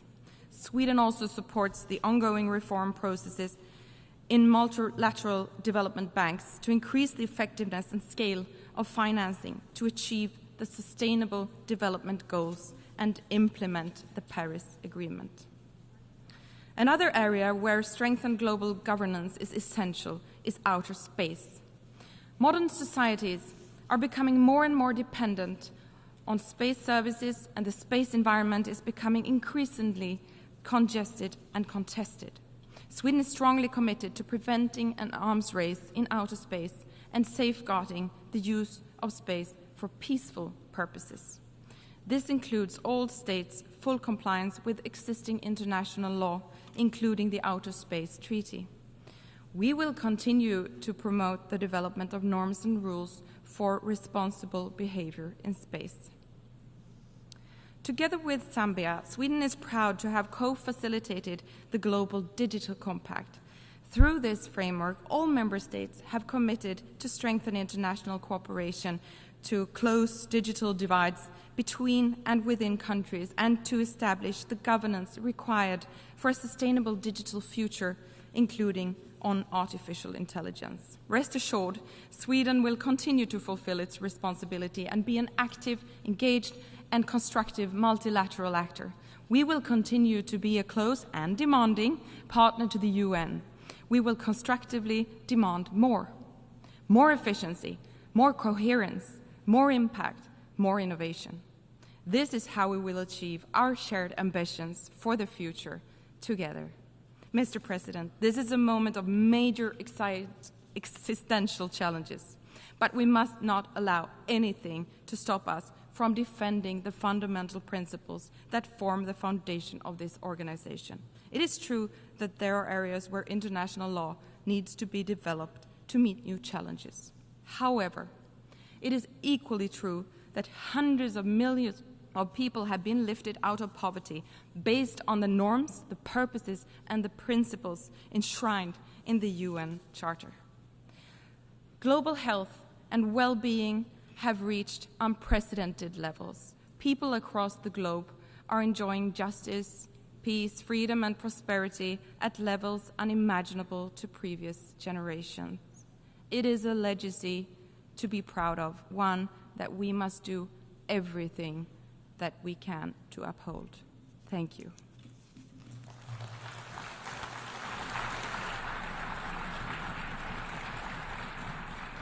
I thank Her Excellency Maria Malmer Sterngård, Minister for Foreign Affairs of Sweden. It is now my honor and pleasure to give the floor to His Excellency Alexander Schallenberg, Federal Minister for European and International Affairs of Austria.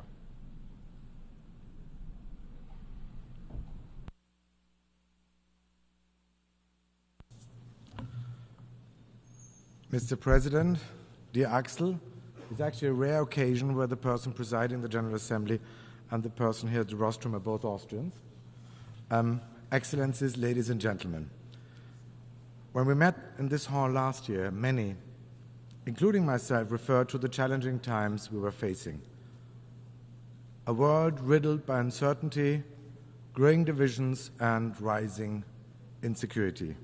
A backsliding in hard-earned development gains, a backlash against the universality of human rights.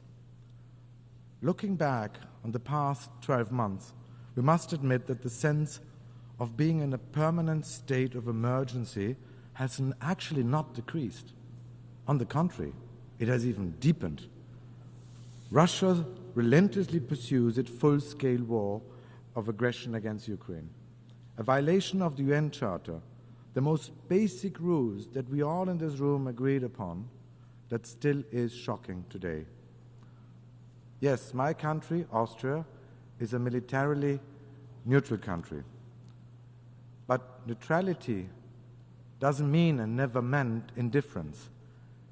We know very well that a world in which Russia succeeds in shifting borders with tanks and rockets is a world a lot more dangerous to all of us. After 946 days, I can only repeat that, 946 days of unspeakable human suffering and destruction, it is high time to return to diplomacy. Nobody wants, nobody deserves peace more than the people in Ukraine, but a negotiated peace, not a dictate from Moscow. And my friends, actually I'm encouraged. I'm encouraged by the conversations with many partners in this room I had over the last couple of weeks, some of them from far beyond Europe's borders. Encouraged that no matter where we stand, geographically, politically, or as far as ideology is concerned, we can all agree on the most basic principles of international laws, those principles enshrined in the UN Charter. They should be the bedrock of any negotiation leading to a comprehensive, just, and lasting peace for Ukraine. And let me be very clear. There cannot be, and there shouldn't be, negotiations on Ukraine without Ukraine. Ladies and gentlemen, in the Middle East, the barbaric terror attack of Hamas against Israel has brought a new dimension of devastation to a region not lacking in violence. Israelis are traumatized by the slaughter, torture, and sexual violence of October the 7th. Hostages are still being kept by the terrorists, including an Austrian father of 2 small children. And Palestinians in Gaza are facing starvation and disease in what can only be described as an humanitarian tragedy. All of this is truly heartbreaking. International humanitarian law, to be very clear, is non-negotiable. It applies everywhere, at all times, for everybody. The protection of civilians has to be and must be paramount. We need a ceasefire. We need a ceasefire to get the hostages out of Gaza and humanitarian aid into Gaza. And we need this ceasefire now. What we definitely don't need is any side adding fuel to the fire. It is wishful thinking to believe that the full-scale escalation between Israel and Hezbollah could be controlled. The result would be a firestorm engulfing the whole region and beyond. And in the end, everybody would lose. I still believe that there are enough reasonable voices and forces in the region wanting to work towards a political solution, a lasting political solution, a solution enabling us to continue with the normalization between Israel and the Arab world, a solution where we can finally realize the 2-state solution. In my eyes, the only feasible and imaginable solution allowing Israelis and Palestinians to live side by side in peace and security. Other crisis hotspots are equally disastrous, but they get too little public attention. In Sudan, famine looms for millions of people, but the generals care more about power than their own people. While in Haiti, stabilization is slow to come after a total collapse of the state. Amidst all of this, humanity itself is facing fundamental questions with accelerating climate change, environmental disasters, and the rise of artificial intelligence. Dear colleagues, there's no sugarcoating it. We are living in times of uncertainty, compounded by rising political, economic, and ideological tensions. We see shifts and cracks, bilaterally, regionally, and on multilateral level. I recently came across a statement that is very simple, but it is true. In the past, we actually believed that we knew our future. Well, my friends, this bubble of wishful thinking has burst once and for all. The pendulum is swinging from global integration towards global fragmentation. Isolation, protectionism, nationalism are on the rise, as zero-sum mentality is spreading, tempting us to divide partners and countries into either you're with me or you're against me, or even into ghosting or canceling others, as if foreign policy worked like social media. And around the globe, there are whole legions of doomsday prophets, forces at the fringes of the political spectrum, capitalizing on people's doubts and fears. The business model is a quick fixes and apparent easy answers. Their agenda is sowing discord. And yes, Austria is no exception. Coming Sunday, we will have parliamentary elections in my country. And also in Austria, some political forces are offering tempting but false solutions, even deliberately echoing the narratives of those forces which are trying to weaken our open and pluralistic societies, which are working against a strong and united Europe. To counter this, we need a strong center. We need to keep our nerves. We have to stay on message. We need to make sure that this era of doubt and anxiety doesn't become an era of fear. Ladies and gentlemen, we all know that fear is a poor guide, especially in politics. And yes, our global order is changing. And yes, the world has become more complex. Some would even say it has become more frightening. But I'm deeply convinced that we have to stand up and defend the rules-based international system. And we have to defend it with all means at our disposal. We must not be afraid to take a clear stance. It is worth being defended because it is and remains the best, and I would even say the only guarantee for our security, for our stability, and for our prosperity. For countries like Austria, it is paramount. We are dependent on this system, a system that respects the rule of law, a system that respects international law, a system that honors the principle of pacta sunt servanda, a system where might does not make right. And it is an illusion to believe that there's anything to gain from demolishing or undermining the rules-based international system. If we lose it, everybody in this room will lose. I'm not denying that we are in the midst of a systemic rivalry. There are some actors who consider open and democratic societies not only as a challenge, but even as a threat.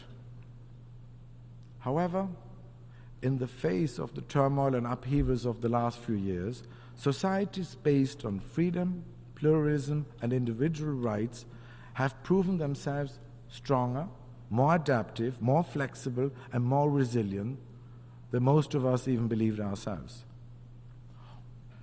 What we need most now, ladies and gentlemen, in this moment is trust and confidence. Trust in our own capacities. Trust in our own principles. So my appeal today is very clear. Let us be more confident in our own strength. Yes, Austria will always be ready to defend its own interests, its values, its principles.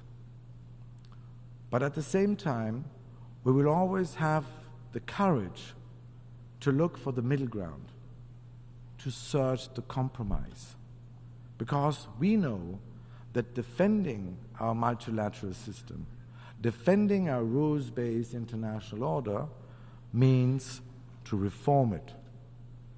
Our system of global governance is simply not delivering anymore. It is not inclusive enough. The Security Council, as it stands now, reflects a world that is long gone. And I believe it's actually unacceptable that we are held hostage so easily by the will of a handful of countries.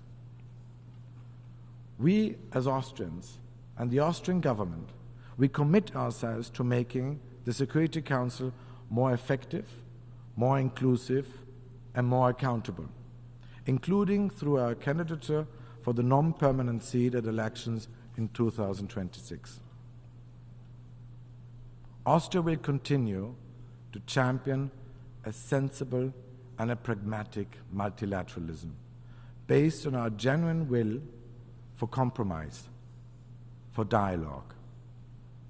Despite the current fragmentations of the global order, our world will simply remain interdependent. We will not be able to raise the drawbridges, to decouple, to cancel, to ghost, as some make us to believe. This is a magical thinking. We need to face the challenges and complexities of our times head-on and together, with a healthy dose of realism and more confidence in our own capacities, principles, and strength. Thank you very much.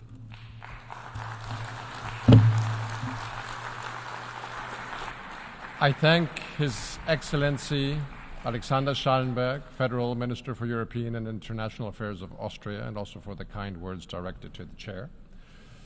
I now give the floor to His Excellency Arnoldo Ricardo André Tinoco, Minister for Foreign Affairs and Worship of Costa Rica.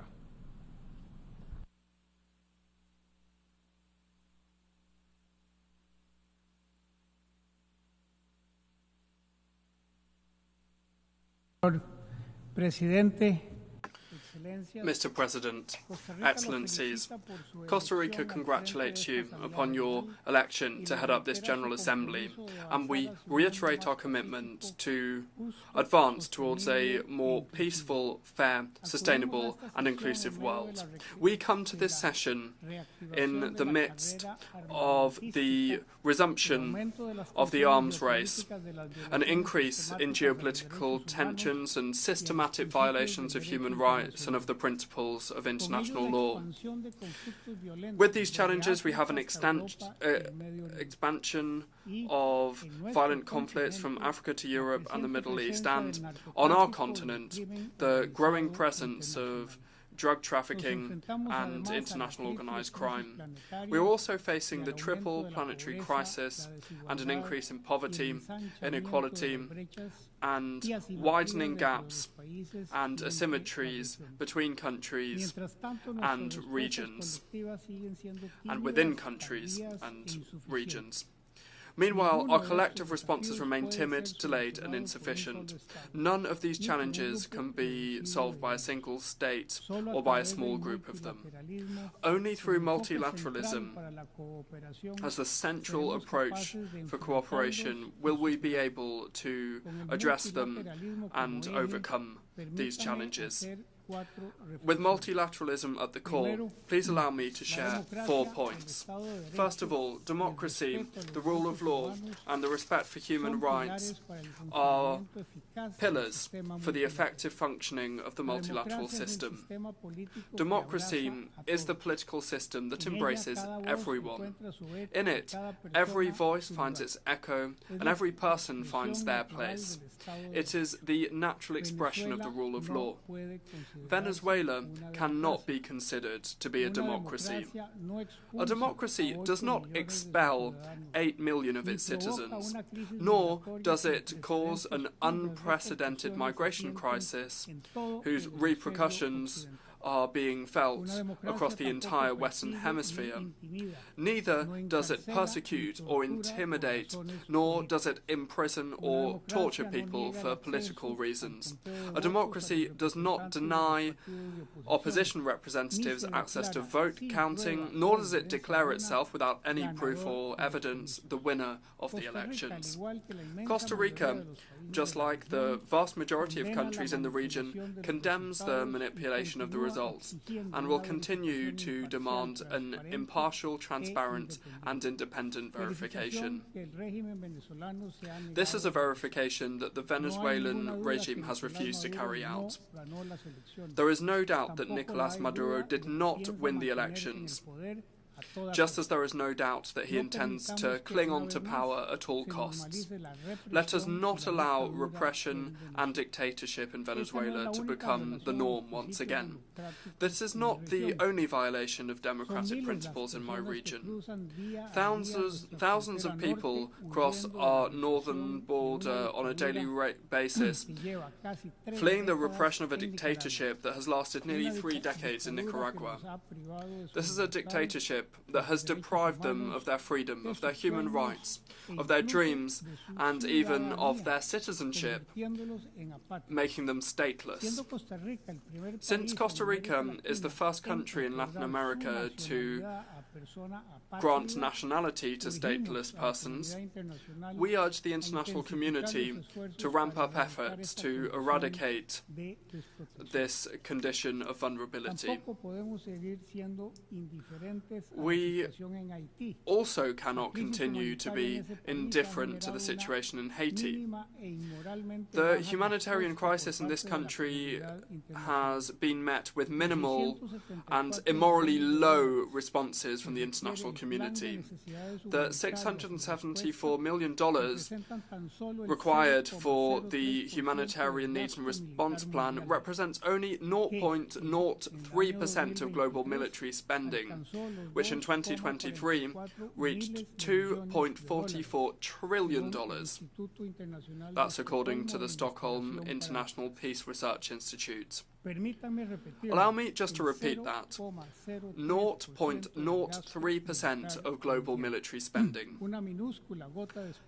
A tiny drop of hope in an ocean of militarization. Mr. President, violence and crime have grown at an alarming rate in the world, and in Latin America and the Caribbean, we are no exception. Criminal networks have consolidated into a complex phenomenon that knows no national borders. These organizations engage in illicit activities such as drug trafficking, the trafficking of people, smuggling of weapons and ammunition, and have found fertile ground for growth in the region, whether due to corruption, lack of opportunities for youth, or limited police capacity to counter them. The interconnection of these networks not only affects the security and well-being of local communities, but it also has global repercussions as their operations tend to extend across transit countries and into international markets.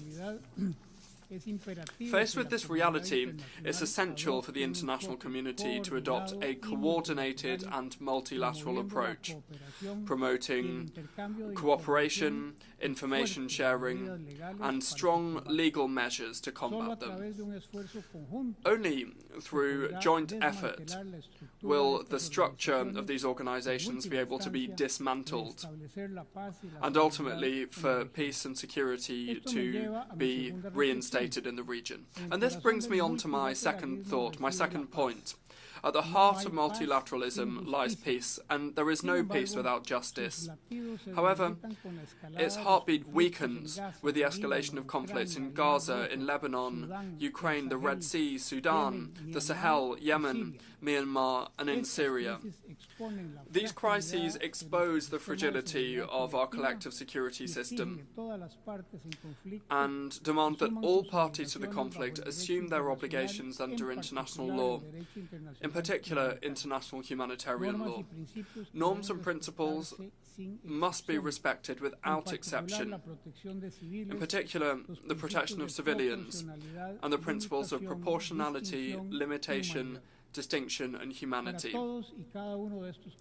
For each and every one of these conflicts, Costa Rica reiterates its appeal to all of those involved for an immediate and unconditional ceasefire, to guarantee safe, uninterrupted and unrestricted access to humanitarian assistance, and to free hostages and detainees, to withdraw troops from affected areas and for a de-escalation of tensions.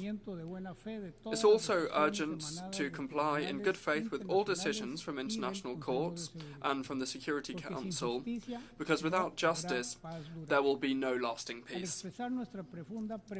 While expressing our deep concern over the weakening of international humanitarian disarmament instruments, Costa Rica urges states to reverse this trend and to renew their efforts to ensure that civilians do not become victim to the use of weapons with indiscriminate effects.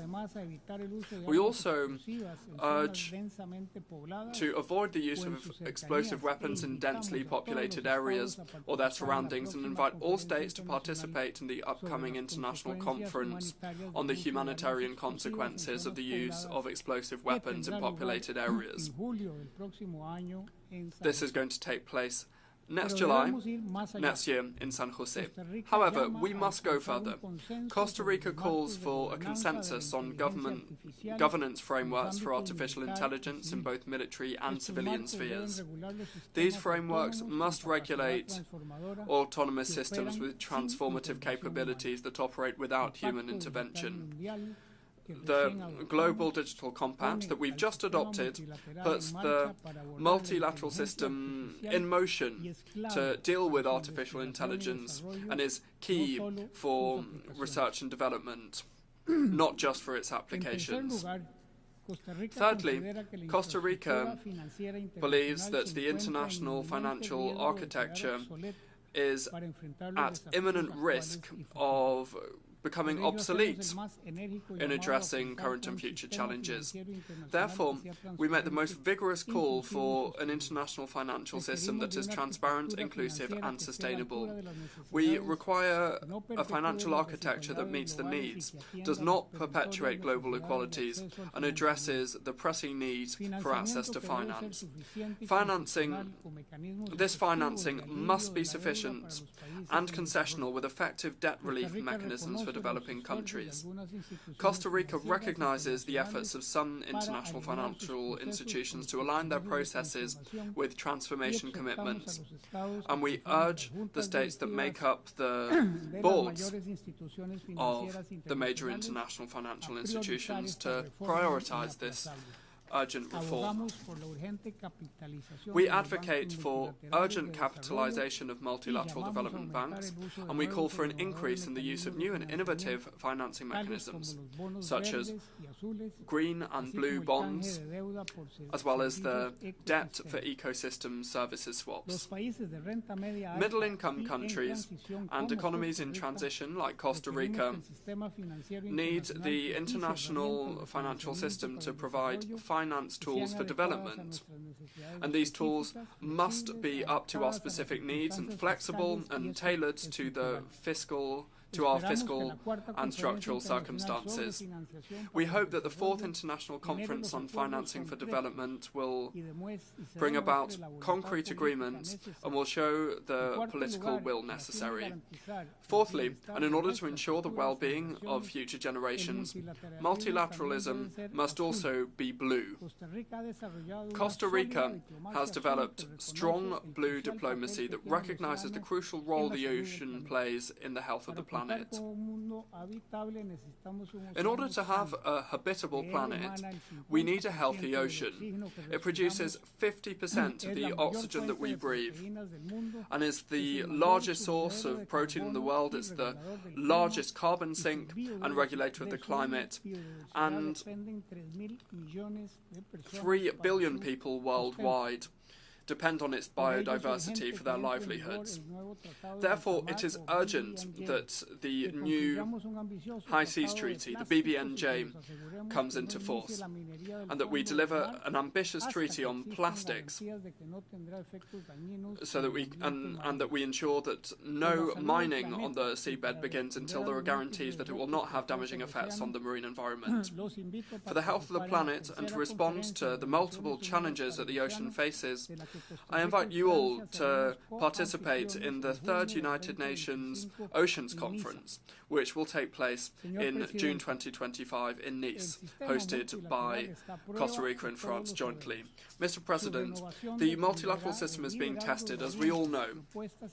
Its renewal will depend on courageous leadership, innovative proposals, and our collective ability to honour the principles and norms of international law without double standards. Its renewal will be achieved when we manage to shift resources from the coffins of war to the foundations of peace.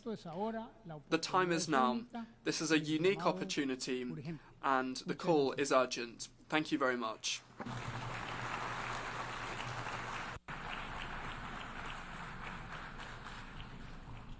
I thank His Excellency Arnoldo Ricardo André Tinoco, Minister for Foreign Affairs and Worship of Costa Rica. I now give the floor to Her Excellency Annalena Baerbock, Federal Minister for Foreign Affairs of Germany.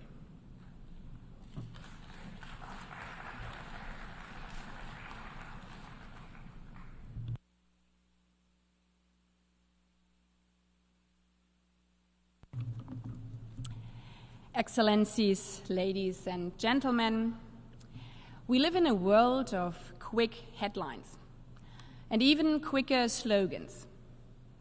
Take back control. My country first.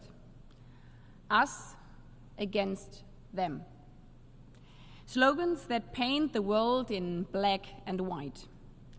Slogans that want to make us believe things are very simple. That there's only one side that matters. Us against them. I come from a country where this logic, us against them, was taken to the worst extremes that humankind has ever seen.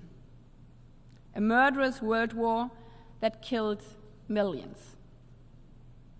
And the worst imaginable crime against humanity, the Shoah, the genocide of 6 million Jews. Dehumanized, murdered, just for being Jews. Murdered because of a Nazi ideology that would only accept the humanity of those they defined as Germans. After World War II, this institution here in New York was founded on the understanding that us against them leads to disasters, that the world needs a counter model, our UN Charter. A counter model to a world in which we only accept the humanity of ourselves, but not of others. A counter model that instead grants every country in the world the right to determine its own destiny, that casts a positive vision of our shared future. A vision of an international order that is based on rules, on the equality of every state and every human being, of cooperation instead of divisive nationalism, of a humanity that is indivisible. And these are not simple slogans. These are the principles we try to live up every day. Yet, living up to them is anything but simple. It demands hard work, maybe more than ever before. It needs empathy and solidarity, the opposite of my country first. It demands the will to put ourselves in the shoes of the other. It demands, especially in times of crises, the strength to recognize the other's pain, even if our own pain seems unbearable, and to find common ground despite all the things that divide us.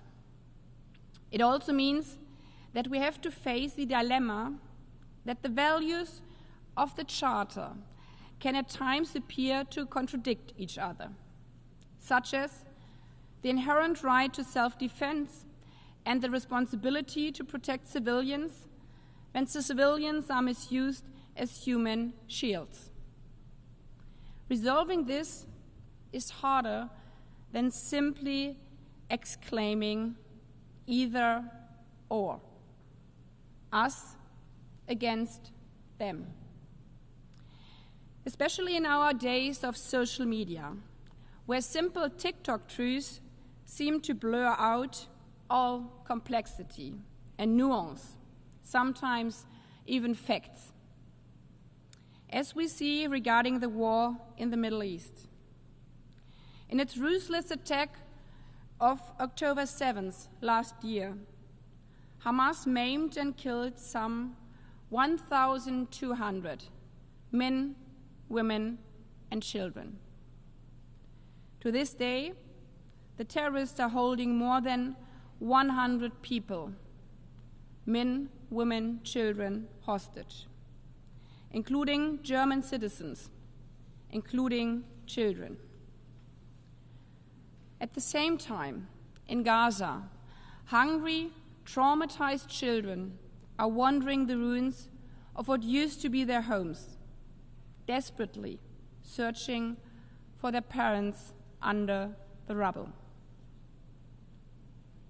Seeing all this with burning hearts, I guess it might be human that sometimes we are all tempted to fall emotionally for simple slogans, to only see one side when our hearts are burning. In addition, each of us is looking at this conflict from our own perspective and history. We need to respect that. But we must not stop there. Instead, we need to ask ourselves, what if this was me? If these were my children? In competition of pain, there can be no winners. This is how one of the hostage families put it. Humanity is universal. If in the darkest hour of her life, the mother of a murdered hostage finds the strength to see both sides, then we, as leaders of the countries around the world, who have the privilege to speak in this hall, should be capable of doing the same. Not to fall for quick slogans, but to rally around humanity in order to overcome this vicious circle of hate. Universal humanity means the rights of Israelis and Palestinians do not cancel each other out. And this is why my country stands by its commitment to the security of the State of Israel, and why at the same time we are working every day to end the hell for the children of Gaza. Because lasting security for Israelis will only be possible if there's lasting security for Palestinians. And the opposite is also true. Lasting security for Palestinians will only be possible if there's lasting security for Israelis. This is why we are not resting until the hostages are home.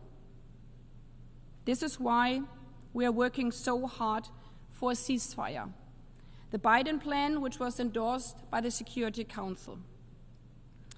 While at the same time, together with our partners, we are working hard to get more humanitarian aid into Gaza. This is why I've been in the region 11 times since October. Germany alone has provided more than 360 million euro for humanitarian aid for Gaza, for the Palestinian families in Gaza since last October. And this is also why yesterday we came together with a group of countries to call for an immediately 21-day ceasefire along the blue line. Because a broader regional escalation would not bring anyone long-lasting security. And, as frankly speaking, sometimes frustrating the lack of progress is, and hurting, we are not giving up on seeking a political vision for Israelis and Palestinians to be able to live peacefully side by side in two states. For me, resignation is simply not an option, because that would mean that the playbook of terrorism and extremism carries the day. We need to recognize each other's pain, each other's interests, and yes, also listen openly to each other's complaints if we want to move forward. And if we do so, we might sometimes hear things we don't want to hear, our own shortcomings. Frankly, I remember how I called 2.5 years ago so many colleagues here in the room and around the world to ask for your support in standing up against Russia's imperial war in Ukraine. And how one of my colleagues said, "But where were you when we needed you, when we were attacked by the Houthis?" And others said, "You didn't stand with us in our anti-colonial struggle." And yes, that gave me a pause, because they had a point. And I firmly believe critical self-reflection of what we, or generations before us in our countries, have done wrong is actually to our benefit. Because the ability to learn from past mistakes makes societies stronger. And it is the only way to build a better future. That is why my country, Germany, has started to address our colonial past more thoroughly. The restitution of artifacts is a crucial element here. That is also why we are in the midst of an important reconciliation process with Namibia. Because we can't undo mistakes of the past. But we can unite for a better future. And we can choose that every day by our own action. Facing our colonial history, to me, means doing the right thing today. But it also means that we have to stand up to the imperialist atrocities we are witnessing in our days today. Russia does not have a better future in mind for Ukraine. Ukraine is an independent state that gave up its nuclear arsenal in the 1990s because it believed in the principles and guarantees of this charter. And in its bodies, like the Security Council. 3 decades later, it is attacked by a P5 country. One of the countries that bears, as the charter says, the primary responsibility for the maintenance of international peace and security. Russia's war against Ukraine has destroying Ukrainian cities, schools, and hospitals for almost 1,000 days now. And it's ravaging the security order of my continent, Europe. Its ripple effects have been felt for so many here around the world. Many of you are feeling in your own countries the consequences in food prices and other things. And that is why I understand that some of you are asking, like in the Security Council 2 days ago, wouldn't the war be over if you Europeans just stop providing Ukraine with weapons? There's nothing wrong with asking that, because we all wish for peace. But the idea that if there were no defensive weapons, there would be no fighting and no dying in Ukraine is as simple as it is wrong. We have seen that, and we have seen what happened in June, when Ukraine invited Russia to an international peace summit. Instead of stopping his attack and coming to the negotiation table, Putin sent his response by bombing a children's hospital. As long as Putin is not willing to come to the negotiation table, stopping our support for self-defense would simply mean leaving Ukraine's children's hospitals defenseless. It would mean more war crimes, not less. Possibly in other countries too. Time and again within the last months, Putin's Russia has been toying with the invulnerability of the borders of the Baltic states and Poland. 2 weeks ago, it fired a missile against a civilian grain ship in Romanian territorial waters. This is why today I'm also asking your support. Your support in calling out on Putin to cease his attacks and to come to the negotiation table. Not only for our European security, but I think also in your own interest. If a permanent member of the Security Council is allowed to conquer and destroy its smaller neighbor, the very essence of this charter is under attack. If Russia stops attacking, the war is over. If Ukraine stops defending itself, Ukraine is over. And our charter. Sovereign equality, Article 2, Paragraph 1. Peaceful settlement of disputes, Article 2, Paragraph 3. The prohibition of the use of force, Article 2, Paragraph 4. And this is why we will continue to stand firmly with Ukraine and our charter. To achieve a peace that is just and lasting, with security guarantees. A peace that secures Ukraine's existence as a free and independent country. A peace that ensures Ukraine's and Europe's security. And by that, the security of all of us. Obviously, none of this is easy. For almost 1,000 days now, so many countries have been working for Ukrainian children to sleep in their beds again and not in air raid shelters.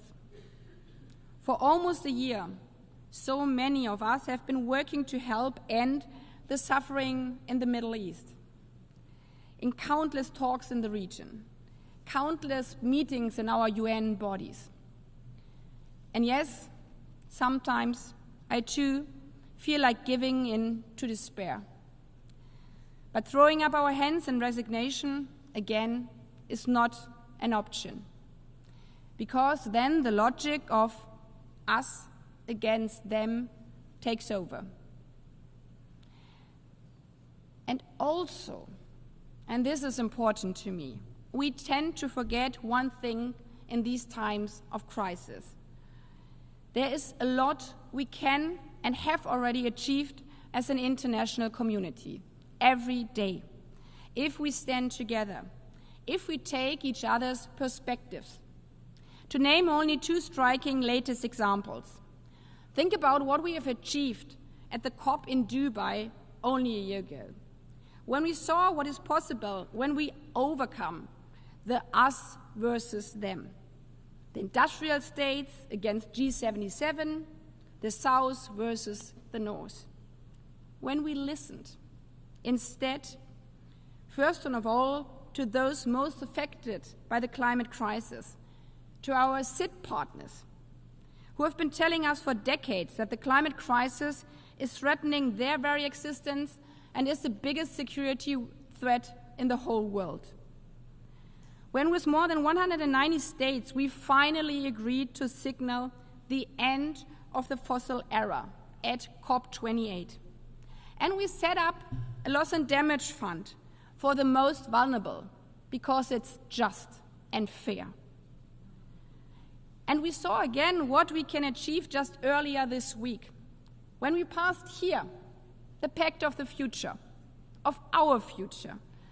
It took tough negotiations, hundreds of hours of text works in conference rooms, overnight sessions, last-minute compromises for over 2 years. And many helped and didn't resign. Many helped along with us and partners, and from Namibia and so many others. But in the end, the vast majority of us found the strength to rally around what unites us. Rules instead of brute nationalism. Cooperation instead of division. A humanity that is universal. And it is in this spirit that Germany is running for a non-permanent seat on the Security Council for 27-28. We are running as defenders of the Charter, of our shared principles. And that means that we also need to take a critical look at the status quo of multilateral institutions. Because in many ways, our multilateral system still reflects a time when hardly any of us here in the room had been born. When the striking number of 142 states represented in this hall today were not sitting at the table. That needs to change. And that's why we are working for a reform of the Security Council so that it better reflects the world we actually live in, that has a better representation of African countries. And yes, it is also totally unjust that at the two most important international financial institutions, there are only Europeans and Americans at the top. We need our institutions to be accepted by all of us. And for that, they need to represent all of us. And all of us, that is, not just men of the world. The one thing we definitely all have in common is this. Women make up at least 50% of every single country. But in 80 years of this organization, there has never been a female Secretary General. So if this organization calls for equality and justice in the world, it is long overdue for us to show it here in New York. So we probably all should already practice to say the words, Madam Secretary General, the floor is yours. Because the next Secretary General of the United Nations has to be a woman. Obviously, that alone will not immediately end all the remaining inequality for women in our own countries. In this General Assembly, we hail from all regions of the world, but none of us has reached full gender equality. And I think we can only achieve it together, by learning from each other and by speaking up for women's rights, not only in our own countries, but everywhere. Because women's rights are human rights. and nothing northern, western, eastern, or southern. They are universal. And none of us wants to be paid less than her male colleague for the same job. None of us wants to be raped. None of us wants to be arrested for showing our hair. No woman, and I would guess no men either. Because a life is a life. A Palestinian woman's life is a life, an Israeli man's life is a life. A Sudanese girl's life is a life, a Ukrainian boy's life is a life. Almost 80 years ago, the UN was founded for exactly that. On the realization that simple slogans, that us versus them, leads to disaster, that humanity is indivisible. Thank you.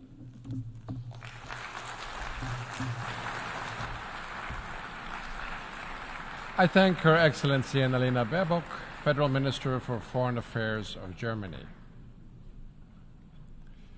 I now give the floor to His Excellency Abdallah Bouhabib, Minister for Foreign Affairs and Immigrants of Lebanon.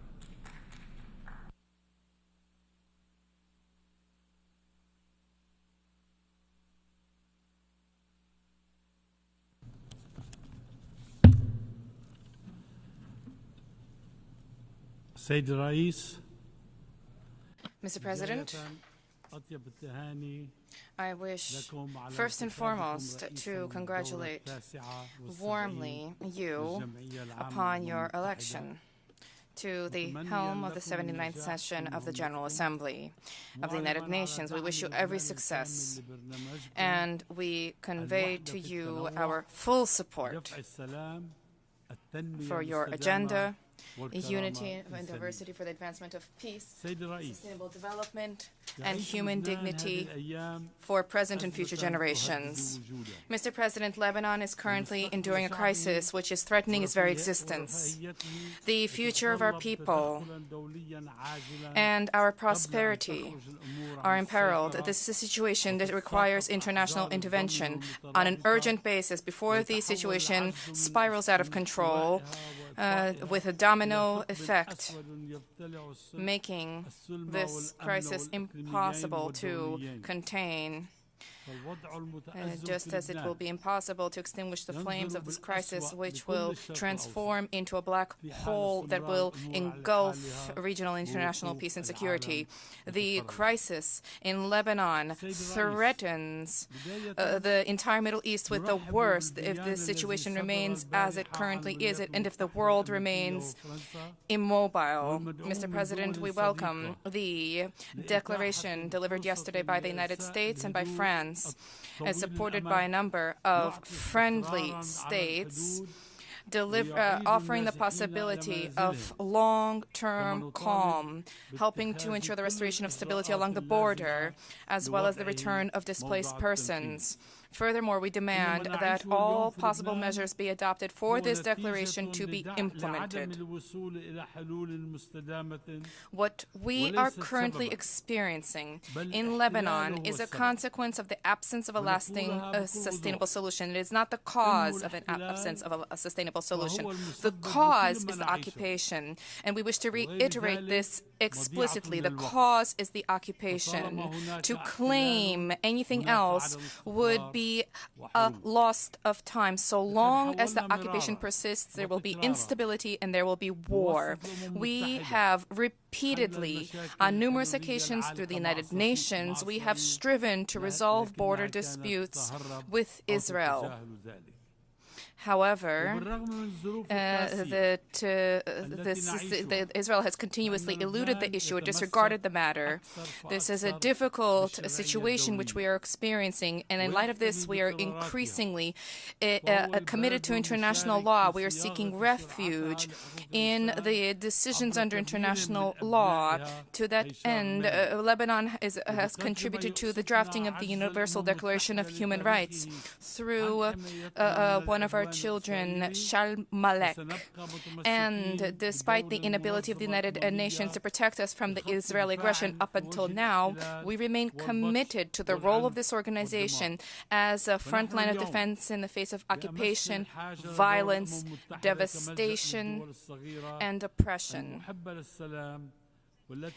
Today, we desperately need the United Nations to play its role as a refuge for small countries who have been victimized by aggression. These countries include my homeland, Lebanon.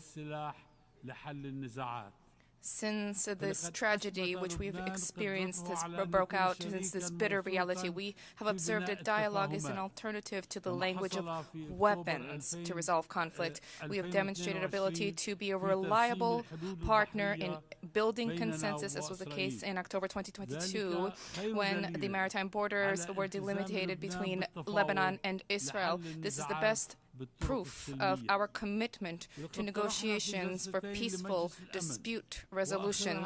Furthermore, we proposed during 2 Security Council meetings, the most recent one was held on the 17th of June last, and this topic addressed was the situation in the Middle East. We proposed an integrated framework to achieve a lasting pacification in the border south of Lebanon, and we wish to reiterate today our call for a ceasefire on all fronts, for this to be an opportunity and a prerequisite towards the full-fledged implementation of Resolution 1701 of the United Nations Security Council, which has been effective in establishing a relative degree of stability in the south of Lebanon since the end of the July 2006 war up until 7 October 2023. We, moreover, are counting on the support of the international community, and specifically on the support of friendly countries in reinforcing the deployment of the Lebanese army in the south of the Litani River, in delivering the necessary equipment, and to ensure that troop levels can be increased in the wake of the launch by the state of a conscription campaign as part of a clear commitment to the implementation of Resolution 1701.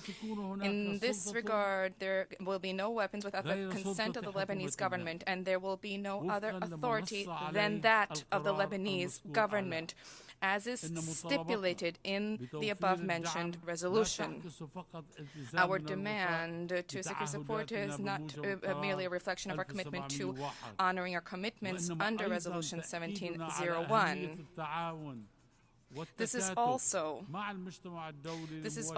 our confirmation of the importance, reaffirmation of the importance of cooperation and support from the international community to surmount security-related challenges in order to bolster peace and security in the region. We are all cognizant of the economic crisis that has been plaguing our country, and despite this, our government has taken a decision for 100,000 additional soldiers to be deployed to the south of the country, and this is not a mere detail. Quite the contrary, this is a clear political message to the international community, reflecting the fact that Lebanon fully intends to implement Resolution 1701, to which we are wedded.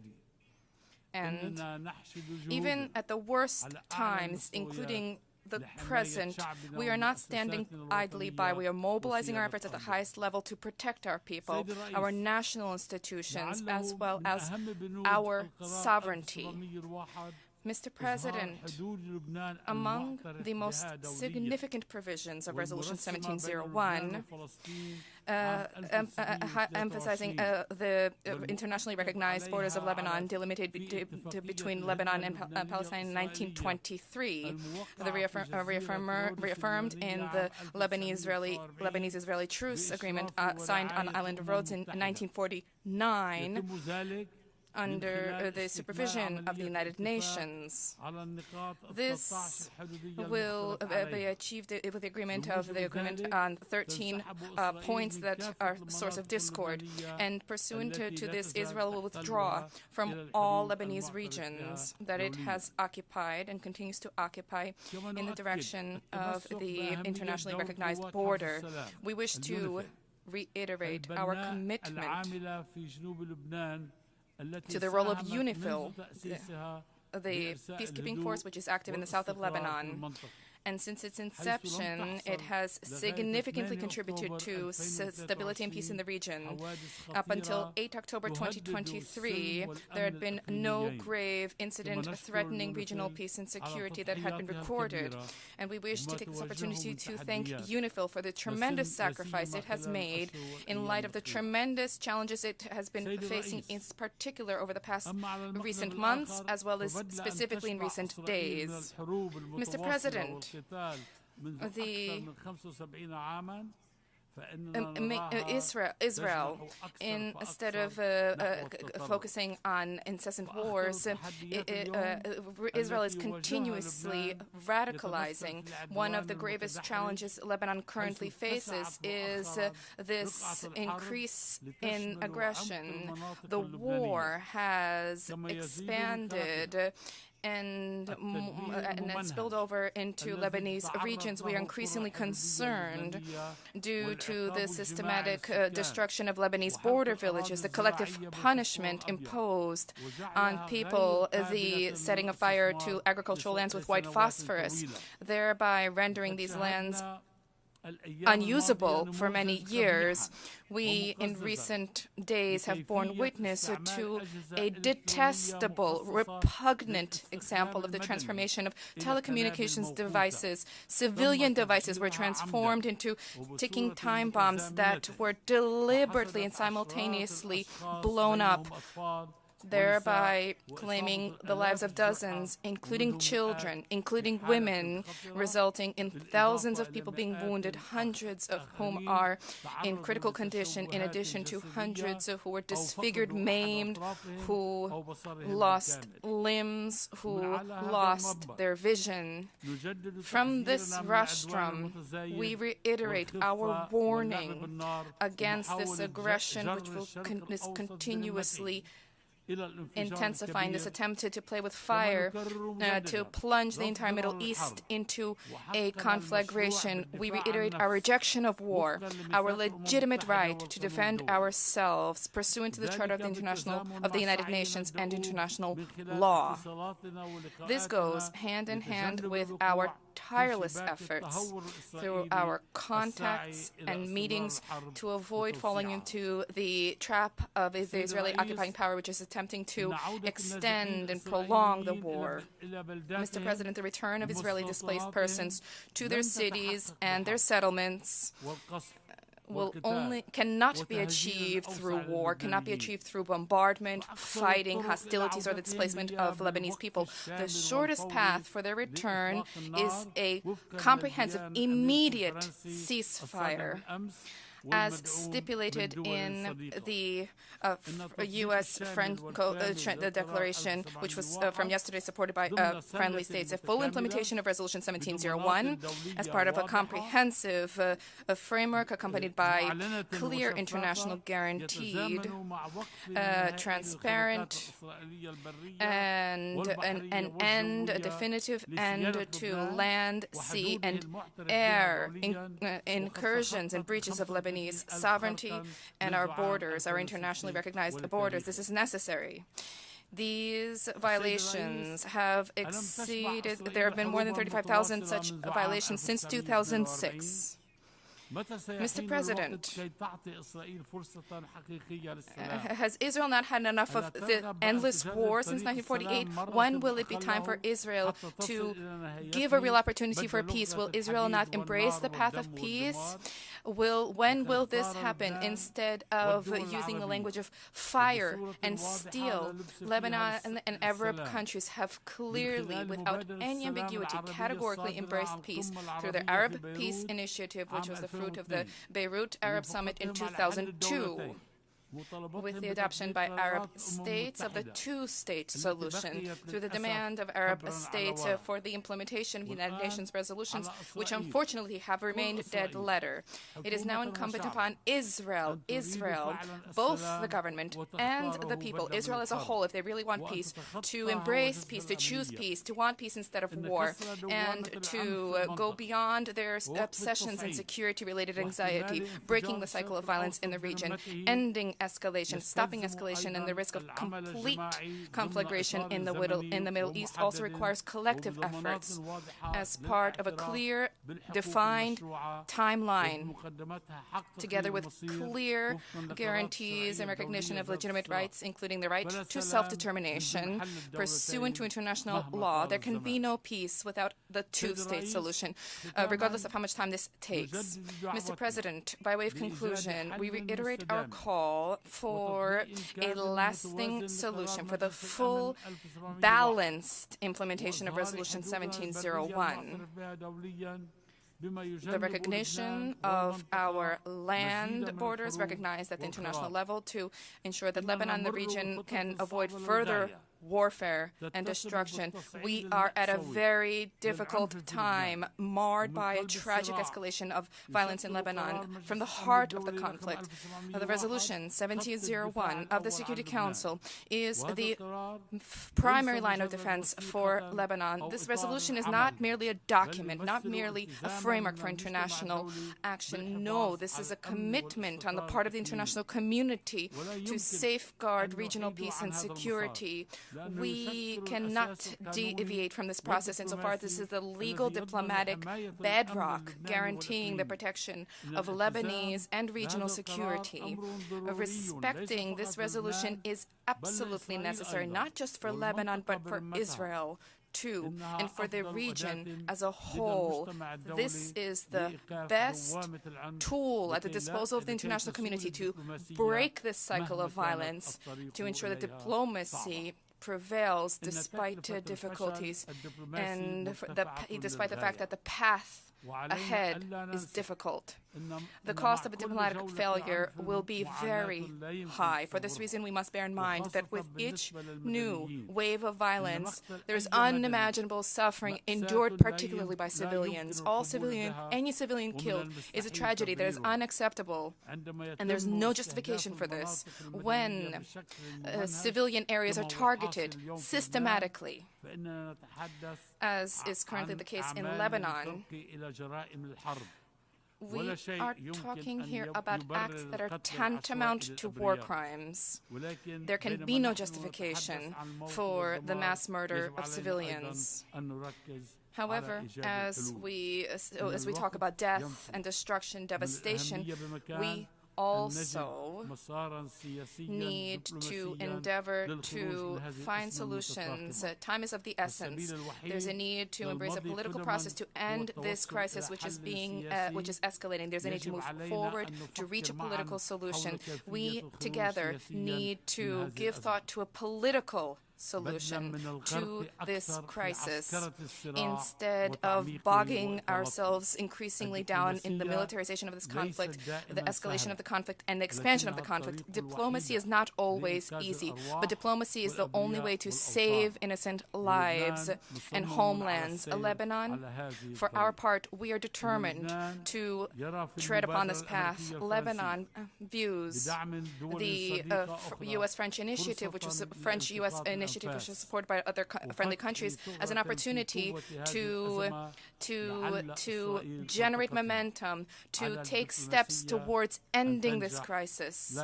And diplomacy needs to succeed. There is no other choice. Thank you.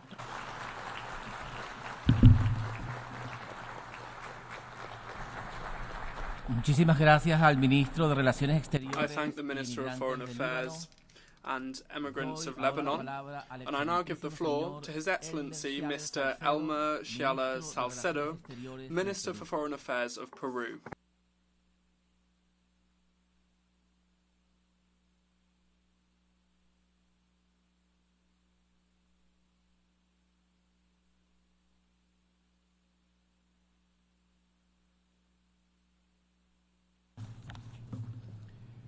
Señor Presidente, Mr. President of the United Nations General Assembly, distinguished delegates of the nations of the world, it is my privilege to take the floor here at the General Assembly, bringing you the particular and respectful regards of the Constitutional President of the Republic, Dr. Dina Boluarte Segarra, who would have liked to be here with you and speak to this august General Assembly.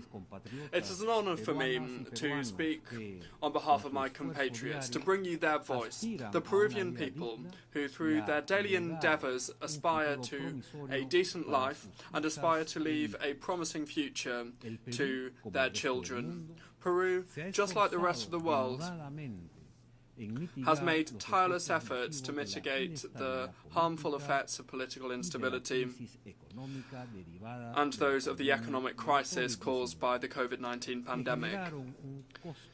These things have claimed a high cost on Peruvian society, in particular in the most vulnerable sectors. Therefore, the government of President Boluarte is working tirelessly in order to recover our pace of economic growth and seeking to boost projects that had been stuck in their tracks and attracting foreign investment to develop large infrastructure projects with the ability to bring about decent and quality jobs. That way, we can contribute directly to our national development. Today, we can say that we are seeing the first results of these efforts and that Peru has got back on track to growth and stability. We still, nevertheless, have a lot of ground to cover.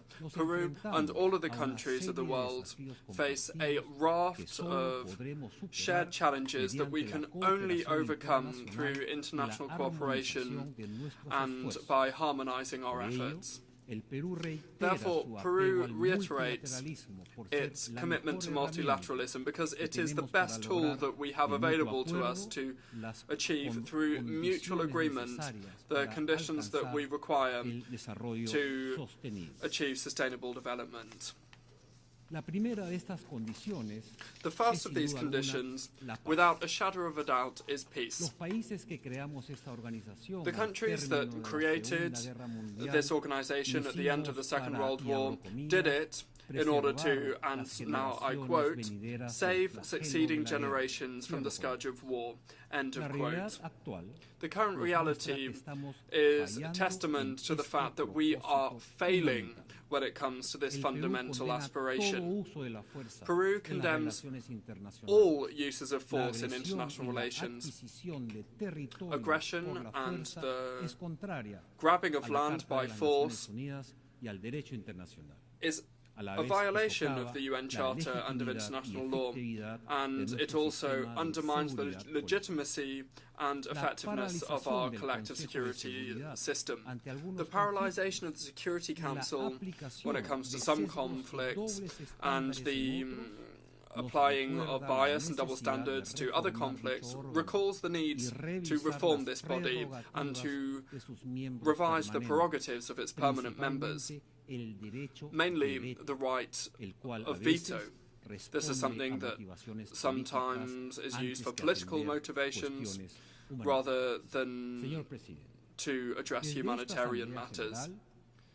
President, from this General Assembly, Peru will continue to engage in concrete actions for peace. We will continue to support disarmament initiatives and regimes, arms control and nuclear non-proliferation. We will continue to support the total elimination of nuclear weapons, and at the same time we reject tests and also the use or any threat to use nuclear weapons. Nuclear disarmament, we hope, will be internationally verifiable, and we launch an appeal to the countries that mainly have nuclear weapons to renew their bilateral commitments to reduce their respective arsenals, such as, for example, under the New START Treaty.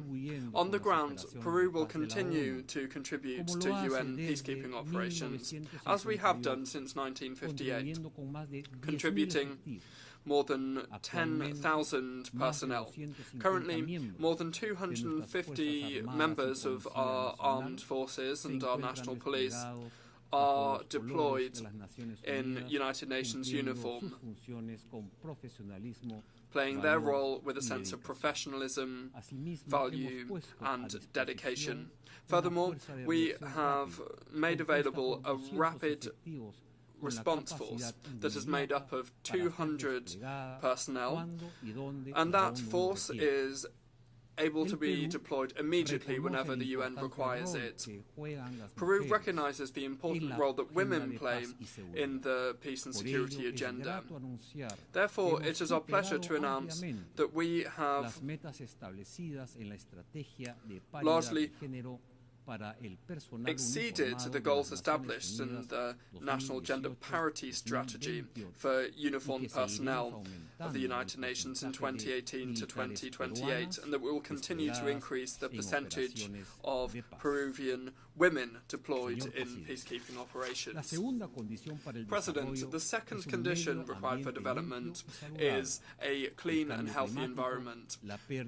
Climate change, the loss of biodiversity and pollution are interconnected threats that compromise the survival of present and of future generations. The high vulnerability of Peru to the adverse effects of climate change has led this to become a priority issue in our foreign policy. And that's also why, alongside other countries, we have called upon the International Court of Justice to rule on the international obligations of states when it comes to climate change. Last year, my country was affected by Cyclone Yaku and by the El Niño phenomenon. These things claimed losses of human lives and huge amounts of material damage. On that, I wish to express my gratitude to the UN system for supporting the actions of my government to provide assistance to the affected population. Aware of the increase in the frequency and the impact of these phenomena due to the climate crisis, my government, the government of President Boluarte, has pushed forward the adoption of a preventive approach when it comes to managing the risk of disasters, in line with the Early Warning for All initiative of the Secretary-General and in line with the Sendai framework. Furthermore, aware of the need to develop a low-carbon economy and to promote a change in our energy mix that prioritizes clean and renewable energy, the government of Peru has been updating our national strategy for climate change in order to achieve carbon neutrality by 2050. However, these domestic efforts are not enough. It's essential to increase international cooperation, always adhering to the principle of shared but differentiated responsibilities when it comes to climate action. Developed countries must adopt more ambitious goals to reduce their emissions and to honour their commitments when it comes to climate finance, which includes mobilising as a minimum $100 billion per year for developing countries and to implement the Loss and Damage Fund that was agreed on at COP27 of the UNFCCC. Furthermore, it is urgent to ensure that the Green Fund for the Climate is funded. This is something that has allowed us to make progress in our adaptation and mitigation work. President, our main challenge is to ensure development for our peoples, and with the 2030 Agenda and the SDGs, we can use these to guide our work. Unfortunately, the most recent report of the Secretary General on progress in achieving the SDGs shows that we are not on the right track.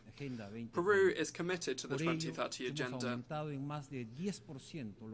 and that's why we have increased by more than 10% the resources allocated to compliance with the SDGs. On that, I wish to underscore the actions that we have been engaging in 3 priority areas for Peru, which are health, education, and social protection. On health, to start with, in the face of the largest dengue epidemic that Latin America has faced, Peru adopted swift actions that enabled us to reduce its lethality by half compared to the previous epidemic, and currently we are updating our prevention and control strategies for dengue in line with guidance from the World Health Organization. Next, education. In the quest to provide quality education, we have focused on teacher training, and we are strengthening technical training in secondary and higher education.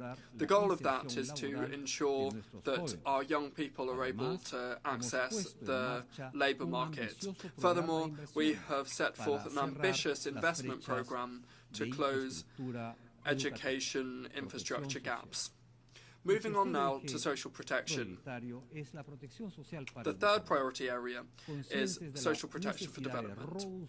Aware of the need to bolster our food security and to reduce the effect of the calorie deficit, we have increased the budget of the food complementation program that supports the most vulnerable through soup kitchens, canteens and shelters by coordinating with local governments and the private sector as well as civil society. When it comes to productive supply, we have engaged in actions to increase agricultural productivity and sustainability, mainly focusing on family farming. We also have a raft of social programs to fight against poverty and social exclusion. We have different public policies to empower women and girls, and the goal of this is to protect them from sexist violence, including through economic empowerment programs. Social protection being implemented in Peru intends to fight against discrimination and racism, and also to guarantee the collective rights of indigenous peoples and Afro-Peruvian people, providing services with an intercultural approach, given the fact that we are a multicultural, pluri-ethnic and multilingual country. However, as I have already stated, domestic efforts are not enough alone. It is necessary for developed countries to keep their promises to provide assistance and finance in order to reduce the budget gap to deal with the many different needs. We must move forward and urgently reform the international financial architecture to ensure that we have a system that is more inclusive and equitable. To do this, it is necessary to revise the way we measure progress, leaving aside GDP as the only way of measuring things. As we know, it doesn't measure inequality, well-being, or the environmental sustainability of countries. Therefore, we welcome the inclusion in the Pact for the Future new measures to develop new multidimensional indicators of progress to channel more efficiently and more inclusively international cooperation, including to ensure flows to middle-income countries like Peru, rather than which are countries where we still see a persistence of pockets of poverty and exclusion. President, the fight against poverty in all of its forms and dimensions, including extreme poverty, remains the largest global challenge that we face and must be the absolute priority of all countries. In my country, like I've said, we've been engaging in different programs, and these include Juntos, Pension 65 and the Contigo program, the With You program, and the goal is to reduce monetary poverty and extreme poverty caused by the COVID-19 pandemic, and also to provide basic services to achieve social inclusion for the most disadvantaged populations.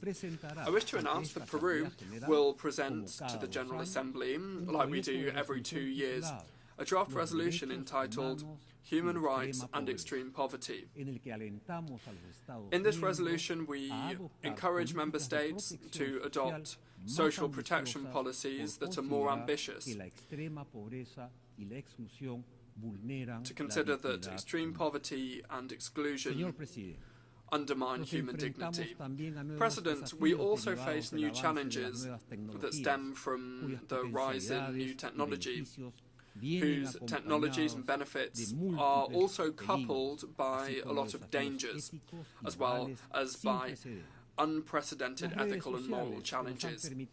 Social networks are things that have allowed us to be more connected to each other, but they have also been used to spread misinformation and hate speech, or to engage in violence or bullying, especially against women. Tech companies store the personal information of millions of people, and that leads us to debate the right of privacy and risks of mass surveillance by governments. Artificial intelligence is portrayed as something positive for our daily lives, but it has also facilitated the spread of dis- and misinformation campaigns that seek to manipulate public opinion, in particular during election campaigns, destabilizing thus our democracies. We have a collective responsibility to ensure that new technologies are developed and are used while fully respecting the dignity, freedom and rights of all people. It is therefore necessary to define principles and regulatory frameworks in a clear way for digital governance. In this regard, we welcome the Global Digital Compact that was adopted at the Summit of the Future. Mr. President, Peru's commitment to human rights and democracy is unshakable. These are the fundamental values that support Peruvian society and that guide our foreign policy. Peru has a long tradition of respect and promotion of human rights, and this is seen in our participation in numerous international treaties and instruments on this, and it is also shown through our close collaboration with the United Nations and other international organizations who have come and visited our country. And we have also always welcomed this. Peru's strong democratic conviction and the conviction of the Peruvian people to this is something that firmly guides our foreign policy for representative democracy on the American continent and against any attempts to undermine the will of the people. Lack of freedom and democratic opportunities and political participation, in addition to repression and lack of opportunities, leads to massive migratory flows and flows of refugees and tensions and pressure, social pressure in the host countries, mainly if they don't have the economic ability to absorb these people. Therefore, we renew our commitment to the process to adopt a global binding instrument that facilitates safe, orderly and regular migration with a focus on human rights, a people-centred approach that provides predictability and protects migrants from transnational crime organisations that engage in the trafficking of people and smuggling of people. Pillars of Peru's foreign policy that I just described underscore the grave concern that we have regarding the situation in Venezuela since the elections that took place on the 28th of July last. The proclaimed results, the officially proclaimed results, have not complied with the legal obligation of Venezuela to show transparency and impartiality when it comes to these elections, and they therefore do not legitimately reflect the popular will of the Venezuelan citizens. This doesn't prevent Peru from recognizing official results. Throughout our history, Peru has maintained a foreign policy that is firmly committed to multilateralism, the defense of international law, and the peaceful resolution of disputes, which are the foundational principles of the charter of this organization. This diplomatic transition explains our historic commitment to the United Nations, and we recall the contributions made by significant individuals like Victor Andrés Beloande, who headed up this assembly, José Luis Bustamante, and Ribero, president of the International Court of Justice between 1967 and 1970, and of course Javier Pérez Cuellar, the fifth Secretary General of this organization, who was an inspiration for members of our foreign policy corps. At this time marked by this time that is critical for multilateralism, this legacy compels us to be active in the promotion of multilateralism, to enable us to improve our response to the huge challenges that we face and that require collective action in areas such as guaranteeing peace and international security, protecting the environment and mitigating climate change, and ensuring the means required to achieve sustainable development, and also to provide regulation for new technologies. Mr. President, you can certainly count on the decisive support of Peru to achieve the consensus required so that we can progress with this global endeavour. Thank you very much. Muchísimas gracias al ministro de Relaciones Exteriores del I thank Perú. the Minister of Foreign Affairs of Peru. Hemos escuchado la We última have heard intervención the del last debate general de esta sesión. speaker on the list of speakers of this evening's general debate. Continuaremos el debate general mañana a las The 9 general horas debate will en continue este mismo tomorrow salón. from 9 Se a.m. levanta la sesión. in this hall. The meeting is adjourned.